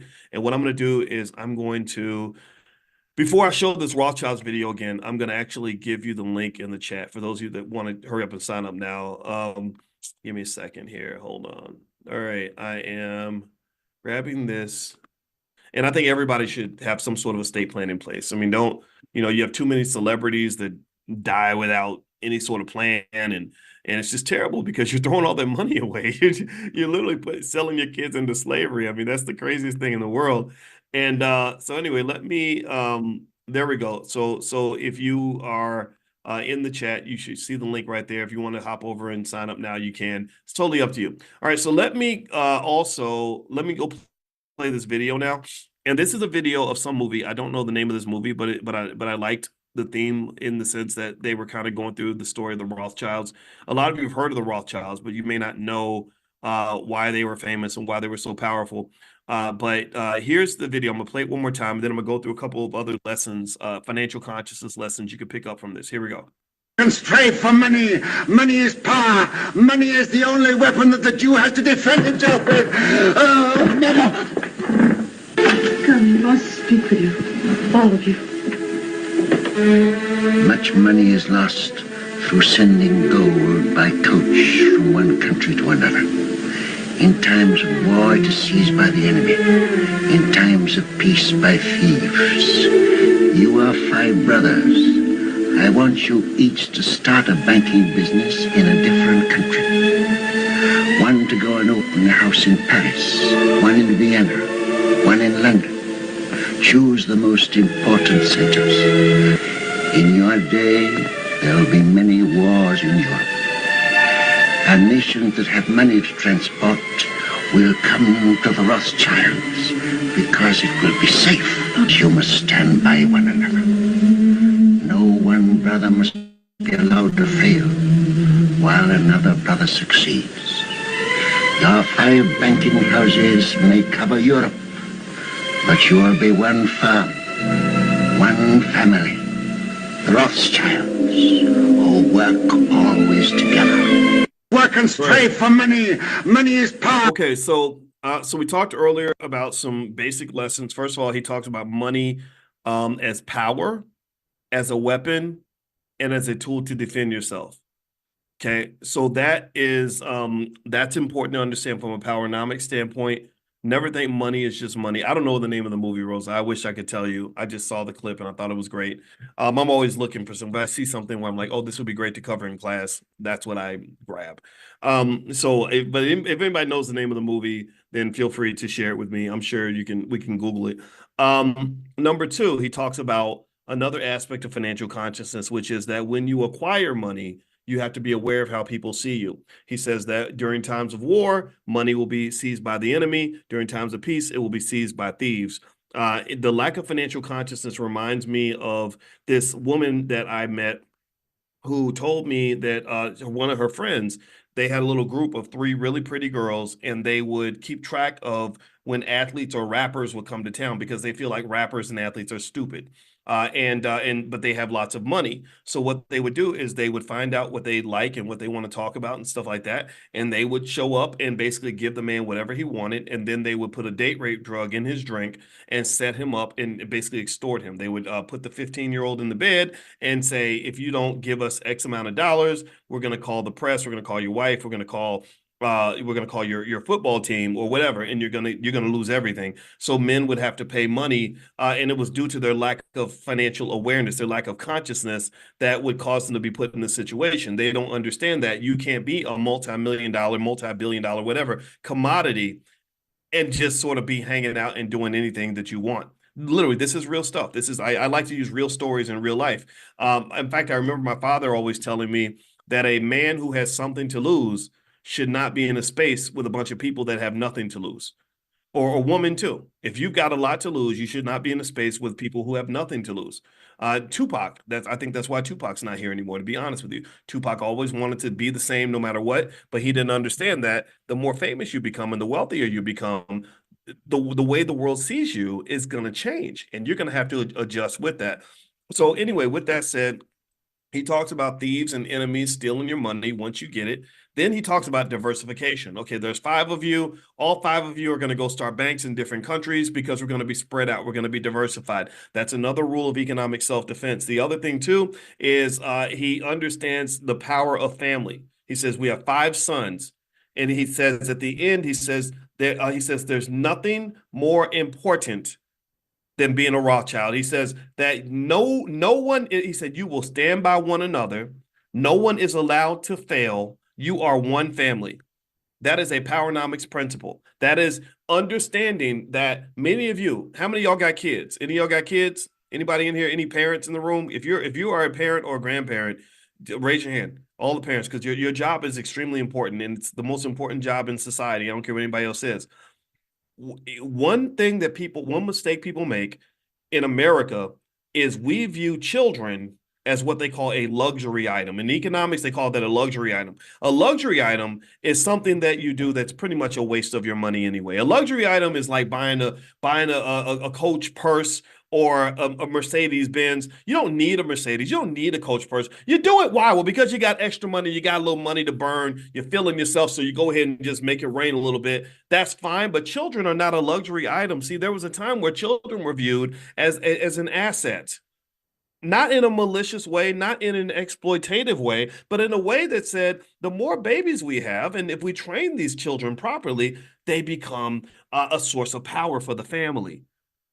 We're now gang affiliated. Like, anybody remember when you were little and you ever know that kid at your school who had like 12 brothers and sisters and then 14 play cousins?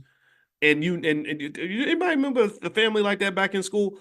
No one would ever beat up anybody in that family because you knew that if they were loyal to each other, you were going to get your ass kicked. Like, you knew they were all going to show up at your house and kill you. Like you did not mess with the kid who had a bunch of older siblings that were always with them. There was protection there. There was safety there. Well, the grown-up world ain't much different. When you've got people that are with you, that have your back, then you can achieve a whole lot more than if you're trying to operate solo. This is one of the reasons why, since slavery, they have worked so hard to keep us isolated from one another.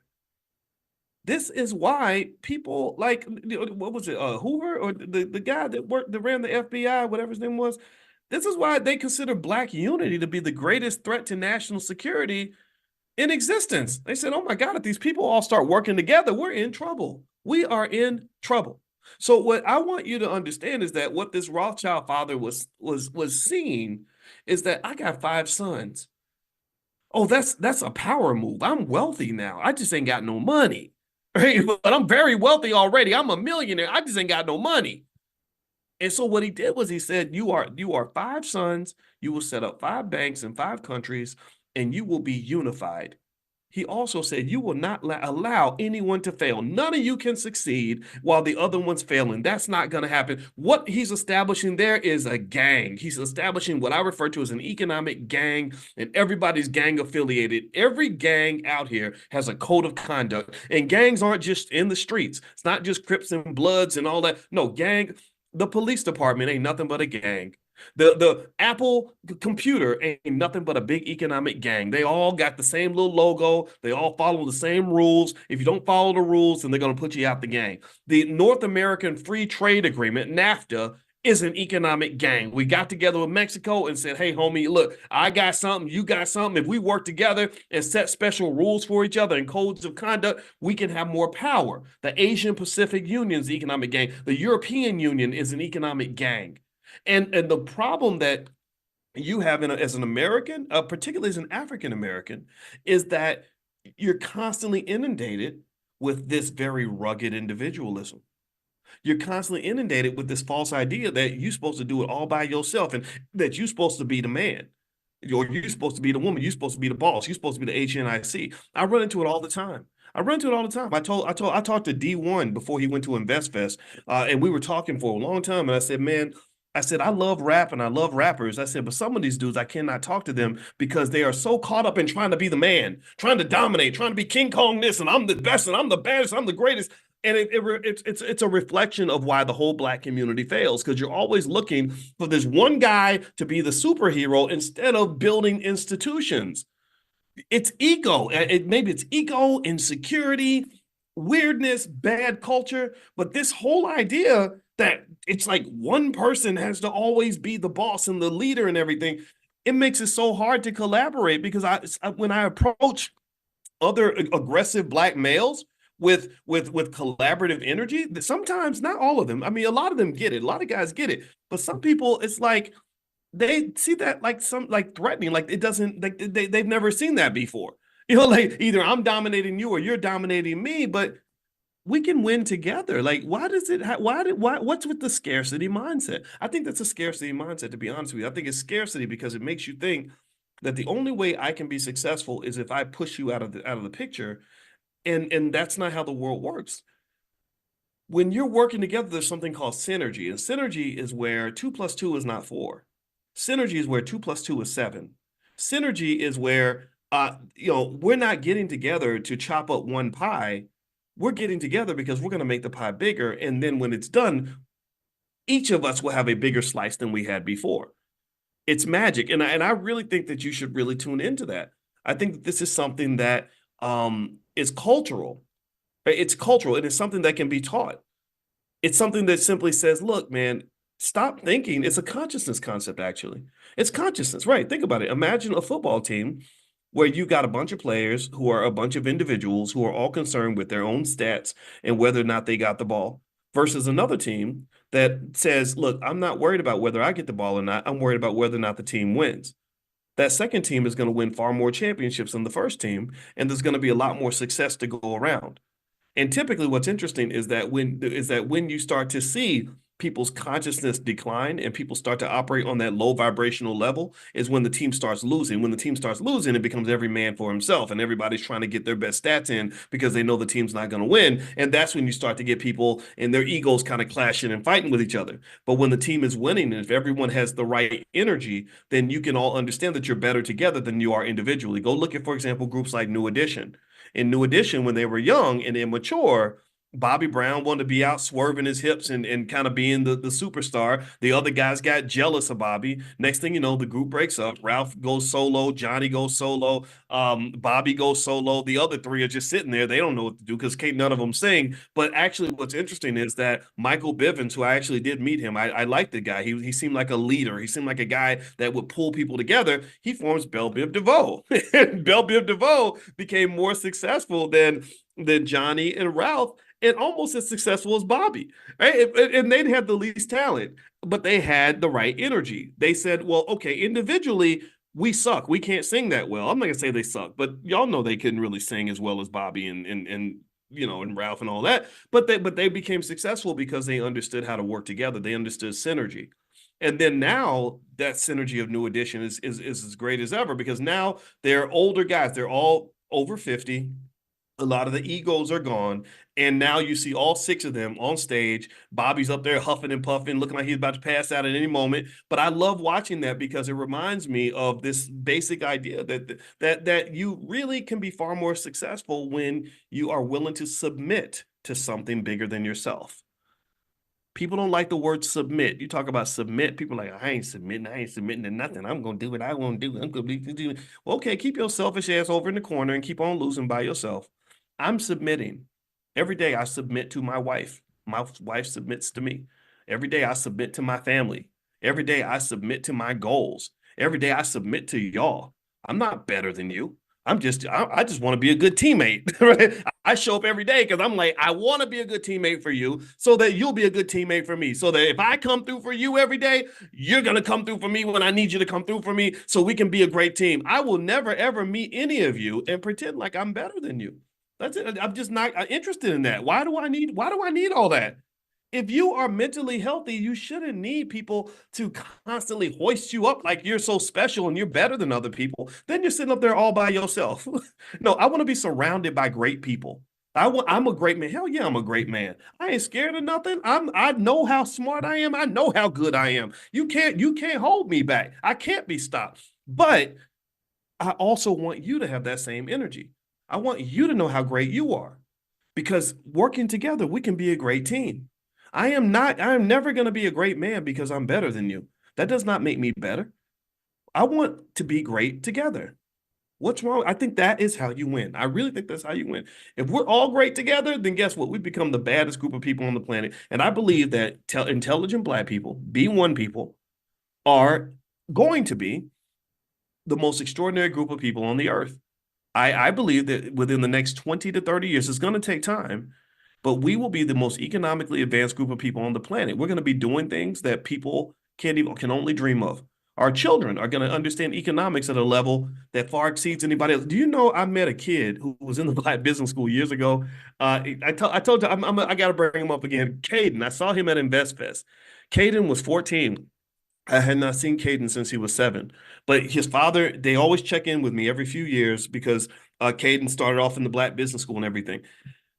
And I'm talking to Caden, and I'm gonna tell the story again. I know some of y'all might have heard this, but Caden, literally, I was like, "Is that you, Caden?" And he was talking. He's a real polite kid, and I said, "You're 14. You're about to start high school. That's a big deal. Are you ready?" And he said, "Oh, I already finished high school." And I thought he made a mistake. I was like, wait, no, you didn't. And his father's like, oh yeah, we got high school out of the way. I homeschooled him. We got him through high school. And I said, so where's he going to go to college?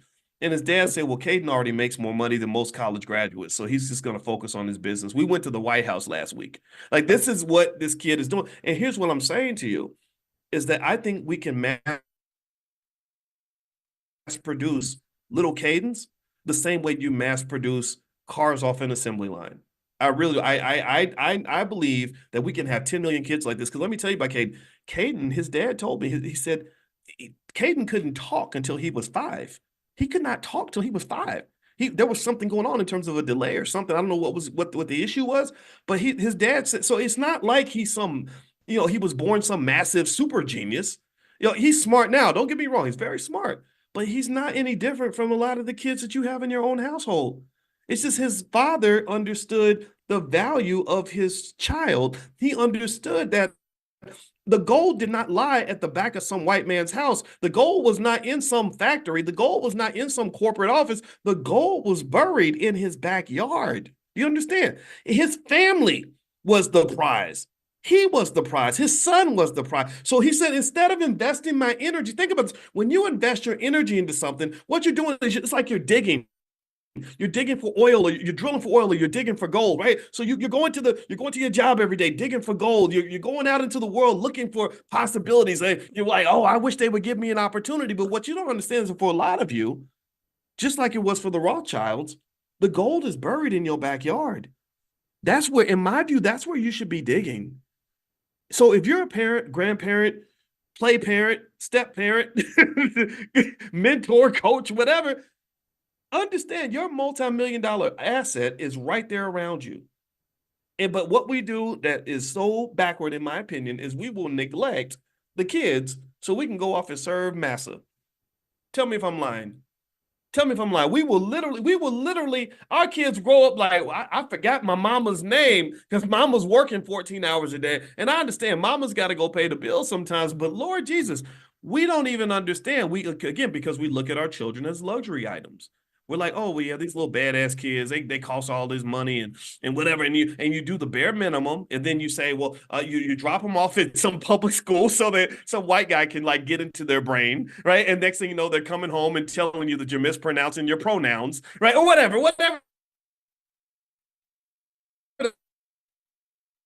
they're teaching in school. Because in Chicago, kids that are coming out of the public schools cannot read and write. And these are brilliant children. These are our children. These kids are smart. Somebody said my sound is breaking up. Let me switch my Wi-Fi real quick. I'm probably gonna have to. Can y'all hear me? Are y'all able to hear me? Because I keep going. Somebody said I'm going in and out. Am I good now? Thank you. Okay. I'm getting annoyed. All right, so let me give the last lesson because then I'm gonna go. My wife and I are gonna go to brunch today, and I don't want to make her wait for too long. The last thing that he mentions in that Rothschild video. So he tells them, you're one family, you stick together. And what he's doing is he's creating a defense system by saying, none of you let the other one fail. This is exactly what I talk about in my book, The 10 Commandments of Black Economic Power. That's exactly what in that book. If you go read that book, you will see that these are the things that I talk about. You have to set up a code of conduct. You take your family, they become an economic gang. Every gang has a code of conduct, and he's giving them the code. He's giving them the game. He's saying, look, this is what you're gonna have to do. You're gonna have to protect each other. All right. So somebody says my sound is going in and out. You know what? I'm gonna switch Wi-Fi real quick so I can finish this point up. So give me 1 second. Let me open up my personal hotspot because apparently this hotel Wi-Fi is a piece of junk. So and then we'll do the last point. Then we're gonna get out of here. So give me 1 second. All right. Hold on.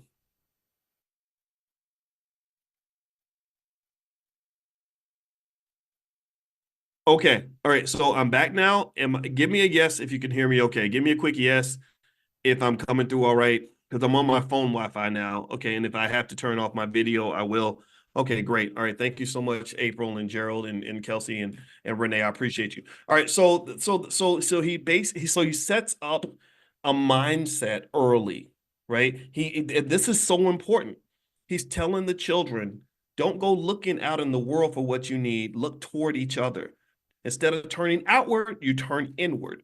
See, a lot of y'all were raised in households where you were not taught to do that. You were not taught to turn inward to fulfill your economic needs and responsibilities. You were taught to turn outward.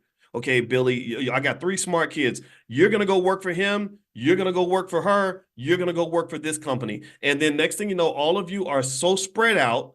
You're all applying insane amounts of energy toward things that are not amounting to shit, just so you can get enough money so you can barely pay your bills. That's what you're doing. But what the Rothschild father told them was, he said, turn inward, look at each other, go to your brother, make sure he's good. And this is exactly how the European Union got formed. This is how Apple Computer got formed. This is how any successful economic entity has that same philosophy. You take your energy and you apply it to the people that matter to you. It's the same energy that leads me to get up every day and to talk to you. Harvard University could not hire me to stop doing what I do every day, because I would just tell them there's no place that I'd rather be and no place that I need to be that's more important than me being right here educating Black people about economics. This is the best use of my doctorate, period. So that's another thing that he was given. Because remember, if you don't give the kids the right mindset, they can have all the talent and opportunity in the world and it won't amount to anything. So mindset is everything. Economic culture exceeds economic education.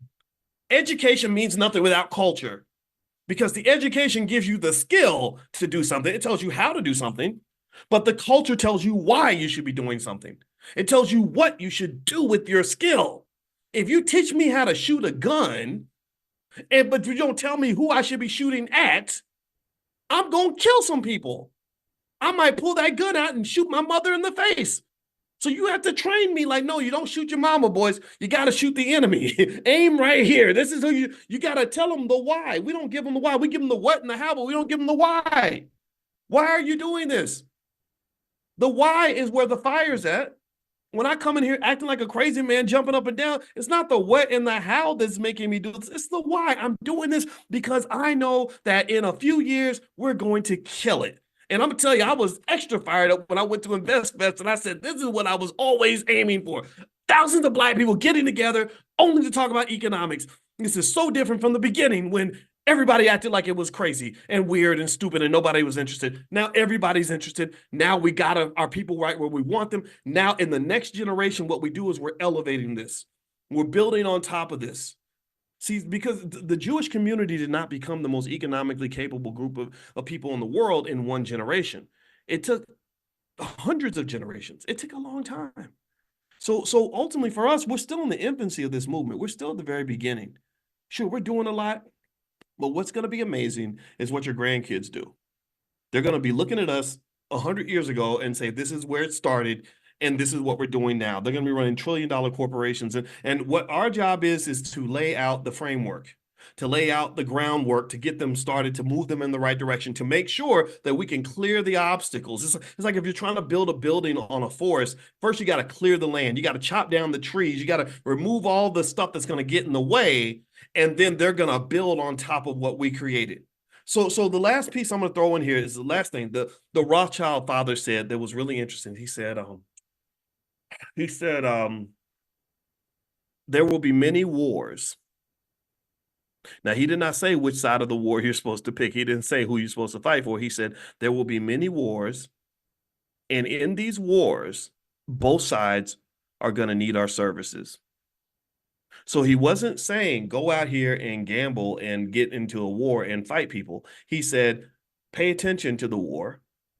And whenever people need a service involving the transport of money, they will come to the Rothschilds.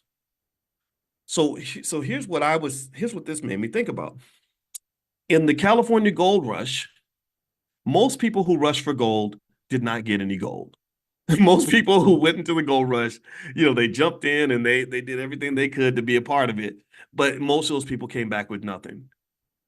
But there were people who said, look, I don't want to go dig for gold, but I'll sell lunch to the people who are tired after they spent the whole day digging for gold. Or I can be a tour guide for the people who are trying to figure out where to go to dig for gold. Or I'm going to sell, or Levi blue jeans. They said, we're going to sell these really rough, rugged blue jeans so that when people are digging for gold, they can have some good pants to wear while they're digging for gold. I'm not going to dig with you, but I'll sell you the service that will help you to go and speculate. And that's what the bankers and the Rothschilds were doing. They were like, look, we ain't going to fight in these wars. We ain't trying to be involved, but we'll finance the war for you and we'll sell weapons to both sides. That's what and so to this day, and this creates some animosity for them, unfortunately, is to this day, this is kind of the reputation they have. This is why they became the economic boogeyman, because they were the ones who got to decide as the bankers who was even going to win the war, who was going to have what they needed, who was going to get access to the gold. And so again, so effectively what it says is that when you're thinking about business, see, it's almost reminds me of like stock options, right? A lot of people are into buying stock options. They love to speculate. They love to, throw money out and invest it and hope for the best. And I got a text message from a rapper. I'm not going to say his name, but the other day he was a rapper. He sent me a message on Instagram and he was asking me about stock options. And he said, man, I was curious to know what you think, because he said, I lost, $100,000 buying stock options. And he said, so what do you think about that? I said, well, actually, I don't buy stock options. And he's like, what do you mean? I said, well, I don't speculate. I sell stock options. I don't want to buy the option because that means I might either make a bunch of money or I'm going to lose money. But if I sell the option, I'm always going to make money because I'm selling the option to the people who want to speculate. I don't want to be the gambler. I want to be the house. And so basically, when you're thinking about investing and making your money move, you want to sort of understand the terrain well enough to know where you want to position yourself. So this is that was the last point that was really interesting, is that he was basically telling his sons various aspects of economic consciousness. He said there's going to be many wars. Money is a weapon that can be used to defend yourself. He mentioned that when you get money, you're going to have haters and enemies that are going to try to take it from you. He said, which means that you're going to have to stick together and you're going to have to diversify, which is why I want all of you in different countries. I also want all of you to have each other's back. And then at the end of the day, we're not trying to get involved in the petty nonsense and the low vibrational stuff, like wars and all that. What we're going to do is we're just going to give people what they need so they can do whatever they're going to do, because at the end of the day, the Rothschilds are always going to win. And I kind of think there's something to really learn from that. So like literally when I'm watching all this stuff, I'm gonna tell you right now, I'm very frustrated because I don't enjoy watching Black people fight each other over Democrat Republican stuff. I don't want to see, one Black person stop being friends with another Black person because they're fighting over politicians that don't give a damn about either one of you. I understand if you're a Democrat, be a Democrat. If you're a Republican, be a Republican. But I don't see where any of this division is going to benefit our community directly. So I would encourage you that after you finish being a Democrat, after you finish being a Republican, become an intelligent Black person. Connect to each other and say, okay, now that we've argued over the basic stuff, let's go ahead and put that to the side so we can focus on the stuff that actually matters. And I think this is a level of consciousness that I hope more people can embrace, because I don't think everybody's going to get it. They know exactly how to trigger us. They know exactly how to get us fighting with each other. And I just really encourage you and I applaud applaud those of you who are able to kind of see beyond just the very basics. So anyway, that's it, guys. I'm done talking. I hope this conversation was helpful to you. And I hope you guys have a great day. I'm going to go eat lunch with my wife. She's been waiting patiently. So I will see you all tomorrow morning. If you want to be on the text list to get notified when we do Money in the Morning, this is 7 days a week, every single morning at 10 a.m. Eastern. Just text the word morning to the number 87948. Text morning to 87948. Also, I will text out a link where you can join the estate planning essentials class. I put that together. The lifetime access fee is $299. For you guys, for the first 100 people to sign up, it's $99. So I cut the price by $200, and it's lifetime access. It's yours for life, and it'll get you started on legacy building and preparing for the next generation. So I'll text that out to you as well later on today. So have a good day, everybody. God bless you, and I'll see you all tomorrow. It's about in his book, which is Black Exceptionalism, which is something that I hope we all agree on. I hope we have some sort of concept of what that might mean or some appreciation for this idea. And he literally gave a whole blueprint about Black exceptionalism and what makes us exceptional, why we are not to be messed with, why we are unique, why there's nobody else on earth like us. And I'm here for it. I'm ready for it. I think this is I was reading through it today and I said, man, everybody's going to love this. They're going to be so excited about this. And couple quick housekeeping notes. Don't forget the All Black National Convention. Speaking of Black excellence, that's going to be October 25th to the 27th in Lombard, Illinois, right outside of Chicago. And we're almost out of tickets, just so you know. We usually sell out every year. That's because we're not trying to have 50,000 people there. We actually like a good 600-700. That's the most we can really be comfortable with. And so if you want to get a pass, you may want to get it in advance. There won't be anything at the door. So it's not like you'll be able to walk up and buy a pass at the door.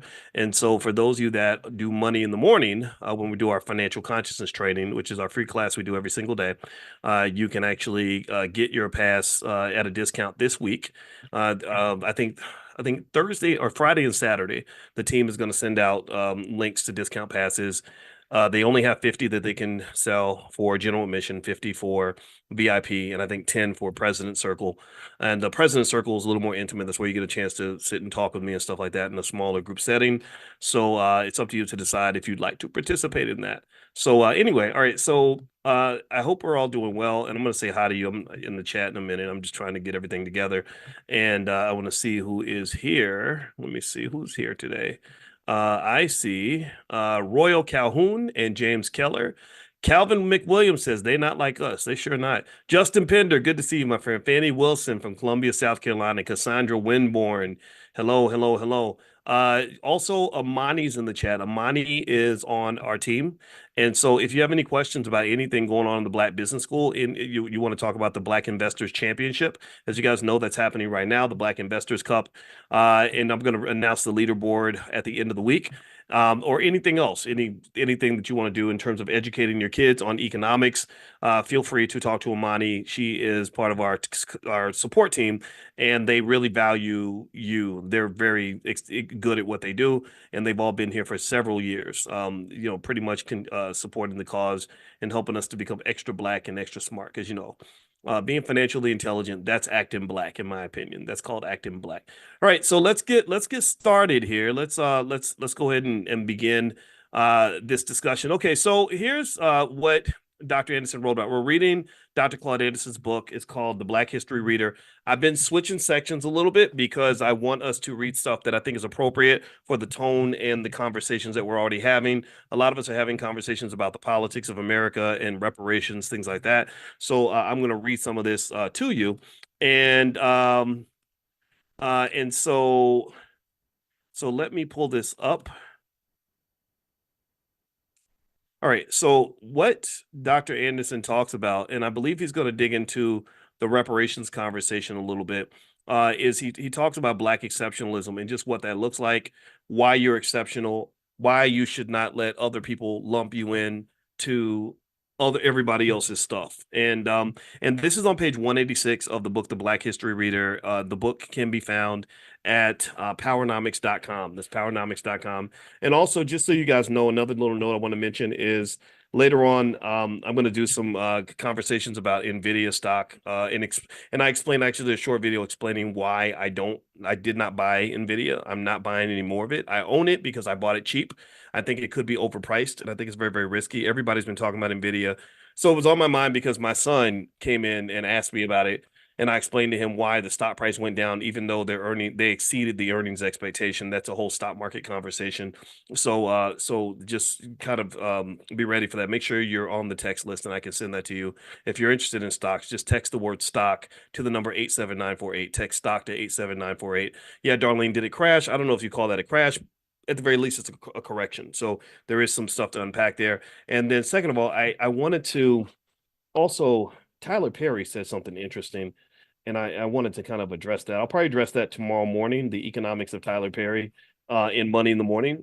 So if you want to join our morning class, also text the word morning to the number 87948. So there's different lists based on what you're interested in. So text the word morning to 87948 if you'd like to join our economic elevation class, which is 7 days a week, every morning, 10 a.m. Eastern. Bring your whole family. That's all I ask. You don't have to pay money, just pay attention, because I want you to be tight on your economics. And then the NVIDIA stuff, I'll send you a link on that stuff as well. All right, so here is page 186 in the book, The Black History Reader by Dr. Claude Anderson, and he talks about Black exceptionalism, and he asks this interesting question. This is question 65. He says, is Black exceptionalism the unused key to Black self-empowerment? Have you not tapped into your exceptionalism when it comes to getting what you want?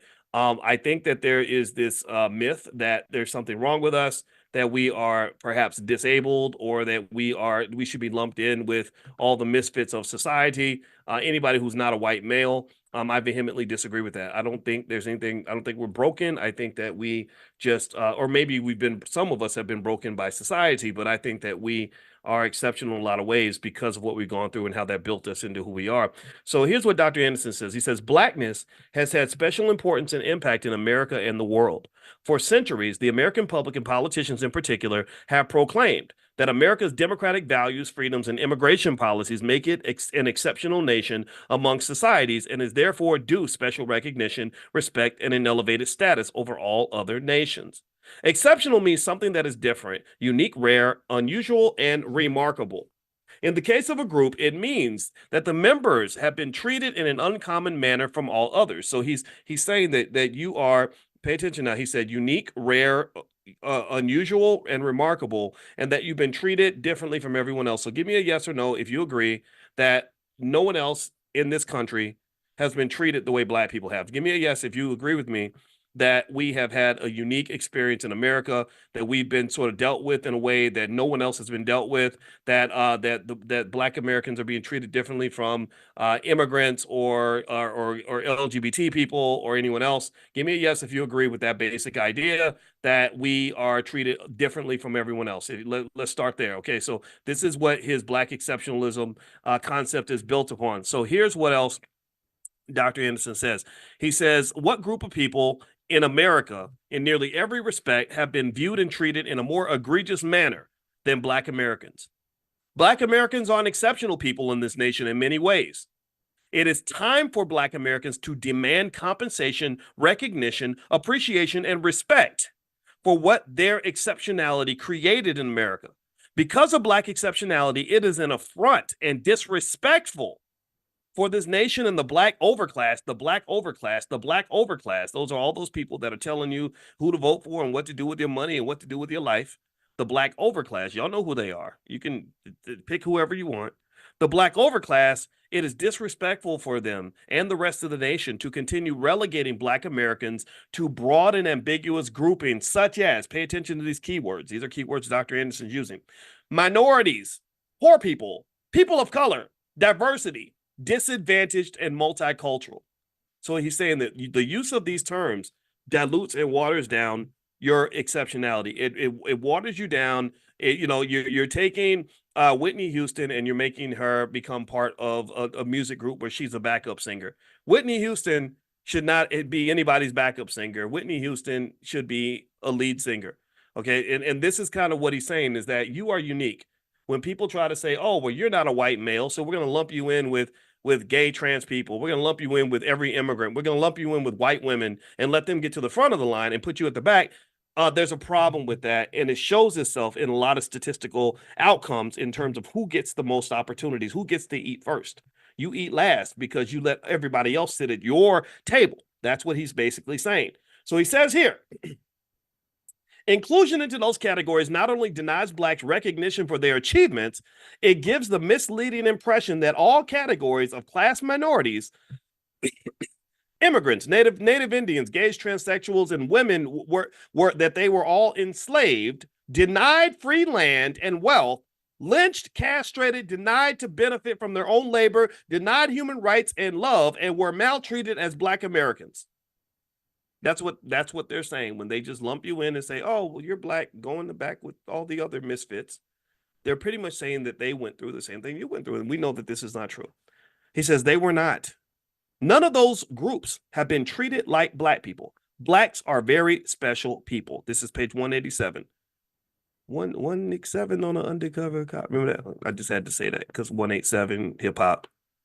I like rap. I've always been into hip. That's why it bothers me so much when people think that they say you hate rap, you hate rappers, you don't know what you're talking about. Whenever I critique hip hop, I always have some fool that comes in the chat and says that, and I'm like, you big dummy, I know rap better than you. That's why I critique it, because I want it to get better. Y'all, they took rap and made it stanky. Rap was supposed to be beautiful. Rap was supposed to be wonderful. Rap was supposed to elevate us, and they turned it into something that just started to stink, like rotten eggs and nasty, like nasty curdled milk, and then just had you out here looking crazy. That's what I'm mad about. I love rap. Let me keep going. Black exceptionalism is the missing factor needed to ignite a movement to change the bottom rung status of blacks.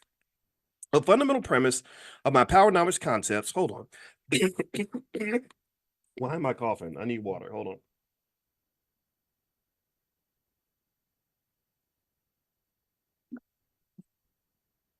Whenever I start coughing, somebody in the chat says, "Okay, doc, just take your time. Get some water, doc." So I'm going to take my time. All right. So it says here, a fundamental premise of my powernomics concepts urges blacks to build group self-sufficiency and competitiveness upon its advantages and exceptionalities. Powernomics principles are the best hope that Black Americans have to survive and prosper in America. However, the window of opportunity is very small and closing quickly. In my book, Powernomics, the National Plan to Empower Black America, I correctly project that when compared to other population classes, blacks would be a permanent underclass. He predicted this by 2013. So on page 187 of the book, The Black History Reader, Dr. Claude Anderson, when he wrote this book, said that by 2013, Black people would become a permanent underclass. Now, I'm trying to remember. I keep forgetting. Is 2013 the future or the past? I can't remember. Have we already passed 2013? Because when you get older, you like remember when the year 2000 was way off in the future because Prince would sing about it, like we're gonna party like it's 1999, and you couldn't even imagine it. I can't remember. It was 11 years. Thank you, Kendall. Thank you. I forgot. Sometimes I forget. So 2013 is a long time ago. So according to what Dr. Anderson says, there is a segment of the Black community, not all Black people, because I know Kendall Green, I know his wife, and they're not an underclass. They've been investing. Their children are not part of an underclass because they did a good job. They raised their kids and they raised them well. But the majority of our people, according to Dr. Anderson, might be stuck. I don't know. All I do know is that the labor market has changed. AI is here. A lot of people don't even know about AI, and so this is going to be interesting. Underclass status is measured by a group standing on social discomfort indicators such as measures of health, employment, poverty, income, wealth, education, criminalization, and business ownership. So pay attention. So this is how Dr. Anderson measures whether you're an underclass. You can write this down if you want to. This is good. So that when you figure out like, okay, how are Black people doing? You can look at health, physical and mental health. Okay, since integration, are we doing better or worse in terms of physical and mental health? What do y'all think? Better or worse? Better or worse? And then let's move to employment. Are we doing better or worse than we were in the past? What do you think? I think employment is almost even though. I think we have a lot of Black jobs. I think that most people that want work can find work. white people will always be happy to have black people working for them. I think that there's space for that. However, here's what's interesting. I was listening to an economist speak today on a financial show, and he said something very interesting. He said that for the first time, he said for the longest time, politicians would never admit something that most economists know, that excessive amounts of immigration, and Dr. Anderson's talked about this, that excessive amounts of immigration undermines wage growth. That your wages, part of the reason that American wages have not gone up, and what they'll do is they'll tell you inflation's getting better. Well, part of the reason it's getting better is because wages aren't going up. Well, why aren't they going up? Well, because you're adding 10, 20, 30 million people to the workforce. So you got more people competing for jobs. So inflation going down, or better yet, it doesn't actually go. So inflation doesn't go away. You don't actually have deflation. You have disinflation. Inflation's always there, but it's slowing down. So it's like a car moving down the road. It doesn't stop. It's just not going as fast as it was before. Do you understand there's a difference there? That's different from the car stopping and turning around. The inflation car does not turn around. It goes in one direction, but sometimes it goes faster than others. So basically when they tell you, hey, hooray, everybody, inflation is under control. Well, a big indicator of that is how much employers are having to pay you to do your black job. So what they're partly saying is, yeah, your wages aren't going up, because we don't have to pay you as much because now we've got a bunch of new people in the workforce that are going to compete for your job. Now, you can do with that as you want. There's different arguments, right? It does help national productivity. It does help GDP. But just because GDP goes up, that doesn't mean that wealth is going up for everybody. So if you are in that working class, which a lot of us are, I don't think that this economy works in your favor. This is not a poor man's economy. This is not a working man or working woman's economy. This is a rich person's economy. And that's why I want you to invest, because I need you to do what rich people do. If you're a stockholder, yes, you're gonna do very well. You're gonna keep making money. They're never gonna stop helping rich people make money. But if you are, say, somebody who doesn't invest and you get up and you work hard and you go to work every day so you can pay off that 100,000 in student loans, you'll be stuck on that hamster wheel. And it's the running on the hamster wheel that generates the electricity that builds the wealth of rich people. That's capitalism, folks. So I hope that you will understand that, because if you don't, it can be very costly. So let me keep going here. Let's see, poverty. Okay, so he mentions poverty. I think in terms of poverty, maybe we're doing better. Okay, income. Are we doing better or worse? Like we were ranked dead last in income after integration. I think we're still dead last now. So income, we're worse or the same, right? We're not doing better. Okay. Wealth. How about wealth? Is our wealth just skyrocketing and shooting through the roof, or is it going down? Education. How do you feel about education? Do you feel like our kids are just getting a pristine education in all these nice public schools in all these big cities, or do you feel like that's kind of an issue? I'd say it's an issue, and it's connected to culture, right? I think that when you're talking about broken families and then musical culture that celebrates criminality and broken families, you get a big problem. I think I read Poor LeBron. He started that school, and they said not one of the children was able to pass the state math exam in that school. And I don't think that's all LeBron's fault, though. I think he was probably doing his best, and he did actually get the school built, which we know that sometimes can take a while for some of us. But anyway, he built this school, and I think I'm sure it's a great school, but none of the kids could pass the state math exam, which you can't just put all that on the teachers. You can't put all that on the school. You also have to look at what's happening in our homes. And I think that what happens in our homes that's what we can control. And that should be a paramount concern for all of us. What else? Criminalization.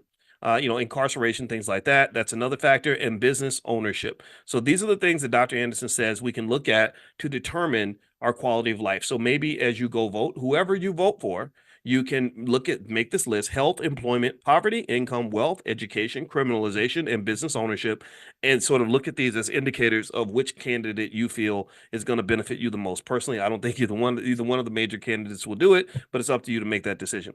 These data show that blacks are fixed at the bottom of every negative indicator and bear a disproportionate share of social pathologies. Underclass status is evident when, in public discourse or policy, blacks are ignored, no longer mentioned or acknowledged by name as a group. Black Americans must use their exceptionalism to change direction. They have devoted nearly 500 years to running away from blackness as a negative, but they must now turn to their exceptionality, view it as a positive, and proclaim it based upon the exceptional treatment and history they've experienced in American society.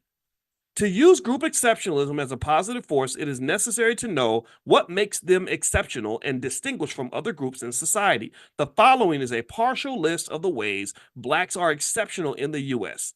You ready? This is a list. Dr. Anderson has a list. There's a lot of stuff on this list. Black people were, black people in the U.S. were the first people on earth and ancestors of all mankind. 2, the first people in North America, the Folsom people and the Moors. 3, the only people enslaved by the U.S. Constitution, the U.S. Supreme Court, and state Jim Crow laws. 4, the only people classified as property, 3/5 of a human being and a quote-unquote peculiar species. 5, the only people made a permanent minority in underclass by the 1790 nationalization laws. 6, the only people excluded from billions of acres of free land granted to white immigrants. 7, the only people not paid for their labor, therefore they could not acquire assets to pass to their descendants. 8, the only people who gave free labor that, along with free Indian land, became the definition of the American dream sought by immigrants. So we were the American dream. We didn't get the American dream. We became a commodity for the American dream. Interesting. 9, the only people for whom it was illegal to attend school or learn how to read and write. Number 10, we were the only descendants of slaves and were in America before 99% of all other people arrived. 11, the most patriotic people and fought in every major war since the nation's founding. 12, creators of music, dance, and slang copied and confiscated by every nation. 13, pawns over which the North and South fought in the 1860s American Civil War of brother against brother. 14, only people who created, and this is interesting, right? Let me go back here. 13 with the pawns, Civil War, pawns, slaves were pawns. We were enslaved people. We weren't slaves. We were enslaved people. We were pawns. And it's interesting because that idea of us being pawns to help other people win a bigger battle, a war, or even an election, that ideology still exists today. To this day, we're still pawns. To this day, the Republicans and Democrats use us as pawns just like the North and the South did. So it's not like they all show up and they trigger your trauma and they get you all getting the Holy Ghost on behalf of whatever they're trying to do. And they figure out how to use you and what you have to achieve a bigger objective that has very little to do with you. So do you see what do you get the connection here? It's interesting because the Civil War is kind of the same thing. Wasn't nobody really fighting trying to free no slaves. Wasn't nobody like, yeah, I really care about black people like that. The people in the North, Dr. Anderson, thank God for him. He was one of the few people who helped us understand that even the people in the North did not want black people up there because they were competing for jobs.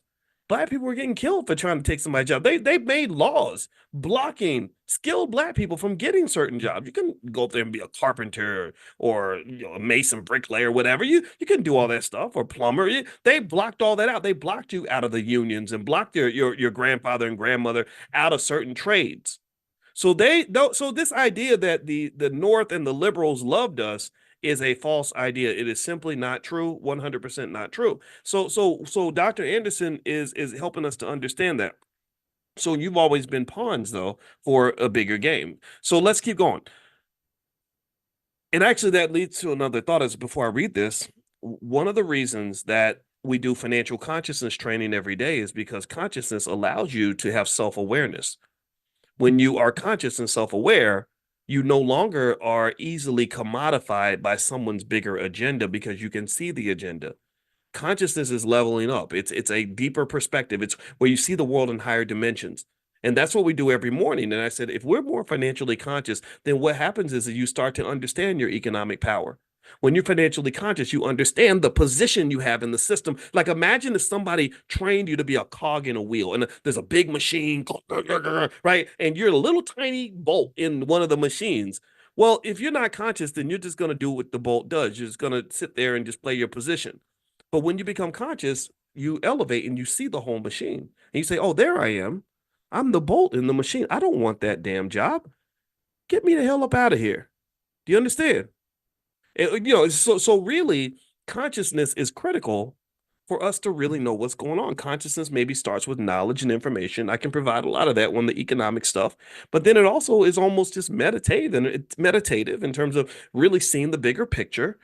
Consciousness is also connected to self-esteem and self-awareness, which is why Dr. Anderson's layout of the clear definition of Black exceptionality is really important, because then you will know how valuable you are. You will know how important your children are. You will know how valuable your community is. And when something's more valuable to you, you're going to invest in that. I'm an investor. I've been an investor a long time. I will never invest in a company or a business that is not valuable or that does not have potential. So when you value something, you invest in it. When you value something, you take care of it. When you value something, you protect it. When you don't value it, you give it away.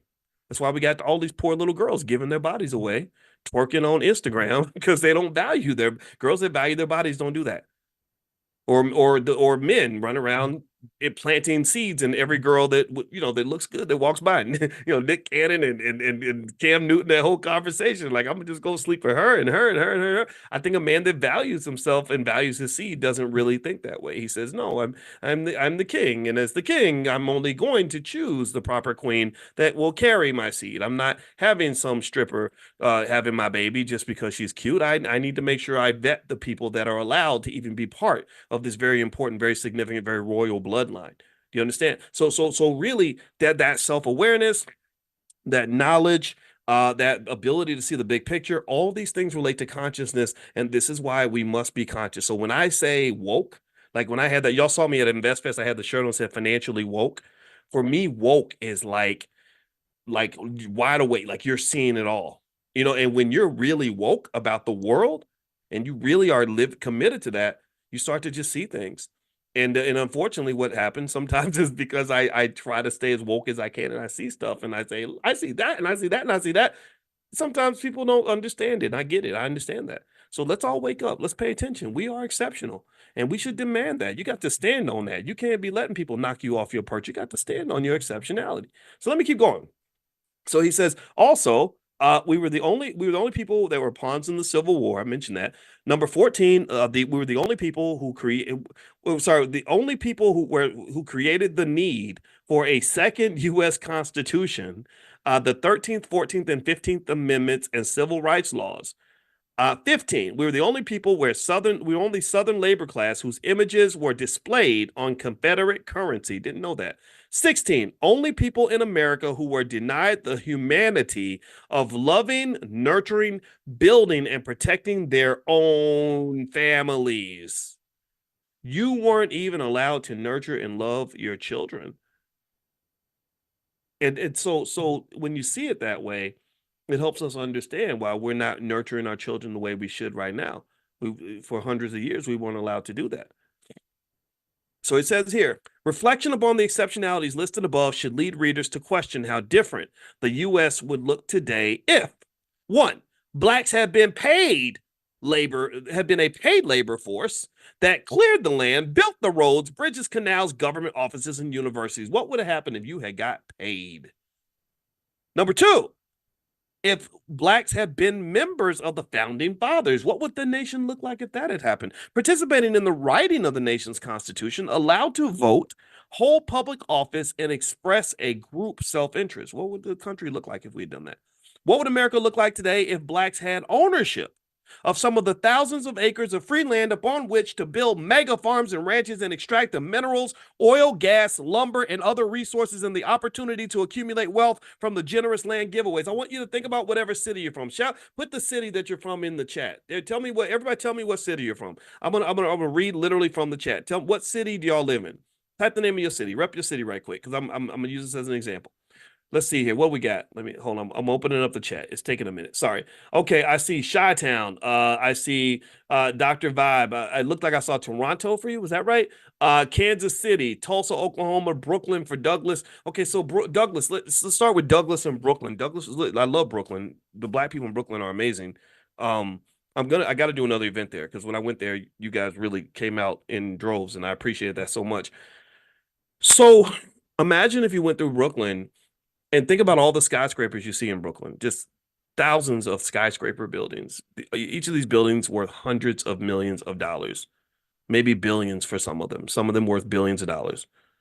Imagine if black people owned like 13% of those buildings. Imagine if like one in every 10 or one in every 8, 9, or 10 buildings you saw that was like 80 stories high, you could say, oh, yeah, that's owned by a black family, or another black family owns that building, or a conglomerate with investors from, the black community bought that building. Like that's the kind of world we would live in if we weren't locked out of economic opportunities. But I dare you, you go to a big city like Chicago or New York, and there's thousands of skyscrapers. You're gonna have a hard time finding one that's owned by black people. One out of 10,000, 5,000, whatever the number is.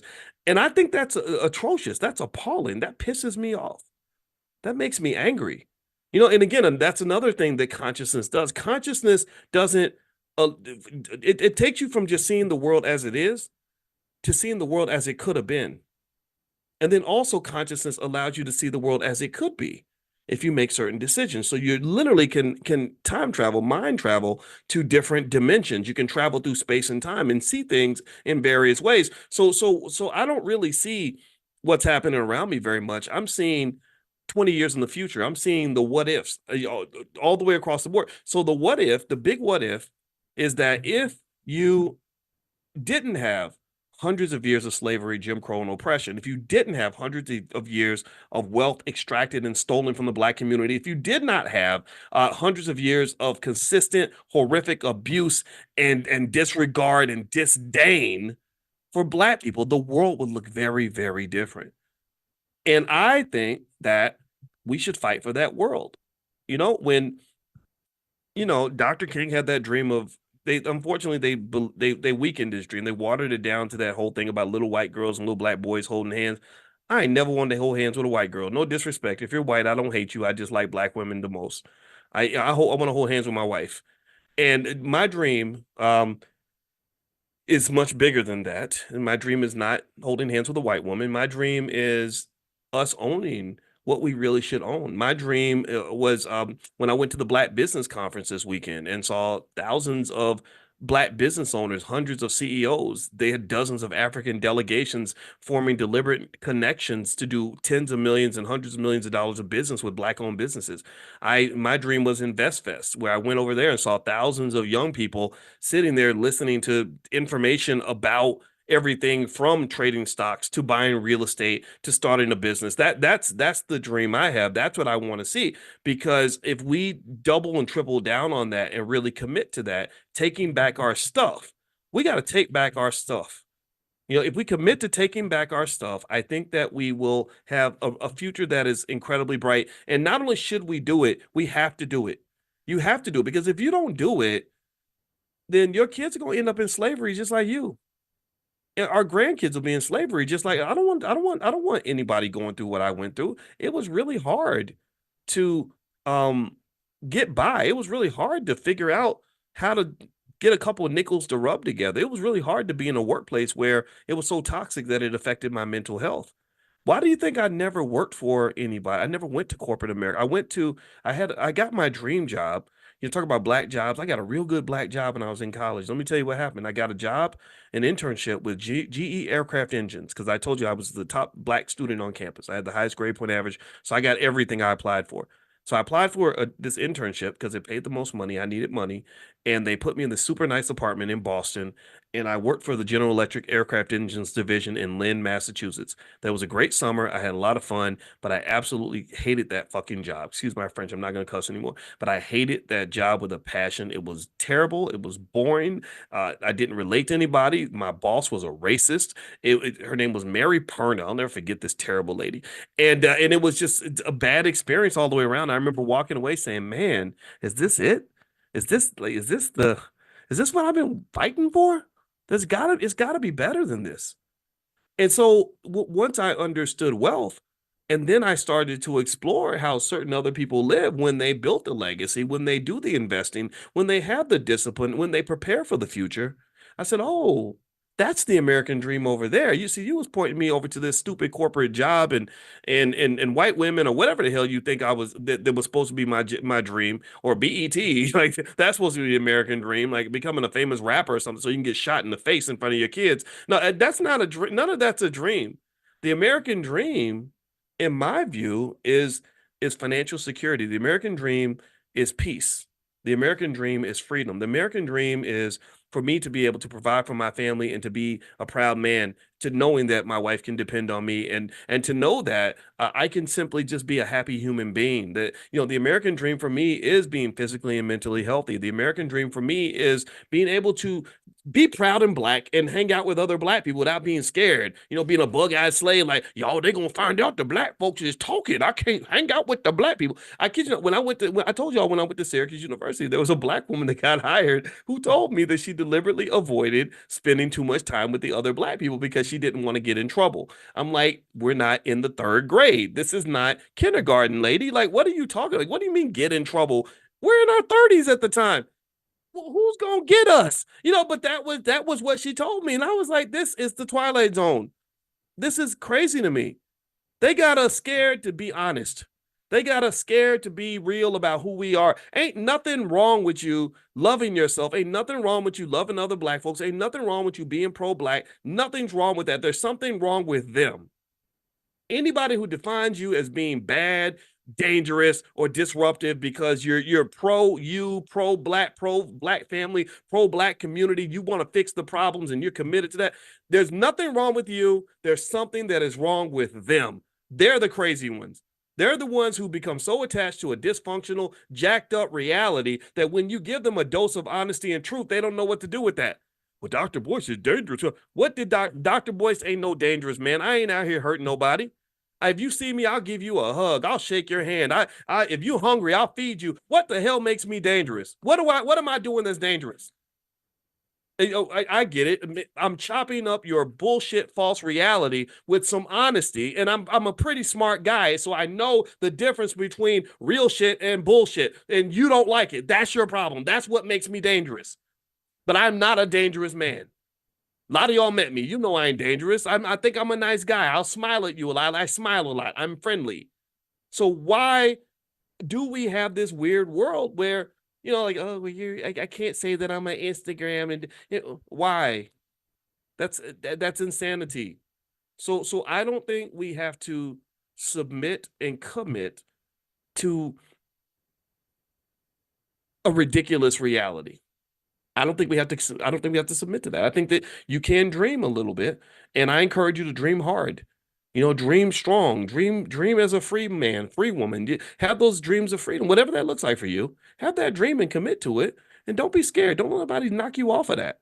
Let me keep going. Let me keep reading. All right.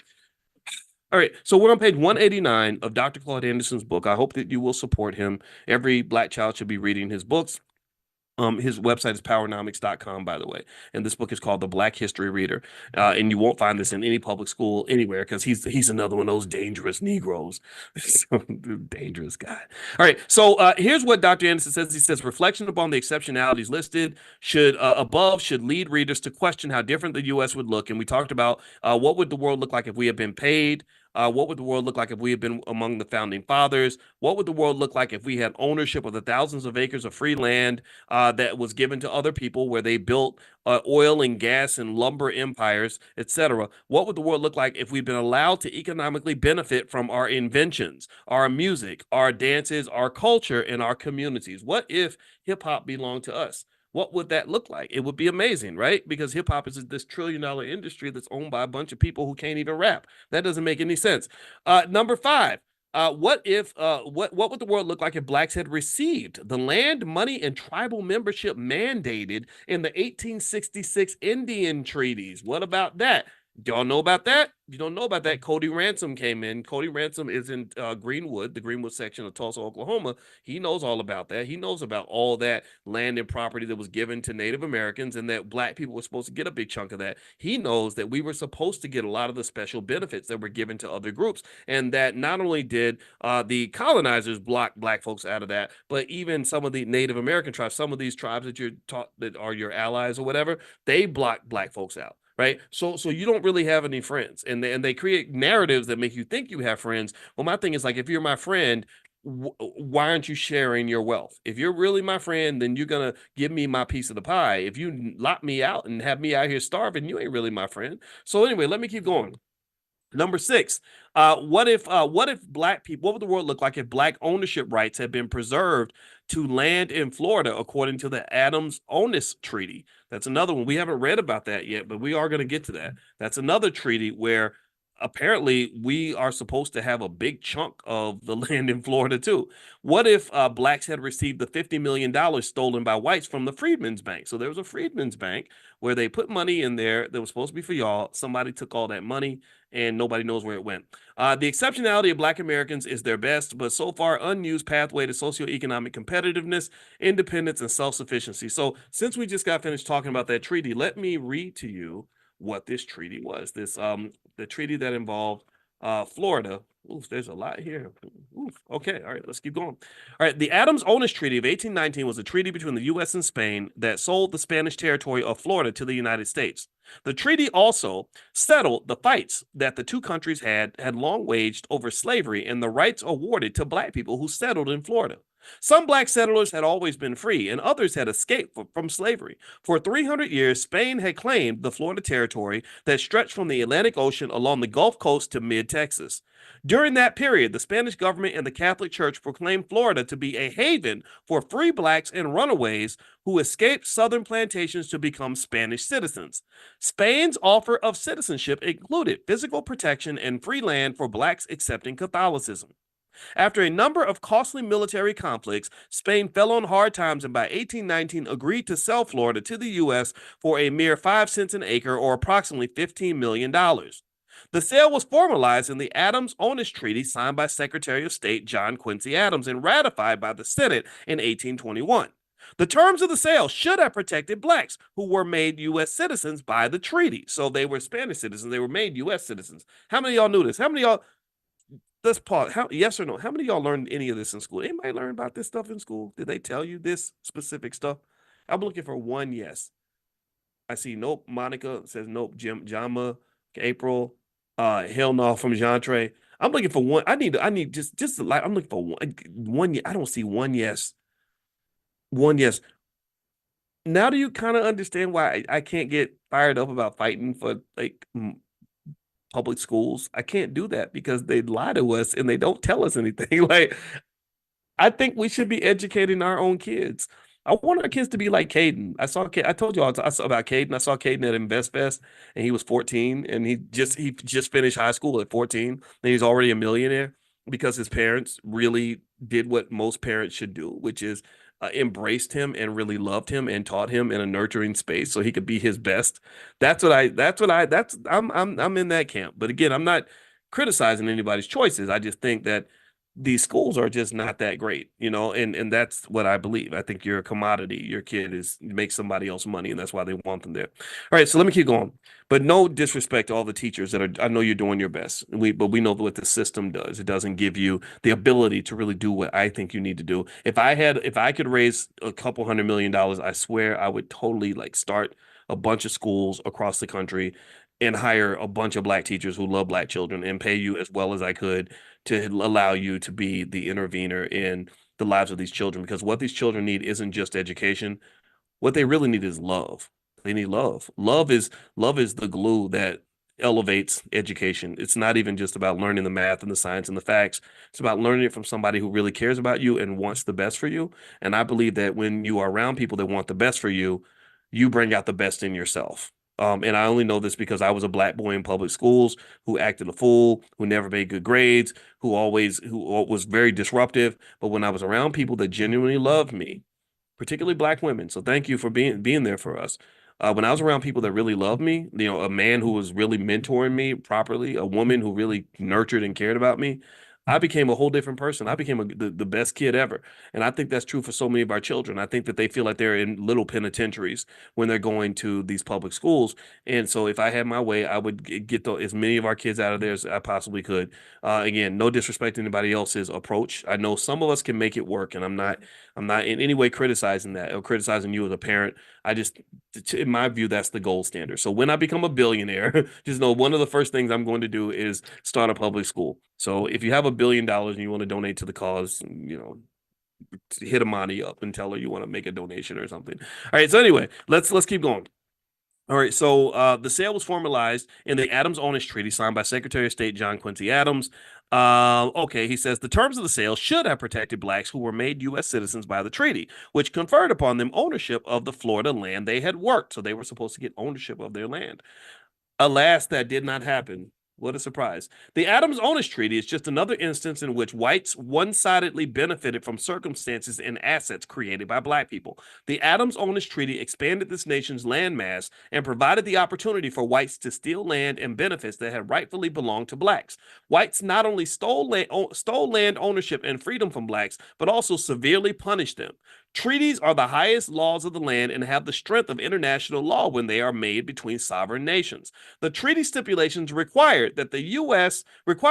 to honor the protections and rights that the Spanish crown had granted the slaves, free blacks, and native Indians. It required the U.S. to treat people with African blood living free in Spanish Florida the same way it treated whites. The language of Article 6 of the Adams-Onis Treaty specifically bound the U.S. to these conditions, stating, quote, "The inhabitants of the territories which this Catholic Majesty cedes to the U.S. shall be admitted to the enjoyment of all privileges and immunities of citizens of the U.S." That means basically everybody who lives here gets the same rights. That's kind of what he's saying. That's pretty much what it says. It is clear that the terms of the treaty guaranteed all black settlers freedom, U.S. citizenship, and rights to their Florida land. So 3 things: freedom, citizenship in the U.S., and rights to their land. Rights to their land, rights to their land. Which one do you think they took first? The rights to the land, then they took the freedom. The U.S. citizenship, you kind of got that because you were 3/5 of a person, but that's it, in a commodity. It also gave them the right to migrate to any territory owned by Spain. Did y'all know that? I didn't know that. Interesting. So they had the right to migrate to any Spanish territory. Years before the Adams-Onis Treaty, the U.S. was under great pressure from white slaveholders who wanted their runaway slaves returned. So they want, here we go, this is where they get into the greed. So they wanted their slaves back. I'm sure this is going to be part of the narrative. They also wanted the Florida land that the runaway slaves, free blacks, and native Indians owned there. So they wanted the people and they wanted their land. So there we go. Remember we were saying like the land and the freedom were the 2 things that we're going to take? That's what they're doing right now. It was estimated that black settlers owned, pay attention, that black people owned approximately 40% of the land across northern Florida.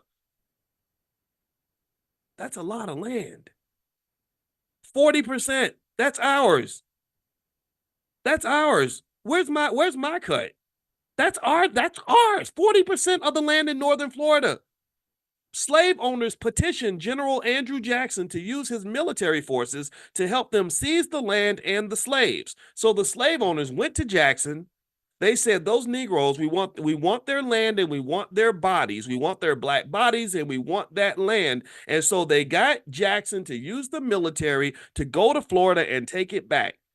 General Jackson, a slave owner himself, was sympathetic and obliged the slaveholders. He made several illegal military incursions into the Florida territory to capture runaways, take their land, and to destroy the black maroon towns and Seminole Indian villages that were protecting black settlers.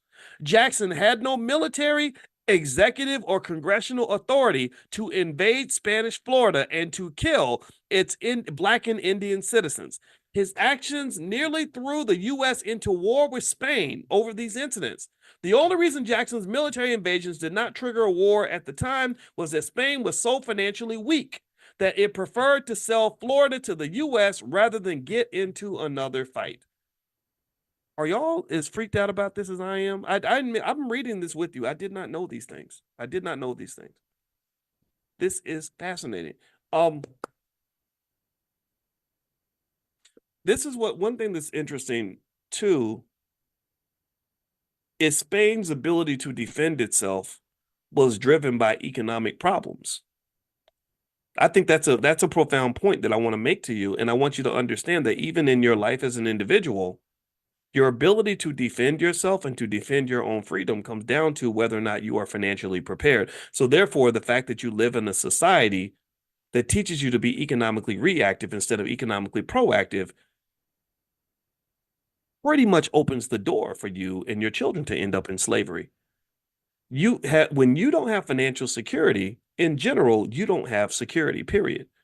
So many of us are trained from birth to live in a consistent state of financial insecurity, which opens the door for others to come in and invade territory that should belong to you. No, what does that invasion look like? No, they're not showing up and they're not killing you. They're killing you slowly, but not killing you directly. But what does that mean? Well, that means they're going to take your time. So they're going to take your freedom. You can't do what you want during the day because you're going to have to go to work.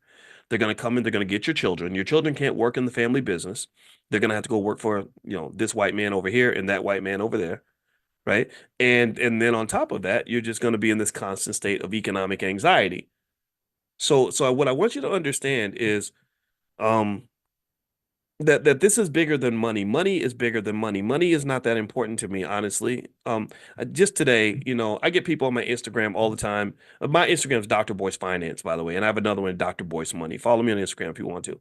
And one guy, I put up a financial video today, and the guy said, "This is nice, Boyce. I'm glad you're on brand," whatever that means, right?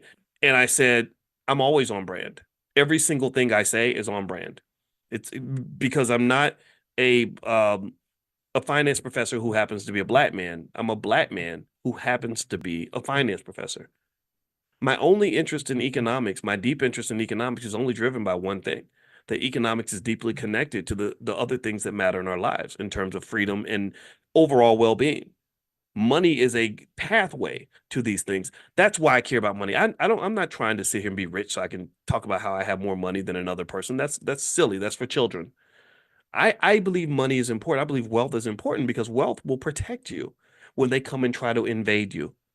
And colonizers will always come and try to invade you in a capitalist society if you don't have your money right. So what you do for your kids, if you love them, is you make an economic plan. You prepare them financially. You start investing while they're young, so they have assets when they're older. So therefore, they don't end up like this, like Spain. Spain couldn't do anything. They were economically weak. So they had to give in. They had to give away people and territory and everything else. Just like it. So imagine if these citizens were kind of like their children. An entity or an individual that is not financially secure cannot defend and protect its people. So the part of the reason you cannot defend and protect your community is because we have not fully embraced the discipline required to be financially intelligent and financially prepared. Do you understand? Do you follow what I'm saying? Do you get what I'm saying? Do you see the connection here? If Spain had a different approach to its finances, they could have fought the war, defended their people, told them to fuck off. Whatever. Excuse my French. I know I cussed a lot today. I hope please forgive me for that, but I got to be honest. They could have said, "Screw you. These are our people. We're going to fight you till the end because we've got the resources to do that." But because they had no resources, they had to bow to the crown. They had to bow to the aggressor. So in many of your homes, in many of your families, because you don't have resources, you have to bow to the aggressor. Black men can't be men the way we want to be because we didn't grow up in spaces where they taught us to be economically strong and prepared. You have to go out groveling and begging and hoping that massa will give you an opportunity. And I'm not making fun of anybody in this position. I was there too. But I believe every black man on earth should know how to start a business from the time he's a child. I think that should be a requirement for all of our boys. Same thing. I think the girls too. The girls have their own reasons to be economically independent. So this is what I'm seeing here. This is what I'm seeing. That not being prepared makes you vulnerable. And then that's when people come in and they take your stuff. and they take the people around you. So you are the head of a household. You've got some stuff. You've got some people that you're protecting. You can't protect them because the money's not right. Why ain't the money right? Why don't we have a plan? Why aren't we doing more? Why aren't we understanding economic preservation as a critical element of personal and collective freedom? Freedom, influence, power, whatever you want to call it. Money is power. Money is power, and economic warfare is a very real thing. It's declared on you every single day, and it's going to be declared on your children. So make sure that they're ready. Let me keep reading here. All right, so it says, as stated earlier, after the treaty was signed in 1821, Florida became an American territory and the inhabitants became U.S. citizens. However, that did not stop General Jackson from breaking the law. He committed numerous additional reprehensible acts to aid the white slaveholders. He repeatedly used the U.S. military to capture blacks in Florida and delivered them to the slaveholders. In doing so, Jackson violated the U.S. Constitution that declared it illegal to bring slaves into the country after 1808. These intentional illegal actions on the part of Jackson and the complicity of the U.S. government, because it let those illegal acts occur, raise numerous questions. The answers to those questions create legal pathways to remedies for reparations for today's Black Americans. In the following section, I am intentionally framing detailed legal arguments that should be used to compel the U.S. government to provide reparations to Black Americans as a group. And I mentioned with reparations, the government is not the only entity that owes us money. Every corporation on the planet that in the U.S. that has money needs to be contributing to this pot, because we see those $1 trillion. We see NVIDIA with that $2-3 trillion valuation. Apple, all these companies, you can drop a couple $100 billion into the pot too. So let's keep reading. Violations of the Adams-Onis Treaty provide a strong statutory basis for reparations that blacks should pursue. The following legal issues arise out of Articles 4, 5, 6, and 9 of the Adams-Onis Treaty. These articles articulate the citizenship and land rights granted by Spain to all black settlers and the rights that transferred with them upon the sale of Florida.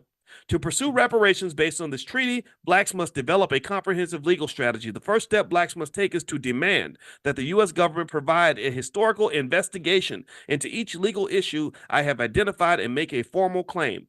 The most appropriate investigators should be the U.S. Department of the Interior and Congress. Second, the realities of history, given the realities of history, blacks must organize their legal scholars and elected officials to monitor government progress and identify descendants of black Spanish settlers. Third, blacks must make restitution from the Adams-Onis Treaty a political issue and organize the masses. These facts below are some legal issues that blacks today must demand answers to as they pursue reparations based on the Adams-Onis Treaty. 1. General Andrew Jackson and the United States accepted ownership of Florida as a new state, but ignored the numerous provisions of the treaty that Spain had made for free blacks, runaways, and black Seminole Indians.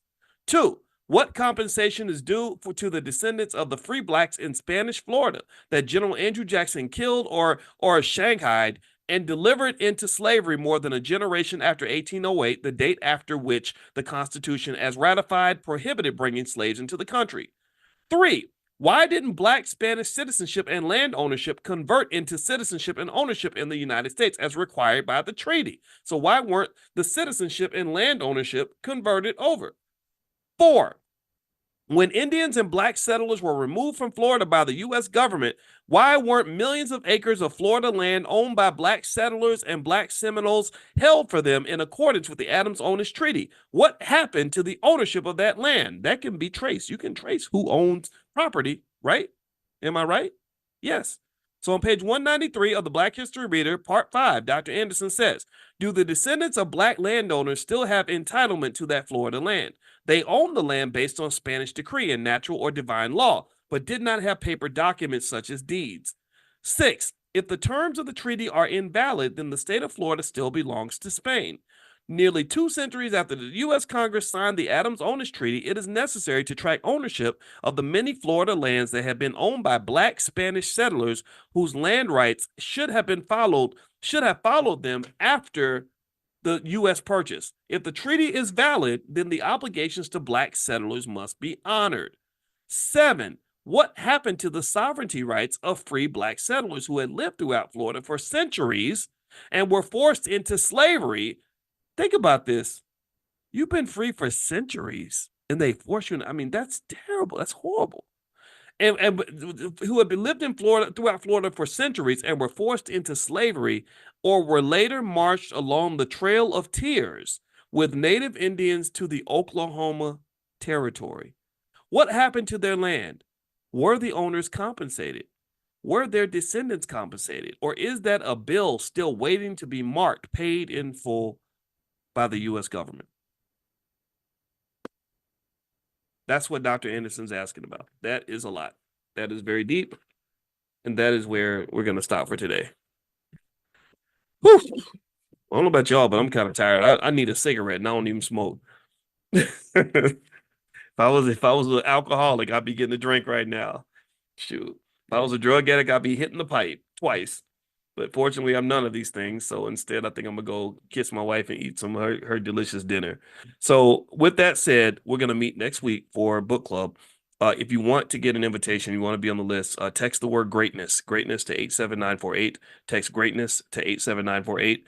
Couple reminders of things happening in the Black Business School. Number one, this week, Constance Carter, who owned the largest Black real estate firm in California, is doing a session. I believe that session is Thursday night.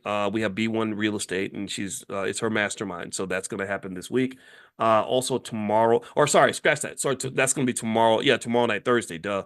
And she's going to come in. So if you are on the text list, I'll send you a text about that. Also Friday, Dr. Lene Javette, who is our Dean of Entrepreneurship, is going to do a special session called Concept to Cash Flow, where you take your ideas, turn them into a business.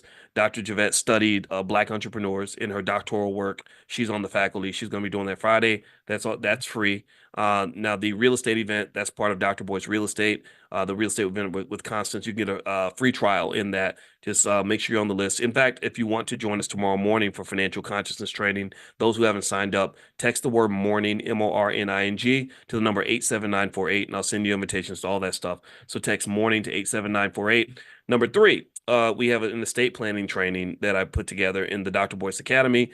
Lifetime access will be $299 if legacy building is something that you're interested in, you want to learn estate planning. I am going to reduce the price by 48% for 48 hours for a couple days on Thursday and Friday. You'll get a text to decide if you'd like to participate in that. And then last but not least, the All Black National Convention is October 25th through the 27th. We're going to convene in Lombard, Illinois, right outside of Chicago at the Westin Hotel, and spend a couple days just being super Black and getting to know each other and connecting and having our family reunion, learning and having fun and connecting. And that's pretty much what the convention is. So if you'd like to learn more about the convention, you can go to allblacknationalconvention.com. That's allblacknationalconvention.com. All right. And the book that we read tonight is called The Black History Reader by Dr. Claude Anderson. You can get a copy at powernomics.com. He has a whole bundle pack of all of his books you can get for $99. Best $99 investment you'll ever make. So feel free to go to powernomics.com. So God bless you guys. I hope you have a great night. I'll see you all tomorrow morning for Economic Elevation. Was in the 5 a.m. club this morning. Clap for me. I made it to the 5 a.m. club. You guys know it's not even a 50-50 for me. Most days I'm in the 6:30 or the 7 a.m. club, but I did get up at 5:04 a.m.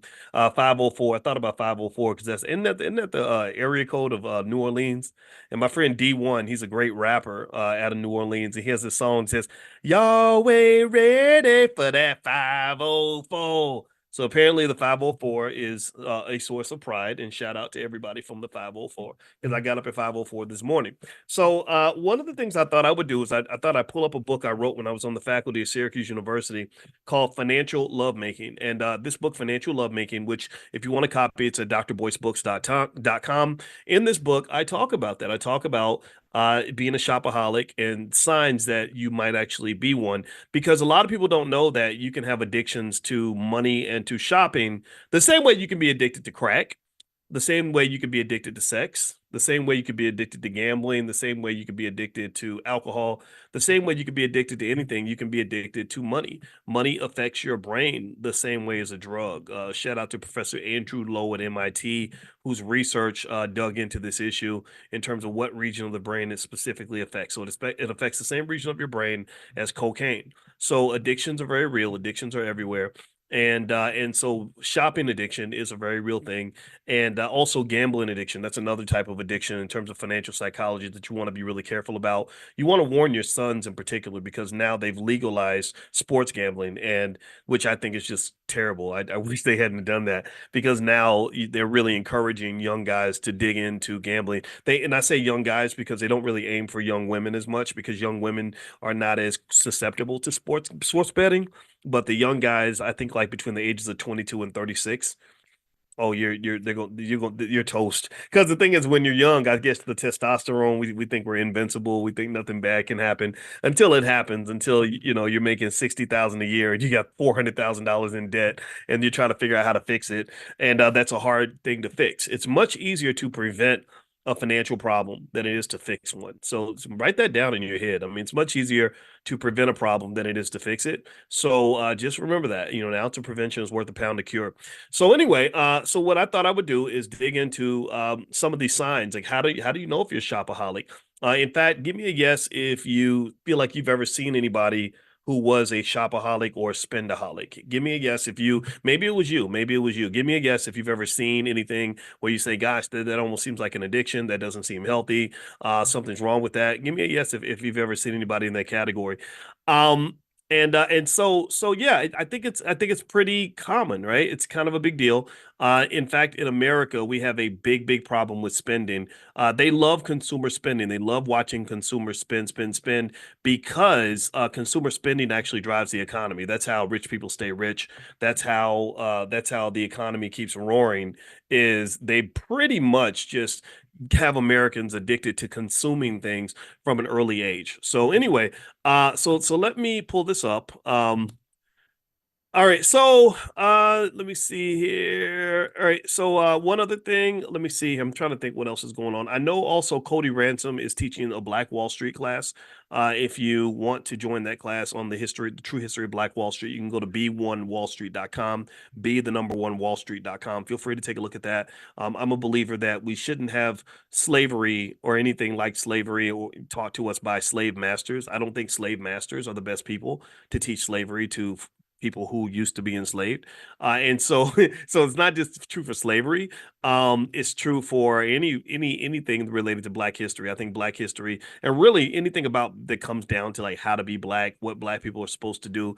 I just don't think that it's healthy for us to have other people teaching us that. I think we should be teaching that to ourselves. So we actually have our own educational institution. We've been doing this for many years, and we teach kids about wealth. We have the Black Millionaires of Tomorrow program, where our kids, we have 9-year olds who know wealth better than most adults. It's not very hard to do because if you focus on some basic ideas at an early age, you'd be amazed at what a difference that makes in the life of the child. And also, I want you to remember that the idea of being financially sound is not just about having money. It's about giving you protection in the areas that money cannot buy. It's all the stuff that doesn't have to do with money. Money is kind of a protector that can either inhibit your ability to enjoy your life or it can accelerate your ability to enjoy your life. Let me know if you get what I'm saying here. Money doesn't really buy happiness, but it's very, very hard to find happiness without money. Let me say that again. Money doesn't buy happiness. There's no store you can go to and buy happiness unless it's like a crack house. Maybe you can buy temporary happiness in a crack house. But for the most part, that you can't buy happiness, at least long-term happiness with money. But what money can do is it can take away your ability to pursue happiness if you don't have what you need. Do you understand? So this is what it's all about. It's about when I really consistently talk to you about us building that capital base for the children, you're really keeping the children out of slavery. You're really protecting them from slavery because when the kids get to be 25 and they don't have any money, the only option they have is they have to go and get a job, and chances are when they get a job they have to work for someone who doesn't look like them, and then they get mistreated and abused and disrespected, and then they come home and they're crying every day and they're really sad and their lives suck. Well, why do most people's lives suck? Well, a lot of it has to do with the job that they do. It's the people they work with. That's the biggest stressor. And I think what happens is that they get us distracted. They'll tell us about some person every time there's an election. They'll pick one person who got shot by a cop, and then they'll tell everybody if you go out your door, a cop's going to shoot you. And I don't know a lot of people. I'm gonna be honest with you. I don't know a lot of people who've been shot by cops. I don't. I really don't. I know it happens for sure. I knew cops growing up. My dad was a cop. My dad had to shoot somebody. He shot a white guy actually. He had to kill him. And he was protecting people, and they sent him thank you notes and everything because this guy was a real menace in his neighborhood. But I know many people who got shot by cops. But what I do know, here's what I do know. I know a lot of brothers who've been shot by other black men. I do know that. That's just my experience. I also know a lot of black people who hate their jobs. I know a lot of black folks every day. In fact, raise your hand if you've ever been on a job where you were disrespected. Let me know. Give me a yes if you've ever been in a situation that was just painful and stressful and irritating and made you mad and made you want to jump across your desk and beat the hell out of your boss and made you not want to come to work no more, or made you just downright sad. I know that a lot. I've seen that a lot. Right. So in my view, if you're talking about really solving problems, um, my thought is like, why not solve problems by starting where the biggest problem exists? To me, that's very logical. It's very logical to say, if I'm going to solve a problem, I'm going to focus on what your biggest issue is, and I'm going to help you solve that. I'm going to help you fix that. Right. So I would just tell you that I don't think being shot by a cop is the biggest problem that most black people have.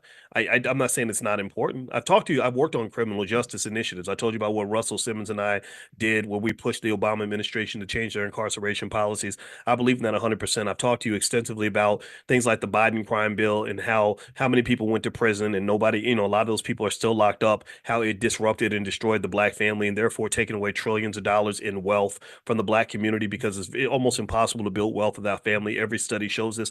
I'm in complete alignment with you, right? So I'm not going to sit around and pretend like a police shooting is a good thing or that these are not issues. But what I am saying is that I think that if you're talking about fixing your life, that's it. Ayanna Van Zant style. If you're talking about quality of life, that's it. That's what I'm thinking. I'm looking at your life and I'm saying each day, what are you doing every day, and how do you feel about that? And if you don't like that part of your life, then I say fix it. So when I think about quality of life, I think the best way to give your child a better quality of life is to put them in a position where they don't have to go beg for a job from their oppressor. I think that would be a type of liberation and freedom that would make them very proud. It would make them very strong. It would make them very it would give them access to a lot of happiness and freedom and all these other things that we talk about that sometimes we don't know anything about. I mean, you can't, sometimes we fight for freedom in a cage. Like we fight for freedom by demanding a nicer cage. Give me a better black job. I need you to give me more black jobs. I don't want to, I don't even want to, I don't want a black job.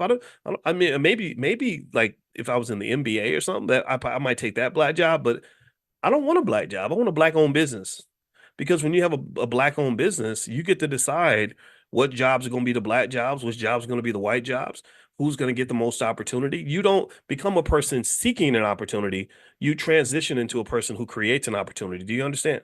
Like we shouldn't be teaching our kids to go get a job. We should be teaching our kids how to create a job. That's what financial consciousness is all about. Consciousness is leveling up. It's where you say, okay, I'm not going to operate on this level because I'm not winning on this level. Let me go to a higher level. And if you're not winning on that level, you go to the next level. And each time you notch up a level, you have a little more power. You have a little more perspective. You're higher in the sky. When you're in an airplane, you can see the landscape a lot better than you can if you're in a car. You understand? So you got to level up. We must level up our thinking. That's extremely important. And in fact, actually, I promise I'm gonna get to the shopaholic topic. I know that was what I started with, but y'all know me. I just stream of consciousness. Just bear with me. Um, but I was even thinking about today, like with my wife, we went to breakfast today, and I decided to take her to breakfast because I don't know, I want to spend time with my wife and everything. And I was just telling her, I told her how much I admired her, and I told her how much I really just admire like just how pretty she is. I said, you were the prettiest thing I ever saw. And I was telling her that my theory, I said, when I got married to you, I would have some people ask me, like women would say, well, what was it about her that made her different? Like, why were you willing to settle down and marry her? Because I wasn't in a rush to get married. I didn't feel like I had to get married. That wasn't something I feel like you should do whatever you want to do in life. I really believe that. But I wanted to marry her. And they were like, so what was the difference? And I said, I think it was that number one, I thought she was amazing, most beautiful thing ever. And also the other thing too is like I don't understand when guys get intimidated when women are doing well and they're really smart and are successful. That accelerates you. That should help you. You should see that as an asset, not as a liability. She's not your competitor. She's your spouse. She's your partner, right? So that was one part of it. But then I said, one of the biggest things that made me really love you is the fact that you really love me. I admired you partly because you admired me. And I said I don't think a lot of people think about that enough. They don't think about this. They don't understand how self-esteem plays a very big part in the universe giving you what you deserve. Self-esteem is really important. And so let me give you an example to make it more concrete because I'm trying to get this thought out of my brain and into my voice so you can hear it and see it and hear where I'm coming from. But anyway, so I said, like I've seen people who like I've seen men who will say, I want to date the most beautiful woman I can find. But they don't even consider like, well, does that woman also consider you to be a catch? Like you've decided she's the prize, but does she see you as the prize? Because if she doesn't see you as the prize, then maybe that should affect whether you see her as the prize. Because what happens, I've noticed, is that people tend to fight for the things that they value. Like people tend to sacrifice to keep the things that they really want to have, right? Like for example, I told my wife, I said, like the waiter came back and he saw the half a pancake sitting on the table and he was going to pick it up. And I said, no, give me some time. I want that pancake, right? I said, now if I didn't want that pancake, I would have just gave it up. I would have said, here you go. So what happens sometimes is you'll see sometimes like in relationships where because she's a relationship therapist, and I remember sometimes she might say, yeah, she say, yeah, sometimes I have a client where the husband doesn't even want to come to therapy and he'll just be out in the streets doing whatever, and the wife will be in there like wanting to talk it out and figure it out, and he doesn't even care. And I said, it's because he don't really want her like that. Like I said, a man that really wants you is going to sacrifice for you. That's what I just really believe. Or a woman that really wants you is going to sacrifice for you. And it's not just true for men and women and male female relationships. It's really true for everything. Even if you think about like a job, there's a difference between, tell me if you're following this. If you work for a company that values you, what are they going to do? They're going to pay you well. They're going to be flexible with your schedule. They're going to give you days off when you need them. They're going to give you promotional opportunities. They're going to find out how you're doing. The boss was going to know the names of your kids, right? Do you see what I mean? Like that to me is a great experience. But think about this. So there's different types of ways you go search for a job. Some people search for a job and they say, I want the job that pays me the most money. That's it. Or I want the job that's the most prestigious. And they don't even factor in, well, how are they going to treat you? What are they going to do for your quality of life? If I get a job that's super prestigious and pays me lots of money and they treat me like crap, they stress me out, I'm not sleeping, my blood pressure's up, I'm drinking myself to sleep every night because I'm under so much stress. Well, that ain't the right job for me.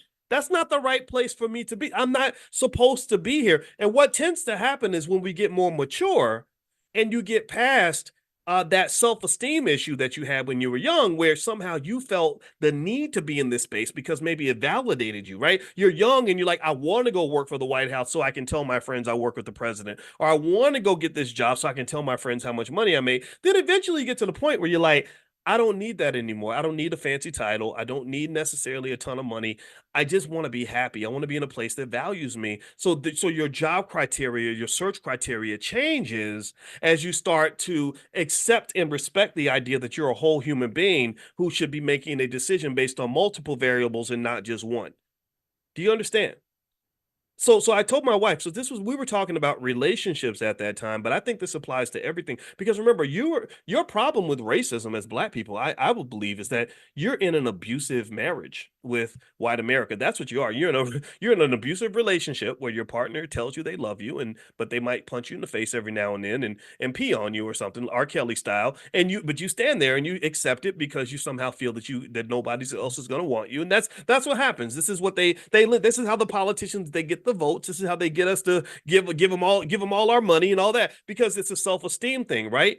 And I told my wife, I said, you know what? I said, part of the reason I love you so much is because of how much you love me. And part of the reason that I wanted to be with you so much is because I could tell you wanted to be with me and you wanted a man like me, which that right there told me, oh, this woman got good taste.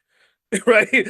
She got good taste. Now this was genetic. Her father was a professor like me. So she has this thing. We tend to marry our parents. There's books, there's whole psychology theories about that. This is where the whole broken families problem really emerges, right? When you look at the fact that 76% of all black children don't have a father in the home, and a lot of young children don't have a good relationship with their father, this really shows itself in dating choices and why certain guys might end up as the fathers of your kids and all that. It all requires therapy. It's a deep conversation. But still, though, I told that's what I explained to her. I said, I think that we underestimate the importance of self-esteem and self-respect when forming relationships, whether they are economic relationships, whether they are romantic relationships, professional relationships, any kind of relationship.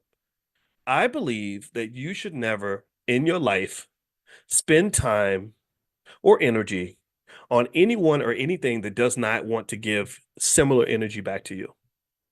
I don't believe that we should be giving all of our money away to people who would never ever do the same thing for us. I don't believe that the people that teach our children are qualified to do so. I don't believe that. I believe we're qualified to do that. I don't believe that a healthy relationship is ever one where you want them up at level 9 and they only want you at level 1. And what happens in those relationships is you get abused. Literally, they're crapping on you. They're calling you names. They're disrespecting you because they know you're not going to go anywhere. And you're sitting there doing Jennifer Hudson songs. No, no, no, no way. I'm living without you. I'm staying. I'm staying. I don't want to be free. That's the black people all instead of the black national anthem, that needs to be our new anthem because some of us are out here literally singing Jennifer Hudson songs, talking about you gotta love me. Right? So first off, if a woman ever sang a song like that to me, I would run for the hills. That is a scary song. That means that she's either gonna have you or she gonna kill you. But then second of all, what in the world would make you ever think that it makes sense to behave that way in front of anyone? Where is your damn self-esteem? Where is your self-love? Where's your self-respect? And that's what we do. We are trained. I think we're trained to be beggars. We're trained to sit there. No, no way. You gonna love me. Like you go, no, no, no, no way. I'm living without you. Right. And we take pride in this. I'm not begging nobody for nothing. I think I don't, and it's not an arrogant ego thing. It just it's a self-love thing. I think that if we practice simply loving ourselves as much as we love white people, we would just move like light years ahead as a community. I really do. I think that we really are in love with their validation. We're in love with their acceptance. We're in love with whatever it is that we think that they can give us. And we don't really love ourselves as much. And so so this all spun from the conversation I had with my wife. And I said, a good part of the reason that I love you so much that I would fight for you and that I did fight for you is because I had a sense that you would fight for me, that you loved me, that you wanted me. If you did not want me, then I would not want you because I know that if I go out here and I hold my head up high and I become the best man I can be, that there would be some woman who would be worthy of that love. So and I don't know if that I hope that doesn't sound arrogant because it's not meant to be. To me, it's about simple, basic self-respect. I see people in relationships all the time with people who truly don't care about you. But maybe you picked him because you wanted to be married to a surgeon, or maybe you picked her because you wanted to be with the prettiest girl in the room instead of the woman who wanted you the most. I think that those factors need to be considered in every type of relationship. That's a self-esteem thing. That's just a parting thought. And maybe it's on my mind because I was going to read a little bit from my book, Financial Lovemaking. I hope that's okay. I wrote this book a long time ago. So if I say something stupid in here, just know that I was literally 18 years younger than I am right now. But I'm going to read some of this because there is a section on shopaholics or spendaholics. Actually, I call them spendaholics in the book, and I'm going to read this. And by the way, I just want to remind everybody, in case you just came in, today is the first day of the Black Investors Championship.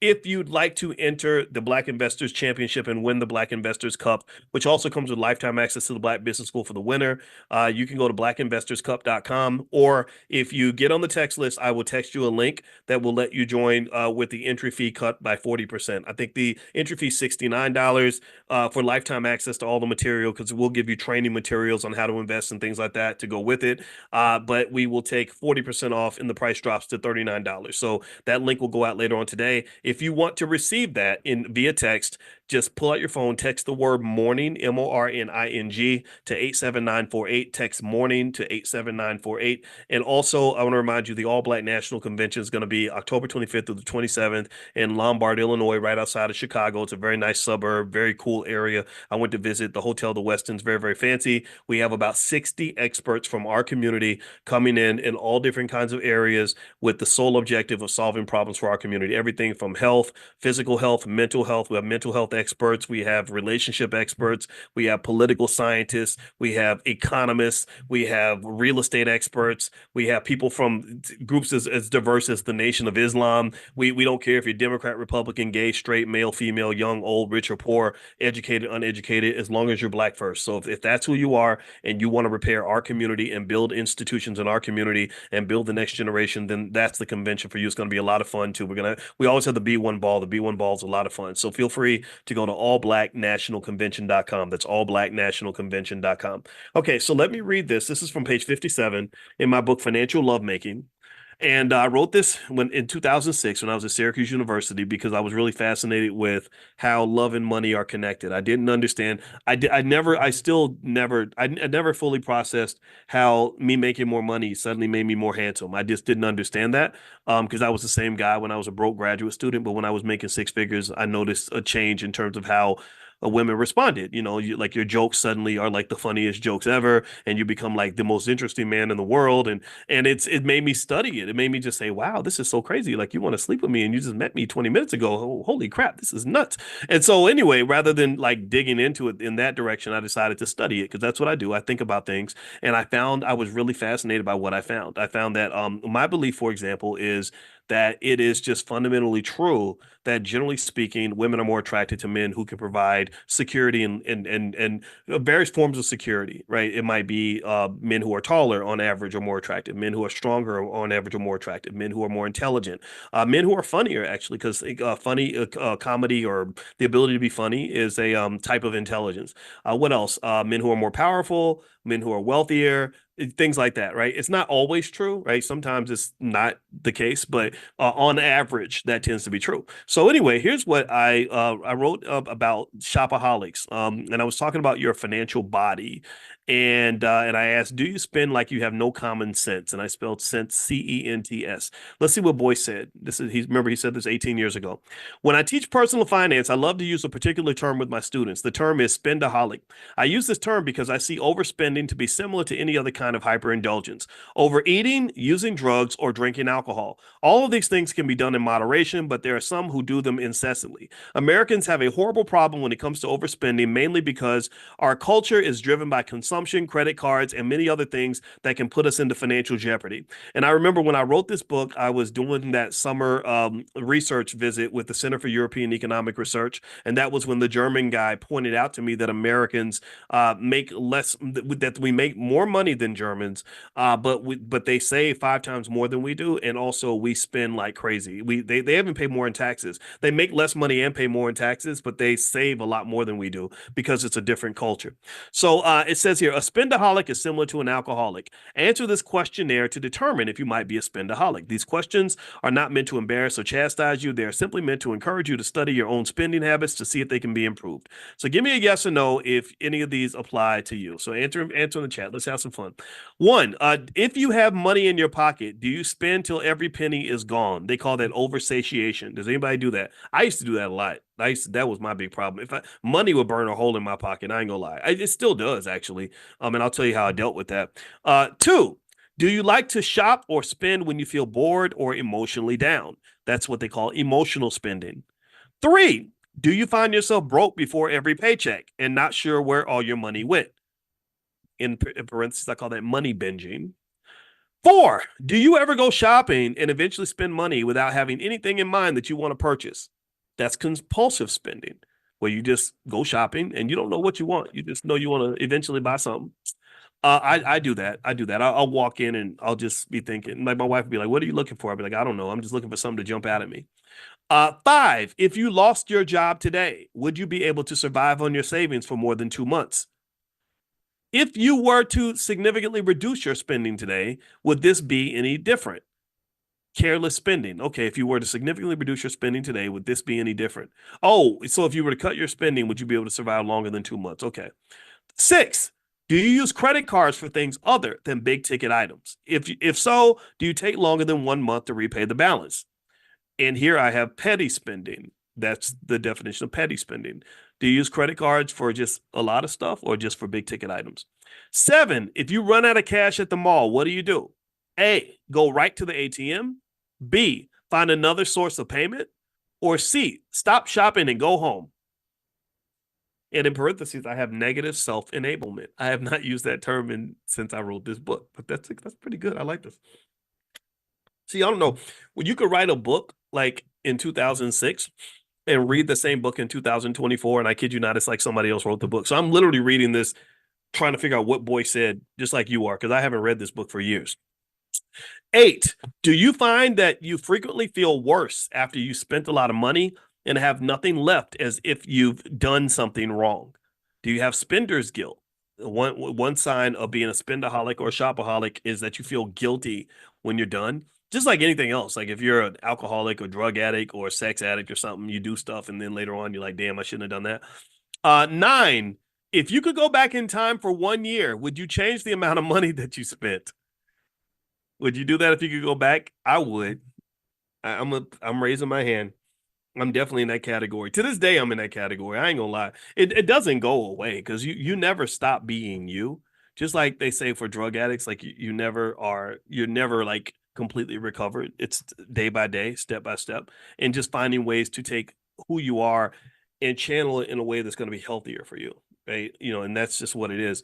Number 10, are you quick to buy things for other people, such as meals, clothing, etc.? And here I call that life of the party spending. Are you the person who always picks up the check, always buys stuff for other people, like, kind of to big ball a little bit or whatever? I know a lot of us that maybe you went to school and you make more money than other people. You might feel the need to become extra generous. I still do that. I feel embarrassed to go places and ask other people to pay the tab. It's just not. It feels very awkward for me. And to some extent, I'm blessed, so it's okay. But I had to kind of work on that because sometimes you don't want to pay the tab. Sometimes you don't need to keep paying the tab. And yeah, Muna, that's that MC Hammer effect. Because MC Hammer, that's how he lost all of his money. Is he lost a lot of his money for the same reason a lot of athletes and entertainers lose their money, is that he was so generous. He took care of everybody.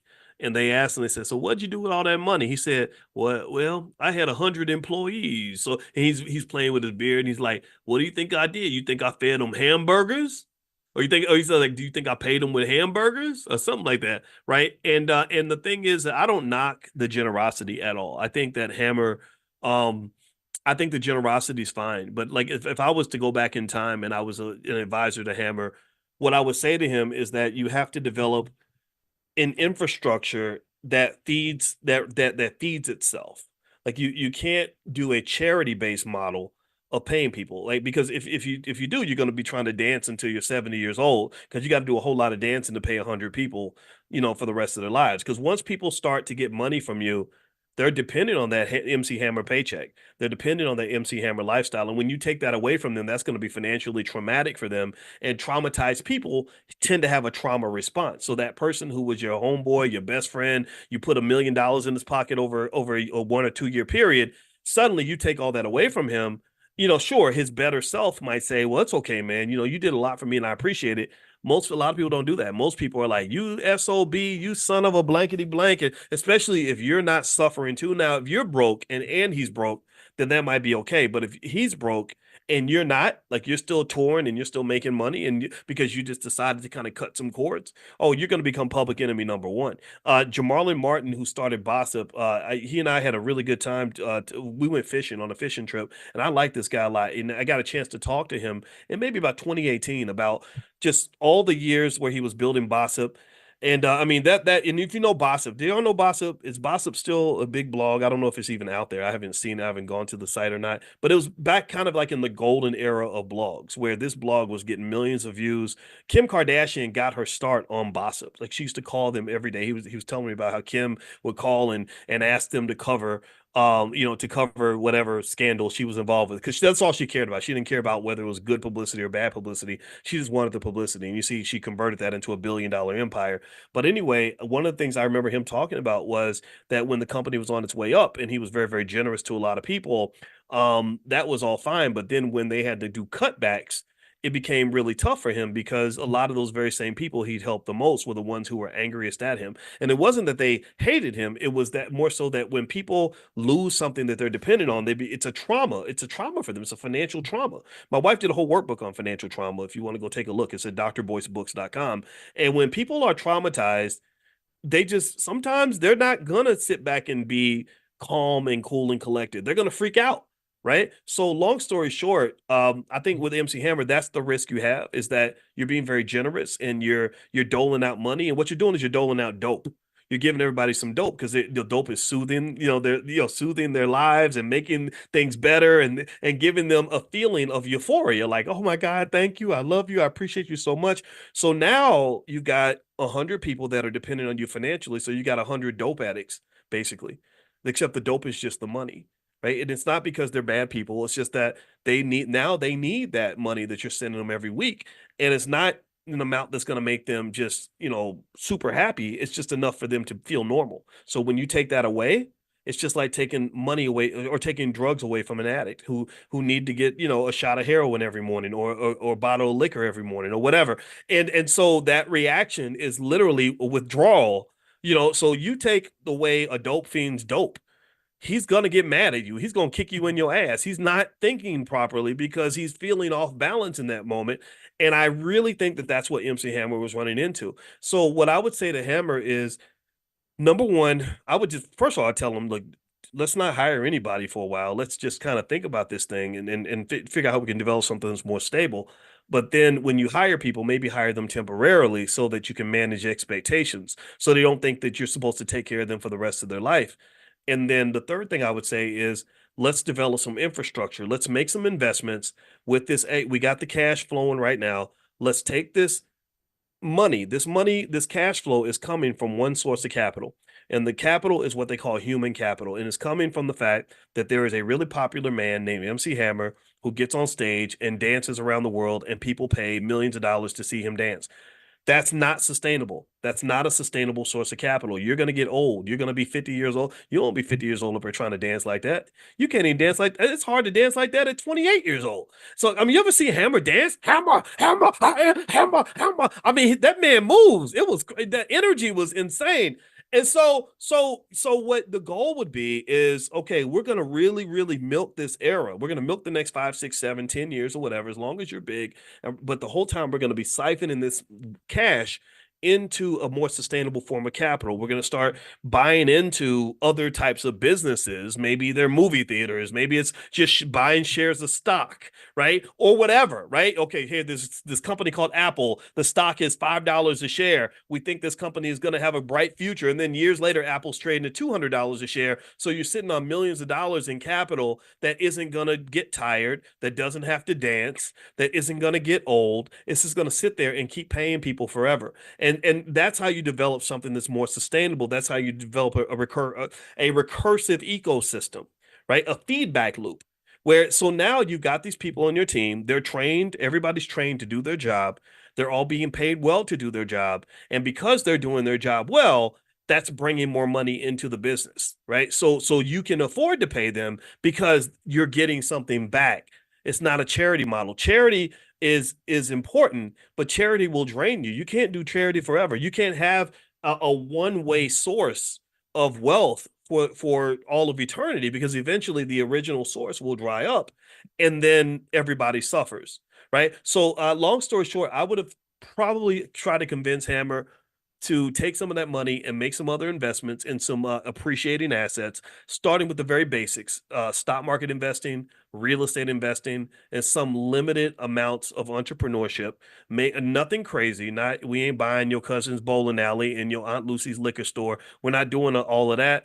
Maybe what we're going to do is develop businesses around the things that we know. Well, what do you know? Well, you know entertainment. Okay, we're going to start the MC Hammer Dance Studio, and we're going to hire a bunch of really great dancers from your team who are going to be teachers in the dance studio, and the whole community is going to come and pay a fee to learn how to dance, just like MC Hammer, whatever it is, right? Just like Alvin Ailey has his dance troupe, and they've probably made hundreds of millions of dollars all around the world. And I don't even know. Y'all got to tell me, is Alvin Ailey still alive? I don't even know if he's even still here. I know his name is big. Is Alvin Ailey still out doing stuff? Does anybody know? I don't know. I don't know. No disrespect. I don't want to kill the man if he's still here. But that name is capital. You understand? The name Alvin Ailey is a source of capital that is feeding hundreds, if not thousands, of people. How cool is that? And it's not just Alvin Ailey's name. I mean, there's a lot of other names. Steve Jobs, what he did with Apple, that's now a $3 trillion company, and Steve Jobs ain't even here. You can keep going to Henry Ford. Ford Motor Company has fed millions of people. And he's been gone for a very long time. Walt Disney, the name Disney, just this summer, 50 years after Walt Disney died, this summer, Walt Disney Corporation had the two biggest movies of the freaking summer. Or this week, actually, this past week. They Wolverine and whatever that is from Marvel Studios was the #2 movie, and #1 was Alien, the movie Alien from another studio, the 20th Century Fox that they own. And they have the biggest haul of movie revenue of any major studio on the planet. And this is 50 years after Walt Disney died. Why is that? Well, that's because Walt Disney did something that's really important. He did something that the ancient Egyptians did at a very high level, is that he spent his life planning for that afterlife. When I was in Egypt, I was fascinated by how obsessed the old Egyptian kings and the Nubian kings and all the kings and pharaohs and queens were obsessed with death. And they really planned for death. King Tut, for example, as we saw King Tut's mummy, King Tut only ruled for like 9 years. He wasn't even a ruler that long, but he spent that whole 9 years preparing for the afterlife. So here we are 5,000 years later looking at this kid's mummy. He was a kid, and it's kind of crazy, right? Well, the same thing I think is true when you talk about economic afterlife, right? Just sort of preparing legacy, preparing infrastructure, just saying to yourself, okay, if I'm MC Hammer and I can't dance no more, how am I still going to feed these 100 people? Because they're still going to need to eat, even when my knees have arthritis in them. Well, that's where financial literacy and financial intelligence are not just nice value adds. They're not just nice little add-ons. They can literally become a matter of life and death. It can literally become a matter of, process this. Think about how many people couldn't eat anymore because MC Hammer wasn't selling records like he used to. A lot of people suffered financially because of that, right?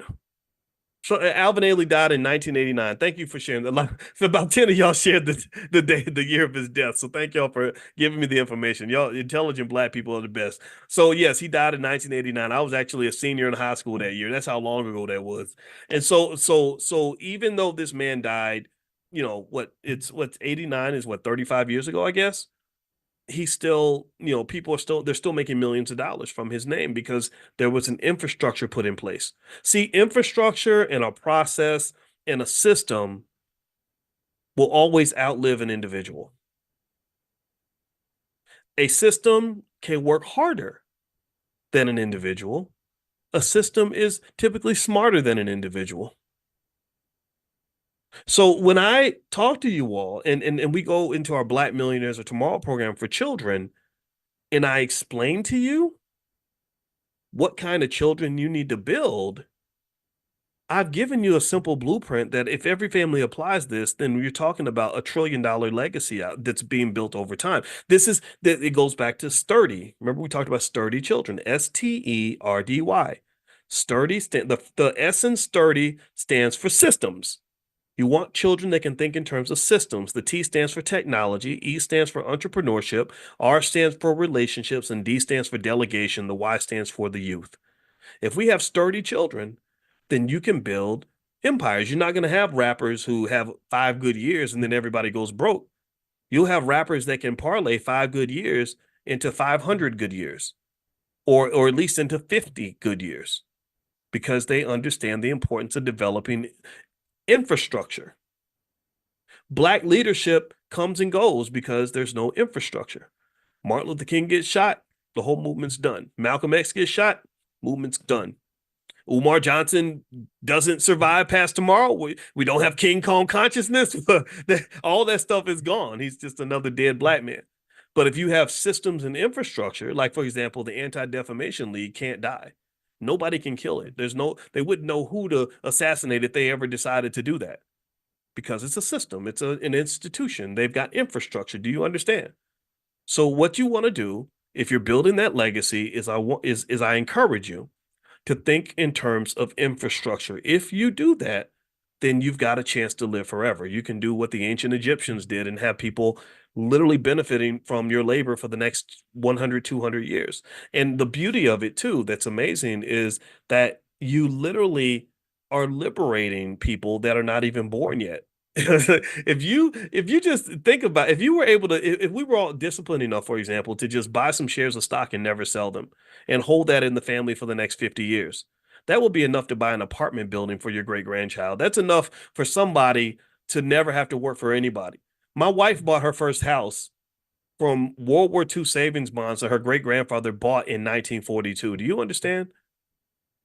That's what, so there is no U in sturdy. Sturdy spelled Sterdy, Sterdy, and it's from our Black Millionaires of Tomorrow program. We have a whole financial literacy program for children, which literally the guarantee is that when your child goes through the program, if they take the self-study exams and they get their certificate, they will have a financial literacy level that exceeds the average college educated adult. That is our guarantee. And if you don't feel that way, then let us know. We'll give you your money back. But if you want to go take a look, you can go to blackmillionairesoftomorrow.com. That's blackmillionairesoftomorrow.com. So sturdy is an acronym, Sterdy, and that's what I talk about all the time, because if you develop that kind of thinking, economically speaking, then that's a type of consciousness that takes you to the next level, where it's not just, I'm going to try to be a successful Negro by getting me a fancy job and living in a nice neighborhood. Who cares about that? I don't, and I'm sorry, no disrespect, but no, the world don't really care a whole lot about your master's degree. The whole world don't care a whole lot about the fact that Mr. Charlie gave you a good job.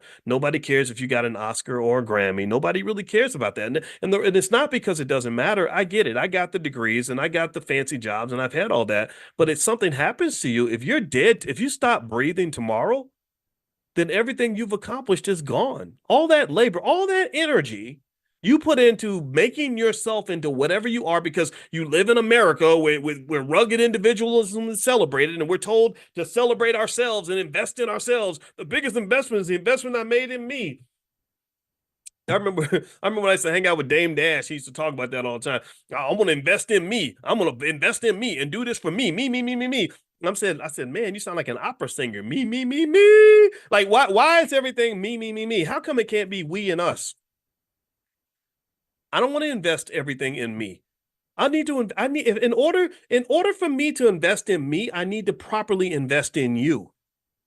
Because me and you becomes we, and we is 100 times bigger than me. Sure, I worked hard. I did all that. I got the degrees and I went to school and I know a whole lot of stuff. But if I walk outside that door and get hit by a milk truck, then everything I've worked for is gone. The only part of me that will survive is the part of me that I converted into we. So I know that the we will outlast the me any day of the week. Do you understand what I'm saying? I know that if something happens to me, I'm not worried about something happening to me, because we got we. I know that I've been able to, over 15, 20 years, talk to about 10, 20 million people who are going to take something that they learned from me and that it's going to survive. It's a win. It's a win for us. So what happens to me doesn't matter. I don't, when I figured that out and began that process of really pouring into other people as much as I could, and doing the same strategy that I would kind of, would have loved to help MC Hammer sort of do. That was when I no longer had a fear of death. I wasn't afraid of death anymore. I'm not afraid to die because the we has become so big that the me is not that important. Sure, I'm still part of the process. Sure, absolutely. But if I was gone tomorrow, there's certain ideas and principles and philosophies that I know that you all have embraced that you're never going to unlearn.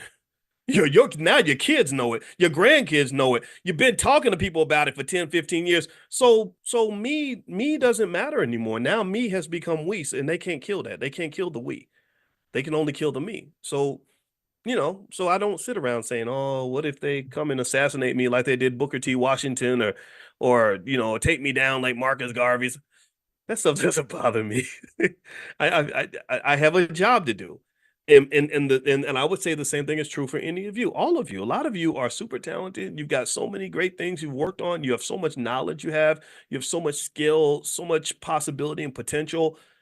Try to make sure you turn that me into a we, and don't fall for the me philosophy that exists in America, because the me is why so many people are struggling, why so many people are losing, why our country is not becoming the country that it needs to be. If you want to know why China is becoming so strong, it's because China understands this. China says me don't matter. It's the we. We are what matters, not you. You're an individual.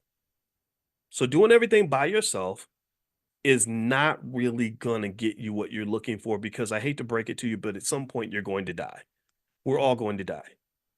And so the best thing we can do while we're here is enjoy the present, really pour into it with reckless abandon, fearlessness. I believe deeply in that. I believe in relentless fearlessness in terms of pursuing whatever purpose you believe God gave you, and then making sure that you're passing that baton so that everything that you have, everything you work for, everything you become becomes something that's bigger than just you. That's consciousness. That's financial consciousness. That's it. I'm done. Um, So yeah, so I finished reading that part from my book, Financial Lovemaking. If anybody wants to go get a copy, you can go to drboycebooks.com. And it's the subtitle of Financial Lovemaking is merging assets with your partner in ways that feel good. So I actually say I want to apologize in advance for any weird or freaky stuff I said in the book. I think I talked about financial threesomes and stuff like that, just trying to be funny. But that was me at 35 years old, so I'm a different man now. So anyway, I hope you guys have a great day. And also a reminder, the Black Investors Championships have started. They start today. So if you'd like to still participate, just get on the text list. I'll send you a link where you can join. And then after today is shut off, we can't take any more entrants. And you can start buying stock right now. The markets are open right now. So go ahead and jump in, start buying your stock. The URL is blackinvestorscup.com. That's blackinvestorscup.com. But if you get on the text list, I'll send you a link where you can join. And it cuts down the price of the fee and everything for you. So feel free to get on the text list. Text morning to the number 87948. Text morning to 87948, and I will send you the link this afternoon. And that's pretty much it. So have a good day. It's Sunday. I'm sorry, it's not Saturday. It's Sunday. Oh my God, man, I've got the days off. I'm still actually overcoming that cold I got from Egypt, from the trip to Egypt. So I came back from Egypt with some souvenirs and a little bit of a cold spell, but I'm better now. I'm pretty much back, and I'm about 92.4%, not 92.3. I'm about 92.4%. And also tomorrow is a really big day, Andre from Dallas. It's a big day because tomorrow is the start of the Black Investors Championships. You guys may know about the Black Investors Championships, where we compete for the Black Investors Cup. And the Black Investors Cup is a competition that we created in the Black Business School that is looking for the best Black investor on earth. And hundreds of you have entered the competition. We cannot take any more contestants. We unfortunately we have run out of spots for this competition, which starts tomorrow morning. But if you are in the Black Investors Cup, you can log in at blackinvestorscup.com, and you can then hop in and go ahead and start picking your stocks tomorrow. And after 6 weeks, we're going to go look and see who made the most money. And the winner will get the big Black Investors Cup mailed to your house. You'll also get free lifetime access to any course you would like in the Black Business School. That means you could take our stock market class, you could take our stock options training, you could look into our real estate training, you can do whatever you want to do in the Black Business School. And then also I'll bring you on the platform to allow you to be a part of the platform, to tell everybody what you did and why you were so smart and what you and your family accomplished when it came to investing. So anyway, James Keller, how are you? I see you. Give me a quick yes in the chat if you can hear me okay. Let me know if you can hear me, and I'll send out a quick text message to let everybody know that Money in the Morning is starting now. And what I thought I would do today is kind of talk to you guys about just investing in general. So, one of the reasons we're doing the Black Investors Championship is because I want to encourage you to invest, but to also show you a couple things, show you a thing or two, the things that will make a difference in your long-term generational wealth. See, as I've mentioned to you all many, many times before, investing literally is it's shown as the number one wealth driver in on Earth. Stock market investing is the number one wealth creator on the entire planet. So if you're not investing in the stock market and you don't have any wealth, well, it's easy to explain what's going on. And what's going on is that you're not participating in the places where the money is. The best way to have money is to go where the money's at. Give me a guess if you understand. Give me a guess if this logic makes sense. If you want to have the money and you want to get the money, you can't be where the money's not and expect to have the money. Do you understand? Like you can't. That doesn't even make any sense. Why would you go if you want to get something? Why would you go to the places where that thing is not located? If you're looking for a good man, why would you go to the places where bad men are located and expect to find a good man? If you're looking for gold, why would you go to all the places that don't have gold and dig for gold? And why would you dig for gold in the trash can? Why would you dig for gold in I don't know, in the middle of the ocean? You don't do that, right? You dig for gold, you find out where the gold is located, and then you dig for gold where the gold is located, right? Very simple idea. And what one of the things that's interesting and just utterly insanely fascinating to me is how many people claim that they want money but they don't go where the money's at. They do things that don't connect to the money. And maybe it's because we're just following behind what somebody else told us to do. We're following generational patterns, generational curses. I talk about that extensively in my book, The 10 Commandments of Black Economic Power, which you can get a copy of that book at drboycebooks.com. It's also on Amazon.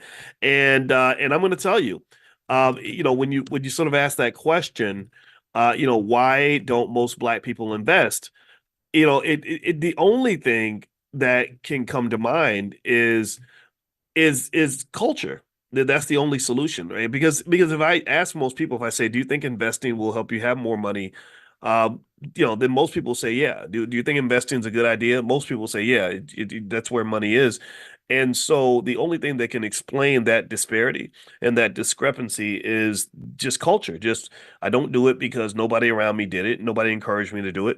Maybe you could think of it a little bit like eating healthy food. A lot of us don't eat healthy food. Maybe also because the unhealthy food tastes good, and instant gratification is one of the devils that distracts us from that higher purpose of delayed gratification and long-term reward building. Right. So I would encourage you when you think about investing, especially for those of you that are entering the Black Investors Cup, which starts tomorrow, is to go ahead and really think of this as an entry ramp into the world of wealth. If you jump on that ramp, I guarantee you, and if you remain consistent and you make this a part of your culture, you're going to do better than not just most other Black people. You're going to do better than most white people. See, what you don't understand is that there's nothing magical about white people. White people don't have fairy dust sprinkling out of their butts that makes them smarter or better than you. They don't have anything like that. In fact, if you go through and you look at history, I just went to Egypt, so I got some extra information on this. You were taught in school that the Greeks and whatever the Greeks and the Romans created culture and all that. And that just isn't true. The Egyptians, taught culture to the Greeks and the Romans. They just leave that part out. How many of y'all knew that? That literally all the culture that the Greeks and the Romans claimed to give to the world, they got that from the Egyptians. The Egyptians were doing it thousands of years before then. 6,000 years ago, the Egyptians knew the exact circumference of the earth. They knew that the world was round. And then the Europeans had the Dark Ages, 400 or 500 years of just straight up ghetto behavior. They were just ghetto, nasty. They had the Black Plague and everybody was dying. Like literally 1/3 of the entire town would die. Can you imagine that? 1/3 or 1/2 of the entire city dying. So they were kind of ghetto, and then the Moors came along and were like, okay, you need to do some more civilized things. Like you got to wash your ass. They taught them how to wash. They didn't, that's one of the reasons why the diseases got passed. Just look this up. This is true. The diseases got passed because they didn't even take baths. They'd be like, oh, I took a bath, 5 years ago. Like just nasty stuff, right? And it's so funny because my wife talks about how she went to college. See, this is where people start getting mad at me. This is where people say, "Oh, you're a racist." But this is true. My wife talks about when she was in college and how the Black girls were explaining to the non-Black girls. We'll just say it like that, so we don't talk, so white people don't know we're talking about them. And they would explain to them like how to bathe and how to clean. They said that they went through the dorm And they were like, "This is nasty. These girls, they're so nasty. They don't wash. They don't clean their rooms. Look at this is, so this is funny how this is still like part of the culture, that whole idea of like washing your ass. And that's just one beginning part of it in terms of just the things that we gave the world. See, people act like they're educating us and that they're elevating us when really I think that we elevate them when we're at our best. This is only when we're at our best. When we start imitating whatever ghetto behavior they gave us, whatever they taught us about the falsehoods of being black, then that's when we start behaving as a lesser version of ourselves. And when we do that, that's when we start having problems. That's when we start doing things that are just borderline embarrassing, ratchet, weird, nasty. I saw something the other day, actually, where Lizzo, thank God, Lizzo's really doing a great job now of promoting healthy behavior. She's starting to work out and put videos of herself working out online, which I think is great. Instead of promoting the other stuff, the obesity and the morbid obesity that's killing people. And I got in some trouble because I called it for what it was. I said, she's a beautiful girl. She's very talented. Why is she telling everybody that you want to grow up and become, an overweight slut? Excuse my friend. I hate saying it like that. I know that's the only way it has to come out. Like literally they promote this very hoish behavior. You know what I mean? And this stuff that's really a minstrel show. That's what it is. And I said, why can't she just sing? Adele's a big girl too, but Adele would just get up there and sing and everybody claps and they pay her money and that's great. But Lizzo's got to come in with the shenanigans. She's got to come in and promote the morbid obesity that's killing millions of people. And then also everything's got to be super hypersexual in a way that's not reflective of who I think black women can be and should be. Doesn't mean we're not all sexual. Everybody is, but there's kind of a lack of appropriateness to it that almost is very embarrassing, right? And I brought this up, and let me tell you, when I say that the white media went ballistic on me, they went crazy. They didn't. Nobody interviewed me to say, okay, here's a professor saying this. What's he really trying to say? They don't want to hear that, right? They have an agenda, and the agenda is, oh, this black man, this oppressive black man who's part of the patriarchy is trying to oppress a black woman. I said, no, I'm trying to save her. I'm trying to support her. I'm supporting her by saying, you're talented. Why can't you just sing? Why do you have to embarrass black women everywhere by behaving in a way that's just not consistent with the women that I know, the women I admire, the women I look up to? They're really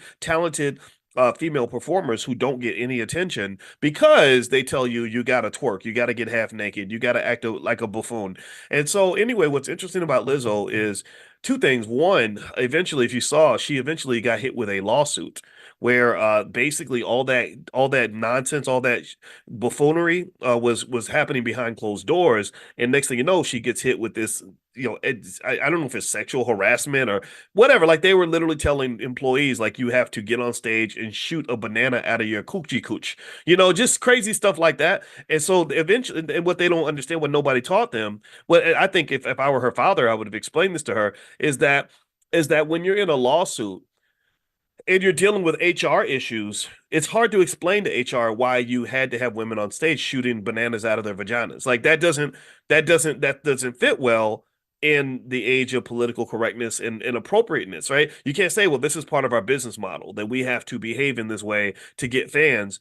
It doesn't work. So she was being sued for that. And then the second thing was I saw that she started to promote the healthier behavior, healthier lifestyle, which I think is great. And it's kind of interesting because now she gets that backlash from people who say, no, no, no, we liked you when you were a big, when you were promoting the idea of being obese and sexually irresponsible. Like we don't like you anymore because you're not behaving like the clown that we wanted you to be. And I think that's what's interesting in terms of America. This is kind of a wealth thing. This is a wealth issue because this is how we're trained to go get money. Is America always loves a black man or a black woman when they behave like a clown. If you watched even the Olympics, you saw black men particularly being hired to be funny and goofy and ignorant, and they like that. And then when you stop and you say, "No, I'm not always goofy. I'm not always ignorant," they say, "Well, we're going to fire you because we only want black people around. They're going to be goofy, ignorant, and make us laugh. You're here for our entertainment. You're not here to do anything serious. You're not here to build rocket ships. You're not here because we admire your intellect. You're here because we want you to entertain us. We want you to be clowns." So typically, and this is a false model of economic success. This is why investing is so important, so that you don't fall for the banana in the tailpipe, so to speak. is that typically black men in particular tend to get the most money if they are doing one of three things. If they are dribbling basket, if they're playing a sport, rapping, or if they're telling jokes. If you're funny, if you can rap and entertain them, calling yourself the N word and rapping about killing other black people, or if you yeah, if you make them if you make them laugh, play a sport, or can bust a rap, then you're gonna make lots of money. And then what happens is that because people form false associations with money, because you live in a capitalist society that falsely trained you that all money is good money, that making money is all that matters, that the more money you make, the better you are, the more successful you are. They measure success solely on your economic outcome, which is a very dangerous idea. We start to celebrate people who made their money in ways that are just embarrassingly uncivilized. And this is in contrast to who I believe that we are, because remember, we taught the Europeans how to be civilized. We taught them how to we taught them how to how to be human, how to be distinguished, how to be decent. Now someone's asking me to talk about the Democratic National Convention and Kamala Harris and everything. I don't want to talk about that today. I don't feel like that's and really I just tell you who to vote for, whoever you want to vote for. I'm not one to tell you what to vote for or who or anything in the next election. I really encourage you to simply do what's going to work for you and your family. And I think that message is actually radical enough. I get enough pushback from people. I told you about the time I got the weird phone call from DL Hughley, who basically just said some pretty horrible things in terms of just me thinking like, wow, you must really be concerned. You must really be feeling guilty about what you're doing because you're really mad at me right now. And I'm not even going to repeat what was said because you wouldn't believe it if I told you. And I just remember thinking to myself, gosh, this politics thing it really messes us up as black people. I really think that we get so distracted by the politics. And what's fascinating to me is that there's not much evidence to say that if you care about things like black wealth, if you care about things like black wealth, there's not much evidence anywhere that you can find to say that our wealth levels tend to improve based on who we vote for. There's just not any evidence of that. So one of the things that I believe as a mathematician is that when you're looking for a solution to a problem, you you go where the solution is. You don't look for if you're looking for a salad, like a healthy salad, you don't search for a healthy salad in a sewage dump. You just don't. You don't do that. Or you don't go look for if you're looking for a good wife, you don't look for a good wife at the bottom of the ocean. You don't. It doesn't make any sense. So my point in politics is that we're kind of barking up the wrong tree. We're looking for it's like you're looking for Cleveland in the middle of Santa Barbara. You're literally going places. You're looking for love in all the wrong places. You're looking for solutions in all the wrong spaces. And then people sit around and they're all confused about why there are no solutions, why nothing's been solved. Well, it's because you're wasting your time. Again, I'm not here to tell you. I told you guys I never tell anybody who to vote for. That's not my job. I just don't I'm just I literally honestly ask like show me evidence, and the formula is so simple. Because maybe it's because I'm 53, maybe it's because I'm a professor, maybe it's because I spent my whole life looking for patterns. That's all you do when you analyze data. When I was on the faculty of Syracuse, all I did was I would just look for patterns in the data, right? That's all you would do. So when the pattern is, oh, this is the same approach to getting elected that they used in the last election. Oh, it's fear. Fear is the operative word. Fear is very powerful. Fear is more powerful than love. Fear can be more powerful than desire. Fear can be more powerful than almost any positive emotion I can give you because fear puts you on that low vibrational frequency where all you're trying to do is avoid the potential pain that will come if you don't do as you're told. So the goal of every election, in my opinion, is to get you on the fear frequency. They don't want you showing up saying, okay, give me a reason to vote for you and I'll vote for you if you do this and if you do that. I have all these demands. They don't want that. They want you literally on this like, oh my God, I better do what you say or bad things are going to happen. It's like I pull out a gun and say, shut up and do what I tell you or we're all going to die, right? And then you just follow instructions. And some people operate on the fear frequency. I think black people operate on that the most because we've gone through so much trauma, we've gone through so much stuff. And actually there's evidence of things like epigenetics that actually Cody Ransom is actually gonna do. If you don't know Cody Ransom, he came into class the other day. He's gonna do a true Black Wall Street training in the Black Business School. If you want to take a look, go to b1wallstreet.com. That's b the number one wallstreet.com. He's extraordinarily good at this stuff, and he talks about epigenetics and the transfer of trauma through your DNA. And there's actually a lot of science behind that. Leading scientific journals are now questioning. They used to say, okay, your DNA defines everything else about you, but actually they're finding that the DNA can be affected by your environment. That literally you can change, you have the ability to change your own DNA based on your experiences. And who's had stranger experiences than us? We've had really difficult experiences in this country. So that survival mode that they put you into, it works because your DNA has so much trauma in it already that you're just pretty much going to do what you're told. You're going to, and so what I want you to pay attention to is I want you to listen when people are telling you who to vote for, because they're always a lot of people are in the business of herding Black people like we're like sheep or animals or something. I don't respond much to that. I'm not your sheep. I'm a lion. I'm a leader. I'm not trying to lead anybody, but I can definitely lead myself. I don't thank you very much for telling me what to do, but what you're doing doesn't work. Your strategy is a failure. I look at you and you're not succeeding. So why am I going to follow a loser? I'm not doing that. But the other thing is that there's big business in leading Black people in the same direction. So if you listen to the language is typically very unintellectual. It's not very thoughtful because they don't think that you're a thinking people. They don't think that you're intellectual people. They think, okay, I'm going to keep it real basic, keep it real stupid, and basically say this is what you need to do because if you don't do it, these bad things are going to happen. And I want you to just kind of listen to the rhetoric and listen to the language, and I want you to just kind of pay attention to that because if I respect you and I want to be fair to you, then what I'm going to do is I'm going to say, look, here are all the options, here are all the things you could do, here are all the different candidates, here's what they believe. Pick the one that works for you, right? If I care about you and I respect you, that's what I'm going to do. But if I don't care about you and I don't respect you and I have a hidden agenda, I'm going to say, here's the option, follow this path. If you don't, then I'm going to ostracize you or I'm going to make you afraid of the consequences of not doing what you're told. So that's just kind of a type of slavery. And that's pretty much what you get, whether you're talking about the people, and it happens on both sides. I mean, the people that tell you to go vote for Trump, I think the same thing happens. So anyway, I don't want to even get into that too much. Let's talk about investing just a little bit. Now, the Black Investors Cup starts tomorrow. I wish I could invite you guys to join, but we're all filled up for this cycle.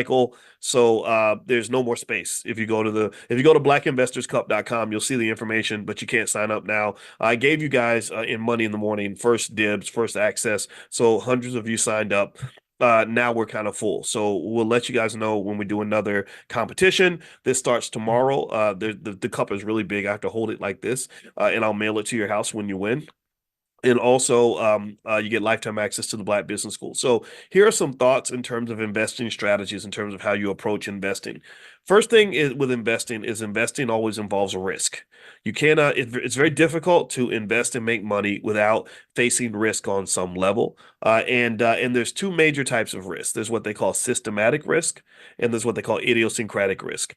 Idiosyncratic risk is risk that relates to the particular company. Systematic risk is risk that involves bigger stuff like the whole economy or whatever. Like, so last week you had systematic risk that pulled down the stocks of most major companies. And that's because the jobs report came out and the jobs report wasn't so favorable. So the whole market kind of took a dip. You saw that last week where you had this big panic. Oh my God, stocks are, crashing because of whatever. Well, the recovery happened. I just went in, I bought a bunch of stock and now I've made money because when everyone's running away from the market, that's when you want to be running toward the market. At least that's the conventional wisdom.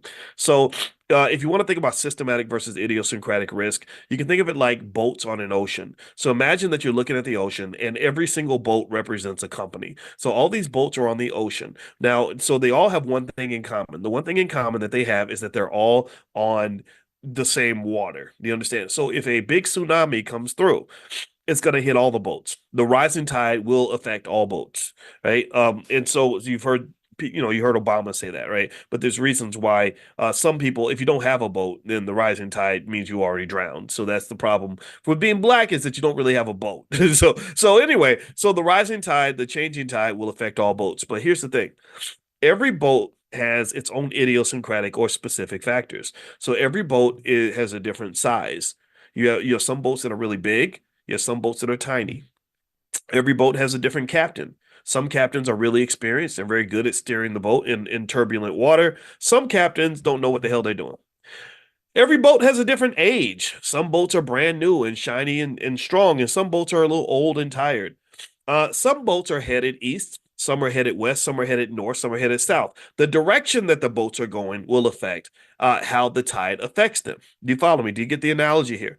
That's idiosyncratic risk. Idiosyncratic risk is the individual stuff that affects an individual company that doesn't have to do with other companies. Okay. So part of the reason that you diversify, you spread your money out is because you want to get rid of as much of that idiosyncratic risk as possible. This is why a smart investor does not go and put all their money in one stock or in a couple of stocks. That's not smart investing because you got too much idiosyncratic risk. You diversify so that you can get rid of the idiosyncratic risk, but then the systematic risk is very, very difficult to get rid of when it comes to stocks. The other thing too is that during the Black Investors Cup, and it maybe you're not going to do it this time, but maybe next time, I would encourage you to dig in and to start researching the companies that you're looking at, right? So use this as an opportunity to kind of get an idea of what you're getting into. Here's the thing, the research does not help you predict the movement of the stock price. So make that clear. Like the research does not tell you what stocks are going to go up and which ones are going to go down. So don't believe any of that stuff. I know people on the internet are going to disagree with me, but then after they disagree, I want you to ask them, do you have a doctorate in finance? And they'll probably say no. And that means that maybe at the very least, you might want to hear what I have to say. I'm not telling you not to listen to them. I'm just telling you that there is a difference, right? I teach experts. I've taught people who have PhDs now. So there's a different level of analysis. There's a different level of depth. You're talking about, spending 7 years studying stock market investing 10 hours a day. Like that was my life, right? And then another 13 years of doing nothing but research on stock market investing. I was a workaholic. I would work 12, 13 hours a day consistently when I was at Syracuse. So basically this notion that somehow you can look at a stock's reports and predict what a stock is going to do is pretty much wrong for the most part. There are some things that you can predict over time. So, for example, the $5 a day investing plan, which you can find at blackwealthmasterplan.com. That's blackwealthmasterplan.com, which is totally free. The $5 a day investing plan does typically work. It's worked all throughout history. This is something that has worked consistently like clockwork. It's a diversified portfolio where you're consistently buying a certain amount of stock over a long period of time. And then voila, after 10 years or less, really, you have more money, more wealth than most people. After 30 years, you're booming. At 30 years, you're talking about generational wealth. You're talking about passing down a multi-million-dollar empire. You're literally shifting the culture of your whole entire family. See, what I want you to understand is that culture impacts wealth, but wealth impacts culture. It is what they call a recursive relationship. So a lot of times wealth does not grow because we have bad culture. I write about that in my book, The 10 Commandments of Black Economic Power, that if you look at Black culture and what is presented to us as Black culture, it's just not wealth related. It doesn't create strong families. It doesn't create businesses. It doesn't create strong economics. But then what happens is that if you break away from that culture and you start to embrace a culture of building, a culture of wealth, a culture of unity, a culture of family, a culture of wealth preservation, then what happens is that the wealth starts to grow. And then what you find is that it becomes a full circle process. Now, instead of the culture impacting the wealth comes back and impacts the culture. So it's like wealth and culture are two people and they're giving each other a big hug. They're in this great relationship with each other where the wealth says, I love you. And the culture says, no, I love you too. And the wealth said, no, I love you more. And the culture said, I love you too. And it becomes a feedback loop. Do you follow what I'm saying? It becomes a feedback loop. And the feedback loop is this. Here's what's going to happen. Blackwealthmasterplan.com. Write that down. Somebody type that in the chat so everybody can get it, because sometimes people miss the URLs. And I say it 2 or 3 times, but after the third time, I'm not going to say it anymore. So just type in the chat so everybody can see it. So you go to blackwealthmasterplan.com. Here's what happens. You do something basic like the $5 a day investing plan. You're just chugging along, buying stock. You don't know a lot about investing. You're just buying because you're shifting to a wealth builders culture. You let go of the BET culture. You let go of the sexy red culture. You let go of this goofball culture that they're feeding you, and you have a culture of wealth building and wealth preservation. So then what happens is after 20 or 30 years, now you're sitting on some money. Now you're sitting on two, three, 400, $500,000. You've got wealth. You've got money now. So what happens then now is now you have to change things. You can't be a wealthy family and live a ghetto culture. No disrespect to anybody who's born in the ghetto. I was born in the project, so I'm as ghetto as they come, but I don't want to be ghetto for life. So don't think I'm making fun of anybody who either lives in the ghetto or was born in the ghetto. I'm just saying I don't want you to stay in the ghetto. So I hope that that's okay. I hope I can say that without being accused of being elitist. I'm not being elitist. I'm just saying I don't want to embrace I'm not trying to make love to the negative parts of your life or the trauma. Sometimes we hug the trauma. We like the trauma. We keep it close because we feel like that's a part of being black. There's nothing about being black that's connected to the pain that you're going through. Being black should mean that you're happy, prosperous, successful, and connected. So anyway, with that being said, once you have this wealth, once you've got this money, and you're doing better than everybody else, you're doing better than most black people you're doing better than most white people well, then at that point, it changes things. You can't really, you're not, it, how can I, a person who's got $1 million in assets doesn't have to send their child off to go work a job that's going to pay them $1,000 a week to just pay their bills. They don't have to do that anymore because you can make that amount of money from your investments. So you don't have to sell your time, your precious time on this earth just to make enough money to get by.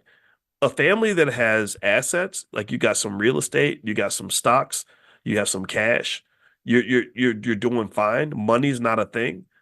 That family makes decisions with a different set of criteria than a family that has to think about money before they think about anything else. What's happened is that the building of wealth naturally elevates you to a different frequency. Not that you're better than anybody else. That's not true. We know a lot of terrible people who are very wealthy, but it changes your criteria for decision making. Do you understand? If you look at the extreme, when I remember hearing 50 Cent and Will Smith talk about how money affects their thinking, and Will was like, yeah, he said, when you get to the point where you can buy whatever you want, then you start changing what you think is important.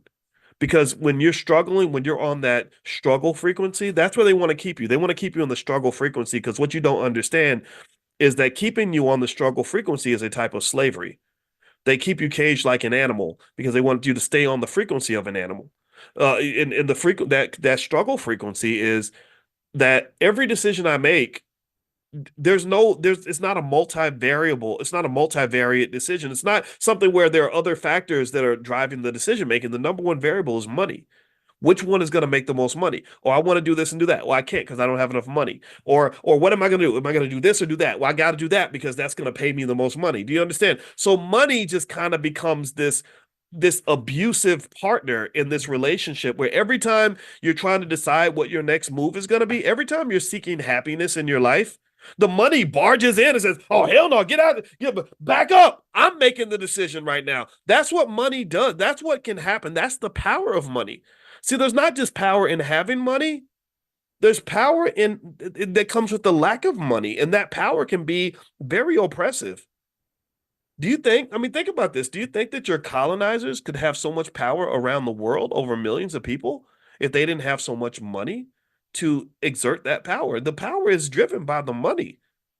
The money becomes just the Debo of your life. If you remember Debo from Friday, he would show up every time, you say, I got $5. And Debo said, no, I got $5. Right. So basically, the Debo in your life is money. When you are broke, when you are struggling, when you are on the brink of financial collapse, every decision you make is driven by money. And that is a terrible life to live because what that's done is it's taken away your ability to be a thoughtful, a thoughtful, critical thinking human being where you can look at all the different variables that shape your happiness. And instead, everything's got to come down to the money. Well, who am I going to date? Do I date the man who's nice to me, the man who sings to me, the man who truly loves me, or do I pick the man who has the most money? A lot of women will pick the man who has the most money. And that's what's really interesting. They'll look at men, and the man who has the most money is in their mind the best man. And that tells me that you're operating on a certain frequency that I think is beneath what God intended for you to be. I don't think the universe and God intended for you to be a one-dimensional thinker, but that's what happens. When you get on the struggle frequency, you become one-dimensional. Everything's about the money. Which job are you going to take? The job that you love or the job that pays the most money? Well, I got to go for the money. Where are you going to live? You're going to live in the place where you got the best social life and you're meeting wonderful people and your kids are happy? No, I got to go live in the place that pays me the most money. And so what happens then is that people that have the money are able to control you like Pinocchio on a string. All they got to do, they say, "Oh, I want you to do something different with your life. So I'm not going to force you to do it. I'm just going to offer you more money. I'm going to financially incentivize you to go right when when everything in your soul was telling you to go left." So when you have money, here's the point. Here's what's going to happen when you build that generational wealth for your kids. What's going to happen is that you're going to give them something in mathematics. We refer to this as degrees of freedom. You're going to give them, or another way to say it in a term that I've used before, is you're going to give them options. People who have options operate differently from people who have no options. Chris Rock said that. Remember that? How many of you remember when Chris Rock says that money just gives you options? Money makes you say, "Oh, I can actually do A, B, C, D, E, F, or G." Whereas when I grew up poor in the hood, I knew I only had option A. You understand? So when you have money and you have options, it does change your culture because you're making decisions based on different criteria. You're not just saying, "Okay, I'm going to do it this way because I can save $20." You say, "No, I'm going to do it that way because it makes me more comfortable or it makes me happier." Or I'm going to take a flight and yeah, I could save $200 by flying coach, but my back hurts and my legs are long, so I think I'm going to go ahead and get the first class ticket. Or I could save $100 if I wait till Wednesday to fly, but really I want to get to my mama's house a day early, so I'm gonna go ahead and pay the extra $100 and fly on Tuesday instead of Wednesday. Do you understand? So when you get that financial security, you'll find that it does shape your culture. Even when you have conversations with your kids about what they want to do when they grow up, you're not just going to be stuck on which profession pays the most money. That's the thing. When I have conversations with our kids about what they want to do when they grow up, I just make it really simple. I say, well, I kind of want you to be happy. That's it. I just want you to be happy because I don't care if you have a $70,000 a year job or a $60,000 a year job. If that $70,000 job is stressing you out to the point where you are depressed, sad, drinking yourself to sleep at night, and damn near suicidal, I don't want you to take that job. I don't care if it was a $200,000 a year job. Nothing is worth your happiness. Nothing is worth you trading your well-being. So, but I can say that because years before they were born, I was already planting seeds to have that financial security. I didn't know what my life was going to look like as a dad. I didn't know that I was going to marry a woman that had 3 kids and all this other stuff that I did. I mean, I'm glad I did it. But I didn't know what my life was going to look like. But one thing I did know as a young black man is that money was going to be important. I also knew when I was 25, I said, I don't know who my kids are going to be. I don't know what my life is going to look like 20 or 30 years from now, but I do know that it's going to be easier for me to make optimal decisions if I have money than it will be if I don't have money. It'll be easier for me to make the right move if I'm financially free versus if I'm financially incarcerated.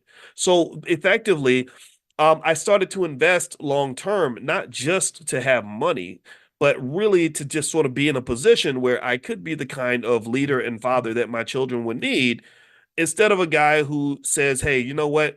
The 20 years before you were born, I completely wasted all that time and didn't do anything constructive with my life.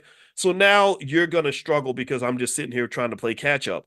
I didn't want that to happen to me. And that was not any type of genius that helped me to see that. It was just me disconnecting from this sort of instant gratification culture and thinking about delayed gratification. There are cultures around the world that already embrace these ideas. When I see Aisha Verzi's in here, she's Nigerian like me. I'm 33% Nigerian. I don't know if y'all know. I'm very proud of that because the Nigerian culture was actually labeled as one of the most financially and educationally successful cultures for a few reasons. One, they really value family. Two, they really value education. And three, they have a tremendous amount of pride in who they are in terms of maintaining, I'm Igbo or whatever, right? Like they're proud of who they are, so they have a standard. Do you understand? There's a standard there. And the problem that you have as African Americans that you really got to fix is that they don't give you any standard. They don't. Tell me if I'm lying. Tell me, do you agree with me? Think about this. They don't give you any standard that comes with being black and African American in terms of traditions that you have to uphold, structures that you have to maintain, institutions that you've got to protect. Like they don't give you any of that. It's like, well, you just a lowly Negro and you ain't nothing until white people decide they want to invite you in and give you a fancy job. And then we start walking around all proud, like, well, I'm doing better than you because the white man gave me a $80,000 a year job and he only gave you a $40,000 a year job. And it's kind of beneath us. It's kind of pathetic, honestly. It's kind of embarrassing. Right. So my question is, what's the standard? Do we have a standard? And if we don't have a standard, how do we get those standards? Well, a lot of that standard formation comes from culture, which comes also from education. I think that not educating our kids is the multi-trillion-dollar mistake that we make every generation that we don't actually realize. It's going to take about two or three generations for us to realize how much we're giving away when we're letting colonizers educate our children, and because they spend all that time teaching them basically that you're really nothing, and that the only chance you have to be anything in this world is if somehow integration accepts you. And then later on, that's when you have the Civil War. You have the conflict between those who've been colonized psychologically to believe that we can't do anything without white folks. We can't move forward. We can't move an inch. We can't breathe. We can't talk. I can't think without a white man giving me his blessing or somehow providing a pathway for me versus those who say, no, no, actually, we can do what we want to do. Why are we sitting around bowing and praying to these other people when they're no better than us? They're no different from us in terms of what we can accomplish. And so then that's when you have the Civil War. That's why you have these issues with these elections, which again, I don't tell people who to vote for, but what I do have a big problem with is when people tell me that the only way I can actually survive as a black man is if I do what this politician tells me to do. And that's when I just get off the boat and I say, screw you, to hell with you. You're not going to tell me that this other person decides if my family's going to be good or if my family's going to be healthy or if I'm going to be successful, if I'm going to succeed. No, that's not where we're at. That's not where we need to go, in my opinion. So what you're going to find, circling back full circle to the point I was making earlier, what you're going to find is that once you start building wealth, it's going to really shift your culture because it's going to shift the variables that matter when you're making critical decisions in your life. It's going to affect what kind of relationships you form. It's going to affect when and how many children you have. If you have children and money's not an issue, that's going to be a different decision than someone who has kids and says, gosh, I have to abort this baby because I can't afford it. I'm not nothing against that. I'm not judging your choices in that area, but I am saying that it is kind of unfortunate that when you get on that struggle frequency, you have to make these really heavy decisions based on money, just solely based on money. And that kind of makes me sad. I don't want you to live that kind of life. I want you to live a life where you're free to explore all the dimensions of who you are, all the dimensions that are going to make you healthy, whole, and powerful without money kind of always deboing into the conversation and saying, no, no, I am the sole determinant of whether or not you can date that guy. I'm the determinant of whether or not you can live in that city. I'm the determinant of whether or not you could take a day off next week. No, the money should not be the number one variable in your decision making. So sometimes when we talk about money, when we do our financial consciousness every morning, people get confused. They think that because I am a financial expert, technically that's what I am, I guess. They think that I believe that money is everything, that money is the most important thing in the world. And one of the biggest things I learned about money is not just the power of money, but that the real power of money. Pay attention now. The real power of having money is to get to the point where money has no power. Do you understand? Do you follow what I'm saying? I want to say that slowly so everybody gets it. The real power of money, the real power that comes from understanding money is when you can get to the point where money has no power. And that is what you call financial freedom. Financial freedom. What is financial freedom? Financial freedom is not where money drives all your decisions. Financial freedom is not where you're sacrificing everything that matters to you so you can get more money. That's not financial freedom. That's financial slavery. That's financial slavery. So there are lots of financial slaves that make $100 million a year. No, financial freedom is where you can make decisions that are free from the influence of money. Why? Well, because you have enough money that money isn't important anymore. I go to the movies like when I got financial. You know what made me excited about becoming financially free is it was the little stuff. I thought it would be the big stuff. I thought it'd be like I could buy a certain car, I can get me a big house, whatever. No, it was the little stuff. You know what it was? This is so stupid. This is gonna sound crazy. When I used to go to the movies as a little kid, anybody when you grow think about it, remember back in the 80s and the 90s, you go to the movies and the popcorn would be like $5 or $6. And then they'd be like, well, you can get a drink, and the drink is another $5 or $6. And you could go to the movies, and you after you bought your ticket, you couldn't really get what you wanted at the concession stand because you'd end up spending like $60 or $70. And don't take a girl with you to the movies, then it's gonna be $100. Or if you got kids, then it's impossible. You can't you got to be real thoughtful. You got to be like, well, which popcorn can I take 2 ounces out of the popcorn, or I got to pick between the popcorn and the Twizzlers. It was a terrible experience, honestly. It was very limiting. I didn't like it. You know what really made me happy was when I could go to the movies, and this is true to this day. I love the fact that I can take my girl to the movies and I can bring the kids, and I can say, okay, let's just get whatever we want. You can get the nachos, you can get a cheeseburger, you can get the popcorn, and I don't care that the popcorn is $5 because I can afford the $5 popcorn. I'm telling you, I think happiness in life is about the little things. It ain't the big stuff. Get away from the big stuff. The big stuff is nice. Go get the big stuff, but after you get past the big stuff, I want you to have financial consciousness to really meditate on the little stuff. The little stuff was I can go to the movies now and I can take my wife and take the kids. I don't have to leave anybody at home because I'm thinking, well, if I take the kids, it's going to cost me twice as much than if I just take my wife, or I got to go by myself. Right? These are the decisions I had to make when I was 25, when I was 25 and I was broke. A lot of girls didn't like me because I was broke when I was 25. And then maybe I didn't have any game or something. I didn't sit around and learn how to like go chase women. I was like chasing my academics and stuff. So maybe I was a little behind the curve. I didn't sit around with dudes trying to constantly scheme on how I can get more women. I just wanted one good woman that could, be by my side. So anyway, I remember going on dates, and I went on a date one time and I felt like this woman just wiped me dry. It was the worst feeling in the world. I remember that we went out to a restaurant and she got all this extra stuff that you normally wouldn't order if you were by yourself. Like, because she knew that I was gonna pay for stuff. And I remember her getting like two, she didn't get one drink, she got two, because the drinks are real expensive. She got the shrimp and the lobster. And I remember getting done and I paid $100 and something on this date. And I remember thinking, I can't never date this girl again. There was no even consideration about whether or not I enjoyed the date, whether I enjoyed her as a person, or I thought what kind of woman she might be. I couldn't think about that because I was like, I can't afford to go out with this girl no more. And she told her friends, she was like, yeah, I went out with Boyce and it was so great, and I want to go out with him again. And I was sitting there thinking, I'm never gonna take you out again because I cannot afford to go out with you anymore. I can't afford that. Now here's the thing. 20 years down the line, when I had enough money, it wouldn't have mattered. It'd be like, yeah, wow, we did spend some money, but oh well, I don't care. I would start thinking about what kind of person she was and if we'd be compatible and all this other stuff. But at 25, I was on the struggle frequency. The struggle frequency was like, I can't go out with you again because I can't afford to spend $120 every time we go out on a date.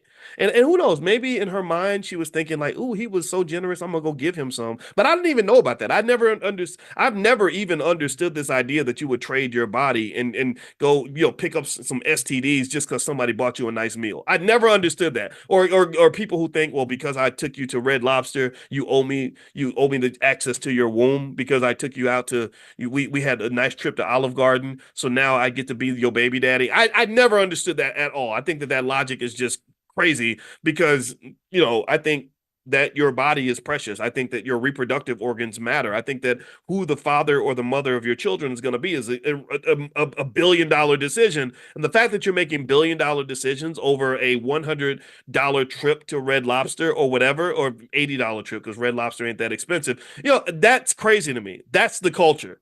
That's what I'm talking about when I talk about the culture, getting you on that struggle frequency where you're thinking, oh, well, because he took me to Burger King, I got to give him some. I don't understand that. And I think that is beneath you. And I really think that this is something we have to reassess. So one of the benefits of having economic security is I think it can elevate you off that struggle frequency where you can really start thinking about things a little bit more.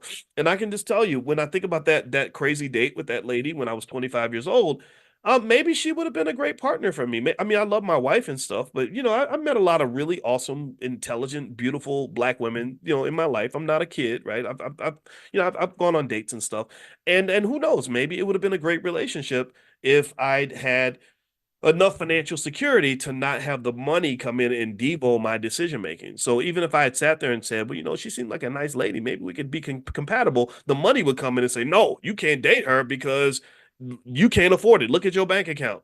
You can't afford that woman, right? And I don't think human beings should be thought about in that context anyway. So I would just say to you that once you get the wealth, it's going to automatically shift the culture. And if you shift the culture, you will shift the wealth. So always remember that wealth and culture go hand in hand, and you want to be very conscious. Cultural consciousness, which is the term I want to coin right now, is really important. I think you want to sit around and think like, okay, what is the culture around here? Is this a culture that is conducive to the building of the things that matter, building of wealth, building of family, building of education, building of long-term benefits, institutional building, right? Things like that. And in fact, when you look at wealthy families, like you look at Warren Buffett's family and stuff like that, they don't really sit around trying to figure out how to fill out a job application. Their kids probably couldn't fill out a job application if their life depended on it. They're thinking about the preservation and the transfer of generational wealth. They're thinking about tax strategies. They're thinking about investment opportunities. They're thinking about all kinds of other things, but they ain't sitting around thinking about how, whether or not they can make more money working at Wendy's or at the post office. That's just not a conversation they have to have. No disrespect to anybody who's had to have those conversations. I have, we all have. But I think that our goal, our standard should be, let's elevate out of that. When you elevate out of that, you have so much freedom, so many more degrees of freedom in your life, just like going from a car to an airplane. When I took off and I got my pilot's license and I started flying in that airplane, I had so much more freedom than I had when I was stuck on the ground, driving in traffic, sitting behind the car that was in front of me. And so to some extent, you have this high traffic culture that we're stuck in. And it's miserable and it's polluted and it's screwed up. It doesn't bring out the best in us. So you just got to elevate. And that's what consciousness is. Consciousness is economic elevation. It is psychological elevation. It is spiritual elevation. And once you elevate, I guarantee you so many things will be better and you'll feel so much freer in the process. Okay. So anyway, I'm going to let you guys go. So tomorrow starts the Black Investors Cup once a week or so. I'll go through the leaderboard and I'll announce who the leaders are, and we'll kind of talk about that, and we'll kind of drop some conversations about investing and strategies and all that. Those of you who didn't get to sign up this time, you will get an opportunity the next time we do another Black Investors Cup. It's going to be 6 weeks. It starts tomorrow, so I'll keep you guys posted. BlackInvestorsCup.com is where you can sort of take a look and learn more. Second of all, if you want to be invited to the private Zoom for our Money in the Morning financial consciousness training. We do this every single day, 7 days a week. Feel free to text the word morning. Just text the word morning, MORNING, to the phone number 87948. Text morning to 87948. Also, Cody Ransom's class on the true history of Black Wall Street is starting in the next couple of days. And if you'd like to take a look at that class and see if you'd like to join, feel free to go to b1wallstreet.com. That's B, the number one, b1wallstreet.com.